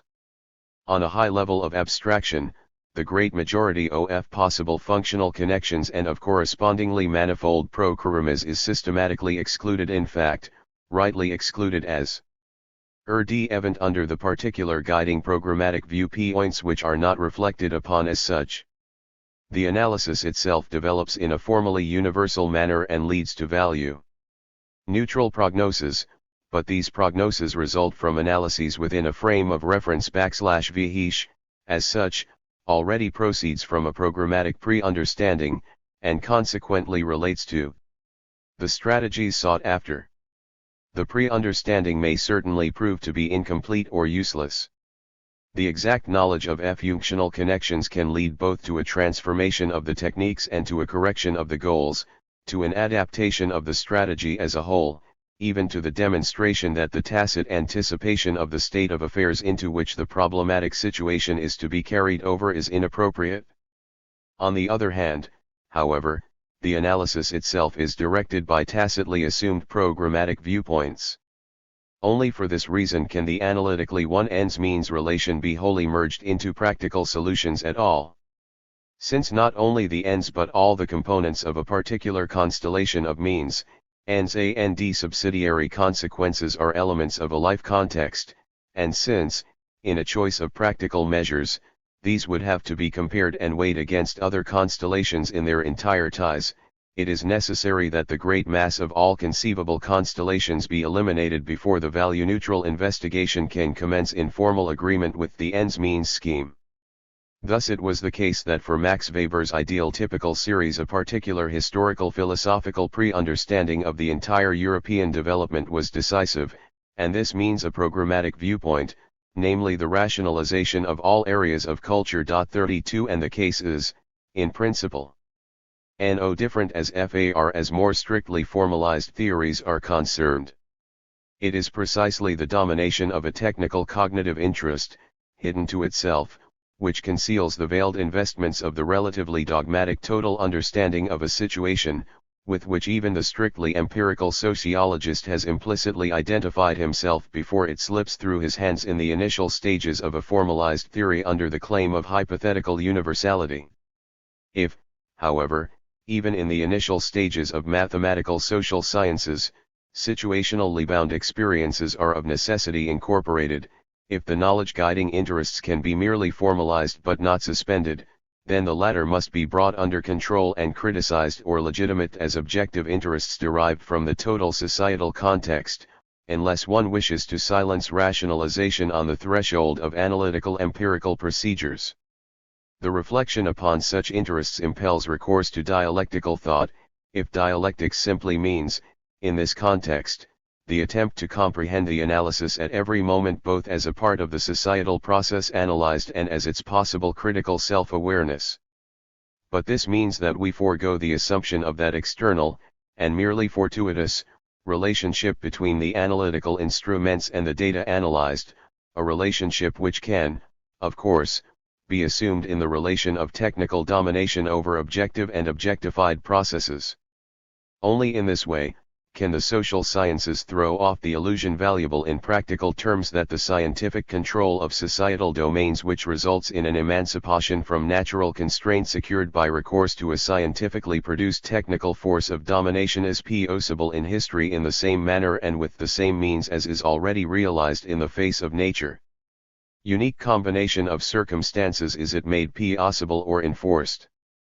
Sociology, as the systematic science of other types of societal reality, becomes the path along which contemporary reality learns to recognize itself in its historical reality. Hans Albert. The Myth of Total Reason. Dialectical claims in the light of undialectical criticism. 1. Dialectics VERSUSPOSITIVISM. The problem of the connection between theory and practice has repeatedly aroused the attention of philosophers and social scientists. It has led to the debate which persists even today, concerning the significance and possibility of value for item, a debate with whose commencement and first critical phase the name of Max Weber is particularly linked. On the other hand, it has given rise to the discussion on the meaning of experiment for the social sciences, whereby the methodological claim to autonomy of a cultural scientific geisteswissenschaftlich character was questioned, a claim which is still made for these disciplines. It is not surprising that such questions represent a point of departure for philosophical reflections into the problems of the sciences. In recent times, the social sciences have developed to a considerable extent under the influence direct and indirect of positivistic trends. The social sciences have favored positivistically determined solutions to these problems, and have worked out new forms of corresponding methodological conceptions. However, one can in no way claim that today these views prevail everywhere. This is not even the case in the English-speaking world where one would most readily expect it. In the German-speaking world, it is difficult to clarify the situation in view of the influence of various philosophical currents upon the social sciences. In any case, more recent forms of positivism seem to have had only a minor effect here, possibly no stronger than historicism and neo-Kantianism, or than phenomenology and hermeneutics. Finally, one should not underrate here the MNCE of the Hegelian inheritance, either direct, or mediated through L/Farksism, an inheritance which has, moreover, asserted itself in other ways too. Recently, an attack directed against positivistic trends has been made from this side, and analyzing it might be fruitful since it led to the heart of the above-mentioned problems. One recognizes in this attack the view that certain difficulties which emerge in the course of the realization of the scientific program advanced by these positivistic trends, can be overcome if one is prepared to revert to ideas which stem from the Hegelian tradition. We might, phi.rst of all, conf this attempt at a dialectical overcoming of so-called positivistic weaknesses of the social sciences, with the question of the problem situation from which the author sets out. More specify.cali, we should consider the question of the difficulties inherent in this problem situation, namely, in what respect and to what extent, in the opinion of Habermas, a science of the positivistic type must fall down. A further question would then be that of the alternative which he develops, of its usefulness for the solution of these difficulties and its tenability, and finally, perhaps, one could go beyond this and raise the question of other possible solutions. The problem situation from which Habermas sets out can be characterized in roughly the following manner, insofar as the social sciences develop in a manner that brings them closer to the positivistic scientific ideal, and today this is already to a large extent the case. They grow more like the natural sciences. This is particularly true in the sense that in both types of science a purely technically rooted cognitive interest dominates too, and theory is carried out with the attitude of the technician. Social sciences which are orientated in this way are no longer in a POS1T1 on to offer normative viewpoints and conceptions for practical orientation. They are only able to give technical recommendations for the realization of pre-given ends, that is, they are only able to influence the selection of means. The rationalization of practice which they make possible only refers then to its technical aspect. Thus we are dealing with a restricted rationality, in contrast to that produced by earlier doctrines, namely, by those which continued to unite normative orientation and technical directions. The usefulness of a social science orientated in this way is thus in no way in itself denied by Habermas. But he sees the danger of its limitations not being recognized when a simple identification of technical and practical use takes place, and where thereby an attempt is made to reduce the more comprehensive practical to the narrower technical problems, as would seem to be the case given the tendency inherent in the positivistic theory of science. The restriction of rationality to the use of means which is legitimized by this view, entails that the other aspect of the practical problematic, the realm of ends, falls prey to pure decisionism, the whim of mere decisions not reflected upon by reason.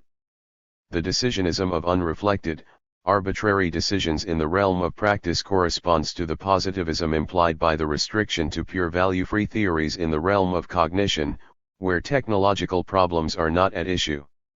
The price paid for economy in the selection of means is an unconstrained decisionism in the selection of the highest goals through rational reflection. The images of mythological interpretations of the world can penetrate unhindered into the realm which is left vacant through the reduction of rationality. As a result, positivism provides, de facto, not only for the rationalization of the technical aspect but, over and above this even unintentionally it provides for the remythologizing of the ungrasped aspect of the practical problematic. This is a consequence from which, of course, the representatives of such views recoil. They respond with a critique of ideology which does not serve the shaping of reality, but instead the elucidation of consciousness and, for that reason, does not really seem intelligible in terms of the conception of science upon which it is based, and which is only directed towards technical rationality. Here it becomes apparent, in Habermas' view, that positivism tends to overcome its often accepted restriction upon rationality in favor of a more comprehensive conception, one which involves the convergence of reason and decision. Point 4 But this tendency can only achieve a breakthrough if the limitations of positivism themselves are broken down, if its restricted reason is overcome dialectically by a reason which brings about the unity of theory and practice, and thereby the transcendence of the dualism of cognition and evaluation, of facts and decisions, and the abolition of the positivistic division of consciousness. Apparently, only this dialectical reason is in a position to transcend both the decisionism of mere decision and the positivism of pure theory in order to comprehend society as a historically constituted totality for the purposes of a critical maeutics of political praxis. Point 5 Basically, Habermas is concerned with regaining the lost realm by recourse to the Hegelian inheritance preserved in Marxism, that is, with regaining practice-orientated dialectical reason for rational reflection. The basic lines of his critique of the positivistic conception of science in the social sciences have now been presented, as have the claims which he associates with his dialectical supersession of this conception. We must now examine his objections and proposals in detail, in order to see to what extent they appear tenable. 6. In his confrontation with the analytical theory of science, Habermas takes as his starting point the distinction between the functionalist concept of system and the dialectical concept of totally which he regards as basic, but difficult to explicate. He assigns to each concept one of the two typical forms of social science with which he is concerned, analytical and dialectical social science, in order to take up the difference between them, on the basis of four problem areas.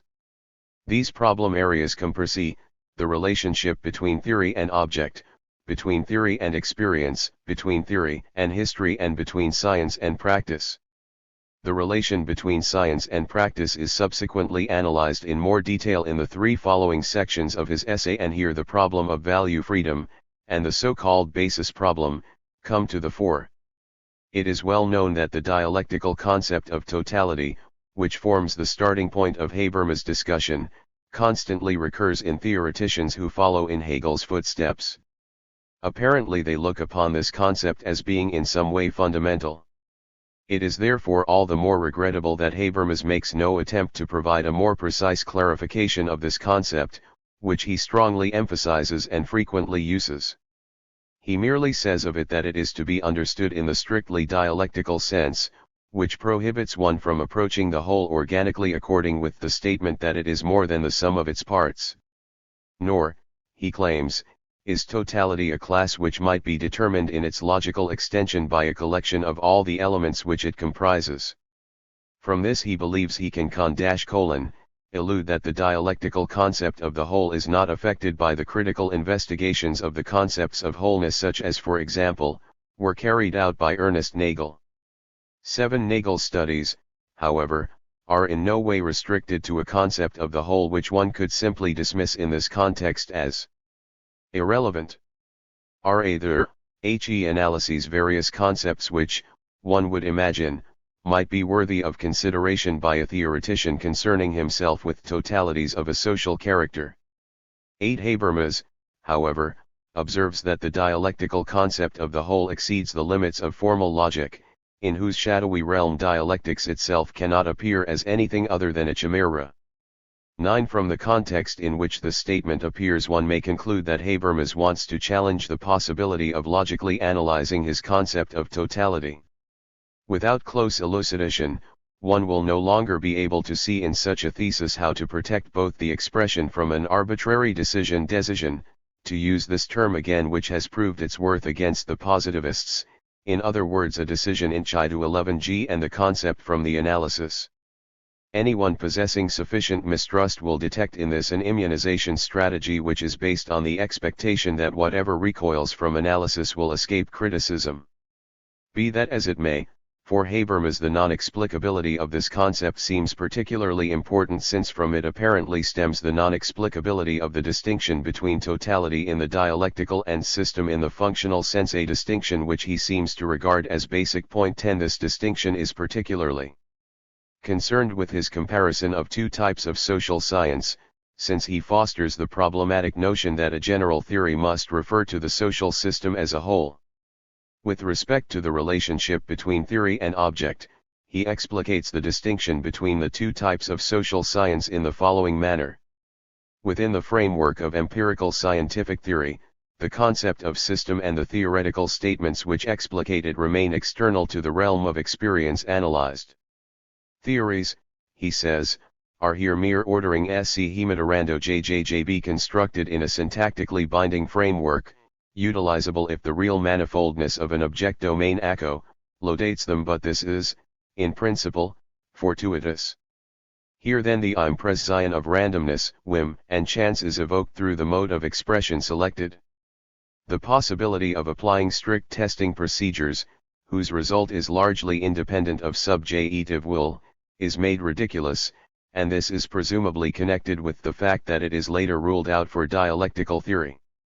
The reader is made to think that the latter theory, on the other hand, is necessarily an interni, J11 in accord with reality, and thus does not require fatal testing. Point 12 But for dialectical theory, on the contrary, the claim is made that it does not proceed so indifferently in the face of its object domain as is the case in the exact natural sciences, where, it is admitted, this is successful. It must, in advance, ensure the appropriateness of its categories for the object, because Ordering schemata, which covariant quantities only accommodate by chance, fail to meet our interest in society, which, in this case, is apparently not a purely technical one, an interest in the domination of nature.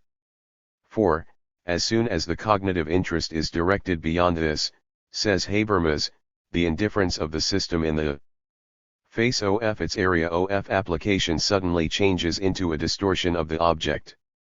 The structure of the object, which has been neglected in favor of a general methodology, condemns to irrelevance the theory which it cannot penetrate. 1.3 The diagnosis is distortion of the object. The suggested cure: one must grasp the social life context as a totality which, moreover, determines research itself. In this way, however, social science forfeits its alleged freedom in the choice of categories and models. Theory in its construction and in the structure of its concept has to measure up to the object, such, and in the method the object has to be treated in accord with its significance, a demand which by its very nature can only be fulfilled dialectically.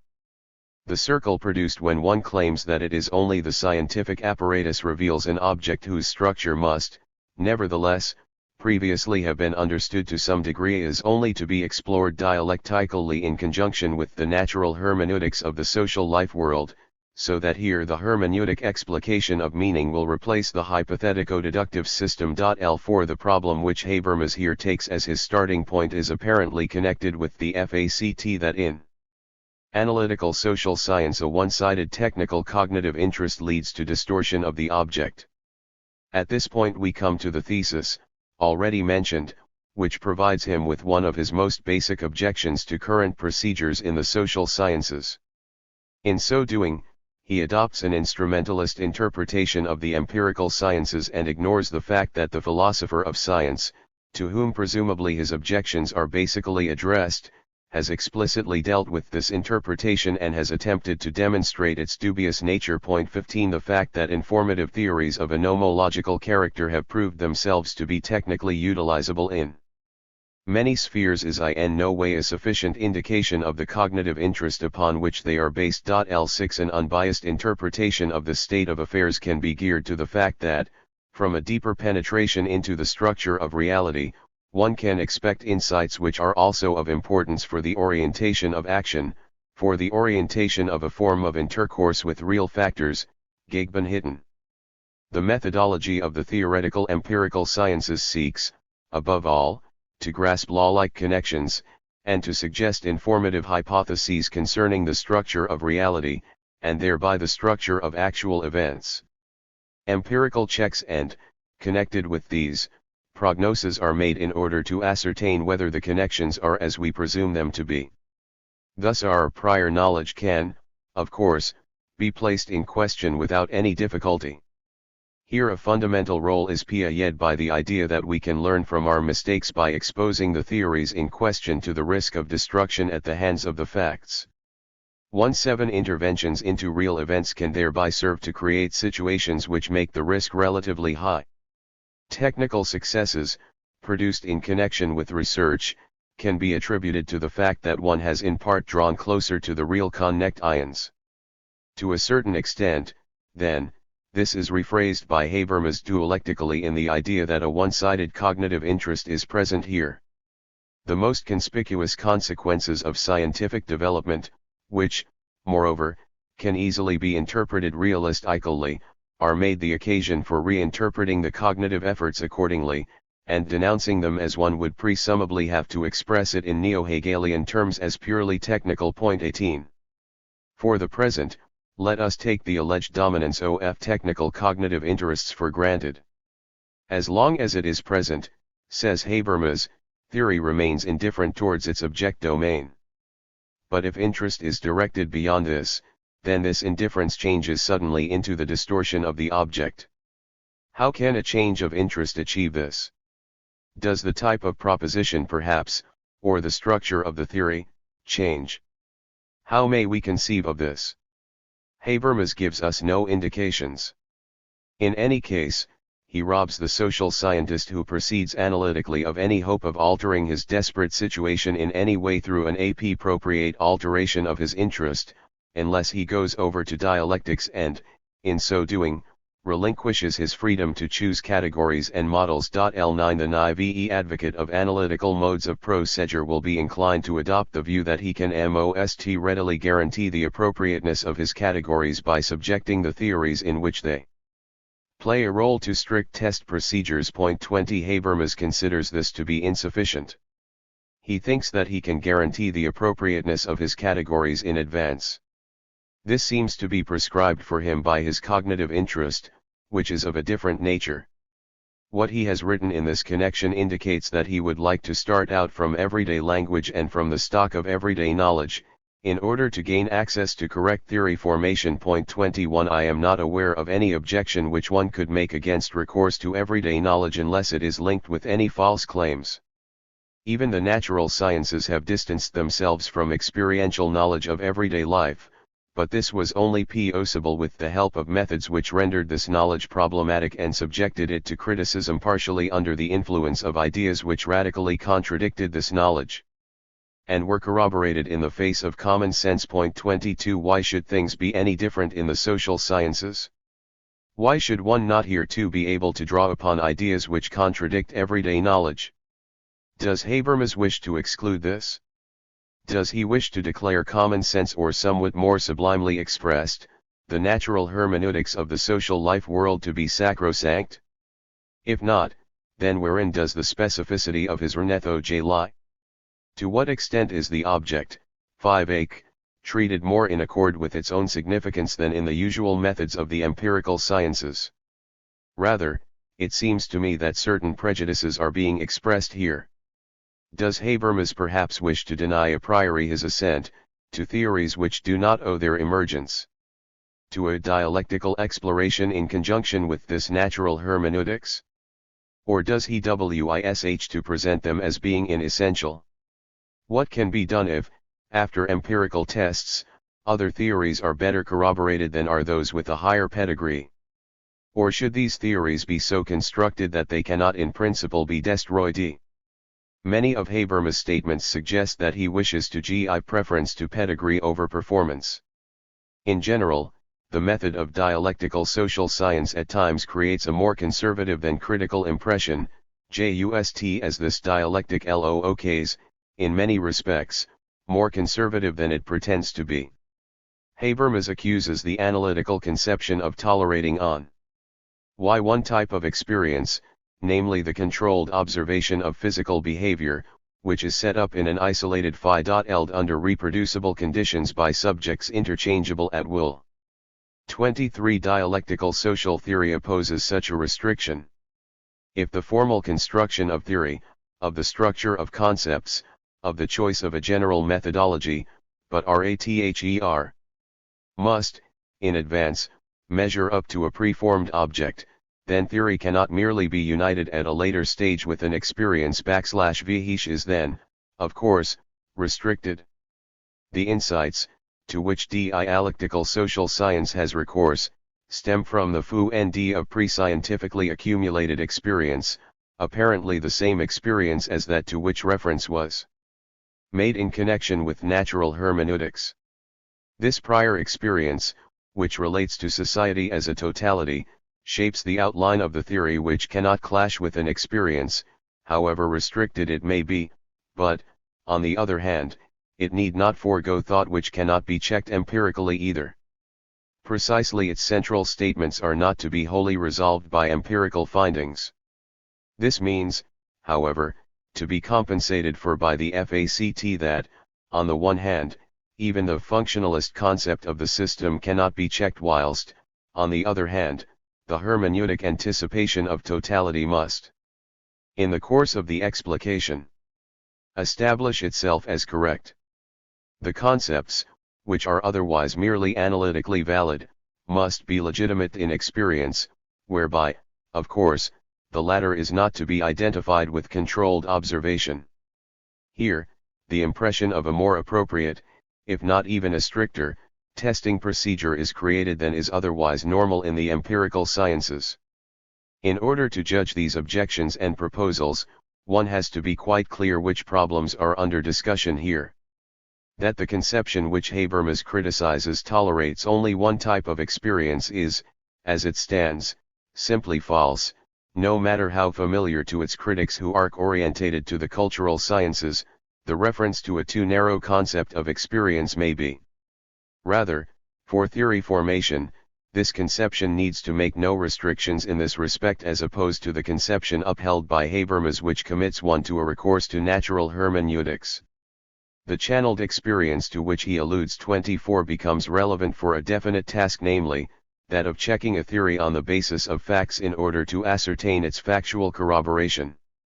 For such a check it is essential to find situations which discriminate as much as possible. 25 The result of this is merely that one has occasion to favor such situations if a serious test is intended. Stated differently, the less a situation discriminates with regard to a certain theory, the less it is useful for testing the theory. If no relevant consequences for the situation in question result from the theory, then this situation is useless in this respect. Can the dialectical view raise any objection to this? We should bear in mind that, according to Habermas, even a dialectical theory cannot clash with experience, however restricted it may be. So far, his polemic against the narrow type of experience seems to me to rest largely on points of misunderstanding. The further question of whether one must forego thoughts which are not testable in this way can, without further ado, be answered negatively. No one expects such a sacrifice of the dialectician, not even, for example, in the name of the modern theory of science. One can simply expect that theories which claim to make statements about social reality are not so construct as to admit random possibilities, with the result that they make no allowance for actual social events. Why should the thoughts of the dialecticians not be convertible into theories which, in principle, are testable? 26 As far as the origin of dialectical insights in pre-scientifically accumulated experience is concerned, we have just had the opportunity of discussing the question of emphasis upon this connection. The advocate of the view which Habermas criticizes Bass, as we have said, no occasion to overrate such problems of origin. In principle, he has no objection to prior experience guiding TL1 formation, even if he would point out that this experience, as it is sketched out by Habermas, contains, amongst other things, the inherited mistakes which can, to a certain extent, help to shape theory formation. There would be every reason, then, to invent strict tests for theories with this origin, in order to escape from these and other mistakes. Why should it be merely this origin which guarantees the quality of the categories? Why should not new ideas similarly receive a chance to prove themselves? It seems to me that, at this point, Habermas' methodology becomes unnecessarily restrictive, in fact, as already mentioned, in a conservative direction, whilst the conception which he accuses of demanding that theory and concept formation be blindly subjected to its abstract rules, makes no substantive prohibitions, because it does not believe it can presuppose any uncorrectable prior knowledge. The extended concept of experience which Habermas invokes appears, at best, to have the methodical function of making respectable mistakes which belong to so-called accumulated experience difficult to correct. Point 2. Habermas does not explain how the hermeneutic anticipation of totality establishes itself as correct in the course of the explication as a concept appropriate to the object itself. It is clear, however, that B is not thinking here at any rate of a testing procedure along the lines of the methodology which B criticizes. After such methods of testing have been rejected as inadequate, there remains a claim, supported by metaphors, which is linked to the supposed existence of a method not described in more detail but, nonetheless, better. Previously, Habermas had drawn attention to the untestability of the functionalist concept of system, whose appropriateness for the structure of society apparently seems problematical to him. I do not know whether BWO accept the answer that this concept too could establish itself to be correct in the course of explication. Rather than such a boomerang argument, I prefer to question all the overstressing of concepts which one finds in Habermas, as in almost all the cultural scientific methodologists, as being the Hegelian inheritance of which they are apparently unable to rid themselves. Point 28 Here, that essentialism finds its expression which Popper has criticized and which has long been overcome in the natural sciences. The view which Habermas is attacking is not concerned with concepts but statements and systems of statements. In conjunction with these, the concepts used in them can be corroborated or not corroborated. The demand that they should be judged in isolation, independently of their theoretical context, lacks any basis. 29 The overtaxing of concepts practiced by Hegelians, which reveals itself above all in words like totality, dialectical and history, does not amount, in my opinion, to anything other than their fetishization that, as far as I can see, is TR specialist term for such. It merely amount 5 to a word magic in the face of which their opponents lay down their weapons unfortunately too early in most cases. 30 In his discussion of the relationship between theory and history, Habermas contrasts prediction on the basis of moral laws, which is the specific achievement of empirical scientific theories, with the interpretation of a historical life context, with the aid of a definite type of historical LM1L-like regularities. The latter is the specific achievement of a dialectical theory of society. He rejects the restrictive use of the concept of law in favor of a type of law which claims a validity which is, at the same time, more comprehensive and more restricted, since the dialectical analysis, which makes use of such historical laws of movement, apparently aims to illuminate the concrete totality of a society undergoing historical development. Such laws are not then generally valid, they relate rather to a particular concrete area of application, defined in terms of a process of development both unique in toto and irreversible in its stages. This means that it is defined not merely analytically but through the knowledge of the object itself. Habermas accounts for the fact that its realm of validity is at the same time more comprehensive, with the usual reference to the dependence of individual manifestations upon the totality, for such laws apparently express their fundamental dependent relations. 31 At the same time, however, they seek to articulate the objective meaning of a historical life context. Dialectical analysis then proceeds hermeneutically. It gains its categories from the situational consciousness of acting individuals and takes up, through identification and critique, the objective spirit of a social life world in order to reveal, from this standpoint, the historical totality of a social context, which is to be understood as an objective context of meaning. Through the combination of the method of Verstehen with that of causal analysis in the dialectical approach, the separation of theory and history once overcome. Once again then, the methodological view of the analysts apparently proves to be too narrow. In its place, the outlines of a more grandiose conception are indicated, one that aims at grasping the historical process as a whole and disclosing its objective meaning. The impressive claims of this conception are clearly recognizable, but so far there has been no trace of a reasonably sober analysis of the Proseur sketch J out of its components. What does the logical structure of these historical laws look like, which have been accredited with such an interesting achievement, and how can one test them? 32 In what sense can a law which relates to a concrete, historical totality, to a unique and irreversible process as such, be anything other than a singular statement? Where does the law-like character of such a statement lie? How can one identify the fundamental relations of dependency of a concrete totality? What procedure is available in order to proceed from the subjective hermeneutics, which has to be overcome, to the objective meaning? Amongst dialecticians these might all be questions of lesser importance. One is acquainted with this in theology. The interested outsider, however, feels his credulity overtaxed. He sees the claims which are produced with superior reference to the restrictedness of other views, but he would really like to know to what extent such claims are well founded. 33 Theory and practice, the problem of value freedom. Habermas' next topic is the relationship between theory and practice, a problem which is of basic importance for him, since what he strives for is apparently nothing less than a scientifically organized philosophy of history with practical intent.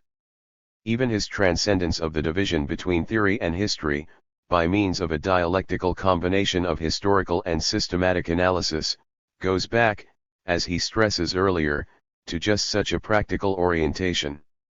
This is certainly to be distinguished from a merely technical interest, the alleged source of undialectical empirical science. This opposition, to which reference has already been made, becomes central to his investigation in this context.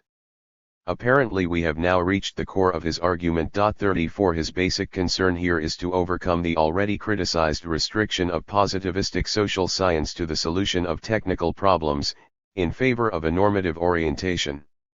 This is to be accomplished, in fact, with the help of that total historical analysis whose practical intentions can be released from pure arbitrariness and can be legitimate, for their part, dialectically from the objective context. 35 In other words, he is looking for an objective justification of practical action derived from the meaning of history, a justification which a sociology with an empirical scientific character cannot, by its nature, produce.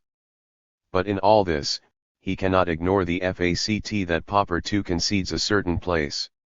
In his conception for historical interpretations. 36 Popper, however, sharply attacks historical philosophical theories which, in some mysterious manner, seek to unveil a hidden objective meaning in history that is to serve practical orientation and justification. He upholds the view that such projections usually rest on self-deception, and that we must decide to give history itself the meaning which we believe we can uphold. Such a meaning can then also provide viewpoints for historical interpretation, which in each case involves a selection that is dependent upon our interest, yet without the objectivity of the connections chosen for the analysis having to be excluded. 37 Habermas, who wishes to legitimate practical intentions from an objective total historical context, a desire usually relegated by his opponents to the realm of ideological thought, can, by its very nature, make little use of the type of historical analysis which Popper concedes, for various historical interpretations are possible according to the selective viewpoints chosen in each case. But Habermas, for his purposes, requires the same superior interpretation which can be drawn upon for legitimation. For this reason, he plays off against the Popper pure arbitrariness of the particular viewpoints selected. A&J apparently claims for his interpretation which relates to totality, and /Vh reveals the real meaning of events, the aim of society as it is called elsewhere. 38, an objectivity which can only be achieved dialectically. But the supposed arbitrariness of Popper's interpretation is not particularly damaging, for such an interpretation does not make any of the claims which are to be found in Habermas. In view of his criticism, however, one must ask how he, for his part, avoids such arbitrariness. Given the fact that one finds no solution in his